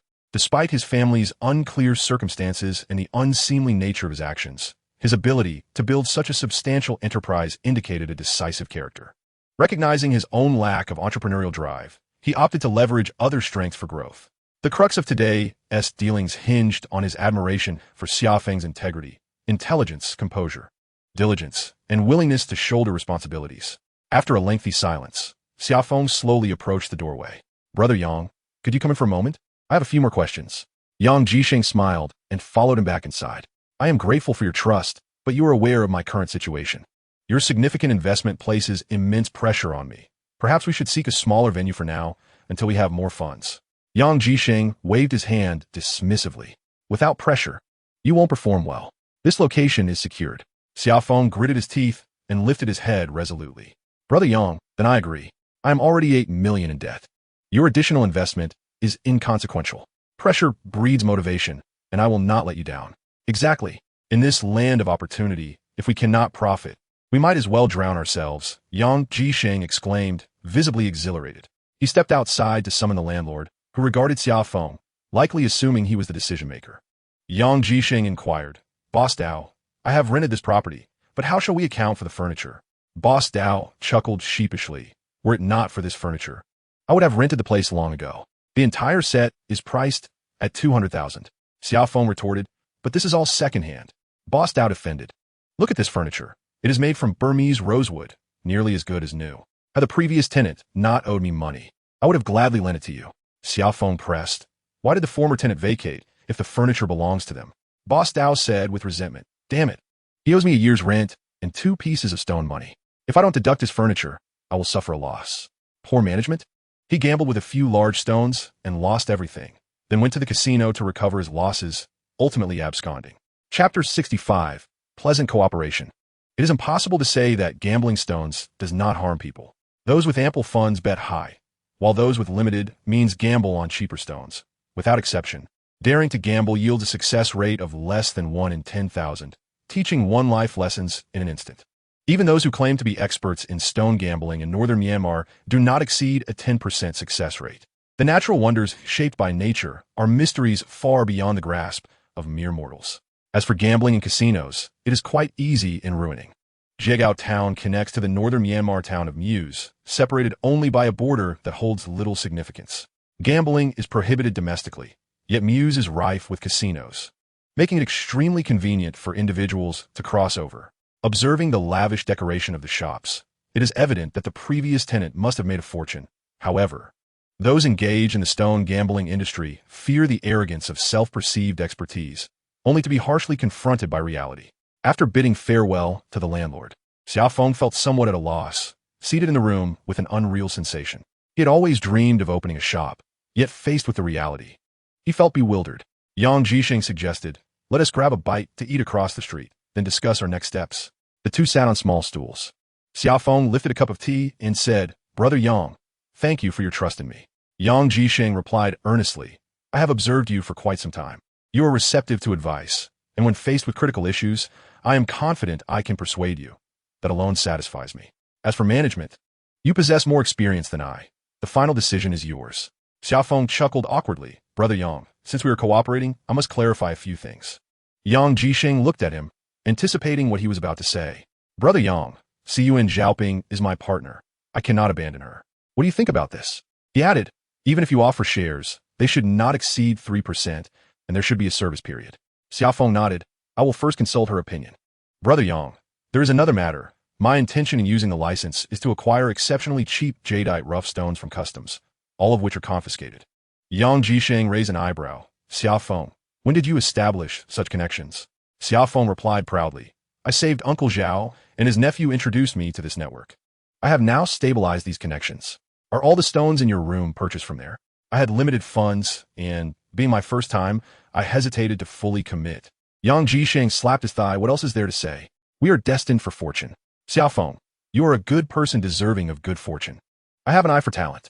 Xia Feng laughed and continued, "Brother Yang, I have another stone in my possession, which I partnered on for gambling. However, it is not the type to be cut. We found someone to open a window, and it has surged in value. According to Uncle Wang, it should be worth around 500,000. What did you pay for it?" 15,000, shared between 2 people. Yang Jisheng was taken aback. "It has increased more than 30-fold? The summer breeze nodded contentedly. Yang Jisheng hesitated for a moment and said, "This stone shall be considered your exclusive domain. The company will not take advantage of you." Summer Phone grew anxious. "That one T do. Since we agreed to collaborate, I must contribute everything. Otherwise, how can one maintain integrity? There will be no sincerity involved." Yang Zisheng Laogid Heartili, pleased with himself for not having misjudged the character of this young man, lacking in funds yet not greedy. Quite commendable. Summer Phone continued, "There's another troubling matter, Brother Yang. I seek your counsel, as I find myself somewhat undecided." With that, he recounted in full the incident regarding Wang Fuzhong's visit that afternoon. Yang Zisheng listened intently, occasionally interjecting with questions. Once Summer Phone concluded, Yang Jisheng remarked, "This matter is quite manageable. Seize an opportunity to converse with Li Junhai. Simply inquire how that lad, surnamed Tang, excavated the trench. As for the altercation, if he is willing to disclose, listen. If not, do not press further. Is that acceptable?" "There is nothing wrong with that. If Li Junhai orchestrated it, he would deny it. If someone else instigated it, he would remain silent. Thus, you could fulfill your obligation. Yang Jisheng paused briefly before adding, from what Wang Fuzhong shared with you, it seems that the young man surnamed Tang is primarily responsible. But we cannot dismiss the possibility that Wang Fuzhong is also involved. Such a significant sum of money is hard to resist. Summer Feng countered. Uncle Wang is not that type of person. The truth of the matter remains uncertain, and we do not wish to delve deeper. All you need to do is converse with Li Junhai, and that will suffice for your mission. The conclusion is of little importance. Summer Feng inquired. Why is that? Yang Jisheng replied. Young Summer, you do not comprehend the mindset of those powerful figures. When a relative is assaulted, it is unacceptable for them not to show some semblance of response. Perhaps it is mere posturing, or perhaps they are indeed feeling apprehensive. In that instant, Summer Feng grasped the underlying rationale. The trench excavation incident is indeed heinous, yet without tangible evidence, those responsible can only act covertly, resorting to underhanded tactics. Wang Fuzhong values his reputation, and so does Qian Shaokai. Not only has he suffered a substantial financial loss, but he has also forfeited a significant client, all of which is attributable to Tang Guofeng. Should his retaliation not circulate through Ruining Street, it would be a tremendous embarrassment. When one is assaulted and knows the assailant is me, yet lacks evidence, this is precisely the effect that Boss Qian desires. Summer Feng chuckled. Neither party possesses evidence and likely does not wish to uncover any. They merely handle matters according to their own understanding. Yang Jisheng nodded in agreement. He then shook his head. That contraption is not to my liking. I shall find time to purchase a second-hand car, as long as it is functional. Summer Feng had a sudden inspiration. The customs department has many seized vehicles. I shall call Brother Zhou to see if there are any affordable options. What brand do you prefer? The brand is of little consequence. An off-road vehicle will suffice, provided it is in good condition. The two ascended the stairs, and Yang Jisheng suggested, let us deliberate on what to name the company. Brother Yang, I lack experience in this matter. You shall decide. After a moment's thought, Yang Jisheng proposed, let us name it Feng Shang Jewelry Company Limited. The character for Holy Insheng resonates with my name. I have no objections. Yang Jisheng glanced at the stones in Summer Feng's room, his brow furrowing slightly. Tomorrow afternoon, you and Siyuan Zhaoping should find a truck to transport these stones to the company. Your living quarters need to resemble a home, clean and tidy. Just look at your current state. There is hardly any space to set foot. Xia Feng could only smile wryly at his own impoverished situation. Chapter 66. The Need to Purchase a Vehicle. That evening, Xia Feng failed to meet Li Junhai, as the latter was not in Ruining. The following morning, Yang Jisheng was preparing to handle the licensing procedures, while Xia Feng ventured to the morning market. The day was somewhat overcast, with an exceptionally low atmospheric pressure, rendering it stifling and difficult to breathe. Upon arriving at Jiegao, Chenggu hastily inquired upon seeing Xia Feng. How did you resolve yesterday's matter? Xia Feng pondered that if the situation regarding human trafficking to northern Myanmar would be verified, these two individuals would indeed find it difficult to escape the consequences. Out of boredom last night, he had deliberately researched the implications of smuggling people across national borders, which carried a minimum sentence of 5 years. Chenggu, if you have some free time today, why not come by in the afternoon to check on the stones? I have rented a storefront behind Yalong, and I'll transport the stones there by noon. Chenggu's eyes brightened. All right, Xia, you've only been here for less than a year, and already you're starting a business. It took me 3 years with your sister-in-law before we could rent a small shop. Xia Feng humbly replied. A big brother of mine has invested. I'm merely working for him. Chenggu chuckled. I'll come by in the afternoon to take a look. Once you open, do let me know. I'll send over a few flower baskets. Thank you, Chenggu. Xiagu, you're opening a shop? Siyuan Zhaoping felt as if a seed had been planted in her mind, unable to settle her thoughts. She was quite content with the current situation. Although Xiagu had little money, he was a good person. Partnering with him could yield considerable profits, but with this unforeseen turn of events, would he still be able to include her? After spending some time at the morning market, Xia Feng rode his bike to the hospital. Uncle Zhao was to leave early the next day, and he intended to purchase some provisions for Zhao and his companions for the journey. However, upon arriving at the hospital, he found several people packing up. Zhao Jun, Uncle Zhao's son, was also present. Xia Feng greeted them, placing the items on the table and asking Uncle Zhao, aren't you leaving tomorrow? Why are you packing up so early? Xia, I was just about to call you. I will be leaving shortly. I need to find a place to rest for the night, and will be home by tomorrow evening. Zhao Lekun, concerned about his heart condition, preferred not to fly. So Zhao Jun had brought along a nurse for added safety on the road. Uncle Zhao, I wish you a smooth journey. Zhao Lacun smiled and replied, "Thank you for your kind words. If you ever have the chance to visit Spring City, do drop by my home. I'll have my wife prepare something delicious for you. I will certainly visit, but I fear it may be too much trouble for you." Zhongli also approached, saying, "Xia, I truly appreciate your help this time. I will make sure to contact you when I'm in Spring City." At that moment, Xia Feng's phone rang. He glanced at it and saw it was Zhou Feng. "Xia Feng, if you could head to the place we visited last time, I happen to have some time. Let us resolve the vehicle issue first." Xia Feng acknowledged and set down the phone, leaning closer to Zhao Lacun, saying, "Uncle Zhao, I have an urgent matter to attend to, so I want to be able to see you off. Don't mention it. Take care of your affairs first. I will call you once I'm home." After bidding farewell, Xia Feng quickly called Yang Jisheng, who was currently filling out paperwork at the Industrial and Commercial Bureau. Connecting with Yang, the two rode their bikes directly to the customs warehouse, where Xia Feng began to speak. "Yang, I'm only capable of driving. Beyond that, I possess little knowledge. The assessment of quality rests entirely upon you. Fear not, for over the past decade, I have transitioned from a Xia Li to a Santana, then to an Audi 100, and ultimately to a Mercedes-Benz. The number of vehicles I have operated is beyond my fingers' count." Xia Feng, with a playful demeanor, acknowledged that this individual was indeed a prominent figure. His sole experience with a Santana, albeit an old company vehicle, had already made him feel rather impressive. Upon arriving at the warehouse entrance, Xia Feng noticed that Zhou Feng's vehicle was absent, indicating that he had yet to arrive. He rapped gently on the large door, and shortly thereafter, the warehouse manager, Old Zhang, opened it. "Uncle Zhang, I have returned," Xia Feng greeted. Old Zhang recognized the young man, but struggled to recall his surname. After a moment's hesitation, he replied, "Young man, come in quickly.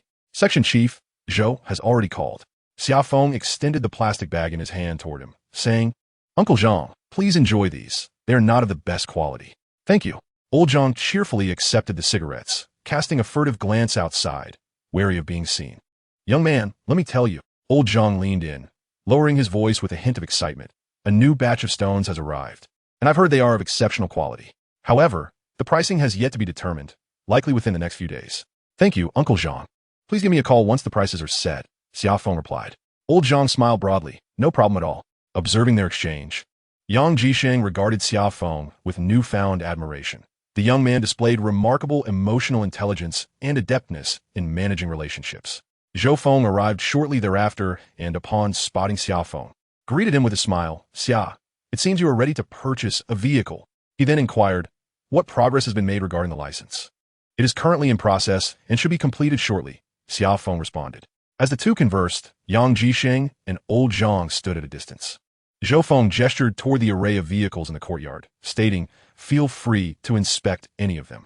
Xia Feng turned to Yang Jisheng and remarked, "Brother Yang, you may look at any car. The keys are inside." Yang Jisheng nodded and approached the vehicles for inspection. Before long, he waved Xia Feng over, stating, "Let us go with this one, the Mitsubishi Pajero. But do confirm, this is a license plate from Myanmar. Can be registered here?" The two approached Zhou Feng, and Xia Feng inquired, "Brother Zhou, what is the price for that Mitsubishi Pajero? And what about the license plate?" Zhou Feng consulted a ledger and replied, "It's 120,000, excluding the license plate. However, we can provide the necessary paperwork for registration at the Vehicle Management Office. Xia, come by our office after 2 o'clock this afternoon to settle the payment and collect the release order," Zhou Feng instructed before making his exit. Xia Feng quickly followed up with a soft inquiry, "Will you be present this afternoon?" Zhou Feng hesitated before responding, "I will not be here. I'm quite busy these days." After a moment, he added, "Sister Gao has a cooperative auto repair factory. Your vehicle could use some maintenance there to support the business, as competition in the repair industry is fierce." Absolutely. Chapter 67. A distinguished guest arrives. Individuals reliant on government positions often venture into business endeavors. The most prevalent are restaurants and auto repair shops. Why is this the case? There is no specific reason. The barriers to entry are low, and management is relatively straightforward. The summer breeze was of no concern to Xia Feng, who felt no psychological burden as he headed to Zhou Feng's auto repair shop. At worst, he would spend a bit more money. As the old saying goes, a mouse drags a wooden shovel, with a larger burden trailing behind. By noon, Xia Feng, Yang Jisheng, and Siyuan Zhaoping gathered together, with Yang Jisheng taking charge of the cooking while Xia Feng and Siyuan Zhaoping filled woven bags with stones.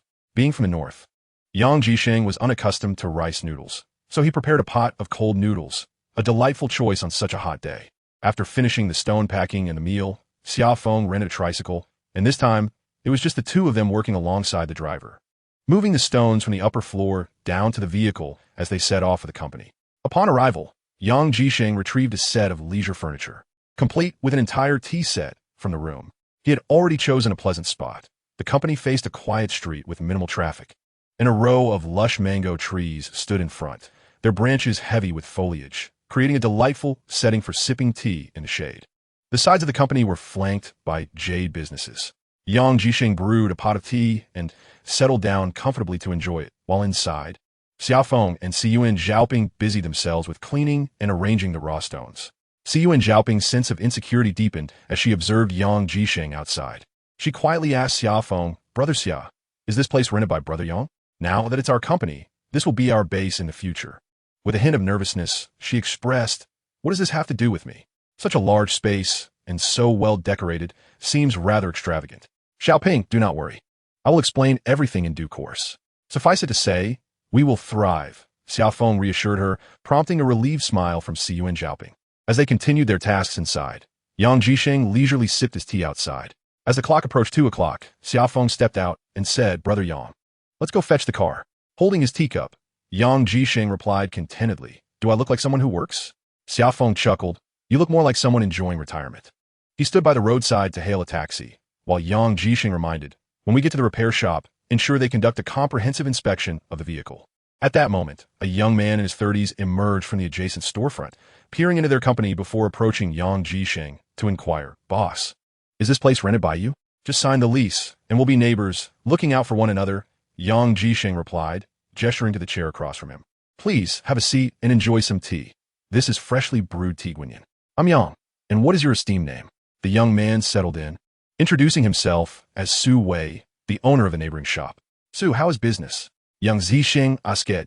It's manageable, enough to make ends meet. By the way, have you purchased all that furniture?" Yang Jisheng poured a cup of tea for him, smiling as he explained, "The landlord pressured me into buying it. Otherwise, he wouldn't rent the place to me."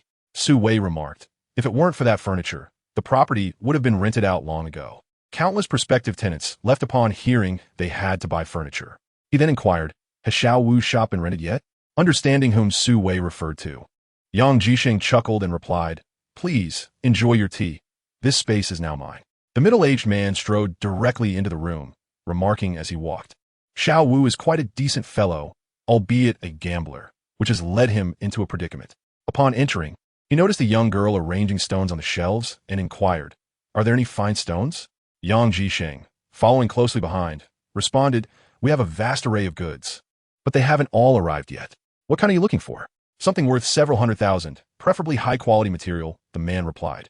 In a moment of inspiration, Yang Jisheng quickly said, "There's a piece weighing around 1 kilogram with a broad opening. Would you like to see it? I can fetch it in 5 minutes. My shop isn't fully set up yet, and I have placed it in another store." The man hesitated briefly before responding, "Bring it over. I shall have a look." Yang Jisheng promptly took out his phone and called Xia Feng, whispering a few words before hanging up and turning to Siyuan Zhaoping, saying, "Zhaoping, go fetch it quickly." Siyuan Zhaoping nodded and hurried outside, the distance to Wang Fuzhong's shop being quite short. Eagerly, she ran, breathless upon entering the store, where Wang Fuzhong awaited with the stone in hand. "Xiao Siyuan, here is the stone for you. Remember, the asking price is 1 million. I won't sell for less than 500,000, Wang Fuzhong explained. "Uncle Wang, I need you to lend me a flashlight. I didn't bring one," Siyuan Zhaoping panted. Wang Fuzhong handed her the flashlight, cautioning, "Do not rush. Remain calm and negotiate with the buyer." Xia Feng was unaware of where Yang Jisheng had found a client, especially one interested in top-tier goods, and he had clarified the situation with Wang Fuzhong. The client was seated at the tea table, engaged in casual conversation with Yang Jisheng. A seasoned veteran in the industry, Yang Jisheng tailored his words to appeal to the buyer. The man was quite open, and within a few exchanges, Yang Jisheng learned that he was surnamed Zhao and hailed from Tianjin, leading Yang Jisheng to surmise that he was a significant player in business. Many business owners can afford Mercedes-Benz, as such vehicles provide comfort and safety, while also projecting an image of power and success. However, the number of those willing to purchase a Mercedes coupe is far fewer. Such cars are purely luxury items, often viewed as extravagant toys. Driving one for business purposes can appear imprudent. The low chassis forces one to recline uncomfortably inside. Typically, Such purchases are made by the wealthy second generation, flaunting their affluence. At Zhao's age, driving such a vehicle indicates an excess of disposable income. Xia Xiaoping handed the stone to Yang Jisheng, who dared not even glance at it, immediately pushing it toward Mr. Zhao. Mr. Zhao, take a look. The quality is exceptionally good. Mr. Zhao picked up the stone, his eyes lighting up. Full color. Which mining site is this from? Yang Jisheng was rendered speechless, utterly ignorant of the raw stone's origins and unsure of how to respond. Hearing Xia Xiaoping's words, he felt a twinge of anxiety, fearing Mr. Zhao might inquire about Wansheng, which would complicate matters significantly.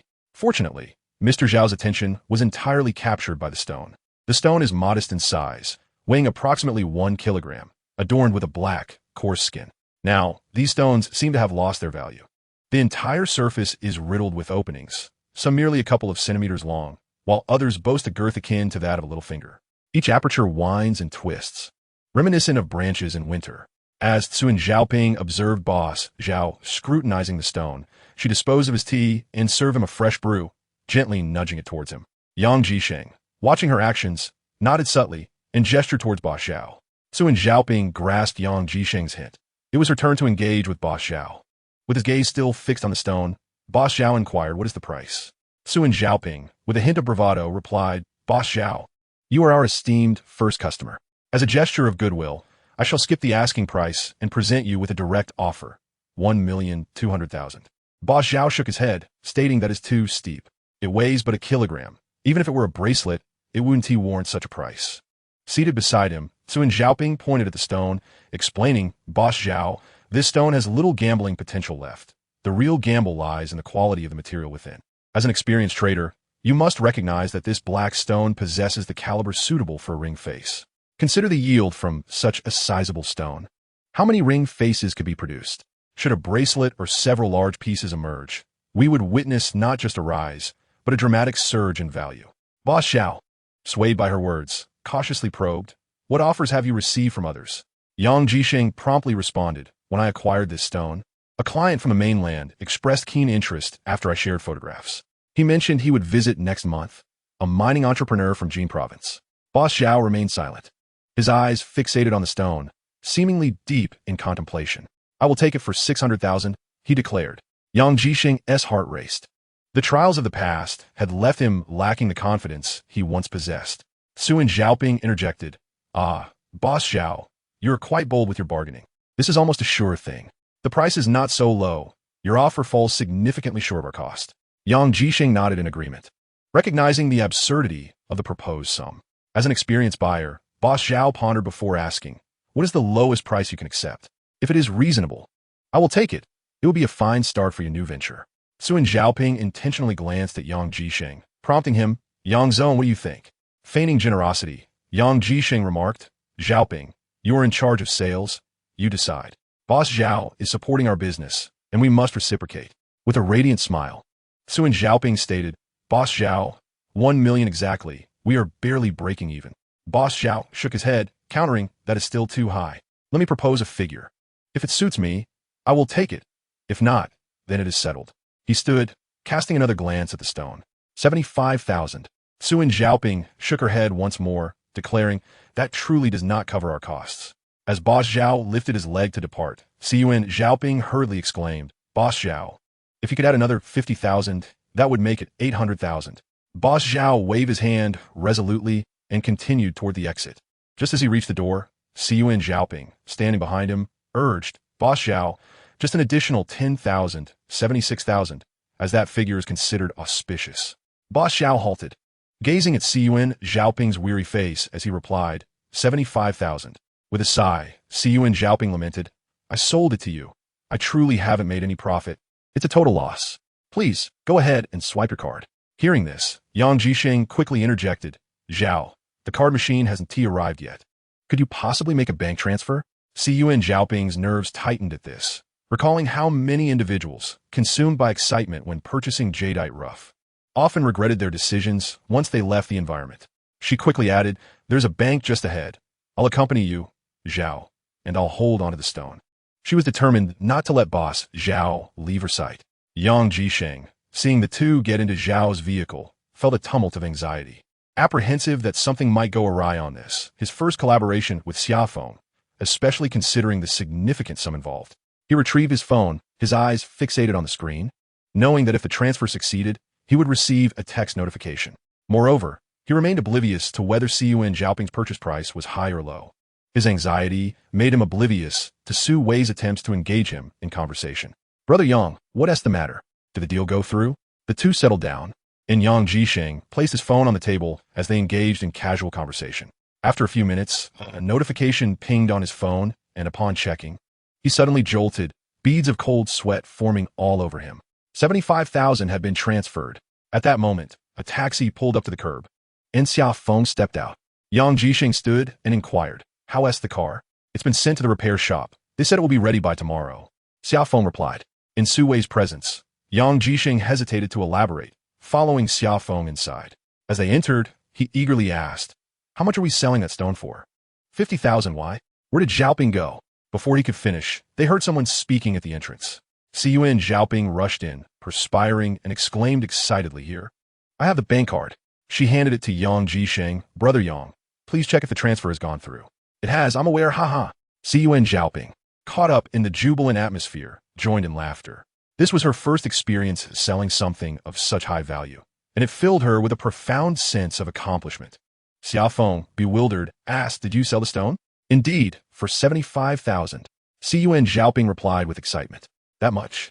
Xia Feng appeared skeptical, glancing at Yang Jisheng. "Is that true?" "Of course. You have no idea how remarkable Zhaoping is." Yang Jisheng was lavish in his praise. Xia Feng slapped his forehead in disbelief, exclaiming, "Goodness gracious. Zhaoping, have you struck a lucky streak?" He had never anticipated that the stone could fetch such a high price.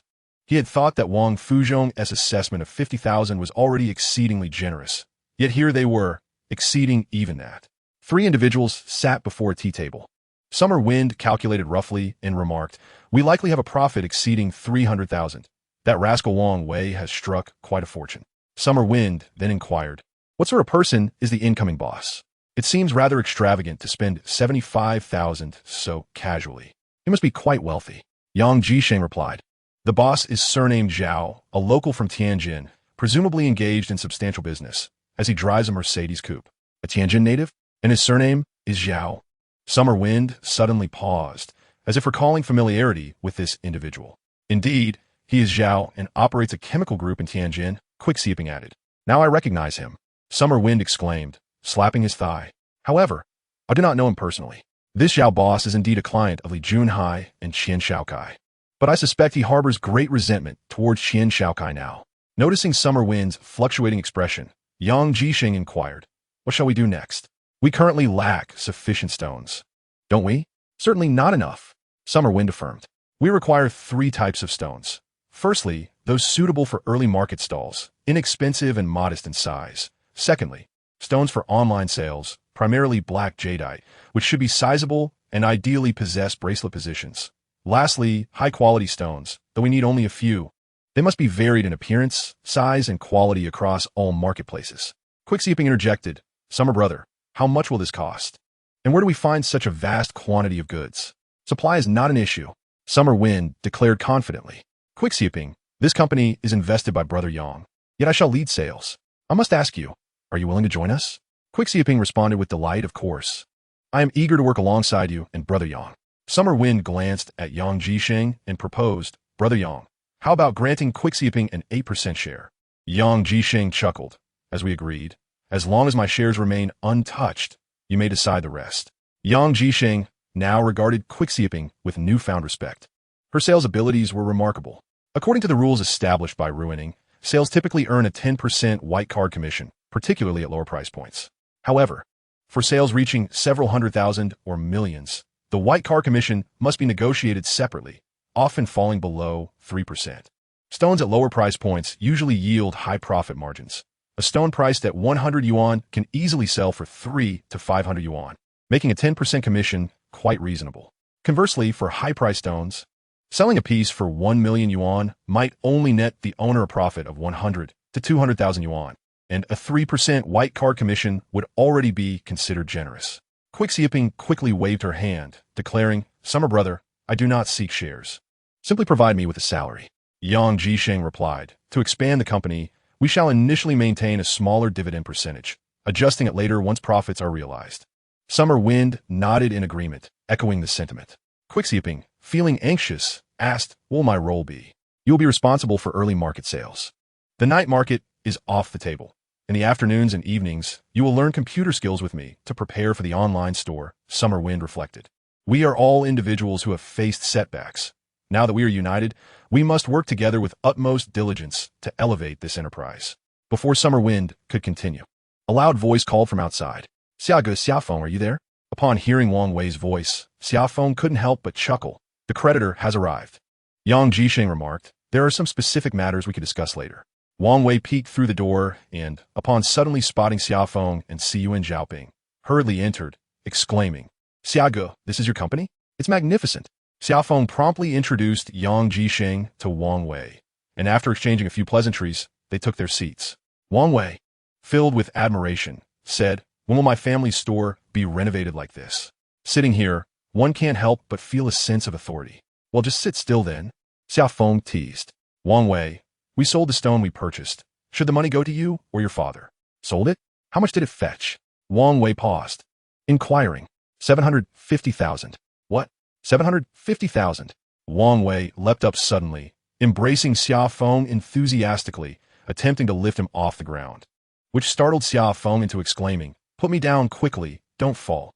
Wang Wei released him and began bouncing around the room, exclaiming, "We've struck it rich. We've struck it rich." Yang Jisheng watched Wang Wei's exuberance with a quiet smile, recognizing the innocence and exuberance of Xia Feng's young friend. Wang Wei, settling down, addressed Yang Jisheng, "Brother Yang, it's a pleasure to meet you.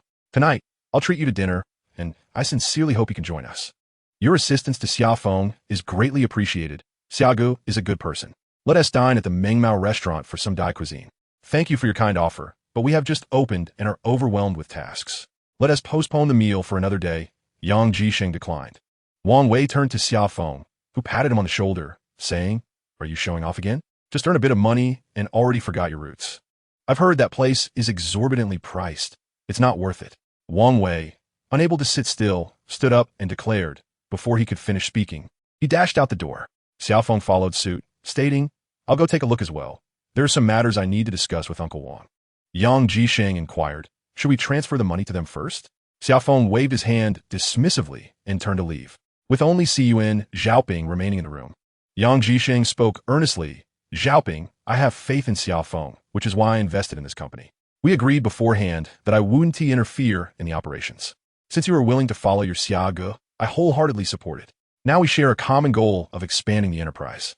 You may not have extensive education, but I have one request. Be diligent, think critically, inquire often, and work hard." Chapter 70. The Knife Surname Boss. As Xia Feng reached the entrance, he heard Wang Wei's booming voice from inside. "Dad, do you think I'm impressive?" At first, Xiagu hesitated about buying. If not for me, he might have given up. "Haha, stop boasting. Could you tell that the stone would skyrocket?" Wang Fuzhong chuckled. "Of course, I can't see that. My skills are lacking," Wang Wei quickly added. "But I have good luck. Gambling on stones is all about luck, isn't it?" As Xia Feng stepped into the room, Wang Wei immediately approached him with a serious demeanor, saying, "Xia Zong, I heard you successfully gambled on a stone. May I interview you?" As the summer breeze swept through, Xia Feng turned to Wang Fuzhong with a smile. "Uncle Wang, I have something to discuss. The owner who purchases stones is none other than Zhao. Zhao, the one from Jinmin City who runs a chemical group?" Wang Fuzhong, realizing the identity Xia Feng was referring to, chuckled. "Ah, this prominent businessman certainly possesses great wealth, though he may encounter a minor setback this time." Xia Feng replied, "I am not entirely informed about the specifics, but we cannot ascertain if that stone is of full color." Wang Fuzhong inquired, "Have you opened a shop?" "A senior brother invested in me. I'm merely an employee," Xia Feng explained. "That is fantastic, Xia. You are on the brink of a fortunate turn. Work diligently and do not disappoint his expectations." "Thank you, Uncle Wang. There's no rush regarding this matter." After a moment of contemplation, Wang Fuzhong said, "When do you plan to open?" "My son and I would like to celebrate with you. Also, if you find yourself in need of stones, do let me know. Your shop is street-facing, so you should attract quite a few walking customers. I still have some high-quality stones. You can take them for your shop." Xia Feng felt elated. This was the most pressing concern on his mind. While the shop was established, it lacked inventory, particularly high-quality stones. Once customers arrive, one cannot keep saying that the goods have yet to arrive. Words may suffice, but losing clientele would be unforgivable. Uncle, the funds have been transferred. Should I send them to you or to Wang Wei? The amount was substantial, over 300,000. Although Wang Wei was about to marry, there remained some uncertainty, prompting Xia Feng's inquiry. In the jadeite raw stone business in ruining, it is common for couples, brothers, and fathers to conduct transactions independently. This does not stem from a lack of familial bonds, but rather the unique nature of the industry. Each stone, regardless of its quality or price, invites a multitude of opinions. Who should one heed? If Wang Wei favors a stone that Wang Fuzhong does not, a disagreement arises over whether to purchase it. Furthermore, disparities in pricing can lead to conflict. If one believes it worth 10,000 while another values it at 8,000, how is one to decide? The ultimate resolution is that whoever sees potential buys it, whether they are spouses or parents and children. Yet, when selling stones, there are no divisions. Controlling costs ensures profit, and anyone can sell. Wang Fuzhong is also pushing his son to mature swiftly. In Ruining's jadeite raw stone trade, imparting knowledge through teaching is one aspect. Yet the most crucial element remains practical experience. Throughout this process, encountering losses and setbacks is inevitable. Otherwise, one will never truly learn.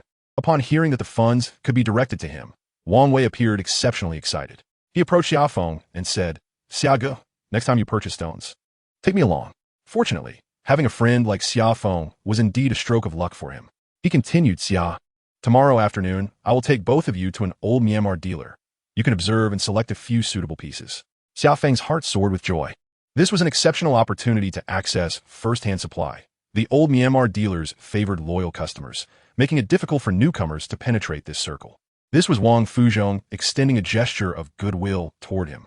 "Thank you, Uncle Wang." As Xia Feng bid farewell and headed toward the door, his phone rang. It was Li Junhai. "No, Xia Feng, you should visit the Dajili processing factory around 5 in the afternoon. They're currently cutting a large piece of wood, reportedly worth several million. It would be best if you could take some photographs for me." Xia Feng was taken aback and then chuckled softly. This must be the large stone that boss Zhao purchased.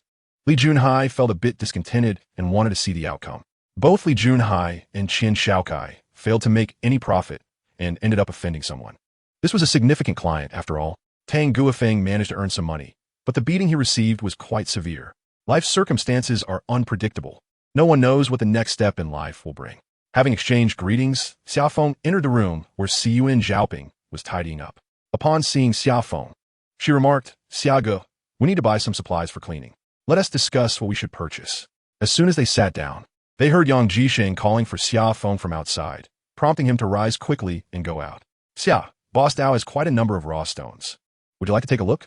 Seeing the beaming face of old Dao, Xia Feng inquired, "What types of stones do you have?" All my stones are large. The smallest weighs over 20 kilograms, and they are of excellent quality at a reasonable price. Did you acquire them from northern Myanmar? My relative has a mine in northern Myanmar. He sent me the stones to help sell, but I know nothing about it, and I have other matters to attend to, so I have no time to sell stones for him. Xia Feng mused that this statement was half true and half false. It seemed plausible that old Dao could obtain stones from northern Myanmar, but whether he had a relative who owned a mine was debatable. Xia Feng considered that since old Dao had such a sizable storefront, his capabilities must be quite substantial. The Dao surname is a prominent one among the Dai people, akin to the Zhang or Wang surnames in the mainland. In this region, the concept of clan is particularly strong. Villagers and mountain dwellers tend to band together closely. Most ordinary people in the border areas still live off their fields, ensuring their basic needs are met, but making a fortune is quite challenging. However, it does not imply that there are no wealthy individuals here. With a sharp mind and boldness, making significant profits is indeed feasible. Xia Feng speculated that the other party might also be involved in smuggling activities, likely dealing with products such as agricultural goods, sugar, cigarettes, or timber. Interestingly, local mountain dwellers rarely engage in smuggling jade. They're simple folk who are wary of being deceived. If one overpays for jade raw stones, they can easily become a burden, which is far more complicated than smuggling agricultural products. Glancing at the time, Xia Feng noted it was just after 3 and said, "Boss Dao, shall we go take a look now?" In a disorderly room, dozens of stones were haphazardly arranged amidst various clutter and farming tools. "Xia Xiao, you can take a look for yourself. I will go prepare some tea." Old Dao led Xia Feng to his home, situated near the border in a village. The layout of the village was quite similar. Each household had a large courtyard, a two-story building, and several single-story rooms for storing various items, with some even having their kitchens outside. Xia Feng crouched down to begin examining the stones. Most of the stones are from Mashisha, and it appears that some have been sitting for quite a long time, their surfaces covered with a layer of dust.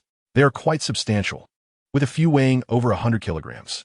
After examining 3 or 4 pieces, Xia Feng began to hesitate. There seemed to be no reason these stones shouldn't sell. He glanced over all the stones briefly. In addition to those from the Mashisha site, there were some with a dark, rough exterior, and a couple more from the Sanxiao area. After about 10 minutes of contemplation, Xia Feng selected a few pieces, yet he felt uncertain. All the stones appeared to be of good quality. The only plausible reason for their lack of sales could be their exorbitant prices. At that moment, Lao Dao entered the room, smiling as he inquired, "How's it going, Boss Xia? Why not take a break for tea and return to the stones later?" Xia Feng straightened up, replying, "No need for tea. I have matters to attend to at Jigao later." "Lao Dao, what is the price of this stone?" Lao Dao glanced at the spot Xia Feng was pointing to and replied, "This is old Mashisha, priced at 180,000. Xia Feng frowned slightly and pointed to another piece, asking, "What about this one?" "That one's cheaper, 150,000, Lao Dao responded. Xia Feng nearly burst out laughing. "Are you selling gold, Lao Dao?" Lao Dao chuckled. "I set a high price, and you negotiate down. If it suits me, I'll buy. Otherwise, I sell for whatever others tell me." Xia Feng gestured towards the stones on the ground, stating, "This one should be 35,000, this 130,000, and that 135,000. After speaking, he smiled at Lao Dao. Lao Dao shook his head. "The prices are too low. 3 pieces for only 100,000 doesn't even cover costs. You can take them all for 200,000. Xia Feng waved his hand dismissively. "That's already the highest I can offer. I won tea at a single cent." He added, "With the price you're offering, if I didn't know you had relatives in the mining business, I think these stones had changed hands multiple times. At this price, they wouldn't sell even in ruining, let alone in the mainland." As he spoke, he pointed to another stone and asked, "How much for this one?" Lao Dao was caught off guard by Xia Feng's rapid-fire inquiries and was unsure of his intentions. Noticing Xia Feng inquiring about yet another stone, he replied, "This one belongs to a friend of mine. He wants 100,000 for it. Call your friend and ask if he would sell it for 25,000, Xia Feng suggested. Lao Dao frowned. "I can't call. He has gone in." Hearing this, Xia Feng quickly said, "Brother Dao, you can contact his family. Since he has gone in, they must be in need of money." Lao Dao glanced at Xia Feng, thinking this young man was quite quick-witted and audacious. After a moment of contemplation, he took out his phone and stepped outside the room. Soon after, he returned, saying, "His wife couldn't make the decision, but after much persuasion, I managed to settle on 35,000. Xia Feng felt a surge of joy internally, though his expression remained somewhat displeased. "I can only offer 25,000. 35,000 is too high." 26,000, he countered, pulling out 2 stacks of cash from his bag and placing them on the stone, then began counting the money. This was the quintessential approach to dealing with the old Myanmar traders. Xia Feng was now employing it against Lao Dao. In engaging in jadeite trading, the local Burmese are averse to cash transactions. When negotiations reach a stalemate over pricing, the mere display of cash by the buyer often compels the local Burmese to relent. Should they remain obstinate, it typically indicates that the buyer's offer fails to meet the cost price or that the seller stands to gain nothing. Observing the summer breeze, Lao Dao hesitated, and, as Xia Feng counted the money, he expressed his dissatisfaction. "Boss Xia, this is not how one purchases stones." "Lao Dao, I've been in ruining for many years. I understand certain matters," Xia Feng replied with a grin. "You are not in the jade business. These materials are merely lying idle. It would be wiser to liquidate them and expand your business." Lao Dao's expression shifted. "What do you know?" "Fear not. I am well aware of the nature of this village," Xia Feng reassured him. Lao Dao paused, then chuckled ruefully. "You are quite cunning. I have indeed encountered a rival." Xia Feng had heard rumors that this village frequently engaged in smuggling beef and sugar. Observing Lao Dao's wealth, it was evident that his affluence stemmed from illicit activities. The stones before them were likely accumulated by Lao Dao, acquired through dubious means. In northern Myanmar, apart from the government forces, armed groups exist, and it is common for small bands to ambush travelers.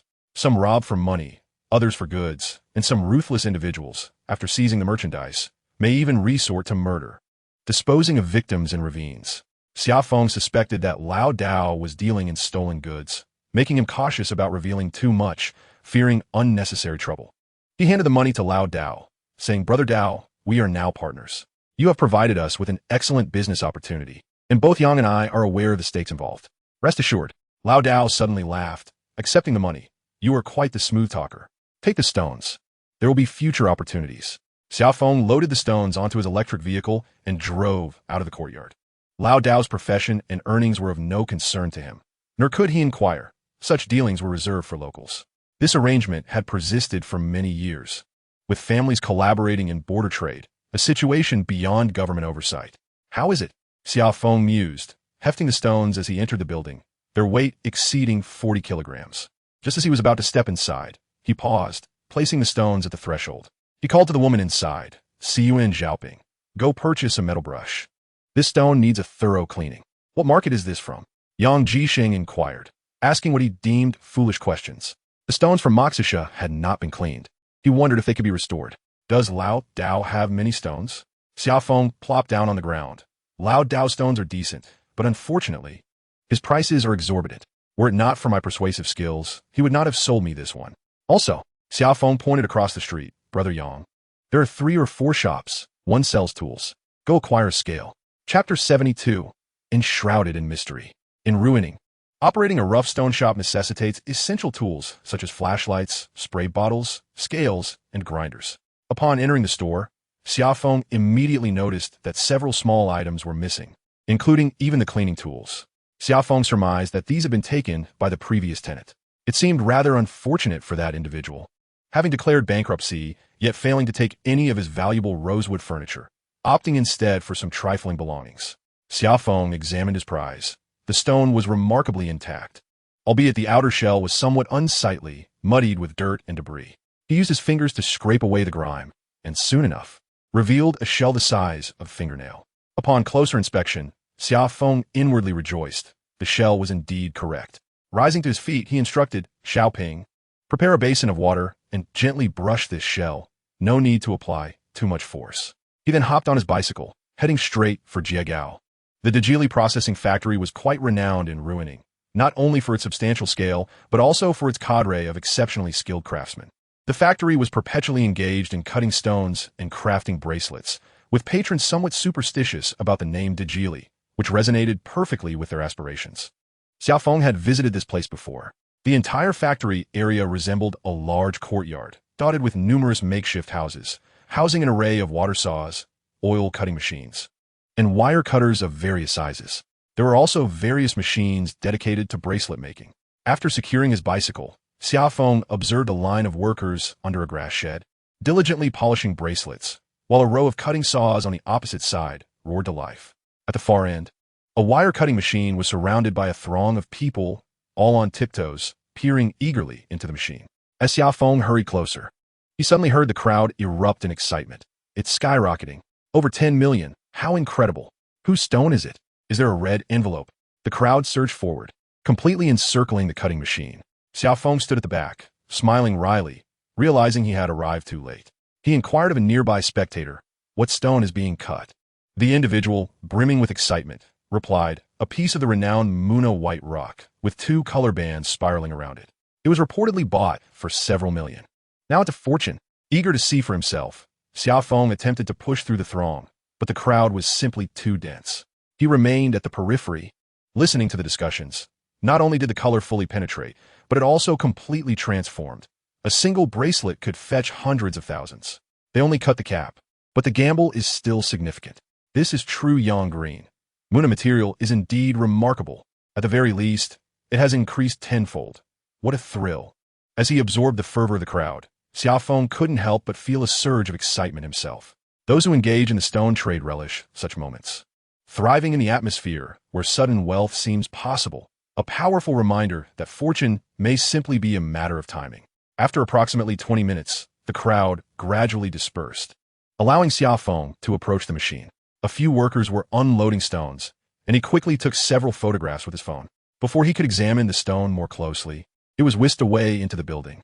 As he stepped outside, he was filled with a sense of joy and anticipation, convinced that such exhilaration would soon be his as well.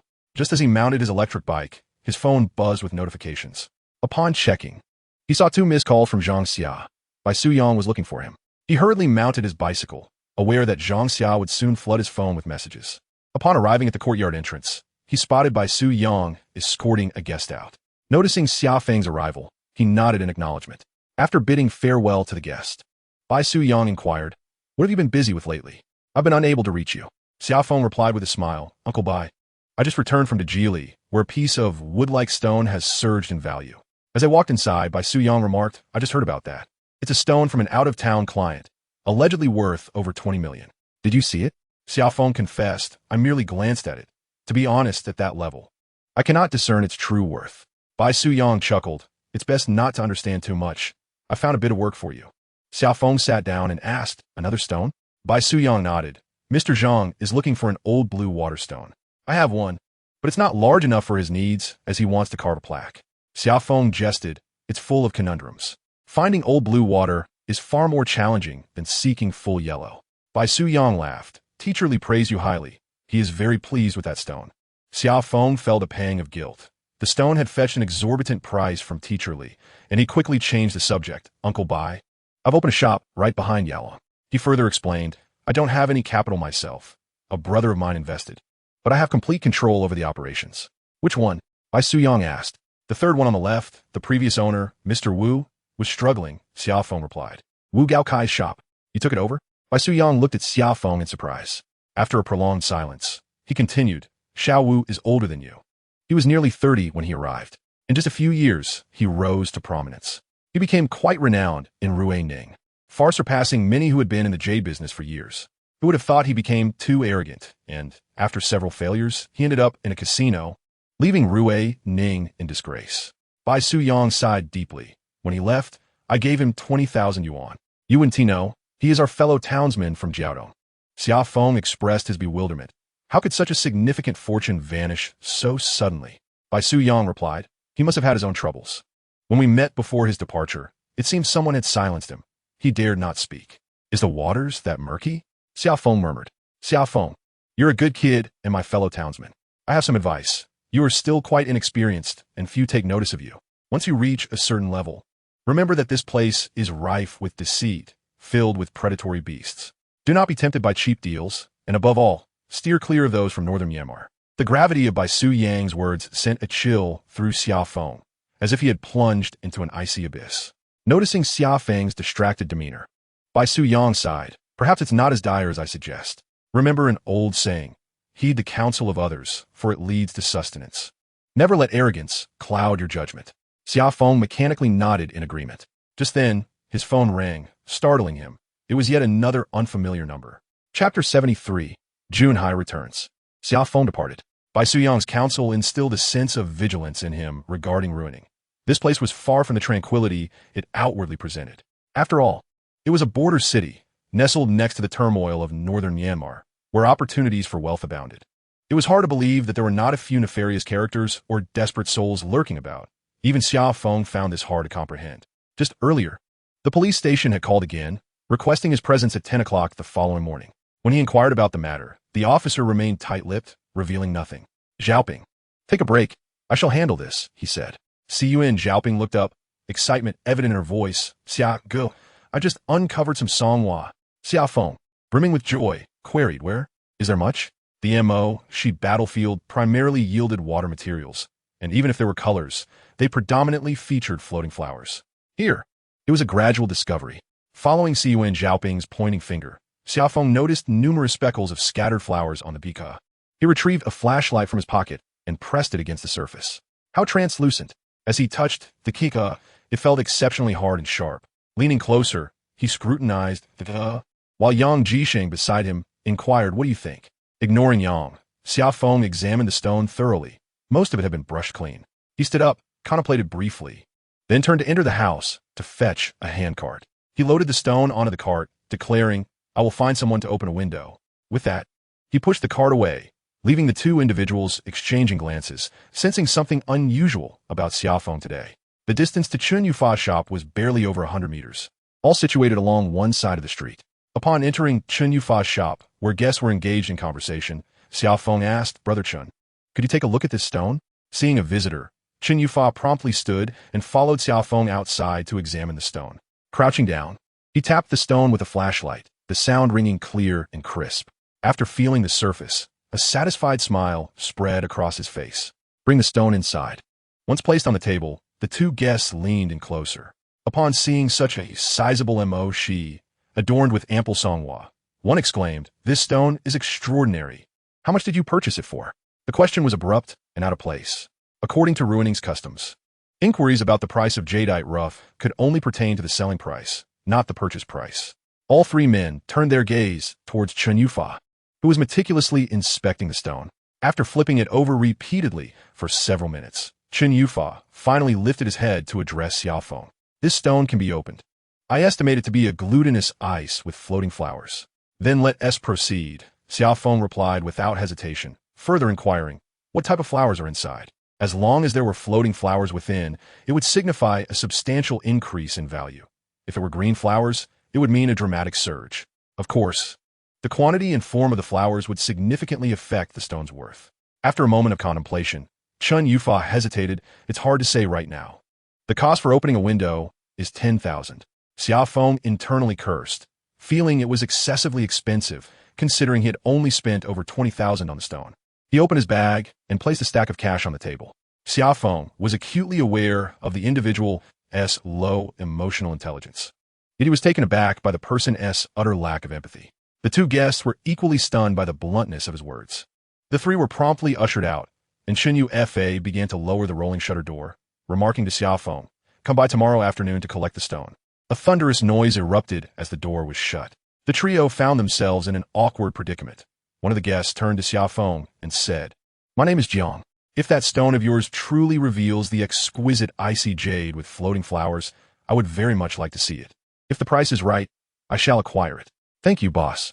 The prospect of a buyer brought Xia Feng a sense of delight. "Junhai, I visited the site and took a few pictures. I was so busy earlier that I forgot to send them to you." "It's all right. I've already seen the pictures. I'm on my way. Is there something you need?" Xia Feng replied, "I have a matter to discuss. Let us have dinner together tonight." Upon returning to the shop, Siyuan Xiaoping remarked, "Xiaogu, we need to purchase a significant number of items." Yanga mentioned that the original tea set is no longer required.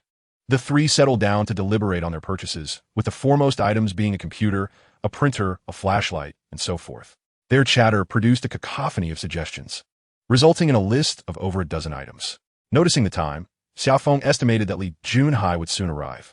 He stood up and said, Xia Feng arrived at a beef hot pot restaurant, a specialty of Southwest Yunnan, just as the waiter placed the pot on the table. Li Junhai hurried the insult. As Xia Feng was about to speak, Li Junhai waved him off, stating, "Let me eat something first. I've been starving all day." Xia Feng chuckled. "Why not have a meal?" Li Junhai shook his head, engrossed in his food, not even pausing for a drink. Observing Li Junhai devouring his meal with a furrowed brow, Xia Feng surmised that the troubles with boss Zhao still weighed heavily on him. At that moment, Xia Feng's phone rang. He picked it up and felt a jolt of surprise, standing up to announce, "I need to take a call." He exited the restaurant and stepped into the street. "Uncle Wang, what brings you to seek me?" Wang Fuzhong replied, "Xiao Xia, I've reconsidered. It would be best if you refrain from inquiring about Li Junhai's matter.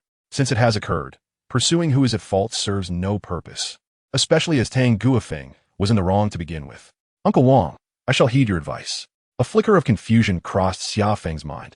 He wondered why Wang Fuzhong had suddenly changed his stance, particularly after he had invited everyone over.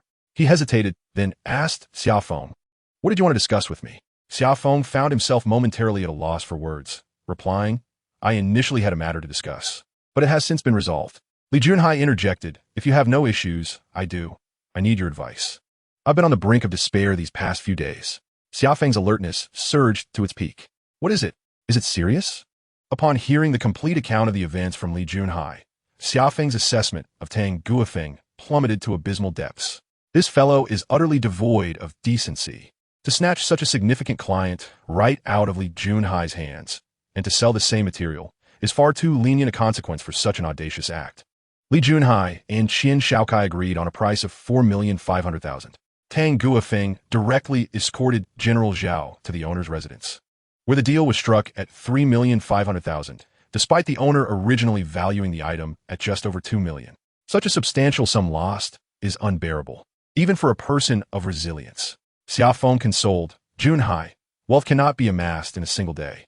This transaction may have slipped away, but the next one could yield even greater rewards. Li Junhai shook his head.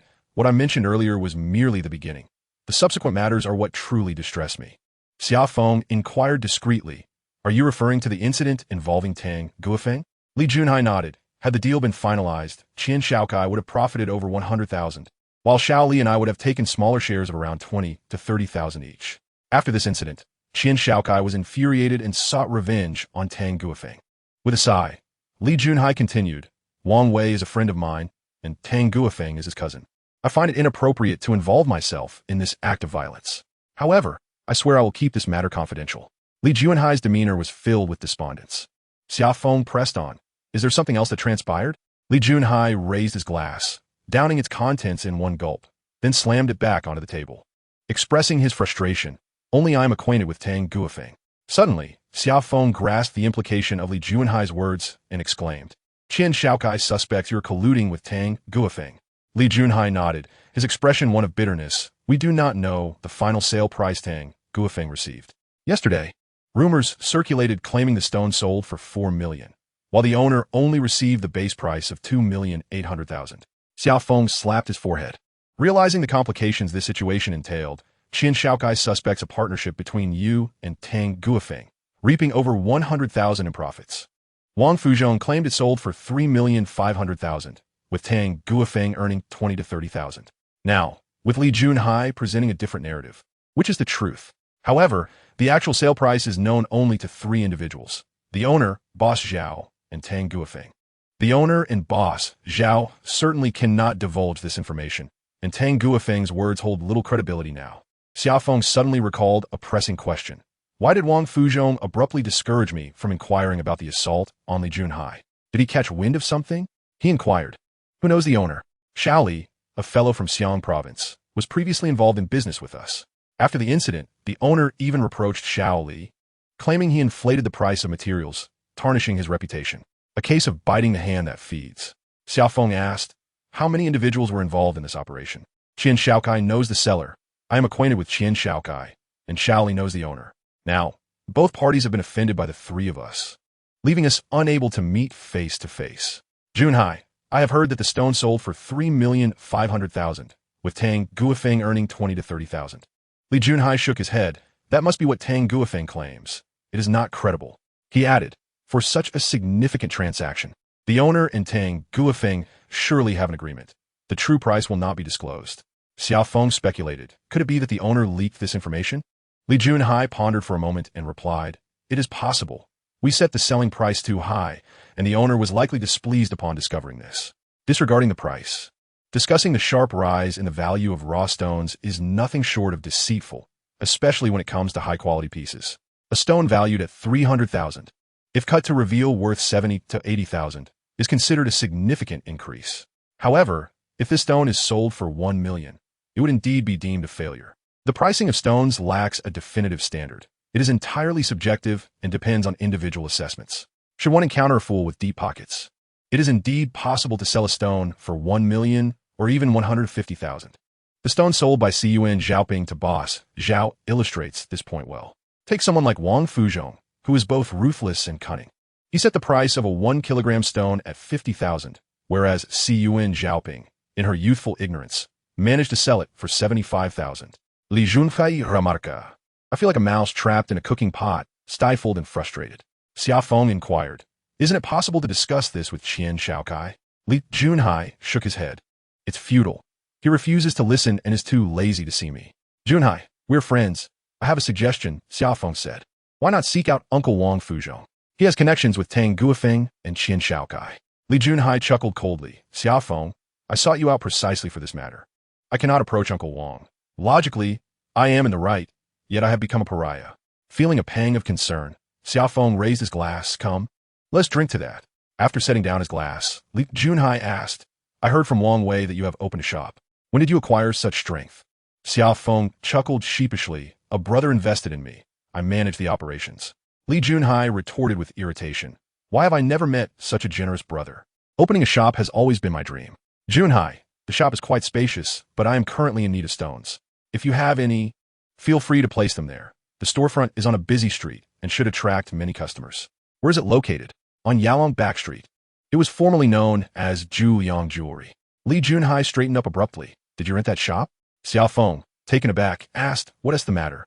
His heart raced as he inquired, is that true? Li Junhai replied uncertainly, I cannot guarantee it, but Boss Wu is quite wealthy. He ultimately left with nothing. After a pause, he added, there are rumors that the landlord holds considerable influence in this area and has strong ties with the armed forces in northern Myanmar.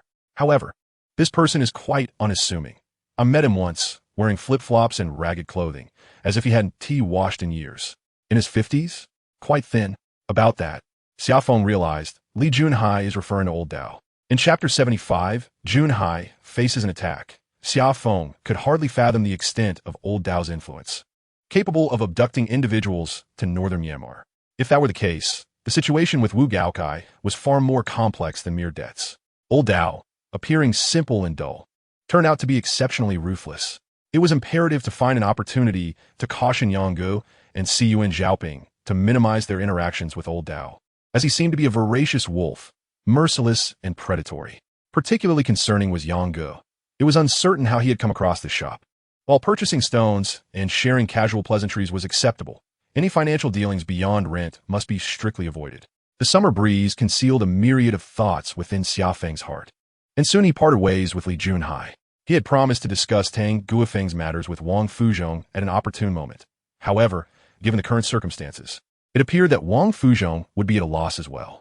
Even if Qian Shaokai suspected a clandestine alliance between Li Junhai and Tang Guofeng, as long as no incriminating evidence was found, Li Junhai would suffer no losses, merely becoming estranged from Qian Shaokai, severing their ties. Yet, Li Junhai cherished his reputation and was reluctant to bear such a stigma. Next door, Brother Yang adhered to an early lifestyle, consistent with the habits of the mainland, rising with the sun and retiring early. Xia Feng completed his tasks quietly and settled at his computer to browse the internet. Time slipped away unnoticed until suddenly his phone rang. Upon seeing it was Li Junhai, a heaviness enveloped his heart. Please, let nothing be amiss. His fears materialized the moment he answered the call, as Li Junhai's weak voice came through. Xia Feng, come quickly, I've been injured. Xia Feng sprang to his feet, snatching the keys from the table and rushing outside, calling out, where are you? After ending the call, he hurried down the stairs, mounting his electric scooter and speeding out of the courtyard. On a dimly lit street in the old town of Ruining, Xia Feng searched fervently until he spotted Li Junhai slumped against a utility pole, blood streaming from his head and his arm marred with crimson stains. Anxiously, Xia Feng inquired, Junhai, where are you hurt? How are you feeling? Xia Feng, take me to the hospital. I feel dizzy and my arm has a deep cut, Li Junhai replied. Without hesitation, Xia Feng supported him, carefully placing him onto the back seat of the scooter and sped towards the hospital. There was no time to uncover the details of Li Junhai's misfortune. In the emergency department, the doctors, accustomed to treating injuries from brawls, acted swiftly and decisively, albeit with a rough touch. Li Junhai had suffered a head injury from a heavy blow, resulting in several lacerations and exhibiting mild symptoms of a concussion. After a flurry of blood transfusions, stitches, and bandaging, Li Junhai's head was wrapped like a dumpling, and his arm received 5 stitches. Watching his friend, who lay in a stupor, intermittently groaning in pain, Xia Feng felt tears stinging his eyes. It was unbearable to witness his friend in such a state, unable to alter the course of events. This was undeniably an act of vengeance, as Qian Shaokai had resorted to brutality over a sum exceeding 1 million. The injustice of Junhai's beating weighed heavily on Xia Feng's heart. He contemplated confronting Wang Fuzhong, yet quickly realized that the root of the issue lay with Tang Guofeng. Damn it, there are no good people in this world. When I acquire wealth, I will ensure your downfall, he thought, consumed by a tempest of anger. Just then, his phone rang again, startling Xia Feng. It was late at night. Who could be calling? It was Yang Jisheng. Xia Feng, where have you gone? The door is wide open, and the lights are still on. Xia Feng suddenly remembered his hasty exit and replied, I'm sorry, I'll be careful outside. Yang Zhisheng, unfazed, advised, just be cautious. Call if you need anything. After hanging up, fatigue washed over Xia Feng. He glanced at Li Junhai, who had succumbed to sleep, and settled onto a small stool, resting his hands on the bedside, drifting into a light slumber. Time slipped away unnoticed, and the languid summer breeze was roused, courtesy of a nurse who arrived to change the foredrip. Summer Feng, battling drowsiness, made his way to the washroom to splash his face, which helped him regain some clarity. Subsequently, he assisted Li Junhai to the restroom. Perhaps due to significant blood loss, Li Junhai appeared somewhat dazed, his mind not entirely lucid. Throughout the latter half of the night, Summer Feng barely managed to sleep for even an hour. The hospital observation room was frequently filled with an array of bewildering patients. Those who had drunk themselves into oblivion, individuals who had fallen from heights while intoxicated, others with bloodied faces from brawls, and those who had collided with utility poles while riding electric scooters. As Summer Feng observed these individuals and gazed into the inky darkness outside, a sense of unreality enveloped him. The world seemed rife with misfortune. When morning light broke around 6 o'clock, Li Junhai finally regained full consciousness. Summer Feng hesitated to inquire about the events of the previous night. Junhai, why not come to my home? I have fewer matters to attend to these days, and it would be safer for you, he suggested. Li Junhai shook his head, wincing as it seemed to aggravate his injury. He grimaced in pain and quietly replied, "Please call my girlfriend and ask her to pick me up." Is she capable of doing that? Summer Feng wondered, but seeing Li Junhai's insistence, he took up Li Junhai's phone to contact his girlfriend. To his dismay, the call went unanswered after several rings. With no other option, Summer Feng helped Li Junhai to his feet, and together they staggered out of the observation room. The sky remained shrouded in darkness as Summer Feng assisted Li Junhai into a taxi. Upon arriving home, Summer Feng urged Li Junhai to lie down on the bed. After the tumult of the night, Li Junhai was on the verge of collapse. No sooner had he reclined than he succumbed to a deep slumber. Exhaustion weighed heavily on Summer Feng as well. He pulled up a chair, resting his legs on the edge of the bed, and gradually drifted off to sleep. Time passed unmeasured until Summer Feng was jolted awake by sounds within the room. He opened his eyes to find Li Junhai attempting to rise to use the restroom. Springing to his feet, he exclaimed, "Junhai, do you need my assistance?" Li Junhai, mustering his strength, replied, "No, I can manage with one hand." Fortunately, it was summer, and the clothing was light. When Li Junhai emerged from the restroom, Summer Feng inquired, "Are you hungry? I can prepare some rice noodles for you to eat before you rest." Li Junhai smiled wryly and said, "Summer Feng, you are too kind." "What are you saying?" "We are friends," Summer Feng reassured him.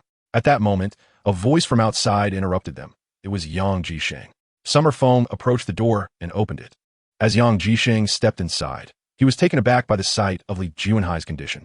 Not wanting to be too explicit in front of Li Junhai, Summer Feng cautiously introduced, "Brother Yang, this is my friend Li Junhai. He was attacked last night." Yang Jisheng paused, recognizing the name. Chapter 76, Complications Abound. Observing Summer Feng holding a spoon, Yang Jisheng inquired, "Are you preparing a meal? Let Junhai eat something before resting. We spent the entire night at the hospital." He turned to leave, saying, "I'll fetch some beef jerky. The patient needs nourishment, and be sure to add a couple of eggs." Onje Yang Zixing departed. Summer Feng leaned in and whispered to Li Junhai, "This brother Yang is the one who invested in me. He is genuinely a good person." Li Junhai reclined against the bed, his body aching and his head spinning intermittently. As the summer breeze wafted through, Xia Feng remarked that he would share what had transpired once he regained his strength. Xia Feng shook his head and replied, "Whether you tell me or not is inconsequential. Your health is of utmost importance." Just then, Yang Jisheng entered holding a bag, placing it on the table and adding, with a significant glance at Xia Feng. After preparing the meal, the two sat at the table, while Li Junhua, gritting his teeth and enduring pain, slowly brought food to his mouth, finding even chewing a torment due to his injury.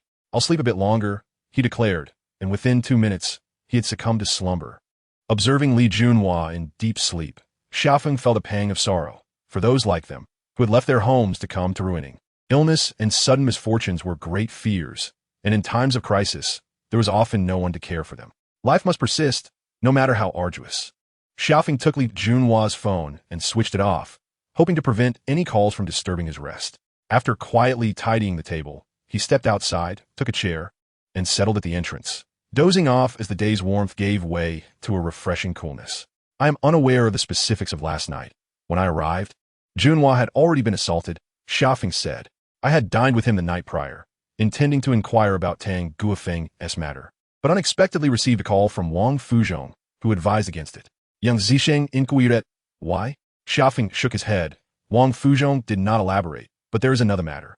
Junhua mentioned that rumors abound that boss Zhao spent 4 million on that stone, contrary to Tang Guofeng's claim of 350,000. Xia Feng paused and continued, "Moreover, Qian Shaokai suspects that Li Junhua and Tang Guofeng conspired to dig a trench. Yang Jisheng exclaimed. The two who were beaten must have been dealt with by Qian Shaokai. Xia Feng nodded. I share that suspicion, yet lack evidence. Yang Jisheng analyzed. Wang Fuzhong must have caught wind of something. However, this matter does not concern you, so refrain from getting involved. Just take care of Li Junhua. Xia Feng replied. I have no desire to meddle in such troubles, especially since both sides involve my friends. That is wise, Yang Jisheng said. Aren't you heading to the morning market? Xia Feng shook his head. I need to visit the police station this morning. Are you filing a report? Yang Jisheng asked, surprised. No, the police are seeking me for my own affairs. Seeing Yang Jisheng's puzzled expression, Xia Feng chuckled. A few days ago, I had to deal with two ruffians who were harassing Xiaoping, and I gave them a lesson. Yang Jisheng shook his head in amusement. How do you find yourself in such predicaments? It's nothing serious, Xia Feng mused, considering that aside from managing to use the restroom, Li Junhua was incapacitated. Having Yang stay at home to care for him would be beneficial. Brother Yang, I appreciate your help. This was initially my own issue. Do not be sentimental. We are partners now, and I look forward to you helping me secure a dowry for my daughter. They both chuckled. Xia Feng remarked.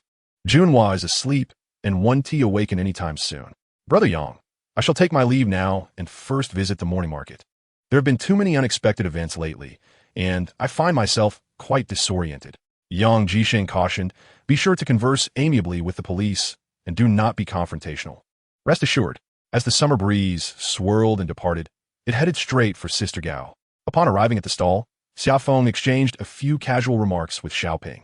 Just as he was about to leave for the police station, Chenggu inquired, I plan to visit your shop this afternoon. I still wish to examine those stones. Is that convenient?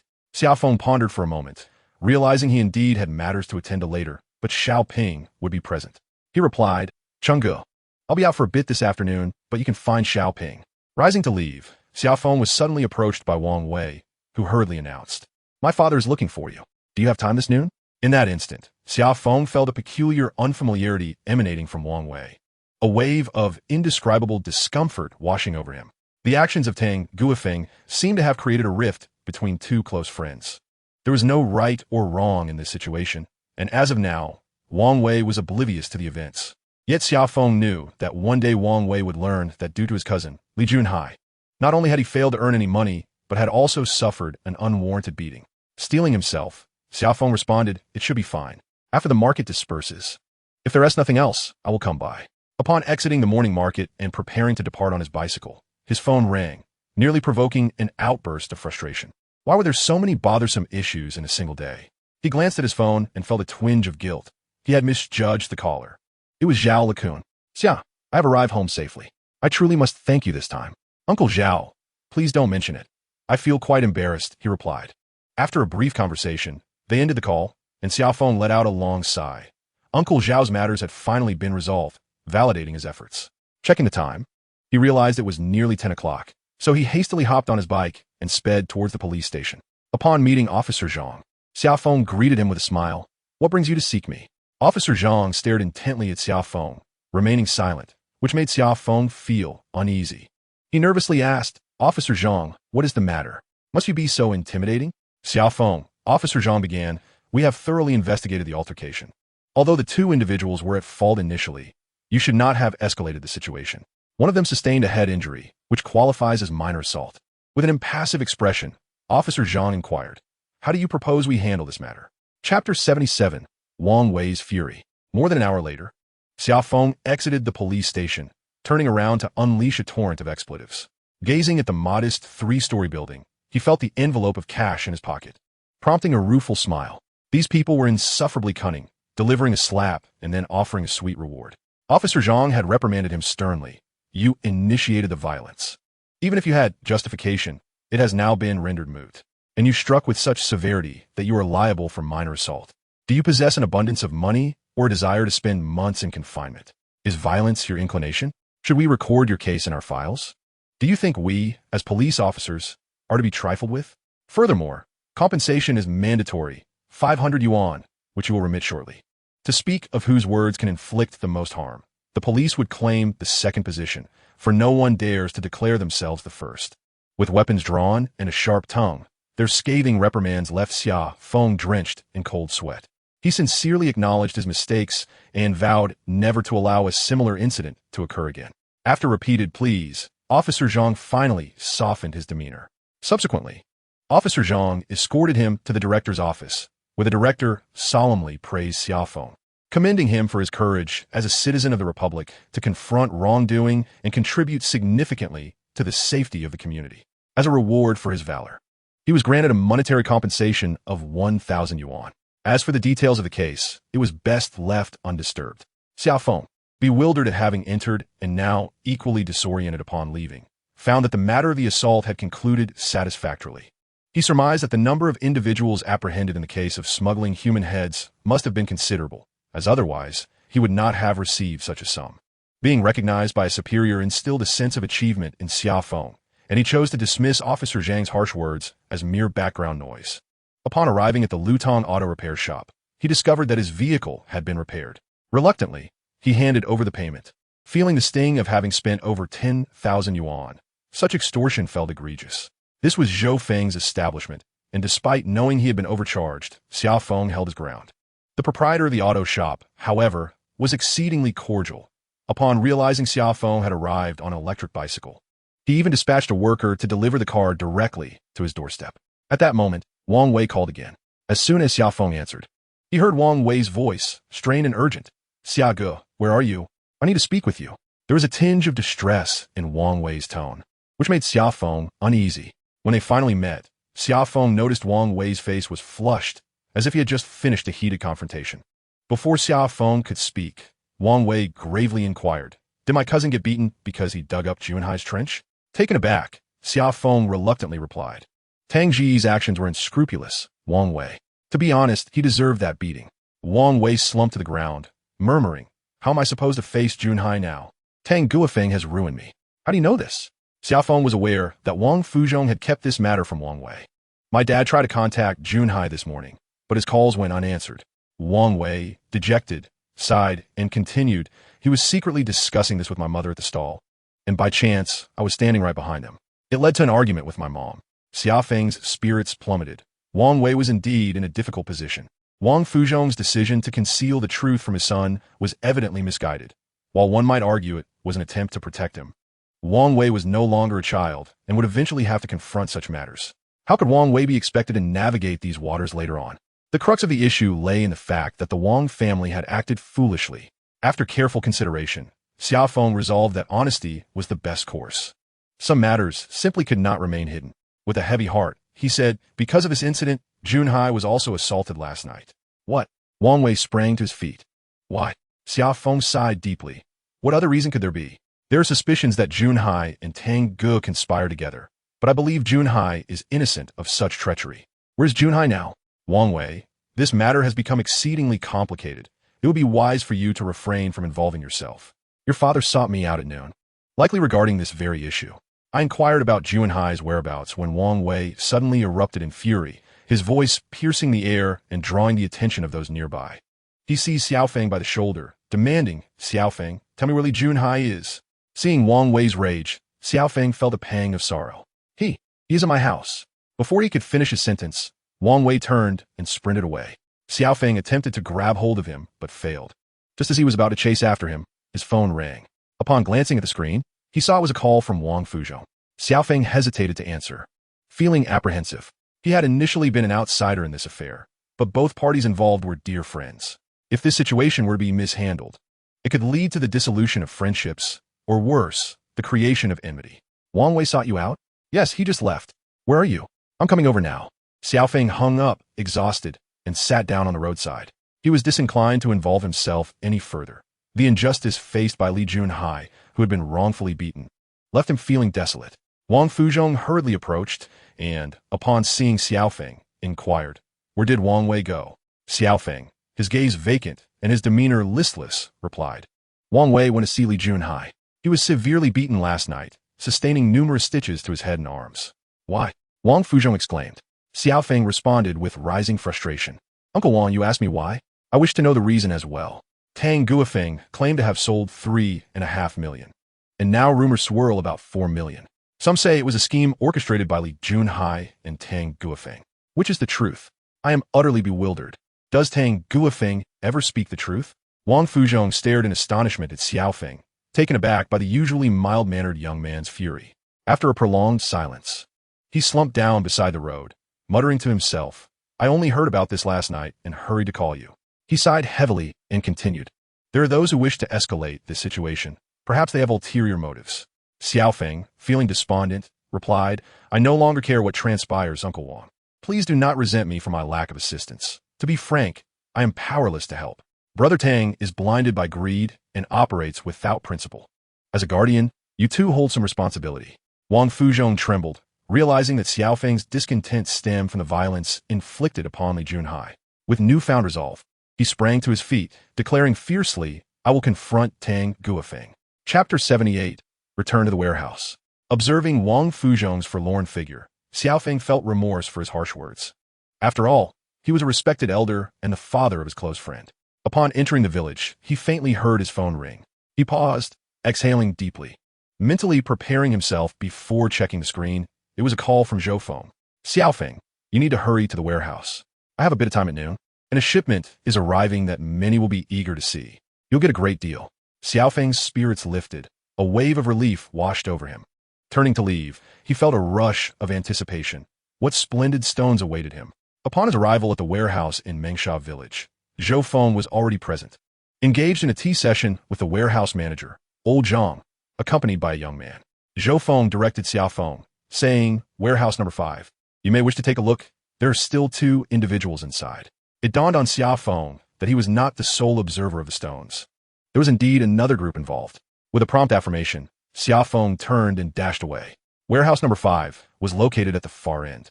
As Xiao Feng entered, he observed 2 individuals crouched on the ground, examining stones. Upon noticing Xia Feng's entrance, one of them rose and addressed him. "Friend, Brother Zhou has instructed us to delineate our territory along this line. Each shall select from one side." Xiao Feng then scrutinized the entire room, which was significantly larger than his previous visit. The ground was sparsely populated with stones, occupying less than half of the available space. The middle-aged man gestured, dividing the stones into 2 distinct sections. Xiao Feng responded with a smile, "I shall select from this side." Thus, he crouched down to inspect the stones. There were fewer than 10 piles of stones on this side, each modest in quantity and encased in woven bags.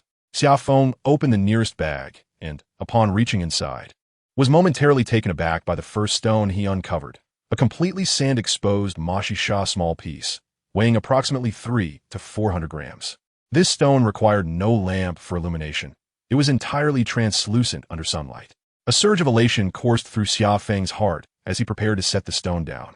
Just then, Zhou Feng entered, addressing the group. "I neglected to mention earlier that each person must take an entire bag, and no bag switching is permitted, with a maximum of 5 bags per individual." He further elaborated, "There are others waiting to examine." The 3 individuals responded in unison, "Understood." Zhou Feng exited with a smile. The 2 groups exchanged glances, each filled with astonishment. The subsequent individuals would have to select from the remaining options. Xiao Feng steadied his emotions, contemplating his next move, and decided to pour out an entire bag of stones onto the concrete floor. As he prepared to empty the second bag, the 2 men mimicked him, beginning to spill their stones as well. In total, Xiao Feng had 9 woven bags. Before long, all the stones were laid out on the ground. The task now was to discern which bag contained the finest specimens. The first bag contained solely small pieces, approximately 30 in number, with the sand-exposed stone being the best among them, while the others were commendable yet small, each weighing merely a few hundred grams. The second bag also held small stones, though of slightly lesser quality. The 3 men squatted on the ground, intently scrutinizing the stones. The challenge was not merely to choose the best piece, but to evaluate which pile held the greatest overall merit. Upon encountering a particularly exquisite stone, Xiao Feng contemplated placing it among the other piles. Yet he refrained from taking such a risk. Upon reaching the 7th bag, Xiao Feng found it increasingly difficult to contain his excitement. This bag was filled with old factory black wuxia with a tight skin and fine sand, each stone adorned with mottled patterns. After examining 2 stones, he casually sifted through, overwhelmed with joy. This one must be acquired, regardless of the price. Suddenly, a phone rang. Without a glance, Xiao Feng silenced it. He had no time to concern himself with others' affairs. As he meticulously selected and deliberated, he ultimately chose 5 bags of stones. Just as he rose to catch his breath, A sudden tightness gripped his heart. What could such remarkable stones possibly sell for? Please refrain from pricing it exorbitantly. I currently possess over 200,000, which is the investment funds transferred to me by Brother Yang. The payment for the stone from Boss Zhao remains in Brother Yang's account. It is imperative that I do not make any on-site payments, as being unable to produce the funds would be exceedingly embarrassing. Friend, have you finished your review? Xia Feng was engulfed in uncertainty when the individual across from him spoke again. Casting a glance at the 5 bags on the ground, he declared, I have made my selection. The other party responded, shall we examine your remaining bags? Is that acceptable? Suddenly enlightened, Xia Feng replied, I would like to see what you have as well. A shared awkward laughter emerged among the three, as if they had engaged in something clandestine. While the two groups had yet to finish inspecting the stones, a young man accompanying Xia Feng entered the room. Have you all completed your assessments? Let us reconcile the accounts. Xia Feng, hesitating whether to exchange a bag of stones, quickly rose upon hearing the inquiry, stating, I have completed my review. These 5 bags are all I have.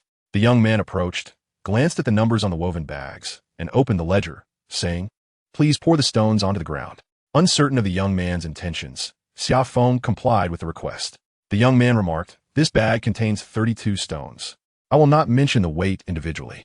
Please verify the quantities in the ledger and count the stones on the ground. The total is 55,000. Xia Feng nearly leaped in astonishment but stifled his joy, affirming, Indeed, I agree. He felt a pang of guilt, as he had almost surreptitiously exchanged the stones. Had he been caught, it would have jeopardized not only this transaction, but future endeavors as well. The young man smiled, instructing, seal the first bag securely with tape. Then we will examine the second bag. As Xia Feng filled the bag with stones, he noticed that the two individuals were still engrossed in discussing their own stones, completely disregarding his affairs. These two must frequently purchase stones. They are well acquainted with the process. After a short while, Xia Feng's 5 bags were all recorded, and the young man stated, Sir, you must make payment and collect your goods immediately, lest they be taken by others this afternoon. Xia Feng's heart sank. He had been too anxious to calculate the total cost of the 5 bags. The total was 289,000. This is dire. There is insufficient money on my card. He lamented internally, having just given 12,000 to the auto repair shop, leaving only 288,000 on his card. Desperate, Xia Feng quickly proposed, I arrived in haste, and my card may not suffice. Could I pay in cash? No problem, the young man replied, producing a card reader and adding with a smile, Our company typically does not accept cash, but I can make an exception for 1,000. Thank you, brother. May I ask your name? The young man glanced at the two individuals squatting on the ground and softly replied, My surname is Zheng Chengjia. Xia Feng nodded, resolving to reach out to him the following day. For more friends mean more avenues. Zheng Chengjia pointed towards the door. There's a handcart outside. Please take it yourself, as I must return to work. Xia Feng nodded appreciatively. Thank you, brother Zheng. Chapter 79. A customer arrives. Why did you not drive? I fear the electric bike may not endure. Xia Feng replied, It is less than 100 kilograms. If I proceed slowly, it should be manageable. Zhou Feng casually handed Xia Feng a note, which upon inspection revealed a bank account number not belonging to Zhou Feng. Realizing that future payments would be directed into this account, Xia Feng smiled and remarked, Thank you, brother Zhou. I will take care of it this afternoon. Zhou Feng replied, We should gather in the next couple of days. We need to intensify our efforts. There should be plenty of stones. Brother, feel free to call me whenever you have time. I am always available, Xia Feng responded. Drive slowly, he added as he mounted his electric bike. As he rode, he sensed the rickety vehicle swaying precariously, forcing him to proceed with utmost caution. After expending twice the usual time, he finally arrived at the store. The door was ajar, and he spotted Siyuan Zhaoping arranging stones. Upon noticing Xia Feng, she exclaimed, Brother Xia, where have you been? Why is your phone off? It suddenly dawned on Xia Feng that he had inadvertently switched off his phone while examining the stones. He quickly inquired, Is there something urgent? Brother Yang is looking for you, and so is Wang Wei, she informed him. First, help me bring in the stones. I'll call them shortly, Xia Feng instructed. Upon hearing about the stones, Siyuan Zhaoping eagerly asked, How is the quality? We need to acquire some high-quality stones. They sell for a good profit. Xia Feng chuckled. You'll see for yourself. I guarantee your satisfaction. Once the stones were moved indoors, Xia Feng retrieved his phone and dialed Yang Jisheng. Brother Yang, you were looking for me? Is everything all right on your end? Everything is fine. I was just occupied with something and had to turn off my phone, he responded. After a moment's contemplation, Xia Feng asked, Is Junhai doing well? He is fine. They're chatting in the room while I'm in my own, came the reply. That's good.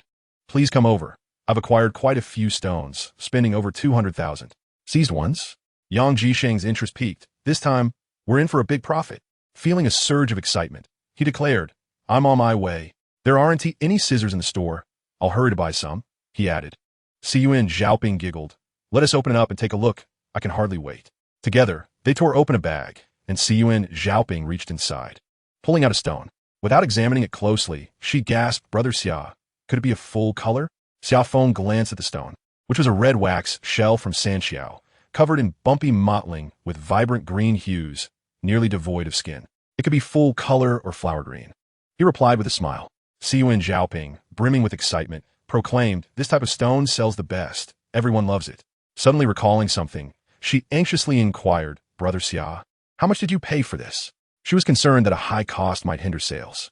58,000, he answered. Xia Xiaoping gasped, so expensive? Brother Xia, you must have been tricked. Haha, that's the total for this bag of stones, Xia Feng chuckled. You nearly gave me a heart attack, she exclaimed, recovering quickly to add, let me see what other treasures we have. She retrieved another stone from the bag. Ink jade. The quality is exceptional, with 3 sides polished. She quickly rose, approached the table, and shone a flashlight on the stone. Brother Xia, please check if it's of glass quality. I've seen it. It should be high ice, he reassured her. Xia Feng stood up and said, I'm going to grab a bite. I'm utterly famished. The thrill of Tao Shritob had faded, leaving him feeling both drowsy and weary as he stepped outside, eager to satiate his hunger. At that moment, a Mitsubishi Pajero sped towards him, screeching to a halt right at the entrance. Brother Yang, your driving is rather reckless, Yang Jisheng exclaimed as he exited the vehicle. I'm just testing the car. I plan to embark on a journey to explore the ancient kingdom of Dian in a couple of days. As he walked in, he inquired, what stones do we have? Are they any good? Xia Feng made a playful face and replied, There's nothing I cannot accomplish. It's merely a matter of imagination. Ha! Why don't you ask Xiaoping? I'm off to eat something. He strolled towards Chun Yufa's shop and, upon reaching the entrance, could not help but chuckle. The 2 individuals from yesterday were still there, leaning over the table, inspecting a stone. Brother Chun, has the stone been opened? Upon seeing Xia Feng, Chun Yufa stood up and said, Boss Xia, come take a look. This stone is quite remarkable, with a glutinous ice texture and floating flowers. As Xia Feng approached the table, the 2 promptly made room for him. The stone had a large window opened on its front, nearly the size of a child's palm, and the jade's texture appeared somewhat darkened, indicating its considerable age. Xia Feng illuminated it with his flashlight, and suddenly, the darkened texture became luminous, revealing numerous green ribbons within. Green flowers, Xia Feng exclaimed with excitement. This was indeed a significant find. Chun Yufa laughed and remarked, the color is splendid, and the flowers have unfurled beautifully. Is the stone for sale? Inquired the nearby Mr. Jiang. Xia Feng responded without hesitation, of course it is. How much are you willing to see? Mr. Jiang glanced at his companion, seemingly seeking his opinion. Discuss among yourselves. I'll have a word with Brother Chun. Xia Feng pulled Chun Yufa aside, whispering, Brother Chun, these 2 are your clients. I'll provide you with the white card later. Chun Yufa intended to express his gratitude, but Xia Feng waved his hand and said, I've recently acquired a batch of stones, and many still require windows to be opened. Chun Yufa murmured, sell them as quickly as possible. The market has changed, and the flowers have vanished. Xia Feng nodded in agreement. Brother Chun wasn't naive. He simply lacked resilience. How about 100,000? Xia Feng shook his head, Mr. Jiang, this is glutinous ice with green flowers. 10,000 per kilogram isn't excessive, right? The stone weighs over 40 kilograms. Your offer is far too low. Just as Mr. Jiang was about to respond, Xia Feng's phone rang. It was Yang Jisheng. After hanging up, he said to the 2, let us discuss this in my shop. We shouldn't delay Brother Chun's business. Is it far? One asked, clearly reluctant to walk in the sweltering heat. Xia Feng pointed toward the right outside. Just 200 meters. It's merely a few steps away. Mr. Jiang declared, let us go take a look. Chapter 80, A Flourishing Business. The 3 of them pushed a small cart, chatting as they walked, and in less than 5 minutes, they arrived at the shop. Peering through the large glass window, Xia Feng was astonished by the number of customers inside. Why are there so many people? Both Cheng and his wife were present, along with Su Wei from next door, and 2 unfamiliar faces. Brother Xia, the first bag of stones has already been distributed among them, and they wished to open a second bag, but I hesitated to proceed. Xia Feng was taken aback for a moment, then smiled. This was indeed a fortunate occurrence. With everyone coming to purchase stones, he would surely profit. Just as he intended to gather stones, the people inside noticed the arrival of more stones and rushed over. Boss Jiang, flustered, quickly interjected. I was the first to inspect this one. Su Wei chuckled. Is it all right to take a look? The two unfamiliar individuals chimed in. Boss, please open another bag. Let's have a selection as well. They eagerly insisted. Let us see ours first, pointing to the table, which displayed a small pile of 5 or 6 stones. They pressed on. Yang Jisheng, seated behind the tea table, addressed Xia Feng. You and Xiao Ping should go to the office to register the prices. Xia Feng understood Yang Jisheng's intent. It was best to negotiate prices away from the customers. He picked up the stones and led Xiyuan Xiaoping into the office. Xiagu, she remarked, you didn't see it earlier. It was like a competition. First, Brother Su from next door came over, and then those two gentlemen who merely intended to browse started to scramble as soon as they saw the packages being opened. Shenggu and his wife were the last to arrive. Xia Feng replied, this is a good sign. Let us quickly set the prices, as there are still several groups waiting. Both Xia Feng and Xiyuan Xiaoping felt somewhat unfamiliar with these stones. Valued in the tens of thousands, and after much deliberation, they finally settled on a price. Xia Feng urged, hurry and note it down. There are too many stones, and if we mix them up, it would be quite the embarrassment. Unfortunately, the office lacked any writing materials. So Xiyuan Xiaoping resorted to using her phone to take pictures and jot down the prices. Fearing their pricing might be excessively high, they devised a strategy. Xia Feng emerged from the office, placed the 6 stones on the table, and addressed the two individuals. Gentlemen, as this is our first meeting, I shall be straightforward. This one is 5,000, this one is 8,000, and this one is 12,000. He articulated the prices without allowing them a moment to counter. Our store has just opened, and I appreciate your patronage, but let me be clear. These are fixed prices. If you like them, take them. If not, I'm unable to accommodate any losses due to costs. The two exchanged glances, and one of them said, let us discuss this. Mr. Xia, please inspect their stones first. Xia Feng then picked up Cheng Ji's stones, apologetically stating, Chengge, these stones are only available for purchase. You're welcome to take anything from the shelves. Chengge nodded in understanding. He had come to borrow goods, and now, seeing so many stones, he found it impossible to resist. The borrowing price was high, while the purchase price was low. Whether he bought or not depended on his discerning eye. After 3 rounds of inspection, nearly an hour had passed before Xia Feng and Xiyuan Xiaoping finished examining the batch of stones. Boss Jiang, who had been squatting on the ground, was growing anxious and inquired, Mr. Xia, what do you say about this stone? My apologies for the delay. Xia Feng responded with a slight bow. The pure moistened ice with floating flowers is priced at 100,000 per kilogram. This stone weighs 41 kilograms. After removing the outer layer, it should be around 30 kilograms. The surface displays moistened ice with green flowers, and the interior may be even better or worse, depending on your perspective. How much do you intend to sell it for? Boss Jiang asked. Xia Feng hesitated briefly before replying, 150,000. That is too high. It is not visible. Not visible at all. Boss Jiang shook his head repeatedly, stating that when it comes to gambling stones, one should only pay what one sees. The surface value of these stones is merely around 200,000, while 150,000 is an exorbitant price. Xia Feng smiled and replied, Boss Jiang, the potential of this stone is substantial. Please reconsider. The price is negotiable, but it cannot be reduced too significantly. At this moment, 2 strangers interjected, saying, General Manager Xia, the price of the stone seems a bit steep. We have acquired 6 stones. What do you think? Xia Feng clasped his hands in respect, saying, Gentlemen, I truly cannot lower the price further. This is already the minimum. He nodded to Su Gu, stating, apologies for the delay. We will discuss further shortly. Su Wei held the most stones, having gathered over a dozen. After a brief discussion, one of the strangers said, General Manager Xia, we will take the stones. Would you prefer a bank transfer or a credit card? Xia Feng felt a surge of joy within him.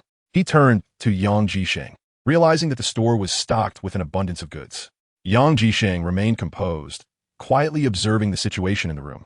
Xia Feng adeptly engaged with various customers, ensuring no one felt neglected, seamlessly conversing with one guest before turning to another, maintaining a lively atmosphere. This young man possesses a high emotional intelligence. He is indeed cut out for business. As soon as Xia Feng cast a glance his way, Yang Jisheng stood up and said, Gentlemen, allow me to accompany you to the bank. The company has just opened, and we are somewhat unprepared. I hope you can pardon this oversight. Just as the 3 were about to exit, 2 unfamiliar individuals entered the store, prompting Xia Feng to take notice. To his surprise, Xiyuan Xiaoping rushed over to greet them, exclaiming, "Boss Zhao, you have arrived. Please come in." Boss Zhao approached the table and remarked to Xiyuan Zhaoping and Yang Jisheng, "That stone with full color has caused me great distress. It is riddled with cracks." Xiyuan Zhaoping's heart skipped a beat, fearing that the visitor had come to seek recompense. And she quickly replied with a smile, "Boss Zhao, have you cut the stone?" With a hearty laugh, Zhao responded, "Little Xiyuan, fortunately, you warned me. I had someone smooth over a small area, and upon seeing the numerous cracks, I restored the stone to its original form and sold it for 900,000 this morning. Ha ha." In mere moments, Xia Feng discerned the identity of the visitor. In the matter involving Tang Guofeng, Zhao bore no responsibility, yet Xia Feng harbored no fondness toward him. "What price do you place on this stone? It appears quite promising." Having such an expansive window, Xia Feng remarked candidly, 220,000. Chapter 81. Seeing Through the Fog. Boss Zhao glanced at Xia Feng, clearly unaware of who he was. Xiyuan Zhaoping quickly interjected, "Boss Zhao, this is my brother." Boss Zhao nodded and then returned his attention to the stone. Upon hearing Xia Feng quote a price of 220,000, Boss Jiang realized that Xia Feng had indeed offered him a favorable deal. Both gentlemen, operating a shop in the mainland, were intrigued by the continued interest in the stone and were eager to witness the unfolding events. Xia Feng recognized that his previous statement had been somewhat abrupt. He took a moment to compose himself and approached with a smile, saying, "Boss Zhao, this is material from the prestigious Moxisha. It is inherently valuable, and I am the one who opened this window, akin to a blind cat stumbling upon a dead mouse, revealing the green flower." "You opened it?" Boss Zhao responded, somewhat incredulous. In the gentle summer breeze, Xia Feng spoke with a deceptive calmness. "At first, I was the one who initiated this, though my skills were rather lacking. I sought assistance to refine it." Chairman Zhao inquired, "How did you manage to find color?" Xia Feng, with a foolish grin, replied, "Oh, I guessed." When he went to retrieve the stone, he observed closely that Chun Yufa had meticulously removed all the moss flowers from it. This was a clever tactic, while the surface bore no moss flowers. The interior revealed a plethora of floating flowers, suggesting an abundance of colorful blooms within. Such imaginative prowess. For jade of similar quality, the price could nearly double based on the presence or absence of floating flowers. 800,000, suddenly declared Boss Zhao. "Mr. Zhao, you are one of our esteemed regulars. My sibling and I truly did not dare to ask for much more. As you know, my shop has just opened and funds are tight. I seize opportunities as they arise." "Mr. Zhao, you are a magnanimous figure. I congratulated you at Dajili the other day." Boss Zhao paused, then chuckled. "That day was so crowded, I actually did not see you." "How impressive you are," Xia Feng exclaimed, giving a thumbs up. "Truly remarkable. Over 10 million, I presume?" Rising from his seat, Mr. Zhao replied with pride, "Indeed, it sold for 21 million, purchased by several gentlemen from Guangzhou." He took a sip of his tea and continued, "This has been the most significant increase I have experienced since I began gambling on stones." Looking at the stones scattered on the ground, he boldly declared, "In light of your charming presence, I won T. Dally, 120,000. If you agree, I shall take it." Xia Feng's heart soared with joy as he readily responded, "Thank you, Mr. Zhao. Wishing you great fortune. I shall accompany you right away." Xiyuan Zhaoping, aware of the stone's base price, was equally exhilarated. They placed the stone in the vehicle, which this time was not a sleek Mercedes, but rather a Buick commercial van. "Xia, who is this person? Truly impressive to casually spend 120,000. He felt a mix of envy towards the affluent boss and admiration for Xia Feng's ability to sell a stone worth over 100,000. With a triumphant smile, Xia Feng recounted, "Just the other day at Dajili, a piece weighing over 400 kilograms from Muna surged in value, ultimately selling for over 20 million. He gestured outward. "It was this gentleman. For him, 100,000 is but a drop in the ocean." Brother Chung slapped his thigh. "I heard about it. I even watched the video, but I did not know whose stone it was." He gazed enviously out the window, truly wealthy. It was then that Brother Chung emerged from his daydream. Glancing at Xia Feng and pointing to the pile of stones on the ground, "Xia, could you offer a discount?" Boss Jiang and his companion had their attention captivated by the Moxisha stone. Upon hearing Xia Feng's words, they hurried over to examine it. Xia Feng then addressed Brother Chung. "Brother Chung, all who come are friends. I speak honestly, this is the lowest price. Should you find it too high, feel free to return tomorrow. There will be more good pieces." Aware of the awkwardness of discussing prices in front of others, Brother Chung lowered his head to confer with his wife, then turned to Xia Feng. "For 9 pieces, I currently lack sufficient funds. I can offer 88,000 by tomorrow morning." "No problem. Thank you, Brother Chung." Once Brother Chung and his wife departed, Xia Feng finally took a moment to sit and sip some water, exhausted from the flurry of activity. Meanwhile, Boss Jiang and his companion were still busy selecting stones, so he refrained from interrupting them. As the two individuals entered the room and noticed the presence of other guests, they refrained from speaking loudly. Yang Jisheng approached Xia Feng and whispered, "Impressive." Xia Feng chuckled, feeling considerably more confident. He retrieved a note from his pocket and handed it to Yang Jisheng, quietly stating, "Brother Yang, the funds for the white card need to be transferred to this account today." He raised his palm, and Yang Jisheng nodded in understanding. Yang Jisheng gestured towards the two guests, indicating a question about how to handle them. Xia Feng called over Siyuan Zhaoping and murmured, "Zhaoping, once Boss Jiang selects the stones, let us proceed at 800 per kilogram. If they purchase in bulk, offer a slight discount. I have matters to attend to, so I must take my leave." Yang Jisheng smiled and said, "Hurry along, don't dawdle." Halfway through the journey, Xia Feng abruptly halted the vehicle. Confounded, he sat by the roadside in deep thought for an extended period. Suddenly, he struck himself sharply and exclaimed, "Fool, how could I be so short-sighted? I have excellent goods and yet have not reaped any profits. What a waste." Xia Feng felt a surge of excitement. He had acquired a significant amount of fine merchandise and earned a considerable sum today. However, amidst his elation, he realized a troubling concern. Aside from the exorbitantly priced Masha stone he sold to General Zhao, the earlier buyers had not negotiated a single price with him and had taken several stones without hesitation. The quality of the stones was unquestionable, but had his eagerness to sell led him to set the prices too low, allowing these individuals to profit handsomely? The day had unfolded too smoothly. Unusual occurrences often herald trouble. If that were the case, he would truly be a fool, seemingly prosperous, yet merely a spectacle for others. The unfortunate truth being that he was the monkey in this performance. Chapter 82. The storm approaches. How is Junhai? "I'm fine," Li Junhai replied vaguely, his head bandaged, with blood seeping through in places. "Have you taken your medication?" "Yes, I even prepared lunch myself," Wang Wei interjected eagerly. "What is going on?" Wang Wei chuckled. "I'll keep Junhai company tonight. You find a place to sleep." Li Junhai added, "Xia Feng, you didn't tease sleep a wink last night and have been busy all day. You should find a hotel and rest properly." "All right, Junhai, you should speak less. Don't reopen your wounds," Xia Feng sighed. "Wang Wei, did your father call you?" "Yes, he said he would take care of Junhai for the next couple of days, so I don't need to go anywhere." Xia Feng's mind raced. Wang Fuzhong's words seemed laden with meaning. Was he worried that his son might face trouble as well? He wanted to inquire about last night's events with Li Junhai, but seeing his pitiful state, he refrained from doing so. Exhausted, he stood up and said, "I need to find a place to sleep. I'm utterly fatigued."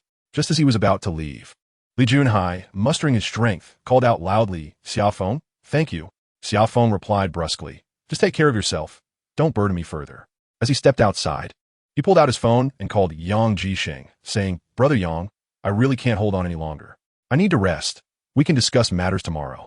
"No problem. We'll talk tomorrow." Yang Jisheng sighed deeply after ending the call. The summer breeze evokes memories of one's youth, as Xia Feng embodies the same tenacity, tirelessly working for money and friends. He remarked to Siyuan Zhaoping, "Today, we sold a total of 27 small stones and one large one, in addition to the 2 bags on the ground, correct?"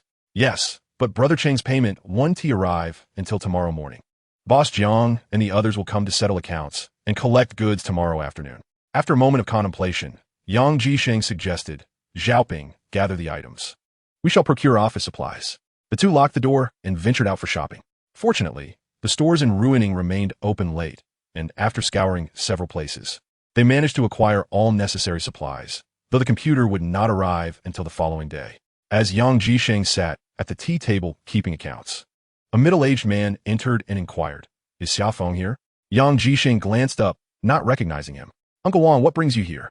Siyuan Zhaoping emerged from the back, carrying stones. Wang Fuzhong, recognizing Siyuan Zhaoping, smiled. "I'm looking for Xia Feng. His phone is turned off." Upon realizing the visitor was Wang Fuzhong, Yang Jisheng promptly extended his hand. "Greetings, Mr. Wang. I am Yang Jisheng, Xia Feng's business partner." "Hello, Emir Yang. With you assisting Xia Feng, he surely feels empowered." Wang Fuzhong replied, "It's just a minor matter. We can discuss it tomorrow." Just as he was about to leave, he noticed the stones on the table and asked, "Are these your new arrivals?" "They were recently purchased by Xia. Could you please examine them?" Yang Jisheng responded courteously. "These stones are quite nice. The old elephant skin from Moxisha. What is the price?" Wang Fuzhong casually inquired. picking one up. "See you in, Xiaoping," with a spark of inspiration, said Uncle Wang. "Xiaoge bought quite a few stones this time, and neither of us is adept at pricing. Could you assist us?" Intrigued, Wang Fuzhong stood up. "Shall I take a look? Is that convenient?" Yang Jisheng eagerly replied, "I know nothing about jade. Mr. Wang, your expertise would be invaluable to us." "What expertise?" "I'm merely a trader of stones," Wang Fuzhong self-deprecatingly remarked, though his mood lightened as he had a task to occupy him. In the warehouse, Siyuan Zhaoping pointed to the stones on the shelf. "These are all from Xia Ji's purchase today. Some are rather dirty, and I plan to clean them. Xiao Siyuan, please refrain from using a brush. Some stones lose their value with just a scrub." "Thank you, Uncle Wang, I understand," she replied. Wang Fuzhong picked up a stone, momentarily taken aback. The quality is exceptional. Observing Wang Fuzhong's focused demeanor, Siyuan Zhaoping felt a surge of joy. It appeared that Uncle Wang also recognized the value of these stones. "Xiao Siyuan, how much do you intend to sell this one for?" Siyuan Zhaoping shook her head. "We haven't set a price. Both Xiaoge and I are rather inexperienced." Wang Fuzhong sighed, thinking there was no rush, and decided to lend Xia Feng a hand. He began examining each stone, providing Siyuan Zhaoping with a rough price range for each one. She diligently recorded the information on paper, marking the stones with her own symbols. In northern Myanmar, where ruining engages in the stone trade, each stone bears a distinct price, and to avoid confusion, owners mark their stones with a marker to keep track. Typically, such markings are accompanied by codes indicating the cost price, allowing the owner to readily discern the expense of the stone. Conversely, an excessive number of markings on a single stone suggests that it has changed hands numerous times, undermining any claims of it being a primary source. The more Wang Fuzhong pondered, the more alarmed he became. Where on earth did Xia Feng procure such a treasure trove? It is one thing to acquire 3 to 5 pieces, perhaps even 10 or 8, but to amass such a substantial quantity is beyond his reach. Wang Fuzhong, feeling a sense of duty, had been troubled by his nephew's affairs these past few days, even questioning his own judgments, which left him feeling somewhat guilty. "Little Siyuan, you must remember, do not sell those stones cheaply. Even if they don't sell now, they will fetch a high price in the future. Please convey this to Xia Feng." "Understood, Uncle Wang." Just as Wang Fuzhong was about to speak further, his phone rang, causing him to startle, his composure wavering. Even Siyuan Zhaoping sensed his unease and reached out to assist him, but he waved her off, glancing at the phone before slowly exiting the room. Once on the street, he answered the call directly. "Brother Yin, what is the outcome?" "It's not good news. You need to fork out 3 million. Instantly, Wang Fuzhong's face turned ashen. "What if I refuse to pay?" Brother Yin sighed and replied delicately, "The resources from Jiangxi province are no longer at your disposal. This is the decision of the business association." Wang Fuzhong dared not adopt a hardline stance, realizing that this maneuver struck directly at his vulnerabilities. Brother Yin continued, "Old Wang, the money must be paid. Come over so we can discuss it. After all, old Qian lacks solid evidence, and perhaps there is room for negotiation regarding the amount." Wang Fuzhong hung up, exhaling deeply, and without exchanging pleasantries, he departed. Meanwhile, the two were oblivious to the events unfolding outside. After a while, noticing Wang Fuzhong had yet to return, Siyuan Zhaoping stepped outside, only to find him missing. She intended to clean the stones and said, "Yang Ge, you go ahead. I'll finish up shortly." Yang Jisheng shook his head, saying, "Zhaoping, remember, our street is rather secluded, especially at night with few passers-by. Never stay alone in the shop after dark." Aware that Yang Jisheng had her best interests at heart, she reluctantly locked the door and left. He felt a sense of satisfaction. Recent events had instilled hope in him regarding the company's operations. Once having tasted success, though he still had a few million left, his entrepreneurial fervor had waned. By offering opportunities to others, he ensured he would not squander his resources. He was still young and unwilling to drift through life aimlessly. Perhaps one day his entrepreneurial spirit would reignite, preventing him from starting from scratch. He had not misjudged Xia Feng during his most challenging times. He had lent Xia Feng a hand. This young man was astute, blooming with even a little encouragement. His character and emotional intelligence were exceptional. The stone gambling business belonged to a niche market, fast returns but high risks. While it could serve as a means of initial capital accumulation, should Xia Feng truly aspire to build a career, he must engage in more conventional industries. Let's take a moment to unwind, embarking on a leisurely drive across the nations, pausing for rest whenever fatigue sets in, allowing the journey to guide us wherever it may lead. The company can be entrusted to 2 enterprising young individuals who will undoubtedly rise to the occasion. As Yang Jisheng pondered these thoughts, a sudden, jarring screech of brakes pierced the air. He He turned his head to investigate, only to be violently propelled from his vehicle as a powerful impact struck. A resounding crash ensued as a sedan collided forcefully with the rear of his Pajero, perhaps due to excessive speed, despite the driver's desperate attempt to brake. The sedan rammed into the Pajero, flipping it over completely. The sedan, unable to withstand the force of the collision, spun several times before careening onto the sidewalk, ultimately crashing into a barbecue stand, miraculously avoiding any patrons. The initial impact awakened the bystanders, who exclaimed in alarm, "A collision! Quick help!" At this bustling hour of the evening, pedestrians and diners alike rushed to offer assistance. Disoriented from the crash, Yang Jisheng's head struck the door with significant force. Fortunately, he had fastened his seatbelt, or he might have been ejected from the vehicle. Dazed and inverted, a group of young men attempted to extract him, but the door had crumpled, rendering it impossible to open. One individual wielded a shovel, having procured it from an unknown source, and smashed the windshield. Leaning in, he inquired, "Are you all right? Where are you hurt?" Yang Jisheng, groggy, moved his limbs feebly and replied, "I should be fine. Please get me out."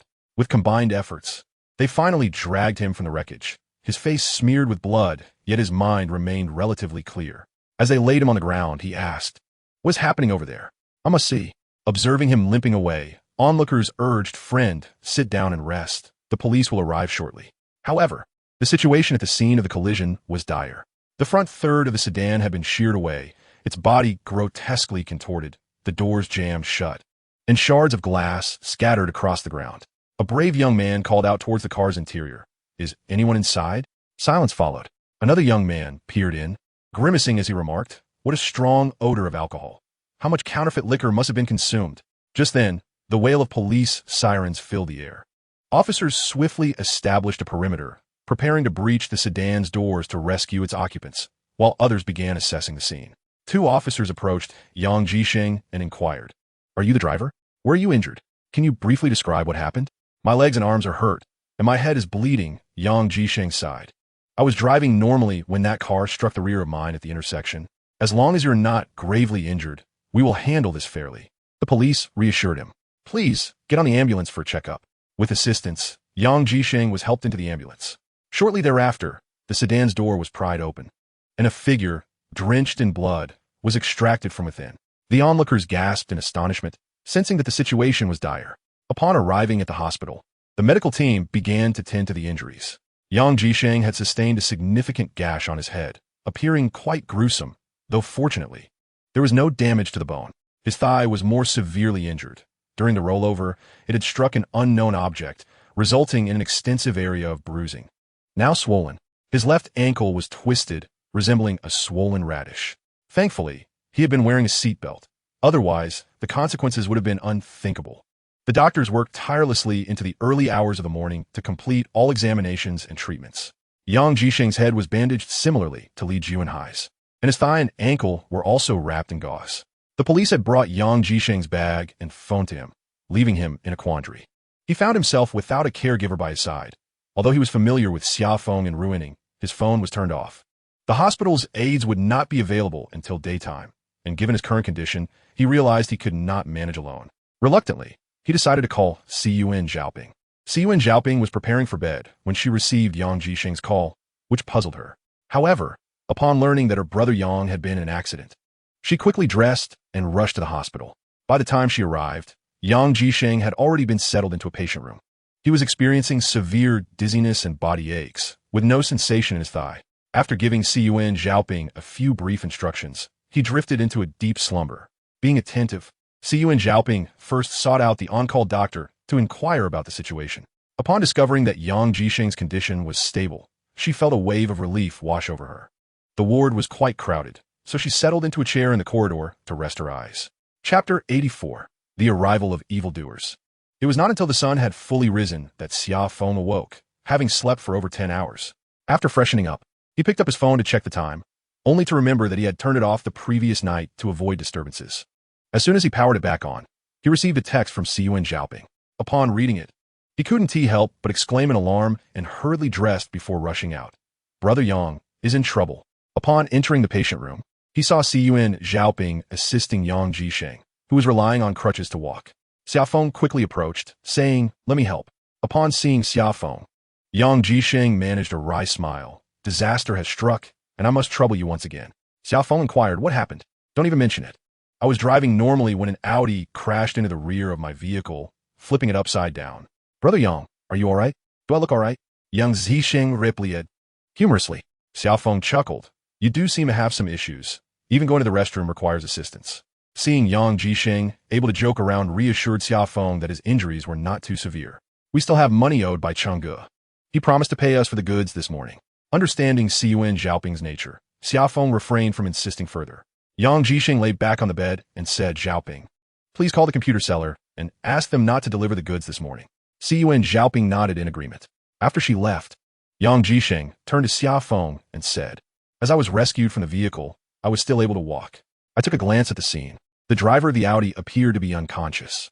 I overheard someone mention that the driver had been drinking. Xia Feng excused himself to inquire further. The driver was a young man, presumably under the influence of alcohol, and had been transferred to the hospital in Mang City the previous night.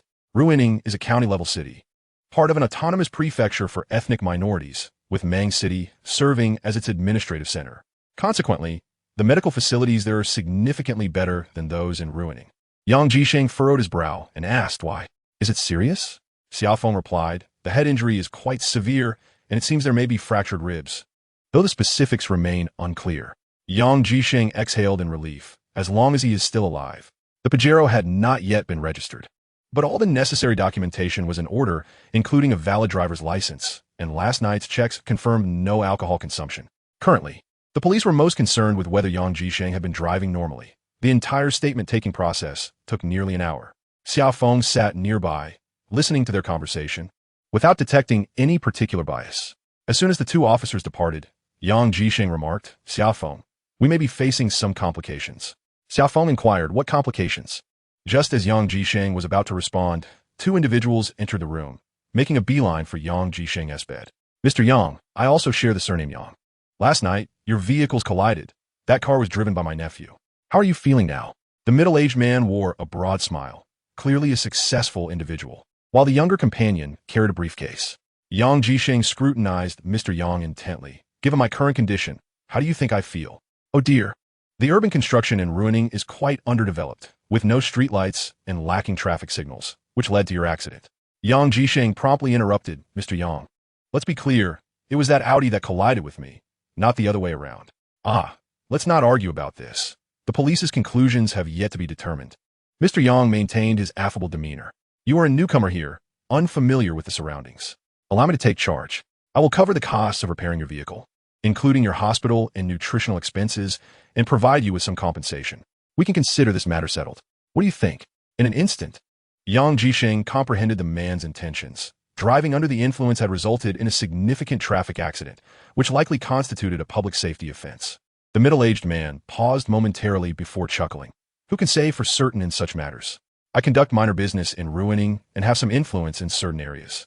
Since this incident has occurred, I aim to resolve it amicably and swiftly. After a moment of contemplation, Yang Jisheng replied, Mr. Yang, I am currently suffering from severe headaches and would like to rest. Mr. Yang produced a business card and placed it on the bedside table. This is my card. If you agree to a settlement, please call me. Despite his seemingly affable nature, Mr. Yang emanated an air of superiority. Once they departed, Yang Jisheng glanced at the card.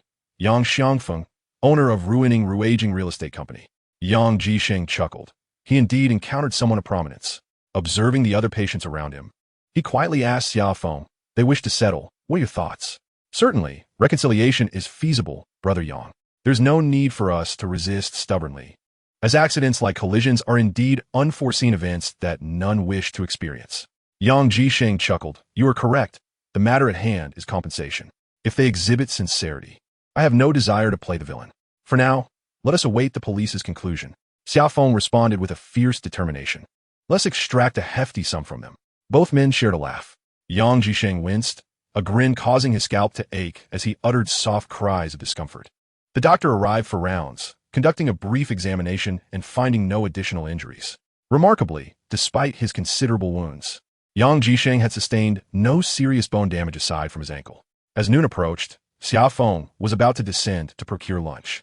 Upon opening the ward door, he was met by three imposing figures, their muscular arms adorned with tattoos and their expressions menacing. They approached Yang Jisheng's bedside, and the leader cast a glance at him before speaking. "My friend, the car accident occurred, and we have agreed to compensation. What more do you desire?" Yang Jisheng raised his head, his demeanor icy as he replied, "I desire nothing more. I merely wish to see the police's findings." The man retorted angrily, "Are you still playing the victim? Do you seek a fight?" One of the men, clearly growing impatient, stepped forward, reaching for Yang Jisheng's bandaged thigh.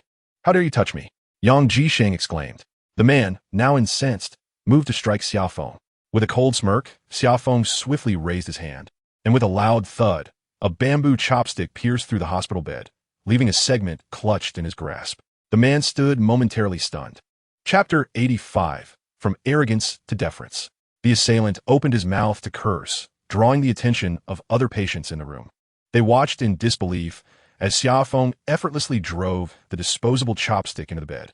The onlookers were left dumbfounded, while the three men were visibly alarmed. How is this fellow so strong? Although the hospital bed was rather flimsy, comprising a layer of canvas and a cotton mat, piercing through it, even with a knife, would be an arduous task. The seemingly delicate cotton was surprisingly resilient, and penetrating it entirely was beyond the capacity of an ordinary person. The bed was a wireframe design, yet none bothered to check if the wires had been severed. The leader reacted swiftly, casting a grim glance at Xia Feng before turning to Yang Jisheng. "Mr. Yang, we merely wish to caution you. This place, ruining, is rife with hidden talents. It would be best to avoid unnecessary troubles."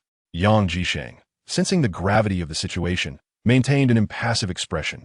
"Whether it be hidden dragons or crouching tigers, it matters not. I wish to understand why you are so eager to conclude this matter." One of the men, unable to restrain himself, blurted out, "Our young master." A resounding slap across his face silenced him. "Mind your tongue," the leader rebuked angrily, while the struck man cradled his cheek, fully aware of his misstep. With that, the trio turned and departed. Yang Jisheng shook his head. "I too am perplexed. When the police questioned me earlier, they urged me to resolve this matter swiftly, which made me suspicious. It appears that the driver at fault truly has something to hide." In his heart, Xia Feng felt a surge of indignation as he exclaimed, "What on earth is this? They pose as if they belong to the underworld, yet they are merely a bunch of pretentious fools." He added, "One should strive to avoid trouble whenever possible." Yang Jisheng suddenly recalled something and asked Xia Feng, "Have you practiced martial arts?" "Since childhood," Xia Feng replied. "In my hometown, martial arts training is a tradition. There's always been a saying, Eastern culture, Western martial arts. To the east lies the Confucian temple in Xiufu, while we in the West focus on martial training, with every child participating." "Who would have thought you were such an expert?" Yang Jisheng remarked, glancing at the chopsticks standing upright on the bed, sending a shiver down his spine. If those chopsticks were to pierce someone, they would surely penetrate through. Xia Feng drew out a chopstick and examined it. The tip had become rounded from wear. "My skills are considered decent back home, but I wouldn't call myself a master. I have a cousin who truly excels. He can drive iron nails into wood with just his palm." Unfortunately, in today's society, such skills are not in demand, aside from teaching children or working the land. Yang Jisheng said, "Why don't you go buy us some food? I'm a bit hungry. Remember to observe your surroundings closely. Don't worry, Brother Yang. 3 or 5 people wouldn't dare approach us, especially in a hospital." As Xia Feng went downstairs to buy food, he encountered Xiyuan Zhaoping upon his return. Her face was lit with excitement, leading Yang Jisheng to surmise that she had received some money. "Brother Yang, Brother Xia, I have great news for you." Xiyuan Zhaoping could hardly contain her enthusiasm, eager to share her achievements. "This morning, I went to the company and took some materials to the morning market. Guess what? I sold 3 pieces for 56,000. She placed a heavy black plastic bag on the bed. "With Chunga, it's 88,000. It's all right here." Yang Jisheng and Xia Feng both smiled, impressed by the young girl's competence. Suddenly, Xia Feng recalled a question. "Zhaoping, how did you set the prices?" "Uncle Wang came by last night. He helped me price several stones, and I believe his prices were higher than what we had set." Xiyuan Zhaoping continued, "By the way, Uncle Wang was looking for you yesterday." Checking his phone, Xia Feng shook his head. "Uncle Wang didn't call me this morning either." Xiyuan Zhaoping shook her head. "Brother Yang, I should return to the company. When it comes to buying stones, one must strike while the iron is hot. Otherwise, they may have regrets later." With that, she left with the money. With nothing to do in the hospital room, Xia Feng decided to go downstairs to buy some fruit. As he stepped into the courtyard, a Mercedes-Benz was entering the hospital. Xia Feng was oblivious to the car, but the occupants noticed him. Mr. Yang, that's the kid, the driver pointed out. Yang, the owner, had seen Xia Feng before but hadn't paid much attention to him. Peering through the car window, he observed a young man in his 20s, standing over 6 feet tall and possessing a striking physique. Damn, he's rather handsome, Yang mused to himself. Forget him.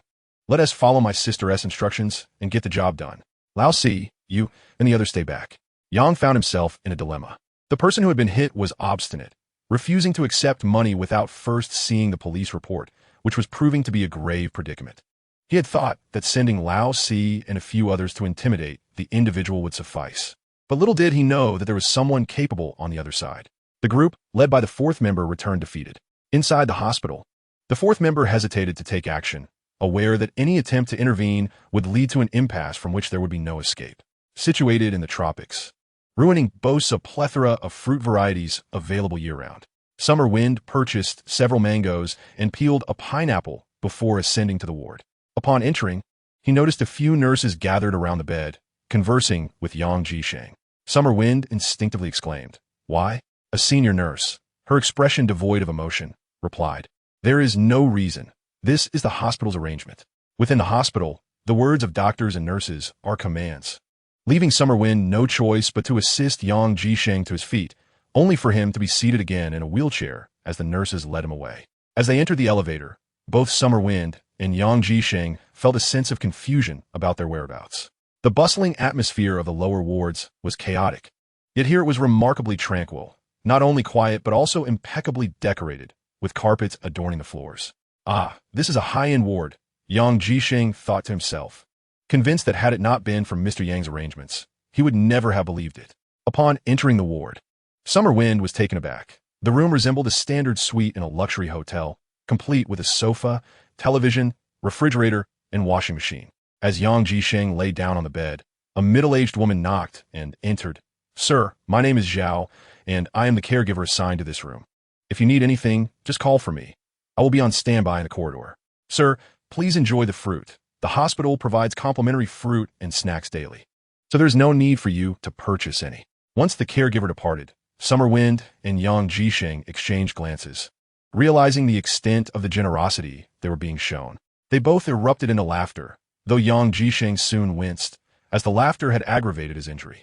In a certain office within the hospital's administrative building, Mr. Yang was engaged in conversation with a middle-aged woman and a doctor clad in a white coat. At that moment, a male doctor knocked and entered. Upon seeing the individuals present, he addressed them. "Director, you called for me?" The director smiled and inquired, "Dr. Zhou, how is the patient Yang Jisheng who was in your care at noon?" Dr. Zhou replied, "Director, when he first arrived at the hospital, Yang Jisheng appeared quite alarming, covered in blood. However, upon examination, it was found that he had sustained a head injury with superficial wounds. Although there was considerable blood loss, his skull was intact, and he exhibited symptoms of a mild concussion. Additionally, he suffered a severe muscle strain in his left thigh, for which he is receiving oral medication and intravenous fluids, along with topical traditional Chinese medicine. The most serious injury is a fracture in his left ankle, which has been stabilized with a splint." The director nodded and glanced at the middle-aged woman. She asked, "Dr. Zhou, when can the patient be discharged?" Dr. Zhou contemplated for a moment before responding. "The earliest would be 1 week. Such a violent impact can lead to internal injuries. Once the concussion symptoms subside, a CT scan should confirm that he is in the clear. As for his leg and ankle, they require only rest, so hospitalization is unnecessary." The woman shook her head at the director, indicating that there were no further questions. After bidding farewell to Dr. Zhou, the director addressed the woman, "Section Chief Yang. That is the current situation. The patient is now out of serious danger." Director Yang wore a worried expression and sighed. "This is a blessing amidst misfortune. Sister, what shall we do now?" Dean Li smiled broadly. "I dare not impose, for leaders are burdened with countless responsibilities. The work remains paramount." The siblings bid farewell to Dean Li. "Sister, what are we to do?" "If only I knew the way forward," the woman lamented. "Currently, there is no issue with Xiao Jun, but this case must be resolved immediately, or how can one possibly attend school? Yang Xia Feng terously inquired. Could Zhang Ju extend the deadline by a few days? 2 days is far too brief. What do you know?" The woman abruptly erupted in anger. "If it weren't for your constant indulgence of Xiao Jun, would he have gotten into trouble? What business does a middle school student have driving a car? And to drive under the influence, is he courting disaster? Sister, my dear sister, this is not the time for anger. We need to devise a solution post-haste. She replied softly. In light of this incident, our colleagues are feigning ignorance. We must expedite the resolution. Zhangju is under considerable pressure as well. 2 days is already a monumental concession. Sister, can we speak frankly with Yang Jisheng, of course, without mentioning brother-in-law's matters? This is the last resort. We must avoid this path unless absolutely necessary. Can you ensure that Yang Jisheng, 1T speak recklessly? Yang Xiangfeng's eyes gleamed ominously as he menacingly stated, if not, we might as well take him to northern Myanmar. Yang Xiangfeng, I warn you, do not even entertain such thoughts. What do you wish to do with your brother-in-law? You would doom our entire family. The woman was truly furious. This matter is no longer your concern. I have no brother like you. She pushed the car door, attempting to leave, but Yang Xiangfeng quickly grasped her arm. Sister, did I err? Shall I be punished? I was merely speaking thoughtlessly. Perhaps you might strike me, for I am anxious, fearing that prolonged uncertainty may lead to greater troubles. Yang Xiangfeng's desperate grip was what kept her from leaving. She closed the car door and shot a fierce glance at her brother, who responded with a foolish grin. Yefeng, this issue has already arisen, and everyone is pretending not to see. This is merely human nature. For Xiao Jun's future, our breach of discipline could be somewhat excusable. But you must not even consider northern Myanmar. It is a treacherous pit that devours souls whole. Entering is easy, but escaping is akin to climbing the heavens. Understand? Sister, I assure you, I will never repeat such a mistake. The woman rolled her eyes. Enough with your futile words. When will you uncover the origins of Yang Jisheng? Yang Yefeng hesitated. This individual is quite peculiar. I secretly photographed him and consulted many people. All claimed not to recognize him. He likely is not from the mainland for business. The woman pondered for a moment and stated, we must ascertain his background tonight. Otherwise, we shall have to speak the truth to him by tomorrow morning. As she spoke, her eyes reddened. Suddenly, she recalled something and, with a shift in demeanor, scolded. I just remembered. Yang Yefeng, you consider yourself a businessman, yet you hired a driver covered in tattoos. Are you trying to court death? When did you begin to associate with such elements? What nonsense is this? A tattooed gangster dares to drive a Mercedes to the government building and smoke? Are you conducting business or staging a protest? Who do you think you are? I caution you, should I ever see that driver again, I shall cease all your endeavors. Yang Yefeng, beads of sweat adorning his forehead, understood that his sister meant well. In a flurry of anxiousness, he hastily explained, Sister, my driver is on sick leave and has not reported for duty these past few days. Laosi is merely a temporary replacement. I shall change him immediately. Observing her brother's flustered demeanor, the woman chuckled softly, then earnestly advised, Yefeng, earn the money that is rightfully yours. Do not stray onto dubious paths. Conduct your business with integrity. Your brother-in-law and I remain in our positions, and trivial matters shall pass. Do not take unnecessary risks. The incident with Xiao Jun serves as a cautionary tale. Sister, I shall heed your words. Suddenly, Yang Yefeng's phone rang. Upon answering, he covered the receiver and said to the woman, Sister, we have located him. The woman nodded, signaling him to continue his conversation. After concluding the call, Yang Yefeng informed her, a young brother of mine, nay, an employee, has discovered Yang Jisheng's shop located behind Yalong. That property belongs to Lao Dao. Who is Lao Dao? Curious, she inquired. Lao Dao is not a commendable individual. Yang Yefeng quickly interjected, a friend of mine rents his premises to Yang Jisheng. I shall head over to investigate. The woman advised, observe who is present. It would be prudent to establish some connections. Familiarity eases transactions, and do not exacerbate any conflicts. Sister, I understand. Chapter 87, Unraveling the Threads. Xiyuan Zhaoping was dozing in her chair. After nearly a sleepless night, she found herself utterly fatigued. In her drowsy state, she sensed someone entering. Struggling to open her eyes, she noticed a middle-aged man inspecting the stones on the shelves. My apologies, sir. I failed to notice your arrival. Are you interested in raw stones?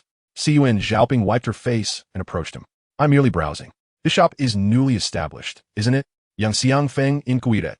It has only been open for a few days. What type of stones are you seeking? We have an extensive assortment, including many high-quality pieces. Yang Xiangfeng seated himself at the table and remarked, Little sister, please brew some tea. It is exceedingly hot. Observing Xiyuan Zhaoping skillfully preparing the tea, he asked, You're a local, I presume? My family hails from Yingjiang. I too am from Yingjiang. Which village do you come from? Yang Xiangfeng Taswali inquired.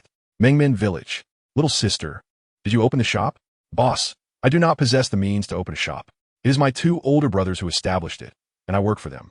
What are their surnames? One is surnamed Yang, from Jin Province, and the other is named Xia Feng, from Lu Province. Yang Xiangfeng feigned surprise. Xia Feng. What a splendid name. Xiyuan Zhaoping found it peculiar. This man appeared quite affluent, yet his inquiries bore no relevance to Jadeite. Yang Xiangfeng engaged in trivial conversation for some time, gauging the situation before excusing himself. Upon returning to his vehicle, Yang Xiangfeng pondered for a moment, then dialed a number. Do you know the head of the Lu Province Chamber of Commerce? Yes, is there something amiss?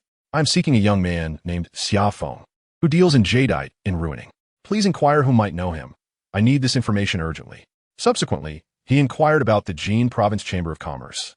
Yang Xiangfeng traversed the legitimate path, blessed with ample resources and influential connections, vastly different from someone like Lao Dao, who scrapes by in the lower echelons of society. Nevertheless, both individuals are well-known figures in the locality, familiar with each other and having some economic dealings. To date, Yang's sole source of pride lies in his prompt decision to transfer his nephew to the state hospital upon discovering that his health was not severely compromised, promptly securing all medical records to protect his identity. Today, it is imperative to finalize the settlement agreement. Director Zhang has been of significant assistance. As long as the victim refrains from pursuing the matter further, he can erase the case, albeit within a tight time frame of 2 days. In large cities, there are established rules and laws, while smaller locales navigate the intricate balance between personal connections and legalities. In such places, both authorities and local factions often prioritize relationships, granting favors to those in power, ensuring that minor issues are seldom scrutinized in depth. In traffic incidents, as long as there are no fatalities, no department or individual will relentlessly pursue accountability. Such matters are typically resolved through monetary compensation, unless one is powerless and just an ordinary citizen. This time, however, involved the child of a leader. Yang Xiangfeng sighed deeply in the car. The police department agreed to bury the case, but insisted on reviewing the settlement agreement first. Otherwise, should the victim turn against them, they would face dire consequences. Conversely, Yang Jisheng wished to see the police's conclusion before discussing compensation, resulting in a deadlock. As Yang contemplated the situation, his phone rang unexpectedly. He answered, inquiring about the news. The Chamber of Commerce's Secretary General was acquainted with someone named Xia Feng. Xia Feng lounged on the sofa, engrossed in his phone. Yang Jisheng had fallen asleep, and after the earlier commotion, he felt slightly dizzy, likely a result of his concussion. At that moment, a call came from Wang Wei. Xia Feng frowned and asked why. After hanging up, Yang Jisheng quietly asked Xia Feng, "What is the matter?" "You're awake," Xia Feng replied, rising to glance at Yang Jisheng. He continued, "Uncle Wang and Aunt Wang have had a fierce argument. I suspect it's about Tang Guofeng, who is Aunt Wang's nephew." Yang Jisheng remarked, "When Wang Fuzhong visited the shop last night, I sensed something was off. He seemed distracted and in low spirits." Sighing, Xia Feng muttered, "What more could happen? This situation involves far too many people. Help me up," Yang Jisheng requested. Xia Feng approached and assisted him to lean against the bed. Yang Jisheng speculated, "If I'm not mistaken, Wang Fuzhong must have been caught up in this mess as well." "What?" Xia Feng responded, "Consider it from Qian Shaokai's perspective. If you were in his shoes, how would you handle this situation?" Xia Feng paused, contemplating, and said, "I could confront Tang Guofeng, but I would demand compensation for my losses, over 1 million, plus a major client." Yang Jisheng countered, "According to your reasoning, if Tang Guofeng's business is modest and he lacks funds, what then?" Suddenly, Xia Feng sprang to his feet, exclaiming, "Qian Shaokai would have to seek funds from Uncle Wang, but what would be his justification?" He then sank back down, murmuring to himself, "Justifications are easy to fabricate. They are all baseless."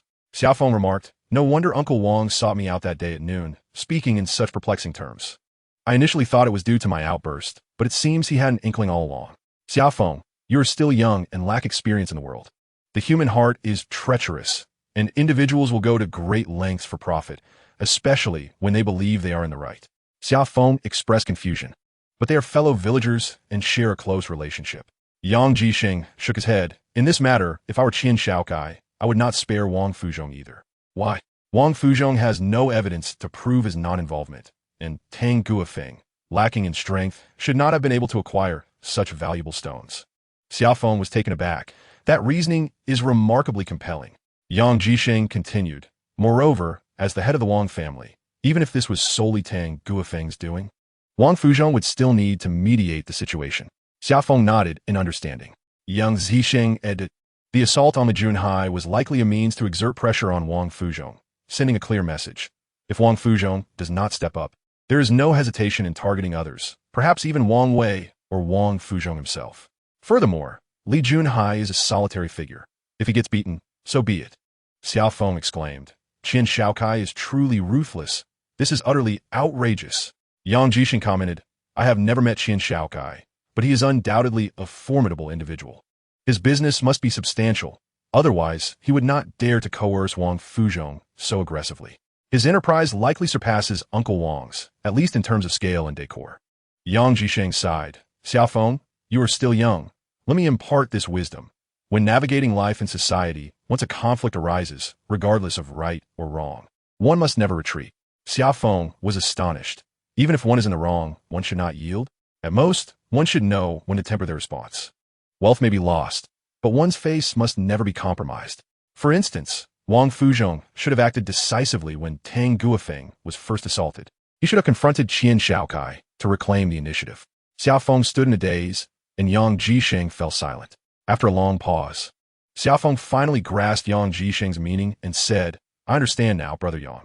I truly admire your insight. With that, Xia Feng left the room and headed to the supermarket, purchasing a considerable amount of food and fruit. With Wang Wei gone, Li Junhai would now have to fend for himself. Carrying the heavy bags upstairs, he entered the room to find Li Junhai sitting by the computer, engrossed in a game. Aren't you feeling better? You still have the energy to play Minesweeper. That game is quite outdated. I can only use my left hand for now. I can't even manage my phone, but Minesweeper helps pass the time. Have you had your dressing changed? Yes. Wang Wei took me this morning. Xia Feng placed the items on the table and inquired, what did the doctor say? Li Junhai leaned against the bed and replied, no issues. The recovery is going well. However, Xia Feng, he glanced toward the door and whispered, Wang Wei's father struck his mother. I gathered from Wang Wei that it is still related to the matter of Tang Guofeng. Junhai, it is best that we refrain from probing into this situation or getting involved.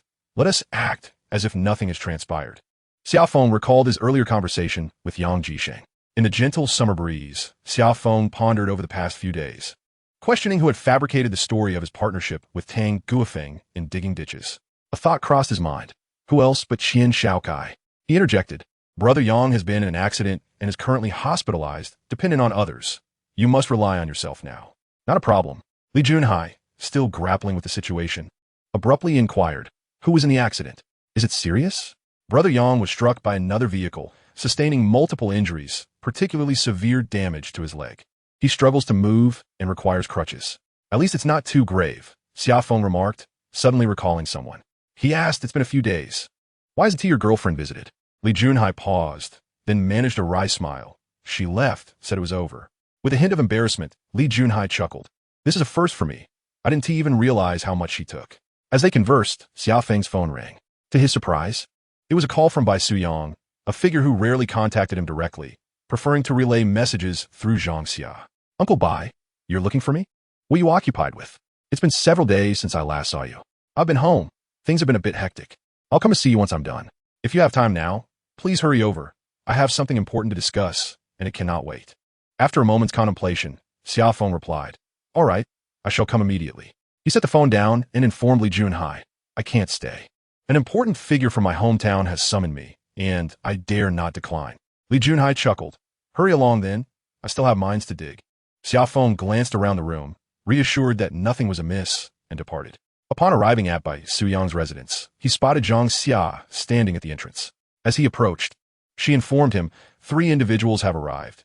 One is the president of the Chamber of Commerce, and I do not recognize the other 2. My uncle asked me to wait for you here. Xia Feng halted and inquired, what is the matter? I'm not sure.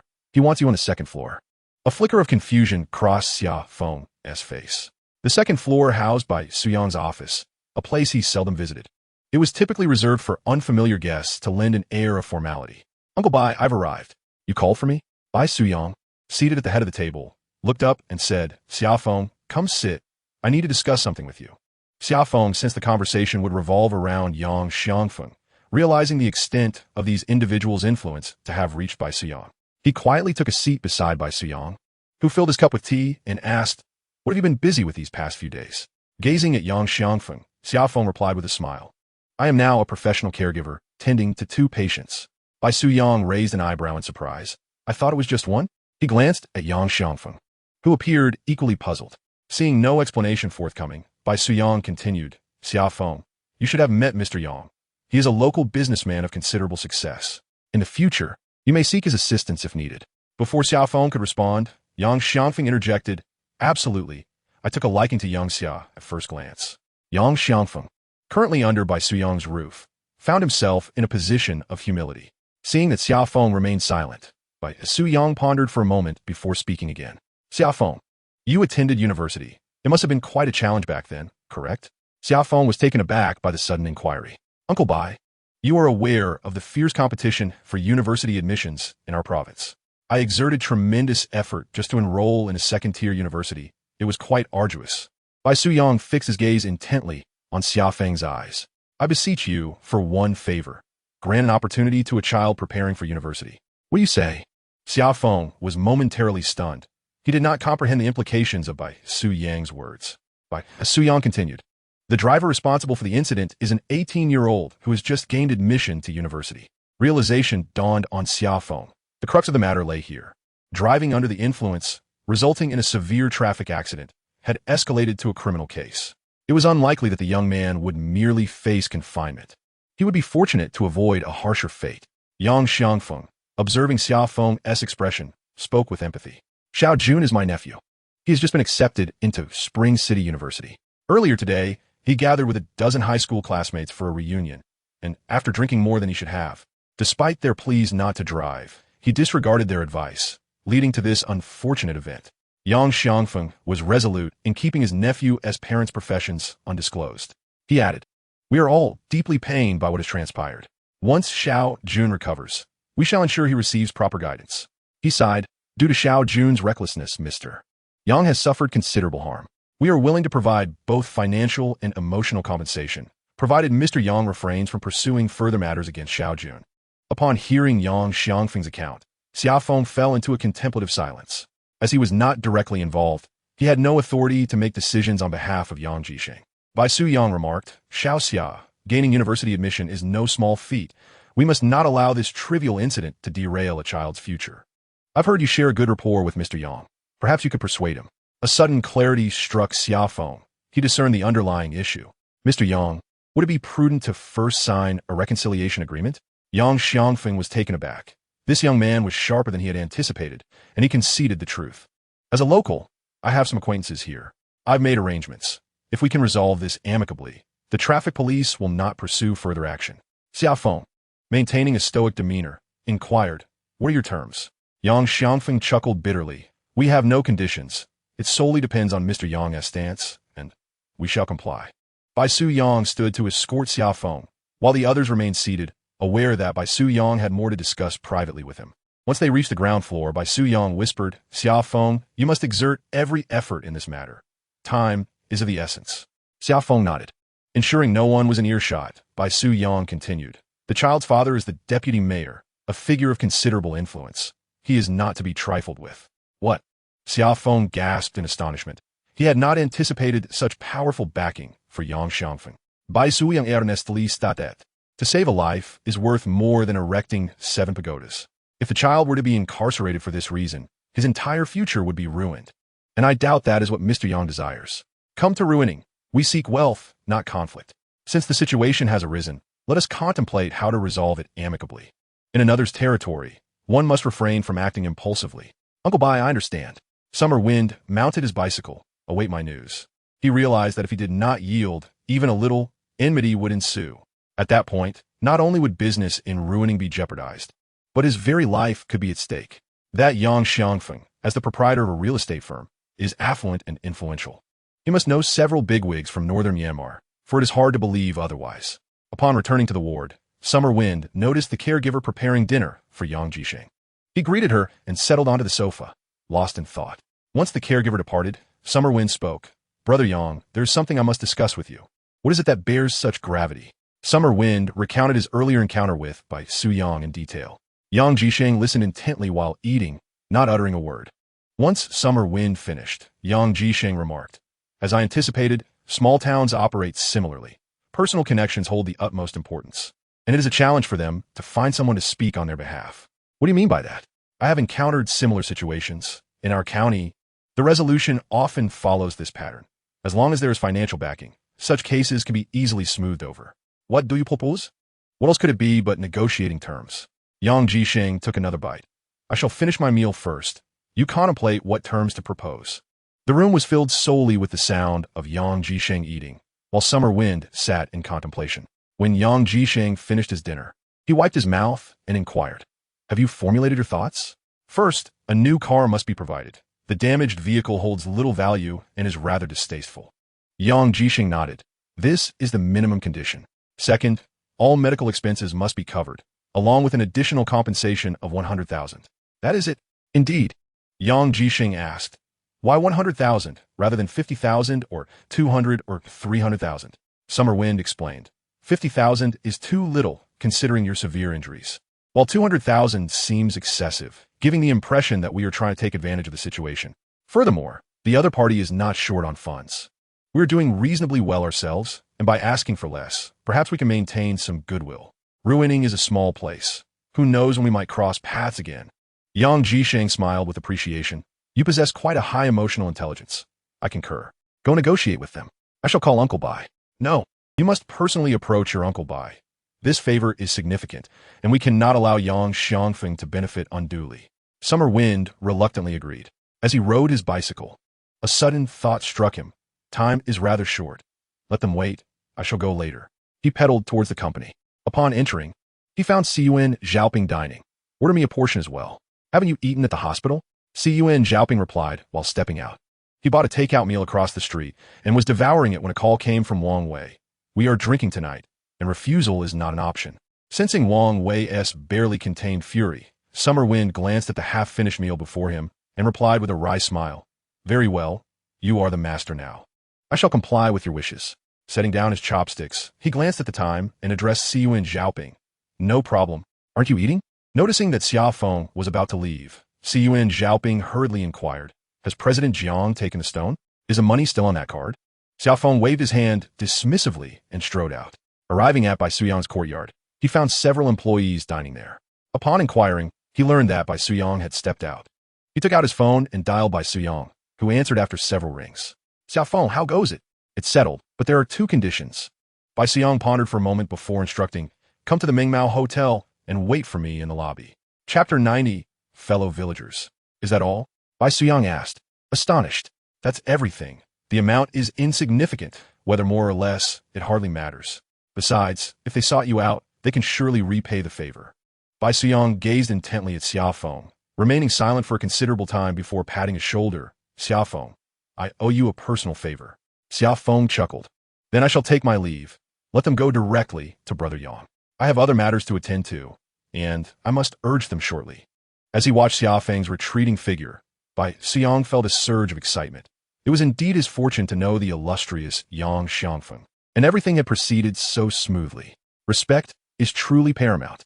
Bai Suyang's ventures had already transcended the jade industry, yet in other fields he remained relatively insignificant.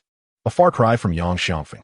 The top magnates in the jade business possess fortunes of merely a few billion, and if called upon to produce cash, even 30 to 50 million would pose a challenge. In contrast, real estate tycoons typically command funds in the hundreds of millions or even billions, far beyond the reach of jade merchants, in which real estate mogul does not have a bank standing behind them. In the face of Yang Xiangfeng, Xia Feng bore no psychological burden. It was not due to pride or a lack of desire, but rather his inherent insignificance. They belonged to entirely different worlds. Under normal circumstances, merely a sideways glance from Yang Xiangfeng would render Xia Feng defeated. Such a minor figure was regarded as inconsequential by Yang Xiangfeng. Ironically, a simple automobile accident had placed the lofty magnate at the mercy of this small fry. Their statuses had undergone a dramatic reversal. It was as if Xia Feng had granted Yang Xiangfeng a reprieve. A new car plus 100,000 yuan, a meager sum, was tantamount to no conditions at all. Even if Xia Feng brazenly demanded 500,000 or 1,000,000, Yang Xiangfeng would have no choice but to comply. This was no longer merely a matter of an automobile accident, but rather a hush money payment for a criminal case. What is the worth of a young man's future? While Yang Xiangfeng refrained from disclosing the occupations of his nephew's parents, he could not guarantee that this string of people was unaware. He often spoke publicly about his sister and brother-in-law. No one is a fool. The intricacies of the situation were clear. Xia Feng stood as a towering figure in the business world of ruining, and the favor I extend to you today shall be repaid. Bai Suyang and all those connected to him shall benefit from this as well. After comprehending the entirety of the situation, Xia Feng reached a decisive conclusion, choosing to proceed with caution. Do not appear weak by seeking compensation. The intent to curry favor is too conspicuous.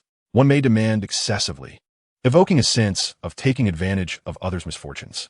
As Bai Suyang aptly remarked, he felt a twinge of sympathy for the young man struggling to gain admission to university. If he were in the same predicament, he might even contemplate suicide. Xia Feng set aside his thoughts, bracing himself to confront another vexing issue. Wang Wei had already arrived at a Sichuan restaurant, quite popular in Ruining. Why do you arrive so late? Wang Wei expressed his discontent. My dear Prince Wang, this is quite prompt. I had pressing matters on the other side, but fortunately, they were resolved satisfactorily. Wang Wei poured a glass of beer for Xia Feng and declared, Cheers! After finishing their drinks, Xia Feng inquired, What brings you to me? Wang Wei sighed and replied, My mother and father have had a falling out over Tang Guofeng. What has happened now? Xia Feng asked. Alas, my father has compensated Qian Shaokai 2 million. What? Xia Feng exclaimed, rising abruptly, his urgency palpable. Why? To indemnify his losses. This was settled upon the council of many fellow villagers. Otherwise, it would have amounted to 3 million. Xia Feng was taken aback by Qian Shaocai's audacity in demanding such a sum. Isn't there a way to refuse? Wang Wei shook his head. This is the decision of several prominent figures in the Gansu Chamber of Commerce. If we refuse, our family will lose access to the chamber's resources, effectively severing our financial lifeline. Xia Feng, perplexed, asked, What resources does the chamber possess? Are they truly so formidable? Brother Xia, you may not be aware, but we Gansu people tend to band together. At the upper echelons, resources are generally shared. Many high-value stones are viewed and purchased collectively. Only such stones can yield substantial profits. Xia Feng comprehended that Qian Shaokai had seized upon Wang Fuzhong's vulnerability. Tang Guofeng had committed an egregious act, directly handing Qian Shaokai the means to strike. My father, in a fit of anger, quarreled with my mother over a trivial matter. He had initially intended to keep the 2 million incident from her. However, my mother accused him of looking down upon her family, leading to their altercation. Did your father say anything? Xia Feng probed. He did. And now even my mother cannot remain passive. She directly called my aunt, as Tang Guofeng is her son. Xia Feng noted a curious detail. Even now, Wang Wei referred to Tang Guofeng by his full name, no longer calling him cousin. Wang Wei, I believe this money should come from your cousin, no? Nonsense. Tang Guofeng is utterly impoverished. Aside from this recent endeavor, he barely possesses a mere 100,000. Wang Wei sighed. My aunt's family relies on a few acres of land for sustenance. They cannot afford to contribute. My father initially intended to let the matter slide and accept his misfortune, but my mother. Xia Feng interjected, Is the family's financial situation sufficient? If not, I can lend you some funds. Xia Feng knew that Wang Fuzhong's net worth was at least in the millions, but with numerous stones and little cash on hand, it would indeed be challenging to gather 2 million all at once in the event of an emergency. Thank you, Brother Xia. I appreciate your goodwill. Wang Wei raised his glass and drained it in one go. My father possesses a few good stones, which he has been reluctant to part with. But now he has no choice but to sell them. Damn it, while others support their relatives, our family seems to be the opposite, relatives betraying relatives. What kind of situation is this? He set down his wine glass and earnestly remarked, I have come to a realization, Brother Xia. We share a wonderful rapport. Henceforth, I shall rely on your guidance. I cannot afford to be so frivolous anymore. Xia Feng retorted with a hint of annoyance. Your father possesses a greater acumen than I. Wang Wei chuckled foolishly. My father and I don't quite align. It's far more comfortable being with you. Xia Feng continued. Wang Wei, I am contemplating opening a store on Taobao. What do you think? Wang Wei paused, taken aback. A store on Taobao? Selling raw stones? I've been observing this platform lately. There are already vendors selling Hatian jade and many finished jade products. I wish to try my hand at selling raw stones. And I've already purchased a computer and a camera. That sounds like a novel path, Brother Xia. Allow me to assist you. If it proves successful, I shall launch my own as well. Wang Wei further clarified, I do not intend to use you as a guinea pig. Let us collaborate and strive for a resounding success. That is agreeable. I am currently in need of manpower. Xiaoping is unfamiliar with computers and is seeking a class.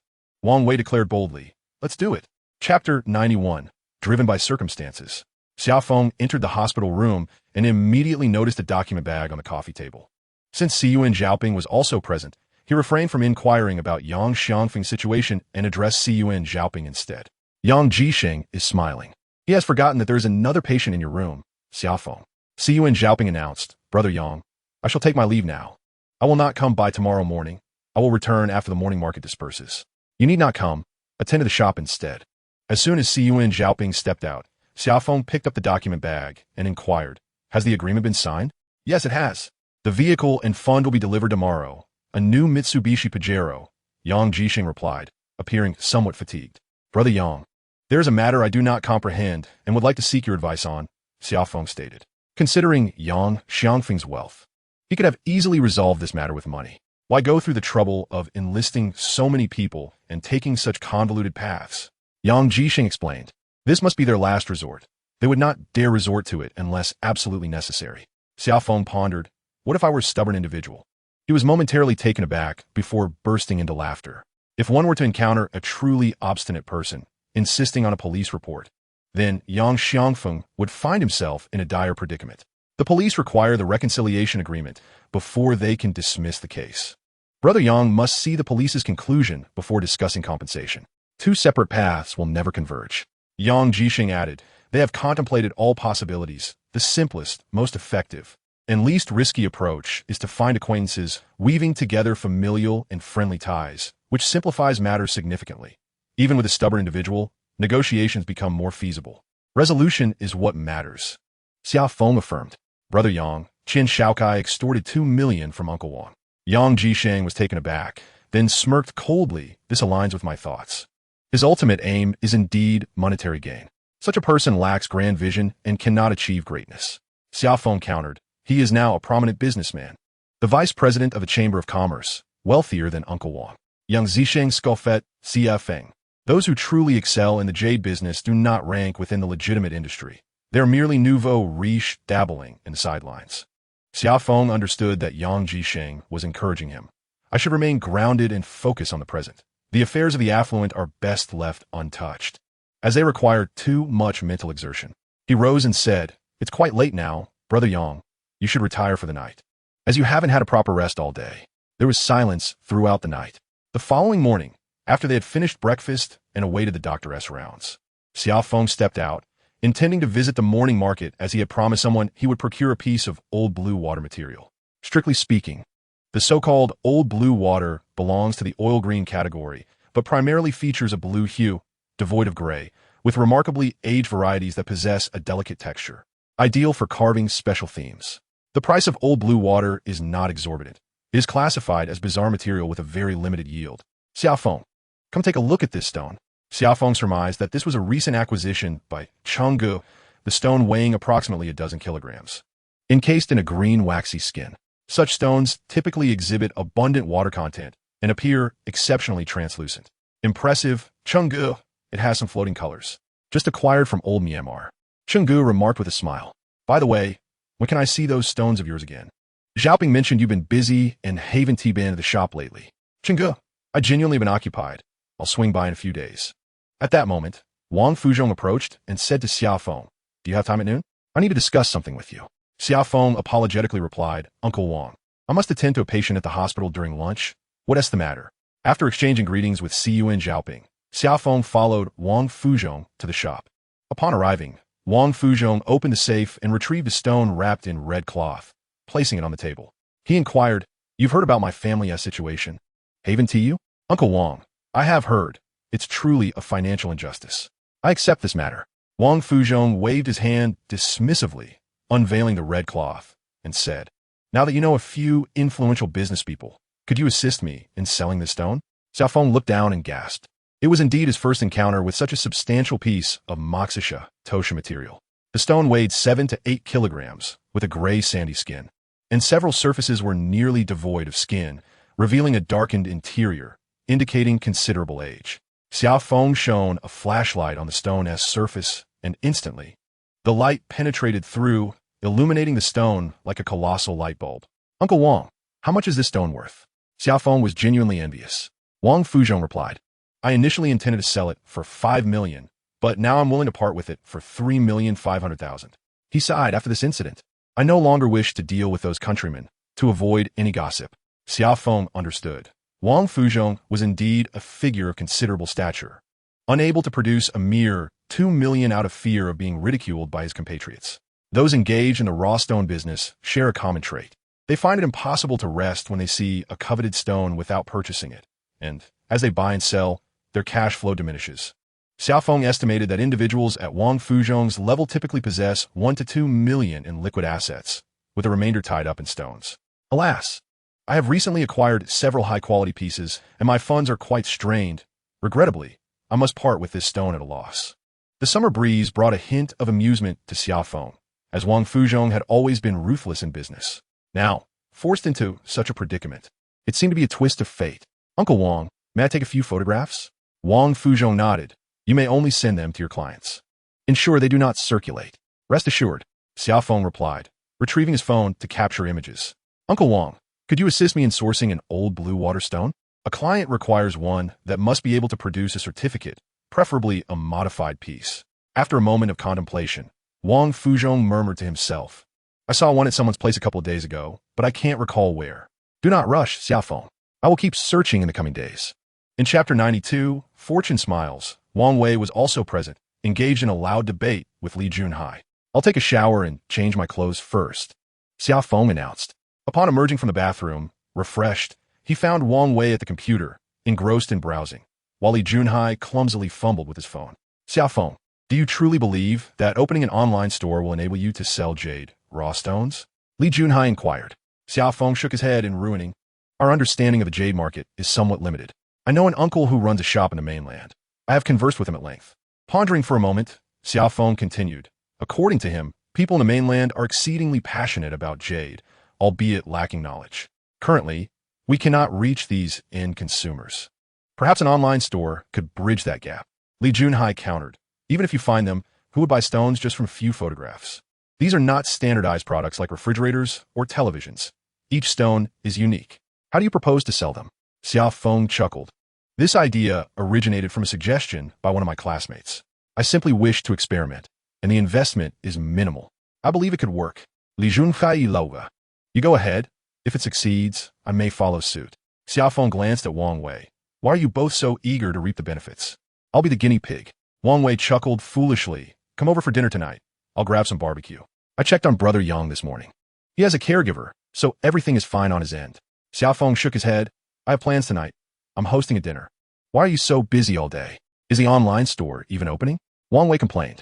Upon hearing this, Xia Feng quickly asked, Junhai, do you know any old Burmese dealers who specialize in large stones? I'm looking to purchase several weighing over 10 kilograms. I do know some, Li Junhai replied, albeit puzzled. But those stones are typically sold by old Burmese to deceive tourists. Why would you buy them? Wang Wei blurted out, to open an online store. Xia Feng nodded. Li Junhai provided the address, and Xia Feng remarked, I'll visit when I have a moment. First, I'll head to the shop. As Xia Feng departed, Wang Wei reluctantly called after him. Are you really not coming tonight? Xia Feng waved his hand, for he had important plans that he eagerly anticipated. Entering the shop, Xia Feng was momentarily taken aback to see General Zhao from Tianjin there as well. As soon as she spotted Xia Feng, Xiyuan Zhaoping exclaimed joyfully, Brother, come quickly. General Zhao has just cut another piece. Xia Feng hurried over, greeting General Zhao and inquiring, which stone has increased in value? Zhao, with a hearty laugh, pointed to a jewelry box on the table and said, Take a look. Xia Feng carefully opened the box, revealing an exquisitely translucent bracelet nestled inside. He exclaimed, Ice floating flower. Zhao beamed with pride, declaring, It's a high-grade ice variant with green flowers. Xia Feng scrutinized the bracelet. It was circular in shape, with a mist-like ribbon swirling through the nearly transparent material, showcasing varying depths of color that resembled celestial beings in flight. It's simply stunning. Xia Feng couldn't help but marvel. Zhao, from which stone was this carved? Zhao, unable to contain his excitement, replied, Which stone could it be? It's the one you sold me, the Moxisha. Huh. I struck a fortune in ruining this time. Both stones I cut have greatly appreciated. Xia Feng was left speechless. That Moxisha? He was now truly bewildered. Chen Yufa had claimed that the stone had deteriorated beneath the surface. Xia Feng's face fluctuated between pale and flushed as he inquired. You've cut the stone? Of course, Zhao affirmed. But I must warn you, it was quite perilous. The bottom had indeed altered. Yet there was a water path leading to high ice. I crafted a bracelet to assess its quality, and, haha, this one is worth 1,000,000. Zhao smiled mysteriously, adding, there are still 2 more in reserve. Xia Feng nearly leapt with joy. It seemed that Zhao had stumbled upon extraordinary luck the moment he set foot in Rueli. The so-called water path refers to a section of a stone that distinctly showcases superior jade quality, transparent, with an aged texture and a rich gelatinous feel, some even exhibiting a fluorescent quality.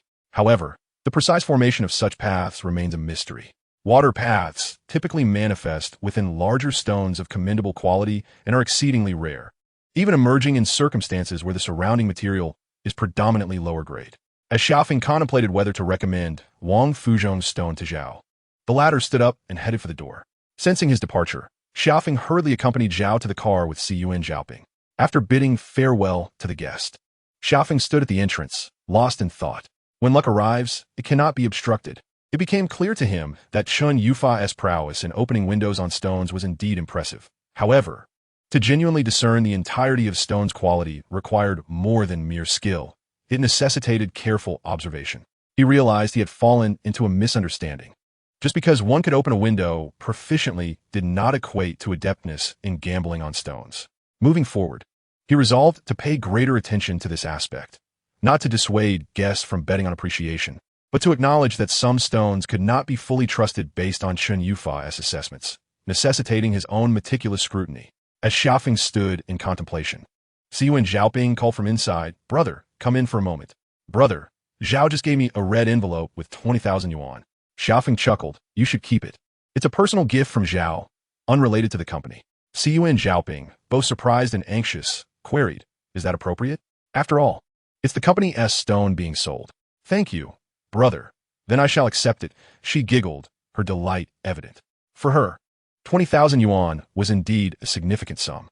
Just as Xia Feng intended to step out to inspect the large stones from Old Myanmar, a call from Bai Suyang interrupted him. "I heard you have a moxa with sand removal. Bring it over for me to examine." Chapter 93. Unveiling the Package. As the summer breeze was about to depart, Su Zhaoping hurriedly called out to him, saying, "Sister you next door is also eager to see our stones. You haven't been around these past few days, so I didn't dare to agree." After a moment of contemplation, she added, "Let's discuss it again in a couple of days. I have been inundated with trivial matters lately, and still have many stones that require pricing." Without another word, Xiao Feng turned and walked away. Sister Yu, the proprietor of a neighboring shop, was a strikingly beautiful woman in her 30s, accompanied by a nanny and 2 children. There was no sign of her husband, but from her demeanor, it was evident that her business was prospering and she exuded a cheerful disposition. Upon meeting Bai Suyang, Xiao Feng shyly remarked, "The stones from my friend's family are in urgent need of funds due to some pressing difficulties, which is why I sent them to Mr. Zhang and Teacher Li." Bai Suyang smiled and replied, "No need for explanations. Since I have introduced you, feel free to share any valuable items with them." He took the stone and noted, "Mr. Zhang is quite interested. He has asked for my appraisal." As Bai Suyang unveiled the red cloth, he couldn't help but inhale sharply. The stone was indeed remarkable, a substantial piece of moxa sand material. Carefully inspecting it, he shone a flashlight on its surface and inquired, "What's the price?" Xiao Feng responded, "I will entertain offers below 3,500,000. Bai Suyang shook his head, sensing that Xiao Feng might find the price excessive. He suggested, if Mr. Zhang likes it, he can negotiate directly with the owner. "I am merely assisting and do not intend to profit from this." Bai Suyang cast a glance at Xiao Feng, but remained silent, returning his attention to the stone. After a while, he commented, "This type of stone has low speculative risk. The areas that have shed sand are commendable, while the others are worthless." He rotated the stone and added, "One could potentially yield 1/3 of high-quality material, but the rest is too inferior." At this juncture, Xiao Feng had no authority to voice any opinions on the stone's quality. Bai Suyang mused aloud, weighing around 7 to 8 kilograms. One might extract approximately 3 kilograms of solid material, based on 81 kilograms. He then looked up at Xiao Feng and stated, "A price between 2,500,000 and 3 million would be acceptable. Anything beyond that loses its significance." Xiao Feng felt a pang of disappointment. He had believed the stone to be immensely valuable, only to discover that Bai Suyang had significantly lowered its worth, a price likely beyond what Uncle Wang could accept. Bai Suyang further elucidated, "For seasoned veterans in this field, they will offer exactly what they deem fit, without budging a single cent. However, A less experienced individual might be willing to pay 3 to 4 million. Xia Feng admitted, Uncle Bai, I cannot comprehend this type of stone. Uncertain of Bai Su Yang's intentions, he swiftly cradled the stone and hopped onto his bike, racing towards Wang Wei's home. With Wang Fuzhong absent, only Wang Wei's mother was manning the shop. Xia Feng handed over the stone, exchanged pleasantries, and departed. Once seated in Bai Su Yang's luxurious Mercedes, a refreshing wave of air invigorated Xia Feng, a stark contrast to the humble electric bike he rode daily. Within 10 minutes, they arrived at the entrance of a grand courtyard in a village, where Xia Feng marveled at the sight of luxury cars lining the dilapidated streets. As they exited the vehicle and walked towards the courtyard, Bai Su Yang remarked, a batch of materials has arrived from northern Myanmar. They're being unpacked today, and you have arrived just in time. Thank you, Uncle Bai, Xia Feng exclaimed. Bai Su Yang continued, if you see anything suitable, feel free to purchase it. If funds are insufficient, we can co-invest. The summer breeze carried a light laughter as Xia Feng remarked, I suspect they are all high-quality stones. I dare not take the plunge. Bai Su Yang patted his shoulder, encouraging him with a sense of confidence. Do not fret. Even stones hold modest worth. Old Bai had arrived. Upon entering the courtyard, he was greeted by acquaintances. A large wooden platform was prominently placed in the yard, adorned with an array of substantial stones, around which several individuals were gathered in curiosity. In a hushed tone, Bai Su Yang advised Xia Feng, feel free to explore. If you find one that captures your interest, let me know. With that, he sauntered over to a nearby tea table, engaging in conversation with a few seated individuals. Xia Feng discreetly surveyed his surroundings. At the entrance stood 2 elderly men from Myanmar, and he noticed a few others busily attending to various tasks. This appeared to be a stronghold of the old Myanmar, specifically designated for the display of stones. Feigning calm, Xia Feng approached the platform to inspect the stones. Each was substantial, the smallest weighing over 20 kilograms, while the largest reached an impressive 1 to 200 kilograms. He discreetly observed the onlookers. They were predominantly older gentlemen. Xia Feng felt his eyes widen. Where could one find such an abundance of exquisite stones? The old black sand from Mowanji, the elephant skin from Ashisha, and the pine-hued wax skin from Huika, nearly all of them were translucent under the light. Fully engrossed in the study of the stones, Xia Feng gave no thought to purchasing. He simply stood at the edge of the platform, examining the surface of the stones. After a brief interval, Bai Su Yang approached him and quietly inquired, what do you think? Have you found anything appealing? Uncle Bai, they're all fine stones, but I suspect the prices will be exorbitant, Xia Feng replied. Bai Su Yang chuckled. This is first-hand merchandise, directly sourced from the Myanmar mine owners. If you find something suitable, do not hesitate to buy. You will not incur losses. Xia Feng nodded in agreement. At that moment, a figure approached Bai Su Yang, stating, Old Bai, take a look at this one. If it suits you, let us proceed. Another gamble? Bai Su Yang Kuiria. Isn't it painful for you, Dalao Li, to not cut stones? Hee, my luck has been favorable lately. Allow me to benefit from your fortune. Nonsense. You merely wish to mitigate your risks, Bai Su Yang retorted. Following Dalao Li to inspect the stone, Xia Feng glanced up, uncertain of how they engaged in such wagers. After approximately 10 minutes, Bai Su Yang called out, Xia Feng, come here. Xia Feng hurried over, where 3 or 4 individuals were examining a stone. Bai Su Yang instructed, Xia Feng, take a look at this stone. Upon the table lay a white sand-skinned stone, approximately 30 kilograms in weight. Xia Feng leaned in for a closer inspection. The stone's shape was irregular, one end larger than the other, with tightly packed grains of sand. A color band, 3 fingers wide, wrapped around it, extending almost entirely around its form. Such a stone, once introduced to the market, would easily fetch hundreds of thousands. Xia Feng first took a flashlight, gently tapping the stone's surface. Fortunately, the courtyard was quiet, and the sound of the tapping rang clear and pleasant. He circled the stone, tapping at various points before meticulously examining the surface grains, occasionally nodding or shaking his head. Finally, he pressed the flashlight against the stone's surface to assess its translucence. The prominent figures watched Xia Feng intently, pondering his significance. As Bai Su Yang had brought him to this locale, what do you think? Xia Feng surveyed the surrounding individuals, uncertain of how to respond. Chapter 94. The gamble of the big shot. The stone was indeed remarkable, yet it did not captivate my fancy. Summer Wind could only speak the truth. Why? The two inquired almost in unison. I find it unsatisfactory. It simply does not seem right. Bai Su Yang chuckled. Elucidate your reasoning. Summer Wind shifted the stone slightly, pointing at a broad surface. The grain variation on this surface is excessively pronounced and somewhat soft. It likely contains mutations. Bai Su Yang probed further. What is the worst-case scenario? Summer Wind hesitated, a hint of trepidation clouding his expression. An elderly man in his 60s encouraged him, "Young man, speak freely without reservations." Well, in the worst case, the entire piece may remain unrefined, with the skin and flesh not separating. A murmur arose among the group, but out of respect for Bai Suyong, no one admonished Summerwind. Big Boss Lee leaned in. "Let me have a look. Is this lad truly the king of stone gambling? He speaks with such certainty." Ever since the last occasion when Bai Suyong collaborated with someone to gamble on stones and was publicly outmatched by Summerwind, he harbored an inexplicable trust in the latter. He inquired, "Is it unwise to gamble?" "I believe the odds are rather slim," Summerwind replied, gesturing towards a distant table. "There lies another piece of wood, similar yet slightly smaller. Its grains are denser and more compact." Bai Suyong remarked, "Fetch it." To Summerwind, the 20-plus kilogram stone posed no challenge. He effortlessly placed it before the tea table, prompting several big shots to examine it closely. After a moment, Big Bosley stated, "I still believe the first piece presents a greater opportunity. The color is rich, the bands are broad, and once the color seeps in, it would be extraordinary. This stone appears orderly, yet it possesses too little mottling, and even if it were to yield, it would at most offer mere flecks." Bai Suyong concurred, sensing that the first stone indeed seemed superior to the second. He raised his gaze and asked, "Summerwind, the second piece has too little mottling, and the overall grain of the skin seems somewhat coarse. How about we engage in a wager? You bet on one piece, I bet on the other, and the loser pays the winner? Are you attempting to intimidate a child?" Bai Suyong chuckled. "Let us indulge in a bit of fun. I am merely bored."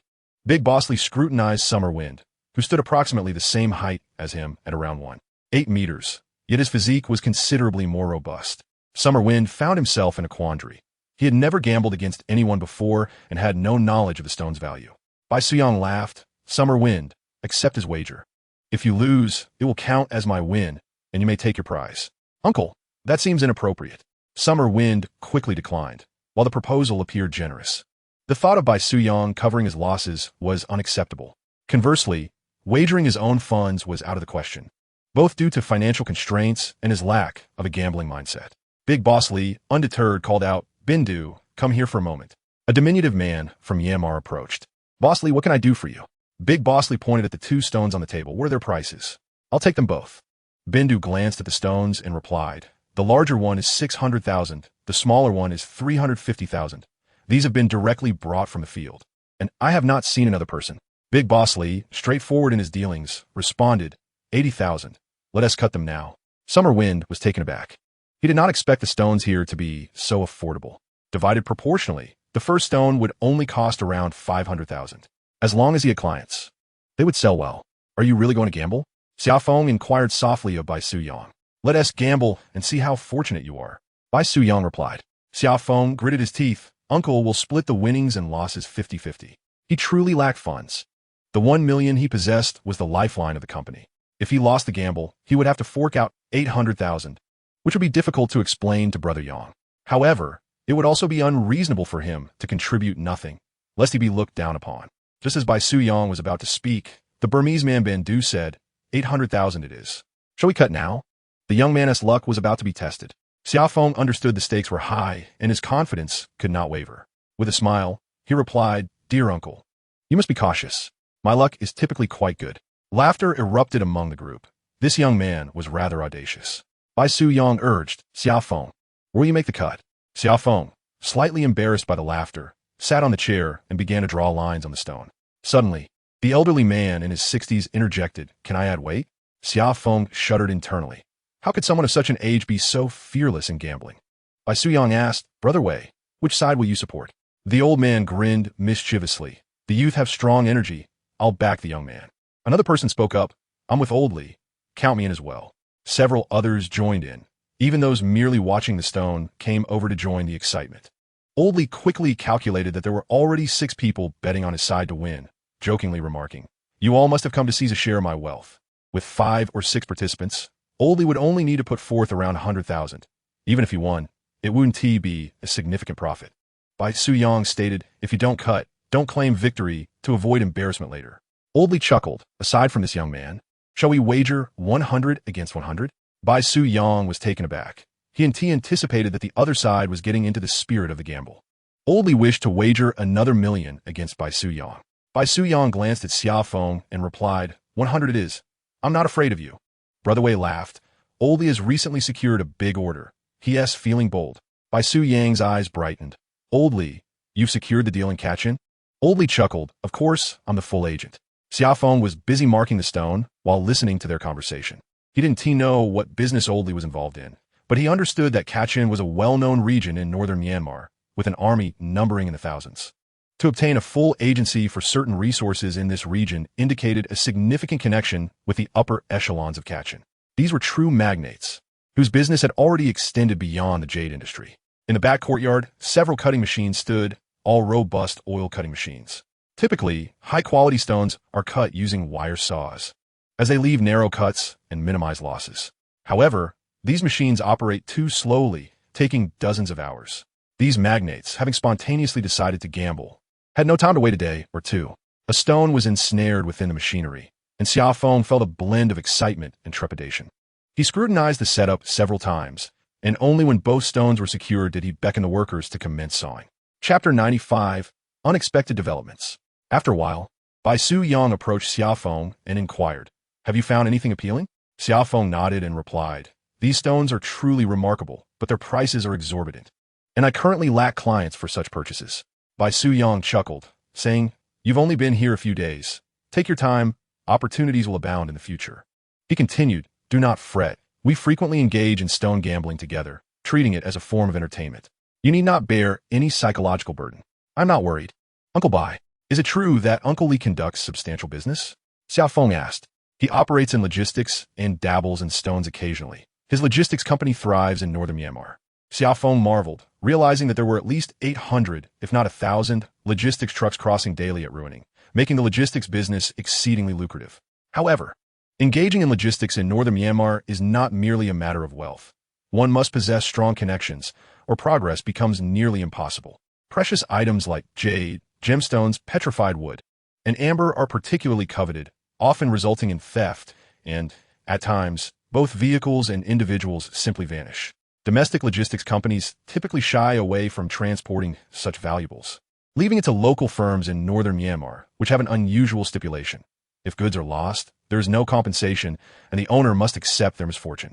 While Xia Feng conversed with Bai Su Yang, a Burmese worker approached the courtyard, announcing, one stone has been cut. The bosses may come and take a look. Everyone rose and made their way to the backyard. In Ruining, regardless of wealth, all are keenly interested in the art of stone cutting. The first stone was revealed. Dalaoli felt a flicker of anxiety. The larger the stone, the longer it should take to cut. The fact that his stone was completed first suggested that the subsequent stone was harder, requiring more time.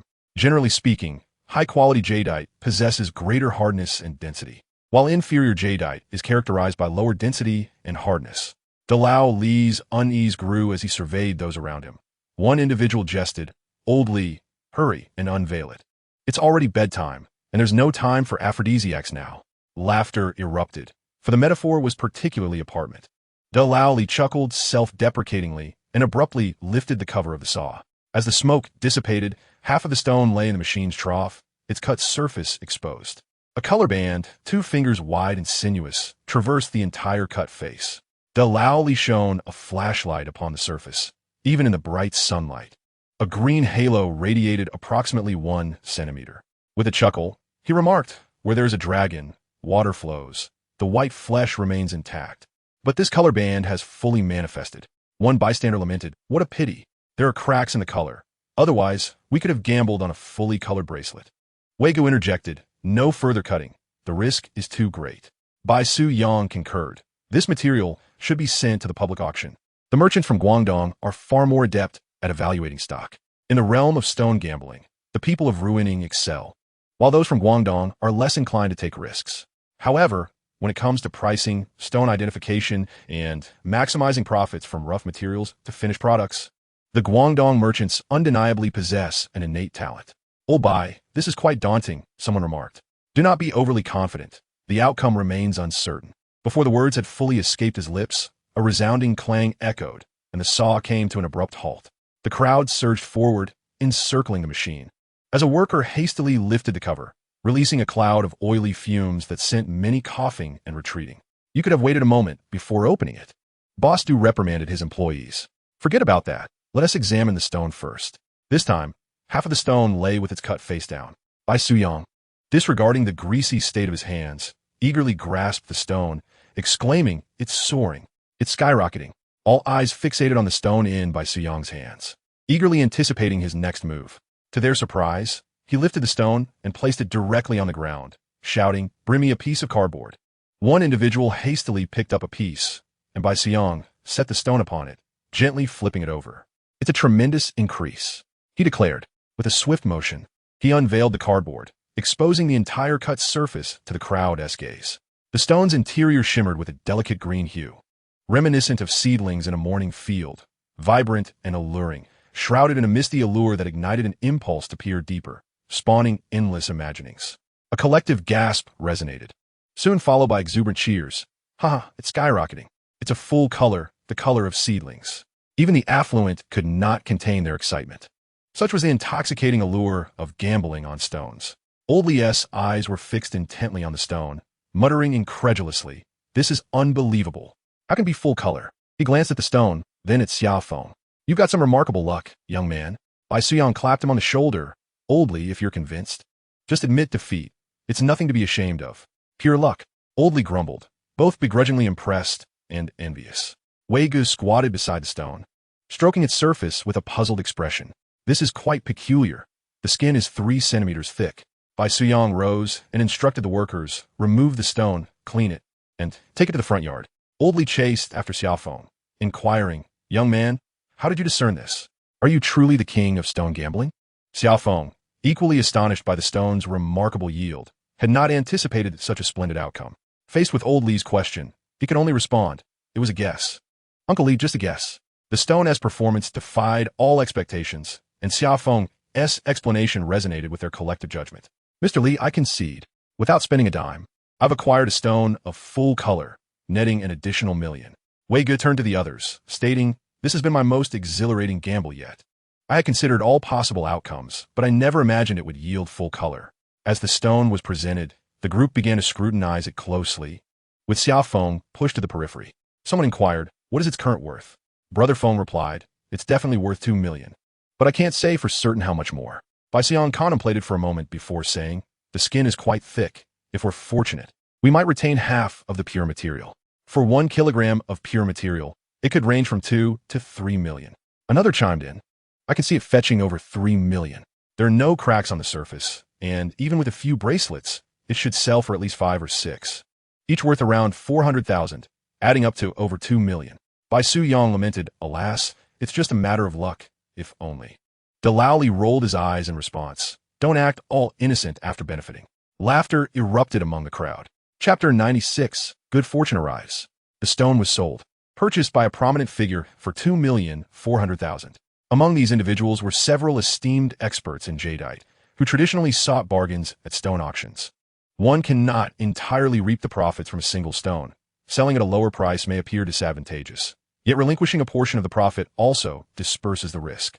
Gambling with stones is a curious endeavor. One cut can lead to poverty, while another can result in wealth.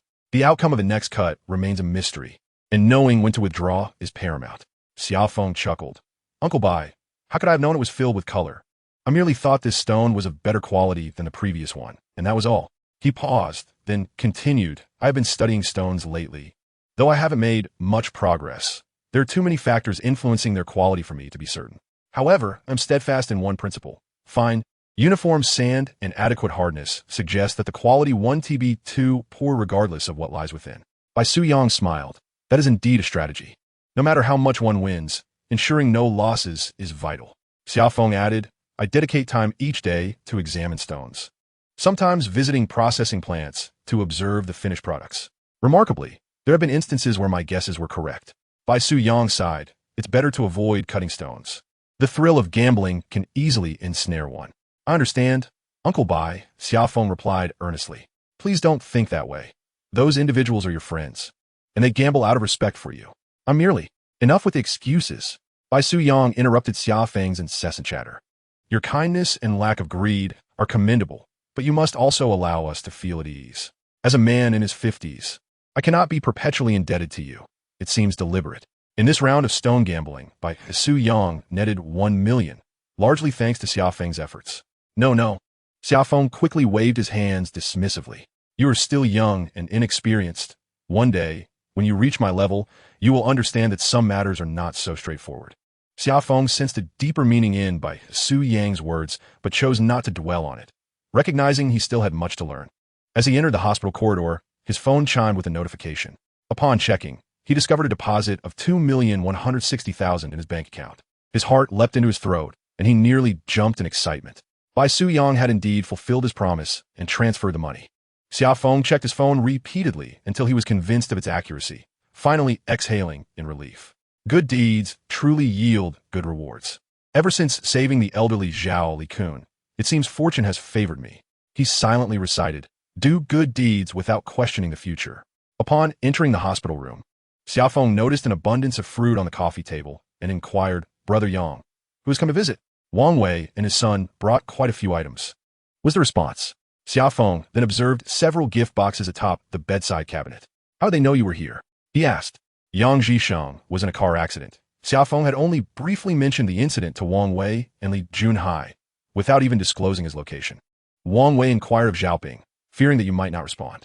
Yang Zhisheng remarked that he would welcome the gift with open arms. Xiaofeng picked up an apple, took a bite, and exclaimed, delicious. Yang Zhisheng opened the bedside cabinet and retrieved a plastic folder, presenting it to Xiaofeng. These are the vehicle documents. Please take a moment tomorrow to register the license plate. Additionally, here are 100,000 yuan to deposit into your account. Xiaofeng accepted the folder, replying, you should keep the money for yourself. I will handle the license plate. It's been unbearably hot these days, and riding a bike is quite taxing. I also wish to indulge in the pleasure of driving. With that, he cheerfully sat on the edge of the bed, saying, Brother Yang, I have some splendid news to share. I can hardly contain my excitement. What splendid news? Xiaofeng recounted his experience of gambling on stones, with Bai Su Yang in detail, even showing Yang Zhisheng the text message on his phone. Well done, Xiaofeng. When did you become so adept at stone gambling? Who did you learn from? Yang Zhisheng expressed his delight upon hearing Xiaofeng's tale. It was merely good fortune. I never expected such vibrant colors would emerge from within. Yang Zhisheng replied, luck is a form of skill. One should not underestimate it. Brother Yang, perhaps Li Junhai is right. Stone gambling is indeed reliant on luck. When fortune smiles upon you, winning is inevitable. I've experienced several consecutive victories. Each stone has yielded great returns. While one may gamble on stones, one must not become obsessed. The primary focus should remain on legitimate business. Xiaofeng chuckled, I understand that. The caregiver had come, but did not bring anything for him. Aren't you treating someone to a meal? Why haven't you left yet? Xiaofeng chuckled foolishly. Still at work? I won't finish until 8 this evening. Yang Zhisheng inquired with suspicion. What job ends at 8 in the evening? Xiaofeng merely smiled foolishly. Who could this lad be meeting at night? By 11 o'clock. Yang Zhisheng was practically exhausted, and only then did Xiaofeng rise to say, I'm off. You should get some rest. Noticing Xiaofeng's peculiar behavior, Yang Zhisheng asked, is a girlfriend? Xiaofeng chuckled, perhaps in the future, but we have only just met.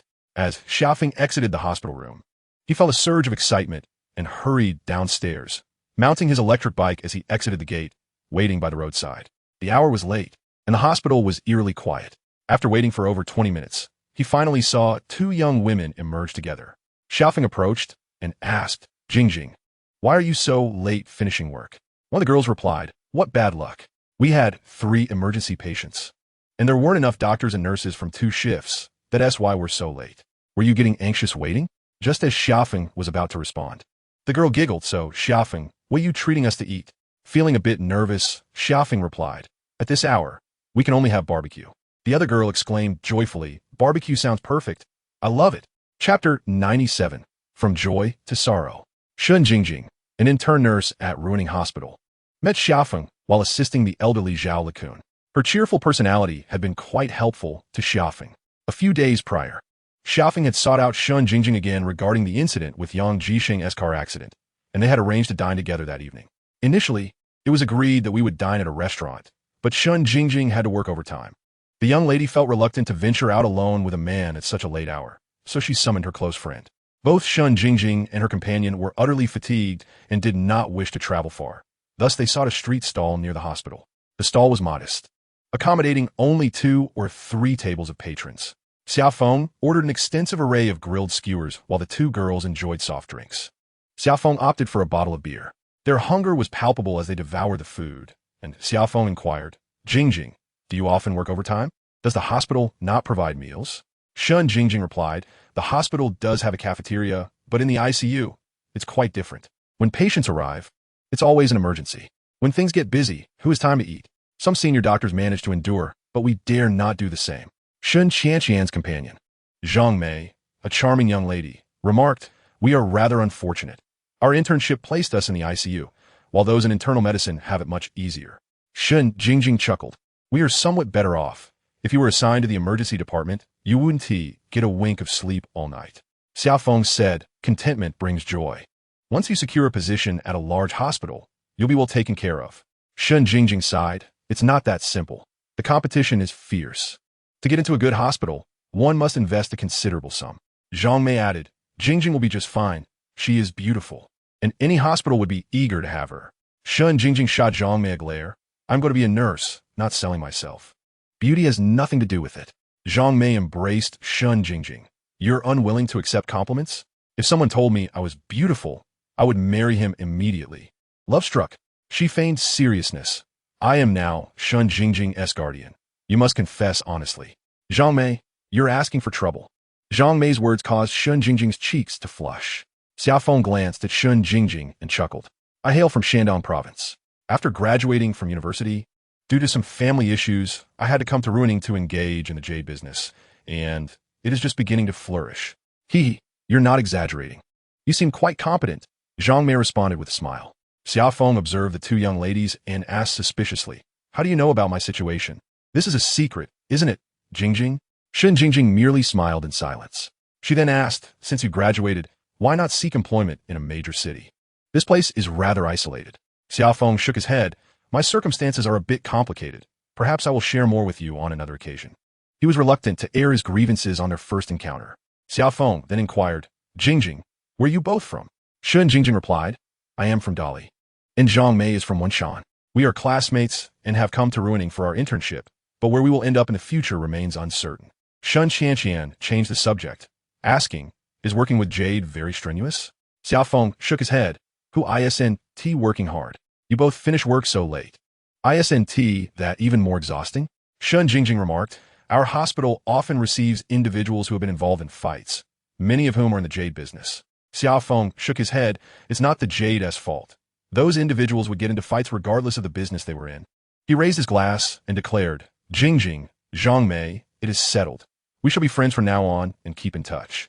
The two young women also lifted their sodas, and the trio clinked their glasses together. Summer Wind felt a surge of joy in his heart. He and Shun Jingjing harbored mutual affections, and this initial step marked a promising beginning. The future now depended on his own capabilities. Just as Summer Wind was immersed in excitement, a heavy hand clapped down on his shoulder. Kid, you've been cornered today. You're quite the bold one. Disregarding fourth brother's face, Summer Wind had been enjoying the conversation with the two young ladies, momentarily letting his guard down. Two slightly inebriated young men ambled down the street, and one of them spotted Summer Wind. Is it that the guy we encountered in the hospital the other day? Perhaps due to the effects of alcohol. He approached without hesitation and slapped Summer Wind on the shoulder. Hey, you're quite the lucky one, aren't you?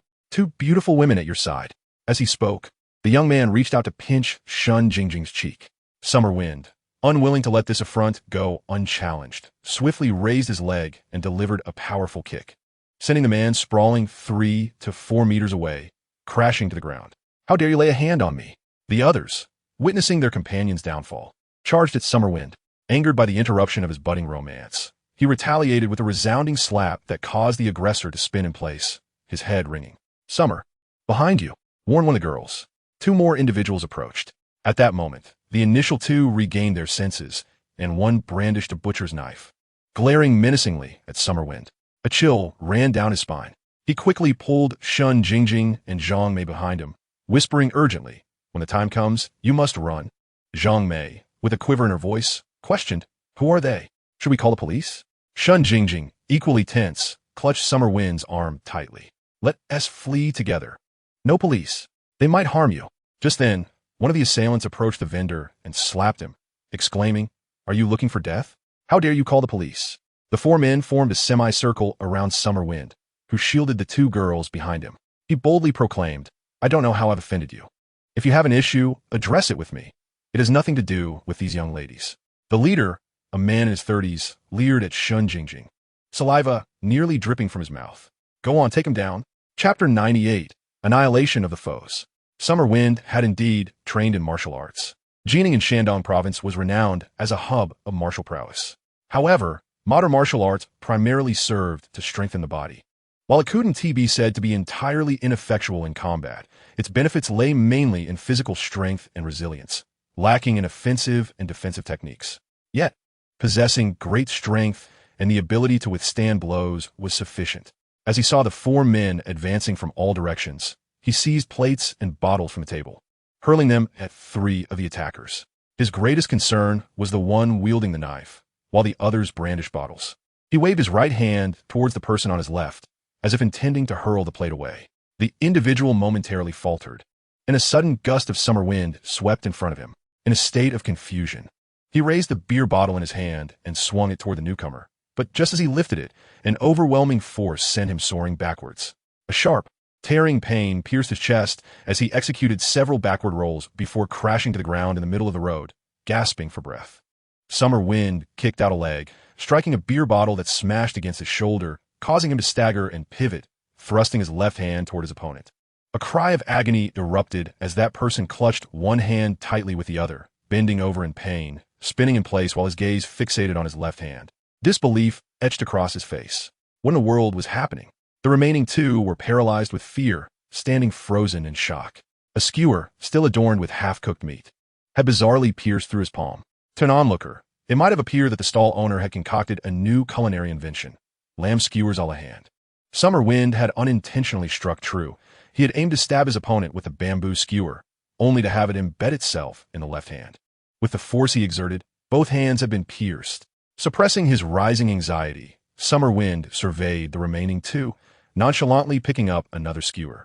Now, armed with a soda bottle in his right hand and a bamboo skewer in his left, he was fully equipped.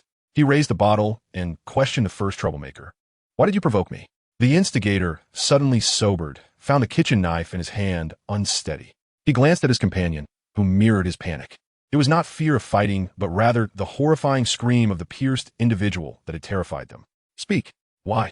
Summer Wind bellowed, advancing a step forward, causing both men to involuntarily retreat.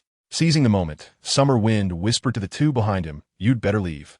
Zhang Mei felt her legs weaken in fear, and just as she was about to speak, Shun Jingjing grabbed her arm. "We need to go, Summer Wind. What will you do?" Once the two girls vanished into the darkness, Summer Wind yelled, "The one with the knife, if you have the courage, don't run." He hurled the soda bottle at him and charged forward, aiming the bamboo skewer directly at his chest. Startled, the man raised his kitchen knife, poised to slash at Summer Wind's arm.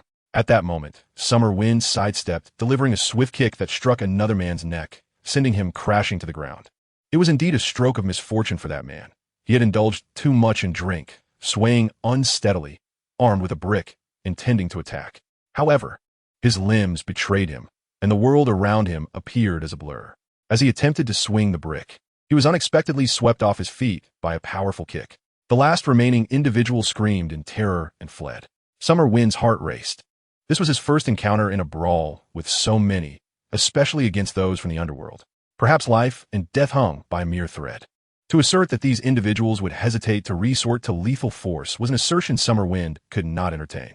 Xia Feng glanced at the three remaining individuals, then at the vendor who cowered on the ground in fright. He pulled out 300 yuan and tossed it onto the table before hastily retreating into the shadows. Upon reaching the hospital entrance, he took out his phone and sent a message to Shun Jingjing, assuring her of his safety. An unsettling feeling gripped him. The incident had transpired unexpectedly, leaving him unsure of how to proceed. He touched his head and shoulders. His head bore no serious injury, merely a significant swelling. While his shirt was torn, bloodstains having adhered to the fabric. Though it appeared that Xia Feng had triumphed in the altercation, annihilating his opponents, he was acutely aware of the perilous reality he faced. Had any of those individuals regained consciousness, his fate would have been dire. They were undoubtedly seasoned brawlers, experienced in real combat. If just one or two had performed normally, this neophyte would have found himself in grave danger. As he approached the village entrance, He spotted Wang Wei and Li Junhai indulging at a solitary barbecue stall, their merriment inciting a surge of anger within him. The duo was engaged in lively conversation when they abruptly halted, startled by the arrival of Xia Feng on his electric bike. Just as they were about to speak, Xia Feng erupted. Li Junhai, are you out of your mind? With such serious injuries, how can you dare to drink? Li Junhai, eager to explain, noted Xia Feng's unwavering demeanor and quickly adopted a conciliatory tone. I've been cooped up indoors for several days. I merely wanted to breathe some fresh air. The moment Wang Wei stood up, he exclaimed, Xia Ge, why is there blood streaming from your shoulder? As he stepped forward to inspect, Xia Feng waved him off, glancing at Li Junhai's pitiful expression and sighed deeply. He seized a bottle of beer from the table and took a hearty swig. With a deep breath, he confided, I just had a fight. Junhai, have you ever heard of someone named Si Ge? Wang Wei, ever the inquisitive one, interjected, what prompted the fight? Who is Si Ge? Li Junhai pondered for a moment, a hint of suspicion in his voice. I believe I've heard that name before, though I cannot recall where. What did this person do? Wang Wei, growing anxious, urged, Xia Ge, you still haven't explained why you fought. Xia Feng, feeling parched and his muscles twitching from the aftereffects, wearily recounted, I was dining with two friends when, out of nowhere, four individuals appeared. They seemed to recognize me, and before I knew it, we were brawling. Li Junhai scrutinized Xia Feng intently, slowly inquiring, Xia Feng, to be honest, you tend to lower your gaze when lying, avoiding eye contact. Wang Wei, a typical coward, pressed on with urgency. Did you fight four of them alone? What was the outcome? Li Junhai, slightly irked, snapped Wang Wei. Be quiet. Wang Wei, feeling guilty, cast a furtive glance at Li Junhai and fell silent. I took down three of them, and the last one fled. What? The two exclaimed in unison, their eyes wide with disbelief. Wang Wei, brimming with excitement, shouted, Xia Ge, are you the reincarnation of Bruce Lee? Chapter 99. Pre-battle analysis. Li Junhai cautiously surveyed their surroundings before turning to Wang Wei and ordering, hand me the gauze and alcohol you prepared for me. He then proceeded to cut open Xia Feng's t-shirt, revealing a gruesome gash over an inch long, the blood already congealed, likely a result of a jagged shard of glass. Wang Wei clumsily performed a simple disinfection and wrapped it in gauze. Xia Feng changed his clothes, and Li Junhai inquired, Xia Feng, can you explain why? With a sigh, Xia Feng recounted the details of inviting Shen Jingjing and another person for dinner that evening. He continued, the first person seemed familiar. I think I might have seen him in Brother Yang's ward, but I'm not entirely sure. As for the fourth brother, I have a vivid impression of him. His arms are covered in tattoos, clearly a person of the underworld. However, tonight that individual merely mentioned the fourth brother, so I suspect it relates to that incident. Li Junhai asked, have you offended anyone recently? After a moment of contemplation, Xia Feng shook his head. Wang Wei stood up to head to the kitchen, and Xia Feng remarked, they don't know where I live. I doubt they can find me. It's wise to be cautious. These people are locals and possess considerable influence. Li Junhai pondered for a moment and added, Xia Feng, the car accident issue has been resolved, so they shouldn't have any objections. I suspect it's still the underlings who are dissatisfied with this matter.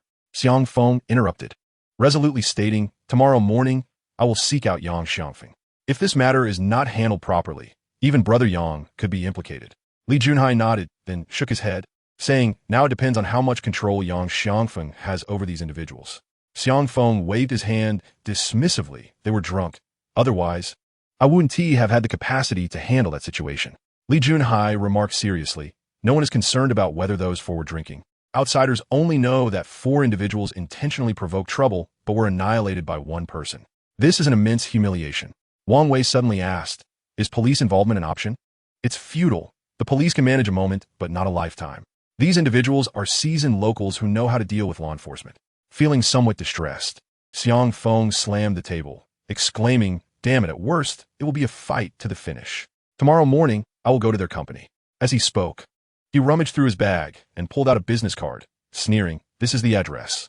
Li Junhai took a look and saw it was Yang Xiangfeng's business card. They must be searching for you everywhere. Rather than being on the defensive, it's better to take the offensive. Li Junhai reflected for a moment and added, Wang Wei should accompany you tomorrow morning. Wang Wei excitedly declared, I will definitely go. I won't let them escape. Li Junhai shook his head. Wang Wei, this matter is neither too large nor too small. If you heed my advice, I will allow you to go. Otherwise, you must stay at home obediently. You understand, don't you? Yes, I will listen, Wang Wei replied. Upon arriving at the company, first and foremost, you must not communicate with Xia Feng in any way. Your sole task is to call the police immediately if anything happens to him. Wang Wei was taken aback, not expecting such a demand from Li Junhai. Wang Wei, I remind you, even if Xia Feng is being severely beaten in front of you, you must not intervene. Your duty is to alert the authorities. Do you understand? Li Junhai's tone grew increasingly serious, and Wang Wei nodded in agreement. Xia Feng asked, Are you worried they might take action against me within the company? Li Junhai chuckled wryly. Given that this is a real estate development, there are countless sordid affairs involved. They have specialized enforcers for such matters. I have experienced too many of these situations. Li Junhai has always been reticent about his past, never speaking of it. And neither Xia Feng nor Wang Wei dared to inquire. It was rather late, and the three of them refrained from drinking any further. Wang Wei, being of small stature, squeezed onto the bed with Li Junhai to sleep, while Xia Feng lay on the floor, his mind in turmoil and compounded by excessive anxiety, soon drifting into slumber. When he opened his eyes again, dawn had already broken. Li Junhai sat by the bed, staring blankly, and upon noticing Xia Feng was awake, he said, Xia Feng, wash your face quickly. We need to leave after breakfast. Just then, Wang Wei emerged from the kitchen, carrying a steaming bowl of rice noodles. After Xia Feng had finished washing up and was about to eat, his phone rang. It was Yang Jisheng. Xia Feng, where are you? If you're free right now, come over. I need to talk to you. Xia Feng acknowledged and hurriedly finished his meal. He informed the two, Brother Yang is looking for me. I'll head over first and call you afterward. Li Junhai glanced at Wang Wei, who was still eating, and after a moment's contemplation, said Wang Wei should accompany him, but remain inconspicuous. If all goes as expected, those individuals should have visited the hospital last night. What? Xia Feng exclaimed in alarm. Are they intending to harm Brother Yang? Realizing that these individuals were indeed searching for him, and that Yang would be safe, he told Wang Wei, I'll go ahead. Wait outside when you come later. I'll call you before I meet Yang Xiangfeng. Having said this, he turned and left. Watching Xia Feng's retreating figure, Li Junhai let out a deep sigh. Rest assured, Brother Junhai, Wang Wei replied, eager for action. Upon arriving at the hospital, Xia Feng remained vigilant, observing the comings and goings, particularly of the youths. Since the situation had escalated, he resolved to confront it with calmness, yet a necessary degree of caution remained imperative. Entering the ward, Yang Jisheng fixed his gaze on Xia Feng, who, feeling guilty, asked, Brother Yang, why do you look at me like that? What do you need? Yang Jisheng, visibly troubled, replied, Last night, or rather, in the early hours of today, several individuals barged into the ward claiming they were looking for someone, but were soon escorted out by the doctor. I was in a daze and couldn't quite catch what was said. He scrutinized Xia Feng closely. Xia Feng, tell me the truth. It's not you who is in trouble, is it? No, Brother Yang, don't overthink it. How could I get into trouble? Xia Feng reassured him. As long as nothing has happened, that's good. Yang Jisheng sighed deeply. Our company has just begun to show promise. Remember, we seek fortune, not strife. Do not act impulsively. Rest assured, Brother Yang, I am a straightforward lad. Xia Feng interjected. If you have no further matters, I will visit the company. Xiaoping needs some stones, and I'll deliver them. Yang Jisheng, still anxious, replied, Then go ahead, but be cautious on the road. The ruckus from those individuals in the corridor earlier left him feeling uneasy, as if calamity were imminent. Suddenly, a young man stood before him, and upon noticing Xia Feng, he appeared taken aback, quickly exclaiming, Sorry, I mistook you for someone else. With that, he fled, disappearing into the crowd in the blink of an eye.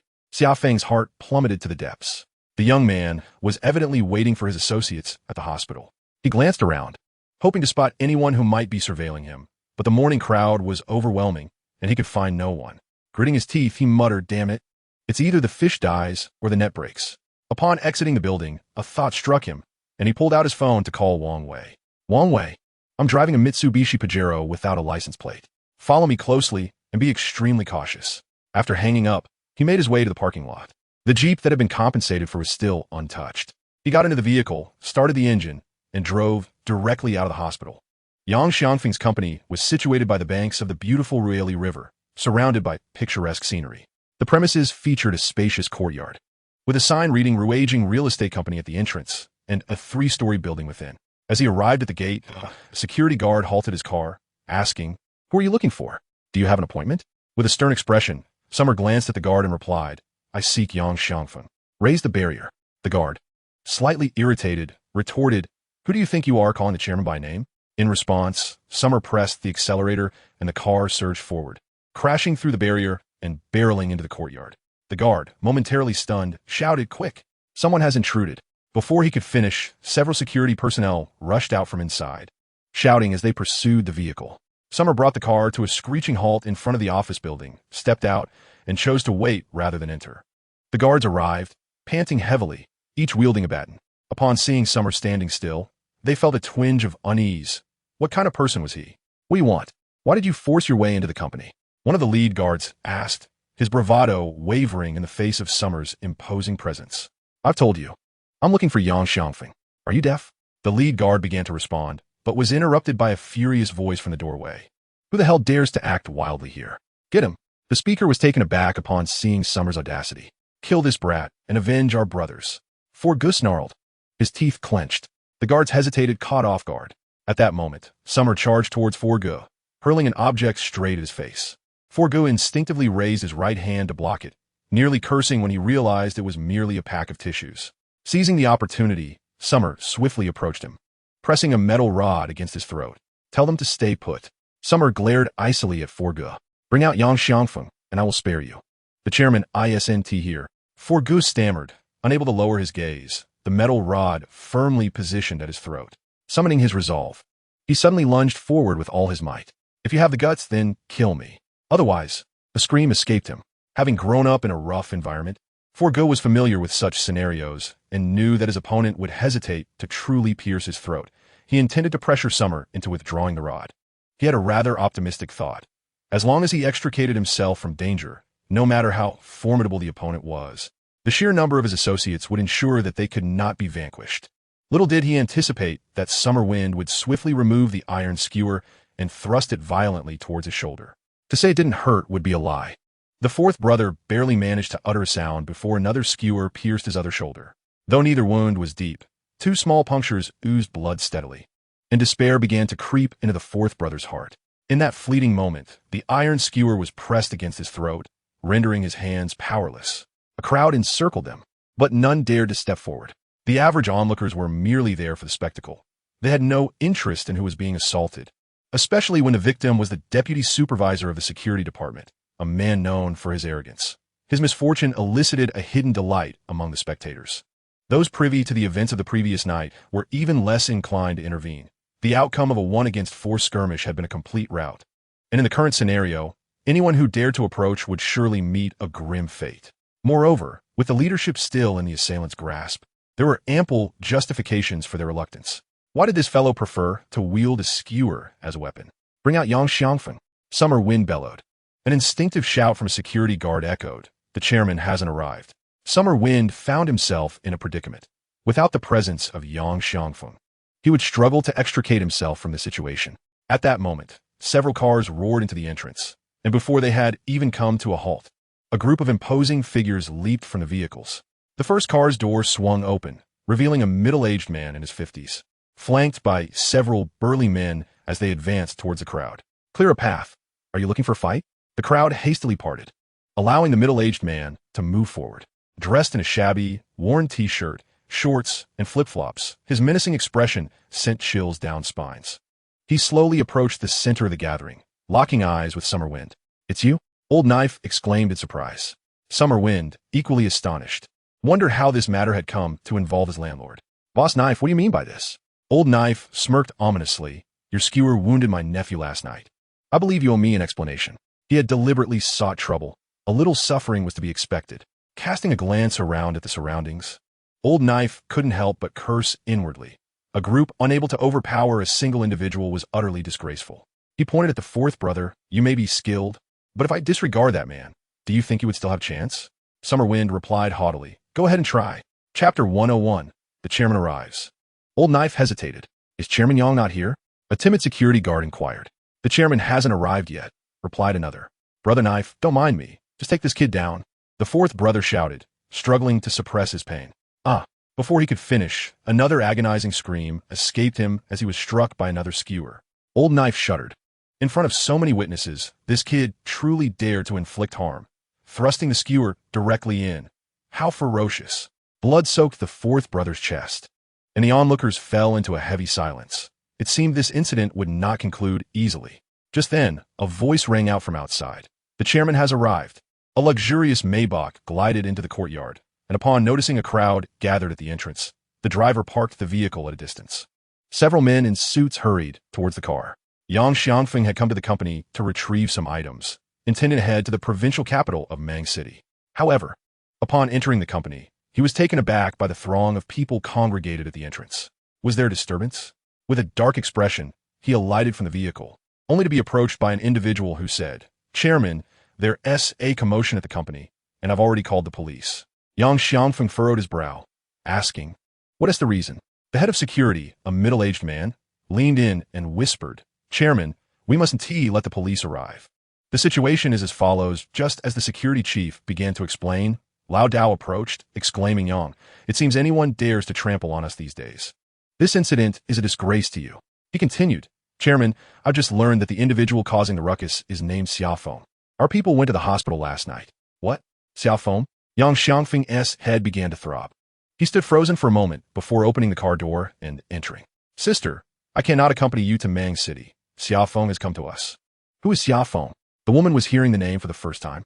Yang Xiangfeng hesitated, then called out, "Xiao Li, come in." The head of security entered the passenger seat. Yang Xiangfeng said sternly, "Describe everything you know in detail." It was only then that Director Li recounted the events of the previous night, to which Yang Xiangfeng queried, "What business does Lao Dao have here?" "I just heard that the person who was injured is his nephew." Yang Xiangfeng glanced at his sister, then addressed Director Li. Once Director Li departed, the woman cast a dark look at Yang Xiangfeng and said, "Call the driver. I will go to Mang City myself. I warn you, Yang Xiangfeng, this weekend, Xiao Jun is heading to Spring City. If this matter resurfaces and jeopardizes Xiao Jun's future, our parents won't be able to save you." The woman was clearly agitated. "Sister, rest assured, I will handle it." Yang Xiangfeng was genuinely apprehensive of his sister. She was not only intelligent and quick-witted, but possessed a tongue as sharp as a knife. Moreover, she and her husband held significant power in ruining. As the car departed, Yang Xiangfeng walked slowly towards the entrance, followed by a group of executives and Lao Dao with several bodyguards. Upon hearing someone outside announce the chairman's arrival, Xia Feng felt a wave of relief wash over him. As long as the principal had arrived, his peril was alleviated. From their previous encounter, he had formed a preliminary understanding of Yang Xiangfeng. He was a man who preferred to keep matters discreet. This was not only crucial for the child's future, but even the high-ranking officials could be ensnared in the turmoil, a situation Yang Xiangfeng was most keen to avoid. Xia Feng glanced at the fourth brother, removed the iron rod, and menacingly declared, "Today, I shall spare you. Otherwise, I will ensure you spend your life in a wheelchair." Fourth brother was nearly fainting from fear. His earlier bravado was merely a desperate struggle for survival. He cast a timid glance at Xia Feng, quickly lowering his head in silence. He felt intimidated by Xia Feng's piercing gaze. The sight of him was already irksome, and then he plopped down on the steps at the entrance. Several security guards cautiously assisted fourth brother into the building. These guards had become like startled birds, especially those who were aware of the previous night's events. Viewing Xia Feng as if he were a demon, they dared not approach, merely observing from a distance, as even the chairman had arrived, maintaining a facade of composure. Yang Xiangfeng approached Xia Feng with a congenial smile, saying, "Xia, let's go inside to discuss." Xia Feng abruptly raised his head, shaking it defiantly. "I will not go in. I do not trust you." Yang Xiangfeng's face flushed a deep crimson, as the sting of such a public rebuke was unbearable. He, a high-ranking executive who indulged the chairman, opened his mouth to reprimand Xia Feng. However, Xia Feng shot him a venomous glare, causing the man to hastily close his mouth and retreat several steps. Yang Xiangfeng glanced behind him, and then surveyed the distance, formulating a plan. He instructed the supervisor behind him, "Please invite General Dao to the reception room to await my arrival. Treat him to fine tea and good cigarettes, as I wish to reminisce with him shortly." After speaking, he pointed to a distant pavilion and said to Xia Feng, "Let us sit there. It is too hot here." Xia Feng rose, deliberately shaking the iron skewer in his hand, as if it were tainted with something unclean, then strode towards the pavilion. He truly did not dare to enter the building. The numbers were against him, and should they turn hostile, his life could be at stake. He harbored no confidence in his martial prowess. His training in such matters was purely a product of local customs. His victories relied solely on his imposing stature and youthful audacity. Should he encounter a skilled fighter or a seasoned combat veteran, he would merely serve as a stepping stone. Old Dao, initially reluctant to enter, felt the disparity in status with Yang Xiangfeng was too significant, especially as he was on the latter's territory. Thus, he graciously acquiesced and followed the group into the building. The head of the administrative department was undoubtedly talented, before the chairman even reached the pavilion. Several cleaning staff had already polished the seats to a pristine shine, and a complete tea set was arranged on the stone table. Xia Feng sat on a stone bench, his mood suddenly darkening. He raised his hand, and with a thud, the iron skewer trembled as it lodged into a nearby tree. Only Yang Xiangfeng's secretary stood at a distance, waiting for the chairman's summons. Chapter 102. The Authority of the Magnate. Xia Feng cast a deep glance at Yang Xiangfeng, articulating with measured clarity, "If you remain unaware of what has transpired, I have nothing further to say." He slowly stood up, preparing to leave, which startled Yang Xiangfeng into exclaiming, "Xia, please do not rush. Allow me to first ascertain the situation, if you would." Yang Xiangfeng, a seasoned player in the societal arena, understood a fundamental truth. Those who are ruthless in action often speak little. It is the loud and boisterous that are easily dealt with. However, Xia Feng's calmness at this moment was eerily unsettling. Should Yang Jisheng overturn his conviction, it would be cataclysmic, leaving no room for maneuver. Not only would his sister and brother-in-law suffer, but even Director Zhang would find himself ensnared in misfortune, along with a multitude of others involved in this affair. Such a scenario must never transpire. In truth, he had merely overheard a few words from Supervisor Li. The specifics of the incident were beyond his knowledge. Xia Feng resumed his seat. Yang Xiangfeng called out into the distance, "Summon Lao Si." The secretary turned and dashed into the building. Shortly thereafter, fourth brother cautiously followed the secretary into the pavilion. Lao Si timidly cast a glance at Yang Xiangfeng, then at Xia Feng, shivering involuntarily. This young man was too formidable. His arms were still too sore to lift. "Chairman, last night, Chun Yi and 3 others were barbecuing when they encountered this gentleman, leading to a dispute that escalated into a brawl." Lao Si furtively glanced at Yang Xiangfeng before continuing.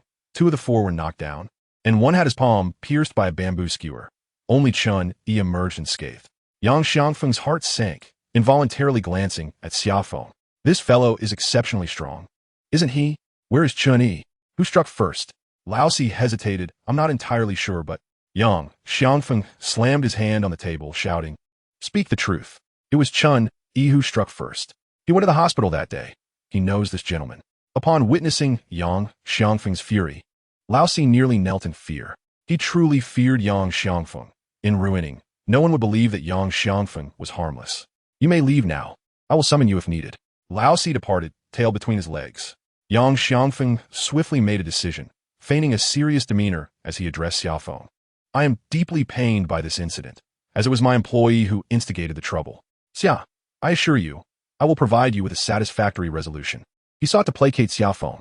Yang Xiangfeng was seething with anger. His employees were utterly incompetent, 4 against 1, and they were utterly defeated. Now they had come to him, bringing about such disgrace. How could he continue to navigate ruining with this embarrassment? "There is another matter. Lao Dao may seek trouble with you. Please rest assured, I will handle this as well. I guarantee that you and Mr. Yang will be safe in ruining." Yang Xiangfeng extended considerable deference to Xia Feng. Xia Feng stared at Yang Xiangfeng, who met his gaze in return. Xia Feng said nothing, stood up, and departed. Yang Xiangfeng remained silent, lost in thought as he watched Xia Feng's retreating figure. This man could no longer remain in ruining, though not at this moment. Observing Xia Feng driving away from the courtyard, he rose, his expression darkening as he strode toward the office building. Upon entering the reception room, Lao Dao was sipping tea. Seeing Yang Xiangfeng, he inquired, "Brother Yang, how shall we handle this? My nephew's hand has been pierced. Serves him right. Why didn't they kill him? 4 against 1, and 3 were injured. Is this the kind of person you brought me?" Yang Xiangfeng suddenly erupted in fury. Lao Dao rose to explain, "Brother Yang, those 4 have had too much to drink." His expression shifted dramatically. "That lad rented my house with someone else. He won't escape. I shall take some people and smash his shop. You dare."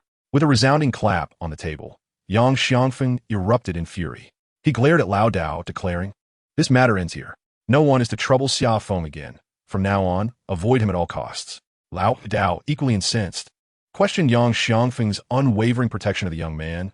"Yang Xiangfeng, my nephew is injured, and you expect me to let this go?" Yang Xiangfeng sneered coldly. "Do you think I cannot give you orders? Or do you believe you stand on equal footing with me?" He taunted, "How much do you want? 2 million? A penny less, and I'll make him unrecognizable." "Fine, go ahead and beat him if you can." Yang Xiangfeng derisively challenged Lao Dao. A sinister smile crossed Lao Dao's face. I'll send him to northern Myanmar. I'll make him wish he were dead. Upon hearing the mention of northern Myanmar, Yang Xiangfeng completely lost his composure. He seized the cup and hurled it at Lao Dao, who tilted his head aside just in time. The cup shattered against the wall into countless fragments. You seek death.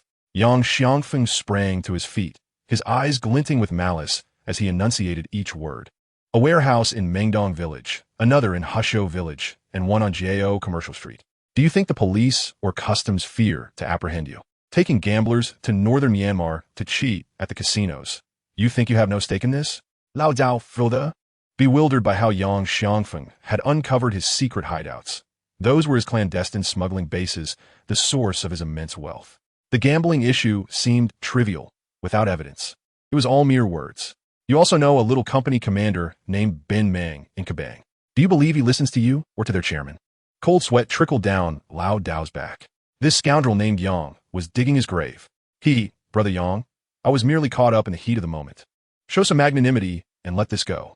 Noticing Yang Xiangfeng's expression softening, he continued, I concede this matter, but that lad came to the company and injured Lao Si. It does not reflect well on you either. Do not stoke the flames. I know where to draw the line. Yang Xiangfeng waved his hand dismissively. You cannot touch him for a year. After a year, find any reason you like, but it must be substantial, and do not involve me. Chapter 103. A Gentleman's Revenge. Lao Dao cursed internally, suspecting that Yang Xiangfeng must possess some incriminating evidence against him. Otherwise, even 8 Xia Fengs would be of no concern here in ruining. Brother Yang, I will heed your advice. A true man can endure and be flexible. Suffering a loss is nothing. You may leave now. Yang Xiangfeng gestured. I wish to be alone. Just as Lao Dao reached the door, Yang Xiangfeng suddenly added, Take that fellow named Chun Yi to northern Myanmar. Let him have a reality check. One cannot stir up trouble and expect to run away unscathed. Yang Xiangfeng sat in the reception room, contemplating for a long while before summoning Lao Si once more. How is everyone now? Are they all our employees?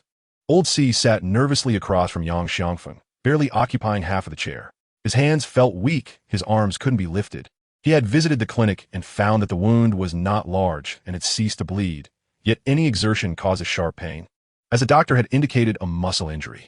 Chairman, among the 4 individuals, 2 are our employees. One is Chun Yi, and the other is Dong Jia. The remaining 2 consist of Lao Dao's nephew and a villager from their community. Fortunately, everyone was fine, although Lao Dao's nephew had sustained a more severe injury, with a bamboo skewer penetrating his hand without damaging the bone. Is this person skilled in combat? Old Si hesitated, unsure of how to respond. To say he was incapable seemed unconvincing, given that he himself had suffered 3 punctures, while claiming proficiency did not reveal any notable prowess. He is swift and strikes hard. After a moment of silence, Yang Xiangfeng added, You 3 should seek medical attention, ideally stay in the hospital for a few days. The company will not deduct your wages. Old Si immediately grasped his boss's intent, feigning illness. This was a standard procedure in the underworld after a brawl. Even a minor scrape could warrant a hospital stay of 10 days to half a month, merely to negotiate higher medical expenses later on. I warn you from now on. Absolutely avoid any conflict with him in any circumstance, regardless of whether you are in the right or not. I understand. Had I been present last night, the confrontation would not have escalated. Old Si recognized why his boss sought reconciliation with Xia Feng. The leverage was now in the opponent's hands, and his people daring to provoke trouble was akin to an old man hanging himself, inviting misfortune. His desire to eliminate that young man was also to uphold the company's reputation, yet he had only brought embarrassment upon himself. He explained, Chairman, I comprehend the gravity of the situation. After last night's incident, I retained Chun Yi and Dong Jia at the company, firmly prohibiting them from leaving. Yang Xiangfeng waved his hand dismissively. You handled this correctly. Furthermore, you need not concern yourself with Chun Yi. The company has already terminated his employment. Old Si involuntarily shuddered, a chill running through him as he realized Chun Yi's fate was dire. He departed, knowing that while the situation had been suppressed, the underlying risks remained. Lao Zhao, who had bellowed at him today, was growing increasingly arrogant. A smuggler daring to challenge me. He knows too much to be allowed to remain. There are countless methods to deal with Lao Dao. One simply needs to avoid entangling oneself in the process. Yang Xiangfeng retrieved his phone and, upon the call connecting, spoke with a smile. Sister, as per your instructions, the matter has been resolved satisfactorily. Xia Feng rushed out of the courtyard, exhaling a long sigh of relief. This issue seemed to be settled. As for Yang Xiangfeng's mention of providing him an explanation, it was merely a formality. Having injured two individuals and not being compelled to cover their medical expenses felt like a considerable fortune, especially considering that he had ventured alone into enemy territory and injured the head of their security. If they bore no resentment, it would be hard to believe. He is now eager to discuss the next strategy with Brother Yang. At this juncture, whether he can continue at ruining remains uncertain. Yang Xiangfeng is excessively honest, to a degree that instills fear. As Xia Feng pondered these thoughts, his phone suddenly rang. Wang Wei, with a smile, inquired, "Xia Ge, where are you headed now?" "I'm right behind you." Upon hanging up, Xia Feng slammed the steering wheel, and his earlier frustration seemed to dissipate instantly. Returning to the hospital room, Xia Feng plopped onto the sofa and, in a muffled voice, said, "Brother Yang, I may have stirred up some trouble." Yang Jisheng, who had been browsing his phone, immediately straightened up upon hearing Xia Feng's words and asked, "What happened?" "Take your time, don't rush." Xia Feng recounted the events of the previous night in detail. Yang Jisheng furrowed his brows, remaining silent as he absorbed the information. Once Xia Feng finished narrating the evening's incidents, he asked, "Did you meet with them this morning?" "I went to Yang Xiangfeng's company and ended up injuring another person. However, I did manage to meet Yang Xiangfeng, who promised to provide me with an explanation." Yang Jisheng remained silent for a long moment, carefully contemplating the implications of the situation. Xia Feng suddenly recalled something and added, "Old Dao is also involved. Last night, one of them was likely his nephew. If Yang Xiangfeng hadn't shown up just in time, we might have had to resort to violence." He continued, "Yang Xiangfeng assured me that he would handle the matter concerning Old Dao." Yang Jisheng burst into laughter, leaving Xia Feng somewhat perplexed. "What is so funny, Brother Yang?" he asked. "This matter has passed. Although we are in a weaker position, as long as we hold something against them, they will not dare to take drastic action against us, unless they possess the audacity to make us vanish without a trace." Yang Jisheng chuckled. Yang Xiangfeng is a seasoned player. He understands the gravity of the situation. Since his relatives are within the system, he must have some reservations and would not dare to take extreme measures. Xia Feng was astonished. "So, is this matter settled then?" Yang Jisheng shook his head. "He will certainly seek retribution, just not at this moment. You must be more cautious when you go out in the future." Xia Feng replied resolutely, "If it happens again, we will have no choice but to fight back with all we've got." "Xia Feng, you are overthinking. This incident is behind us. Any future conflicts will undoubtedly arise from different causes," Yang Jisheng said, looking intently at Xia Feng, suddenly changing his tone. "Xia Feng, why did you keep such a significant matter from me? Do you consider me merely a business partner? Do you see me as your elder brother?" Xia Feng understood that he could not evade this reprimand and could only lower his head in acknowledgement of his mistake. Chapter 104. The Old Myanmar Unfolds. For more than a week, nothing significant transpired. Yang Xiangfeng did not seek out Xia Feng, and naturally, Xia Feng did not demand an explanation either. The disparity in their standings rendered genuine interaction in the real world exceedingly difficult. Li Junhai had recovered, yet a deep scar remained on his arm, a testament to Qian Shaotsai's actions, though there was no evidence to support it. Yang Jisheng was also discharged from the hospital. He experienced no lingering effects and, after resting at home for a few days, eagerly set off to explore the ancient kingdom of Dian. In the underworld of ruining, Xia Feng had become quite renowned. Those who traversed the social circles were well aware of the young man from Lusheng, known for his prowess in jade and his ruthlessness, especially with a skewer, wielding it with remarkable skill. Fortunately, we live in a society driven by commerce, where everyone is primarily focused on amassing wealth. No one is so idle as to challenge the formidable reputation of Xia Feng. Otherwise, he would undoubtedly find himself battered and bruised. Xia Feng's romantic pursuits ended in disappointment. He and Shun Qianqian have not crossed paths since, despite his attempts to reach out, which were met with polite rejection, leaving them as strangers. Frankly speaking, even the most cheerful girl would struggle to endure such a gruesome encounter with a prospective boyfriend on their first meeting. In the realm of love, Xia Feng faced setbacks. Yet he found success in his entrepreneurial ventures. He has since set aside thoughts of romance, as he has embarked on a more significant endeavor, the official establishment of his first online store. Named Fengzi Jade Raw Stones, Xia Feng originally intended to call it Madman, but the platform's moderators did not approve, leading him to settle on a homophone instead. The design of the online shop is rather rudimentary, despite his search throughout ruining. He could not find a dedicated web designer, forcing him to take matters into his own hands. Fortunately, Wang Wei lent his assistance. being a college student with a knack for gaming, if not much else. The shop features over 30 stones, with prices ranging from 100 to over 8,000. As Xia Feng seeks to ascertain which stones will sell well.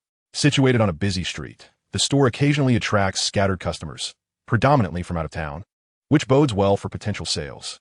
After a meal, Siyu and Zhaoping began to keep the accounts while Xia Feng sat by the computer browsing the website. To date, it has been several days without a single stone sold. Although the site has garnered a fair amount of traffic, with dozens of visitors, Xia Feng remains uncertain whether they are merely browsing or genuinely interested potential buyers. Selling jade raw stones online is an uncharted territory for him, and he must navigate it cautiously.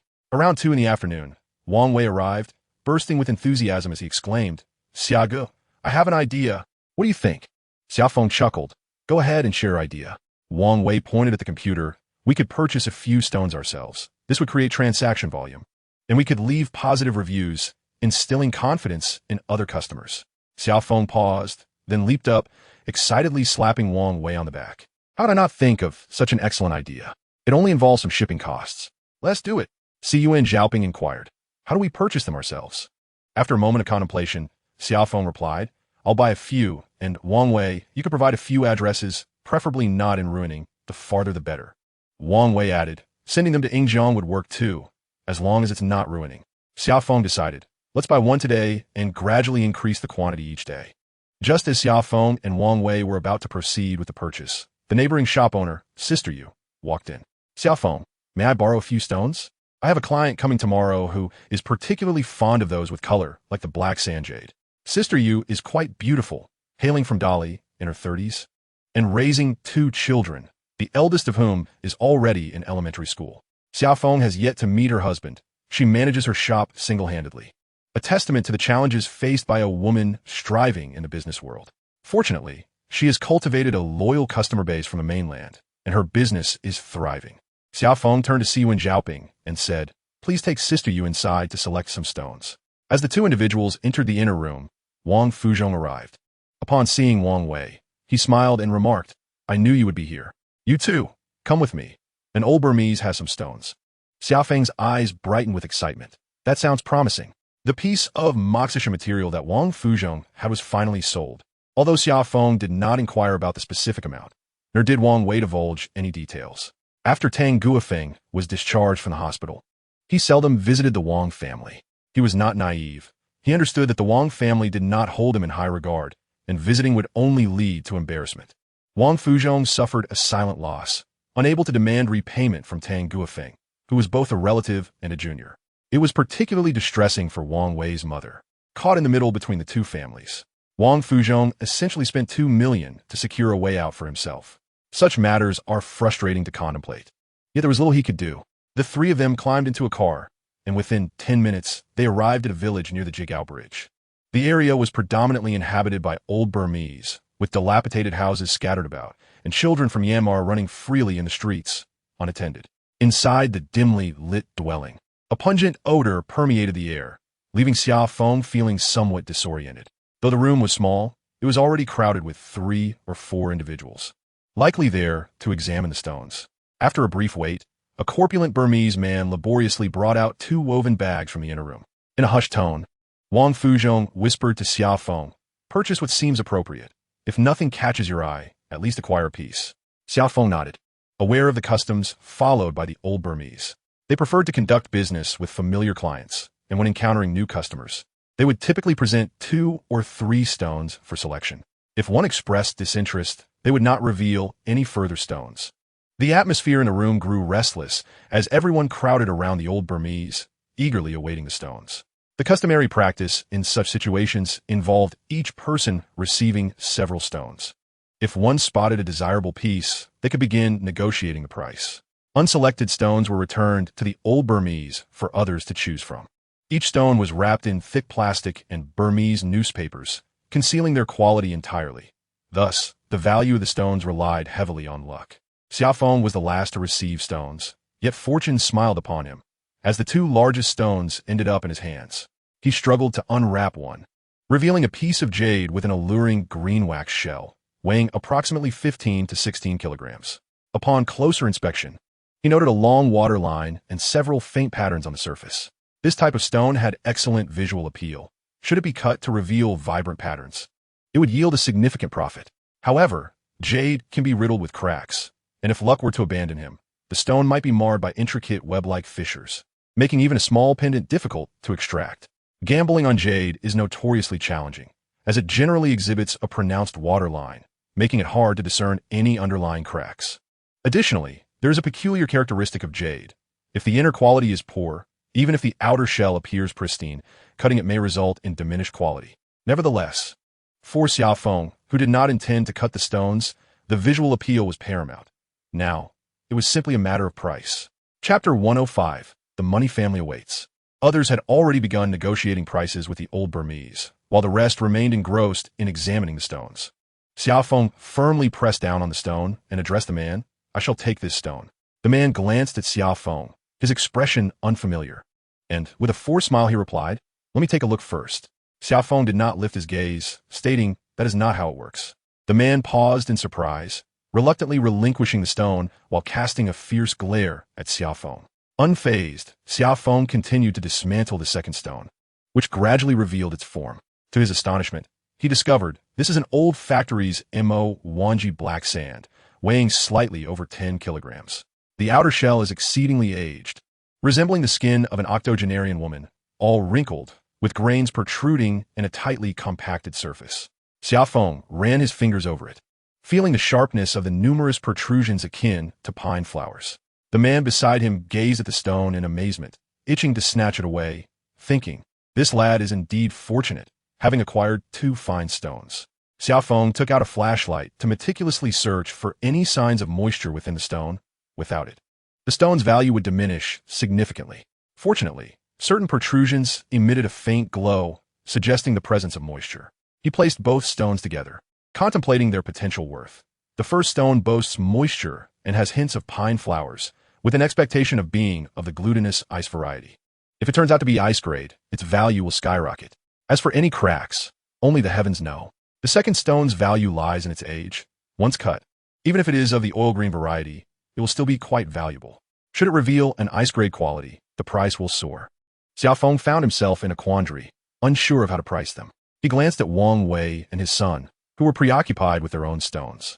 Holding one stone in each hand, he approached Wang Fuzhong and whispered, Uncle Wang, could you take a look for me? Wang Fuzhong examined the stones closely. After a brief moment, he remarked, both are quite good. Do you wish to acquire them? Xia Feng nodded in agreement. Wang Fuzhong continued, the prices are not low, especially for that piece of black sand, which should be from old material that is no longer obtainable. Xia Feng felt a surge of joy as he replied, I will first inquire about the prices. If they are reasonable, I shall take them both. Cradling the stones, Xia Feng approached the old Myanmar man and asked, Boss, how much for these 2 stones? The old man glanced at the stones, then at Xia Feng, and with an impassive expression stated, this piece is priced at 200,000. Excuse me? Xia Feng was astonished, having anticipated a high price but never expected it to be so exorbitant. Please state the selling price, not the asking price, he retorted, slightly irritated. What I quoted is indeed the selling price. Here, I never mention an asking price. Xia Feng frowned. Let us not waste time if negotiations are not possible. The old man shook his head.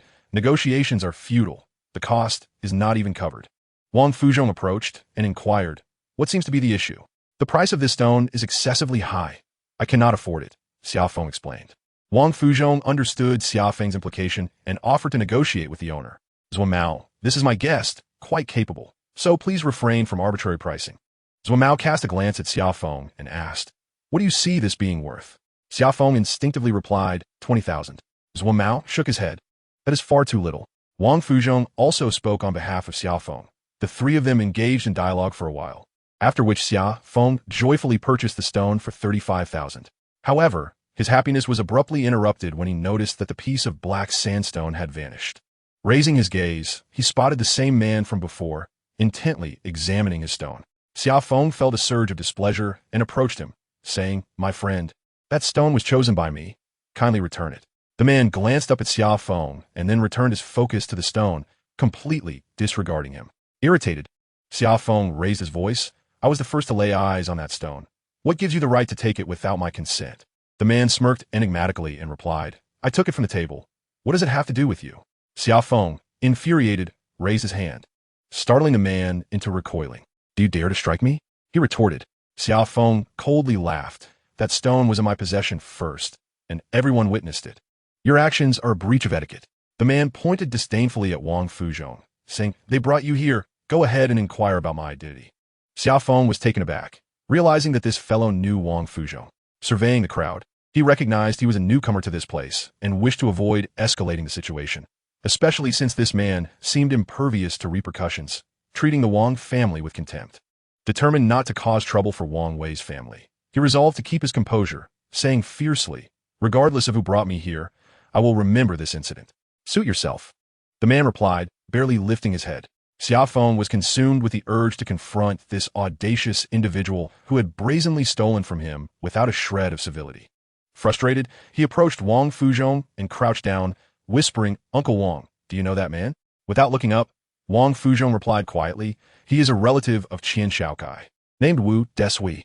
Upon hearing this, Xia Feng immediately straightened up, ready to confront him, harboring animosity towards Qian Shaokai for the unjust beating that Li Junhai had received. He felt this matter could not be left unresolved. Wang Fuzhong restrained Xia Feng, advising, "It's just a stone, don't let it rile you." Recognizing Wang Fuzhong's troubled expression, Xia Feng understood the delicate situation and squatted down to assist Wang Wei in examining the stones. Wang Wei had witnessed the entire incident. Yet both father and son were in a precarious position among the people of Gan Province, where rumors circulated that they had deceived their fellow villagers. Wang Fuzhong repeatedly urged his son to remain low-key, compelling Wang Wei to maintain his composure. Xia Feng patted Wang Wei's shoulder, reassuringly whispering, "Wang Wei, do not worry. That fellow is nothing. If I get the chance, I will make him pay." Ever since the last altercation with Yang, Xiangfeng's associates, Xia Feng had been impulsive when faced with challenges. Wang Wei lifted his gaze, about to speak, but upon seeing his father's serious demeanor, he quickly cautioned, "Xiaga, do not provoke them. Their family wields immense power." Xia Feng replied confidently, "Fear not.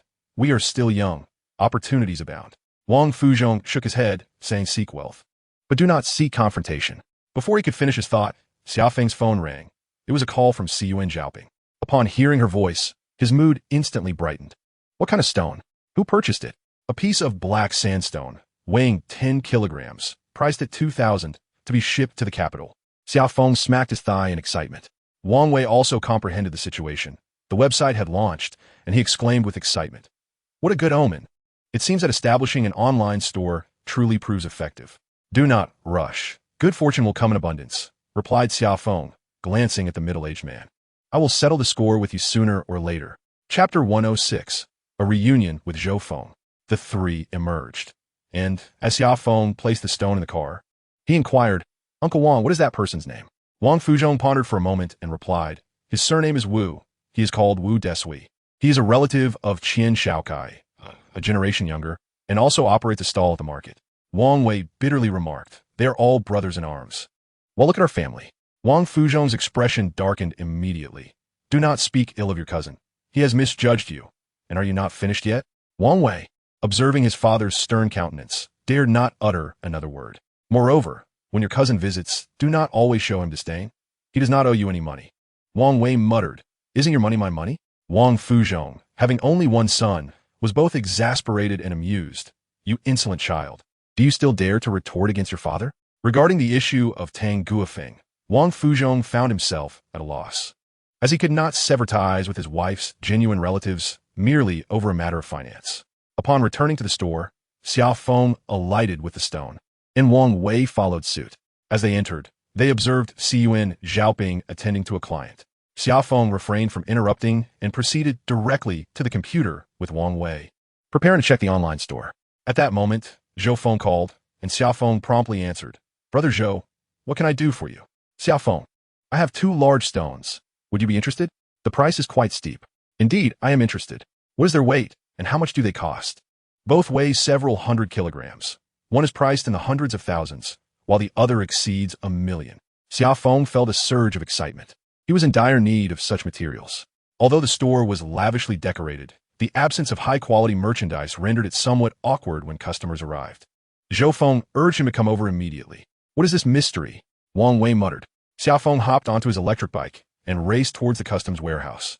It had been some time since he last visited to procure stones. His rapport with Xia Feng had blossomed over a shared meal. Yet Xia Feng had mentioned that while stones were available, the demand was overwhelming, making it difficult to allocate them fairly. Especially as many were referrals from leaders, it would be inappropriate to favor anyone. Upon Xia Feng's arrival at the warehouse, Xia Feng was already there. Upon seeing Xia Feng, he quietly inquired, "Has your license application been approved?" "Yes, it has been approved. Feng Sheng Jewelry Company, Limited, with a registered capital of 1 million. Excellent. I have been meaning to get a copy. I have use for it." Xia Feng led Xia Feng into the courtyard, whispering, "We are going to assess potential partners in the next few days. A company license is essential. Sole proprietorships will not suffice." Xia Feng chuckled, "Brother Zhou, do not trouble yourself too much. We are brothers. Within my means, everything will be manageable." In Ruining, few people engaged in jadeite business had company licenses, which effectively barred many competitors. The customs leadership had indeed shown remarkable ingenuity. Upon arriving at the warehouse entrance, Xia Feng stated, "You take a look first. I have some matters to attend to. If you like it, give me a call. The black sand piece is 750,000, and the white skin piece is 120,000. Xia Feng turned and took a few steps, hesitating momentarily before looking back to whisper, "Xia Feng, there is another matter in the next couple of days that I need your assistance with." "What is it?" Xia Feng felt no particular inclination. Xia Feng hesitated again, pondering before saying, "For today, just inspect the stone. I will contact you another day." Xia Feng was left in a state of confusion by Xia Feng's few words. What significant issue could be so troubling? The black sandstone weighed over 800 kilograms, presenting an overall striking appearance. Its dark shell was speckled with small mottled patterns, and several areas still retained waxy shells, with the sand particles exhibiting uniformity and the shell being quite compact. Xia Feng circled the stone twice before he noticed a hint at the bottom, a small fracture, likely created by a hammer on site. He took out a flashlight to examine the fracture. The light was not very large, revealing one point of water with a delicate texture and a soft glow. The assessment of transparency in jadeite rough is entirely different from that of finished jadeite. When a flashlight shines on the rough stone, a 1 centimeter glow is referred to as 1 point of water, while 3 centimeters equates to 3 points. A material reaching 3 points may be classified as glutinous ice, and 6 points could indicate ice, but this still depends on the jadeite structure. The term grade represents a comprehensive evaluation of the jadeite structure and transparency. If the structure is inadequate, even the best transparency cannot classify it as ice or glass grades. Such stones are commonly referred to as bottom empties, indicating that the jadeite's crystal structure lacks density, with larger crystal particles. Another type pertains to color materials, such as full green, full blue, or even fully black quartzite. Even with a half point of water, it could be classified as ice or even glass grade, akin to the standards for finished products. According to the regulations of the National Gemstone Association, if one can see 3 millimeters into the jadeite under natural light, it is termed ice grade. If one can clearly see a number 4 character through a 1 centimeter thickness of jadeite, it is referred to as glass grade. This standard can be quite perplexing, and even many seasoned jadeite practitioners struggle to comprehend it. In truth, whether it is ice or glass grade, both are descriptive terms. Jadeite resembling an ice block is classified as ice grade, while that which appears like transparent glass is termed glass grade. This method is straightforward and easy to learn. Currently, many merchants in the market are selling ice grade as glass grade, even showcasing pendants on newspapers for people to read the inscriptions, which is misleading. A pendant typically has a thickness of under 5 millimeters, so clarity is indeed achievable. Xia Feng, being eager to learn, browsed a wealth of foundational materials online, thus possessing a significantly higher understanding of jadeite than the average person, though lacking practical experience. He discerned that the stone, judging by the fracture, was quite aged. The texture having softened, yet the base color leaned towards a grayish green, indicating a high probability of being oil green grade. It was the substantial size that warranted the price of 750,000. The pressing question remained, should he purchase this stone? Xia Feng circled the stone once more. Contemplating, the mottled patterns were scant, and the water content was short. The prospect of uncovering color within was exceedingly slim. If only that small fracture were absent, obscuring the meat entirely, the possibilities would seem boundless. Xia Feng found himself in a quandary. Chapter 107. The patina of Muna. Xia Feng was indecisive as he approached the second stone. It was a yellow-white sandskin stone from Muna, belonging to the top layer of Muna stones. Upon inspecting the weight inscribed on its surface, he noted it was 641 kilograms. Currently, Muna was the finest mining site in northern Myanmar for jade, with the white and yellow-white sandskins being the most exquisite of its kind. The essence of Muna stones lay in the gamble of internal transformation. The interior must be allowed to evolve, ensuring a superior quality. Otherwise, one might end up with a piece of pure white meat, which, even if colored, would yield a low-grade jade due to its insufficient age.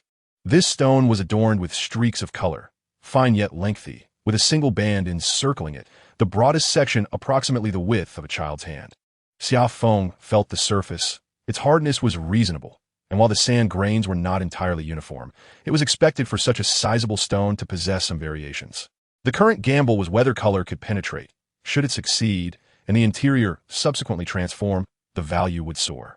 Xia Feng mused that the price of 1,200,000 was no trifling sum. This stone ought to outperform the one previously wagered by Boss Xiao in Tianjin.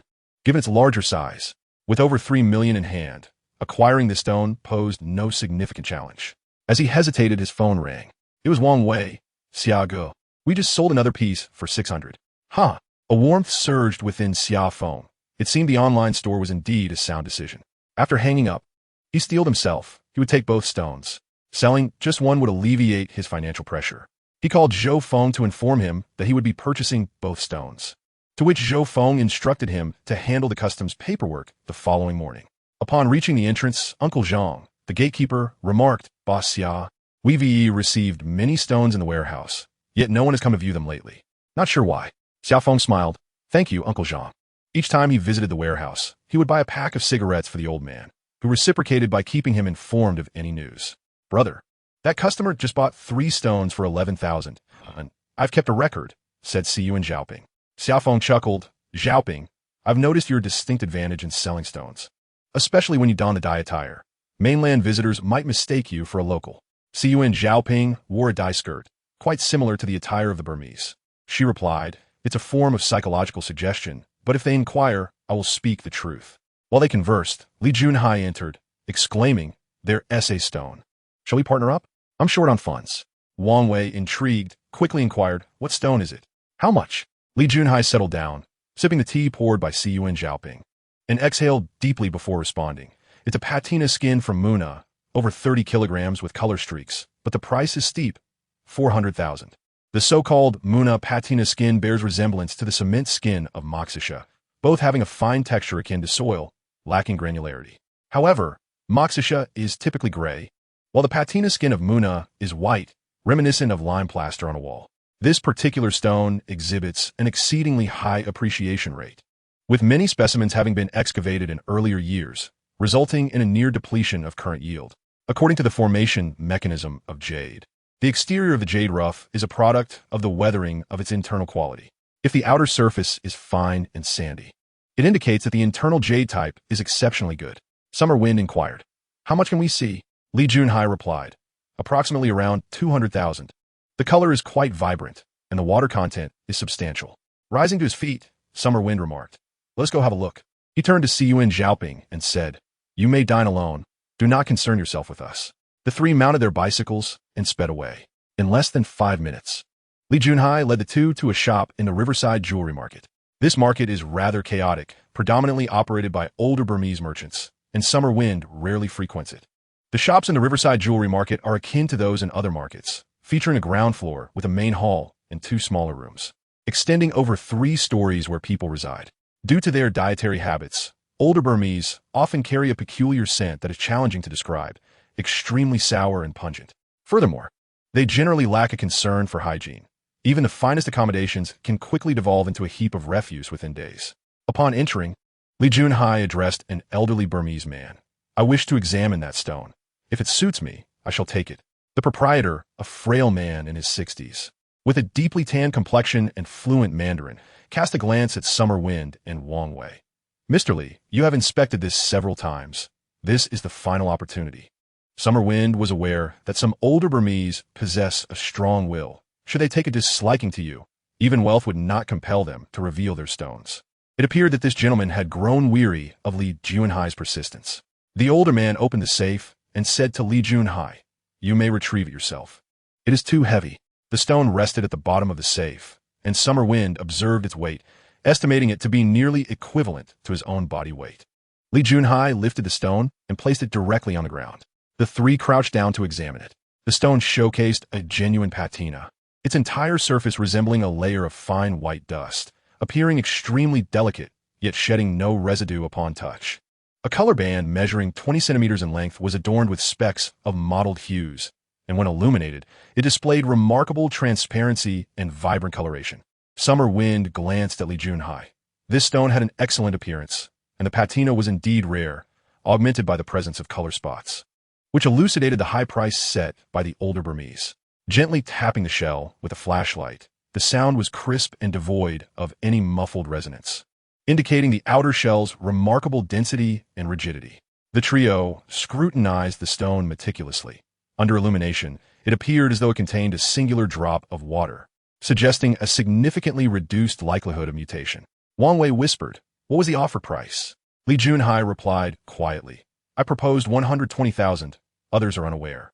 Summer Wind further queried, "Considering this stone is in high demand, how long has it been on the market?" "The specifics elude me. However, this older Burmese has a rather strong disposition, and his clientele is limited. According to him, he has kept this stone for many years and only brought it out due to financial need." Wang Wei grimaced. "Can one truly trust the words of an older Burmese?" Summer Wind remarked, "If the color does not penetrate, then 200,000 seems excessive. I see no indication of ice quality within." Li Junhai Yinkidet. "What do you think it could be sold for?" Recently, Xia Feng had perused numerous high-quality stones and gained a fundamental understanding of their pricing. After a moment of contemplation, he replied, "If we do not open the window, it should fetch just over 300,000. However, the risk associated with opening it is considerable." "Let Chen Yufa take a look. It would be ideal if we could open it," suggested Wang Wei. Xia Feng murmured, "Let's first discuss the price. Let's see if we can secure it for 200,000. Wang Wei and I will refrain from participating. Junhai, you handle the negotiations since you are familiar with him." Nodding, Li Junhai rose and approached the entrance, engaging in conversation with the elderly Myanmar man who was seated outside, enjoying the cool breeze. Xia Feng decisively stated, "Incrementally add 1,000. I believe this stone warrants further investigation." Li Junhai probed, "What have you observed now? I thought you were an oracle." He jested, before stepping outside once more. This time, he returned rather quickly, announcing 230,000. Xia Feng perked up and promptly inquired, "What amount are you offering?" "I will cover the remainder. I will contribute 50,000. Wang Wei elucidated, "All my funds have been given to my father." Xia Feng nodded, acknowledging that Tang Guofeng had caused considerable distress. The Wang family had laid out 2 million in cash at once, which had also drained their resources.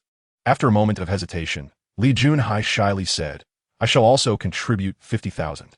Xia Feng, should you find yourself short on funds, I can increase my offer."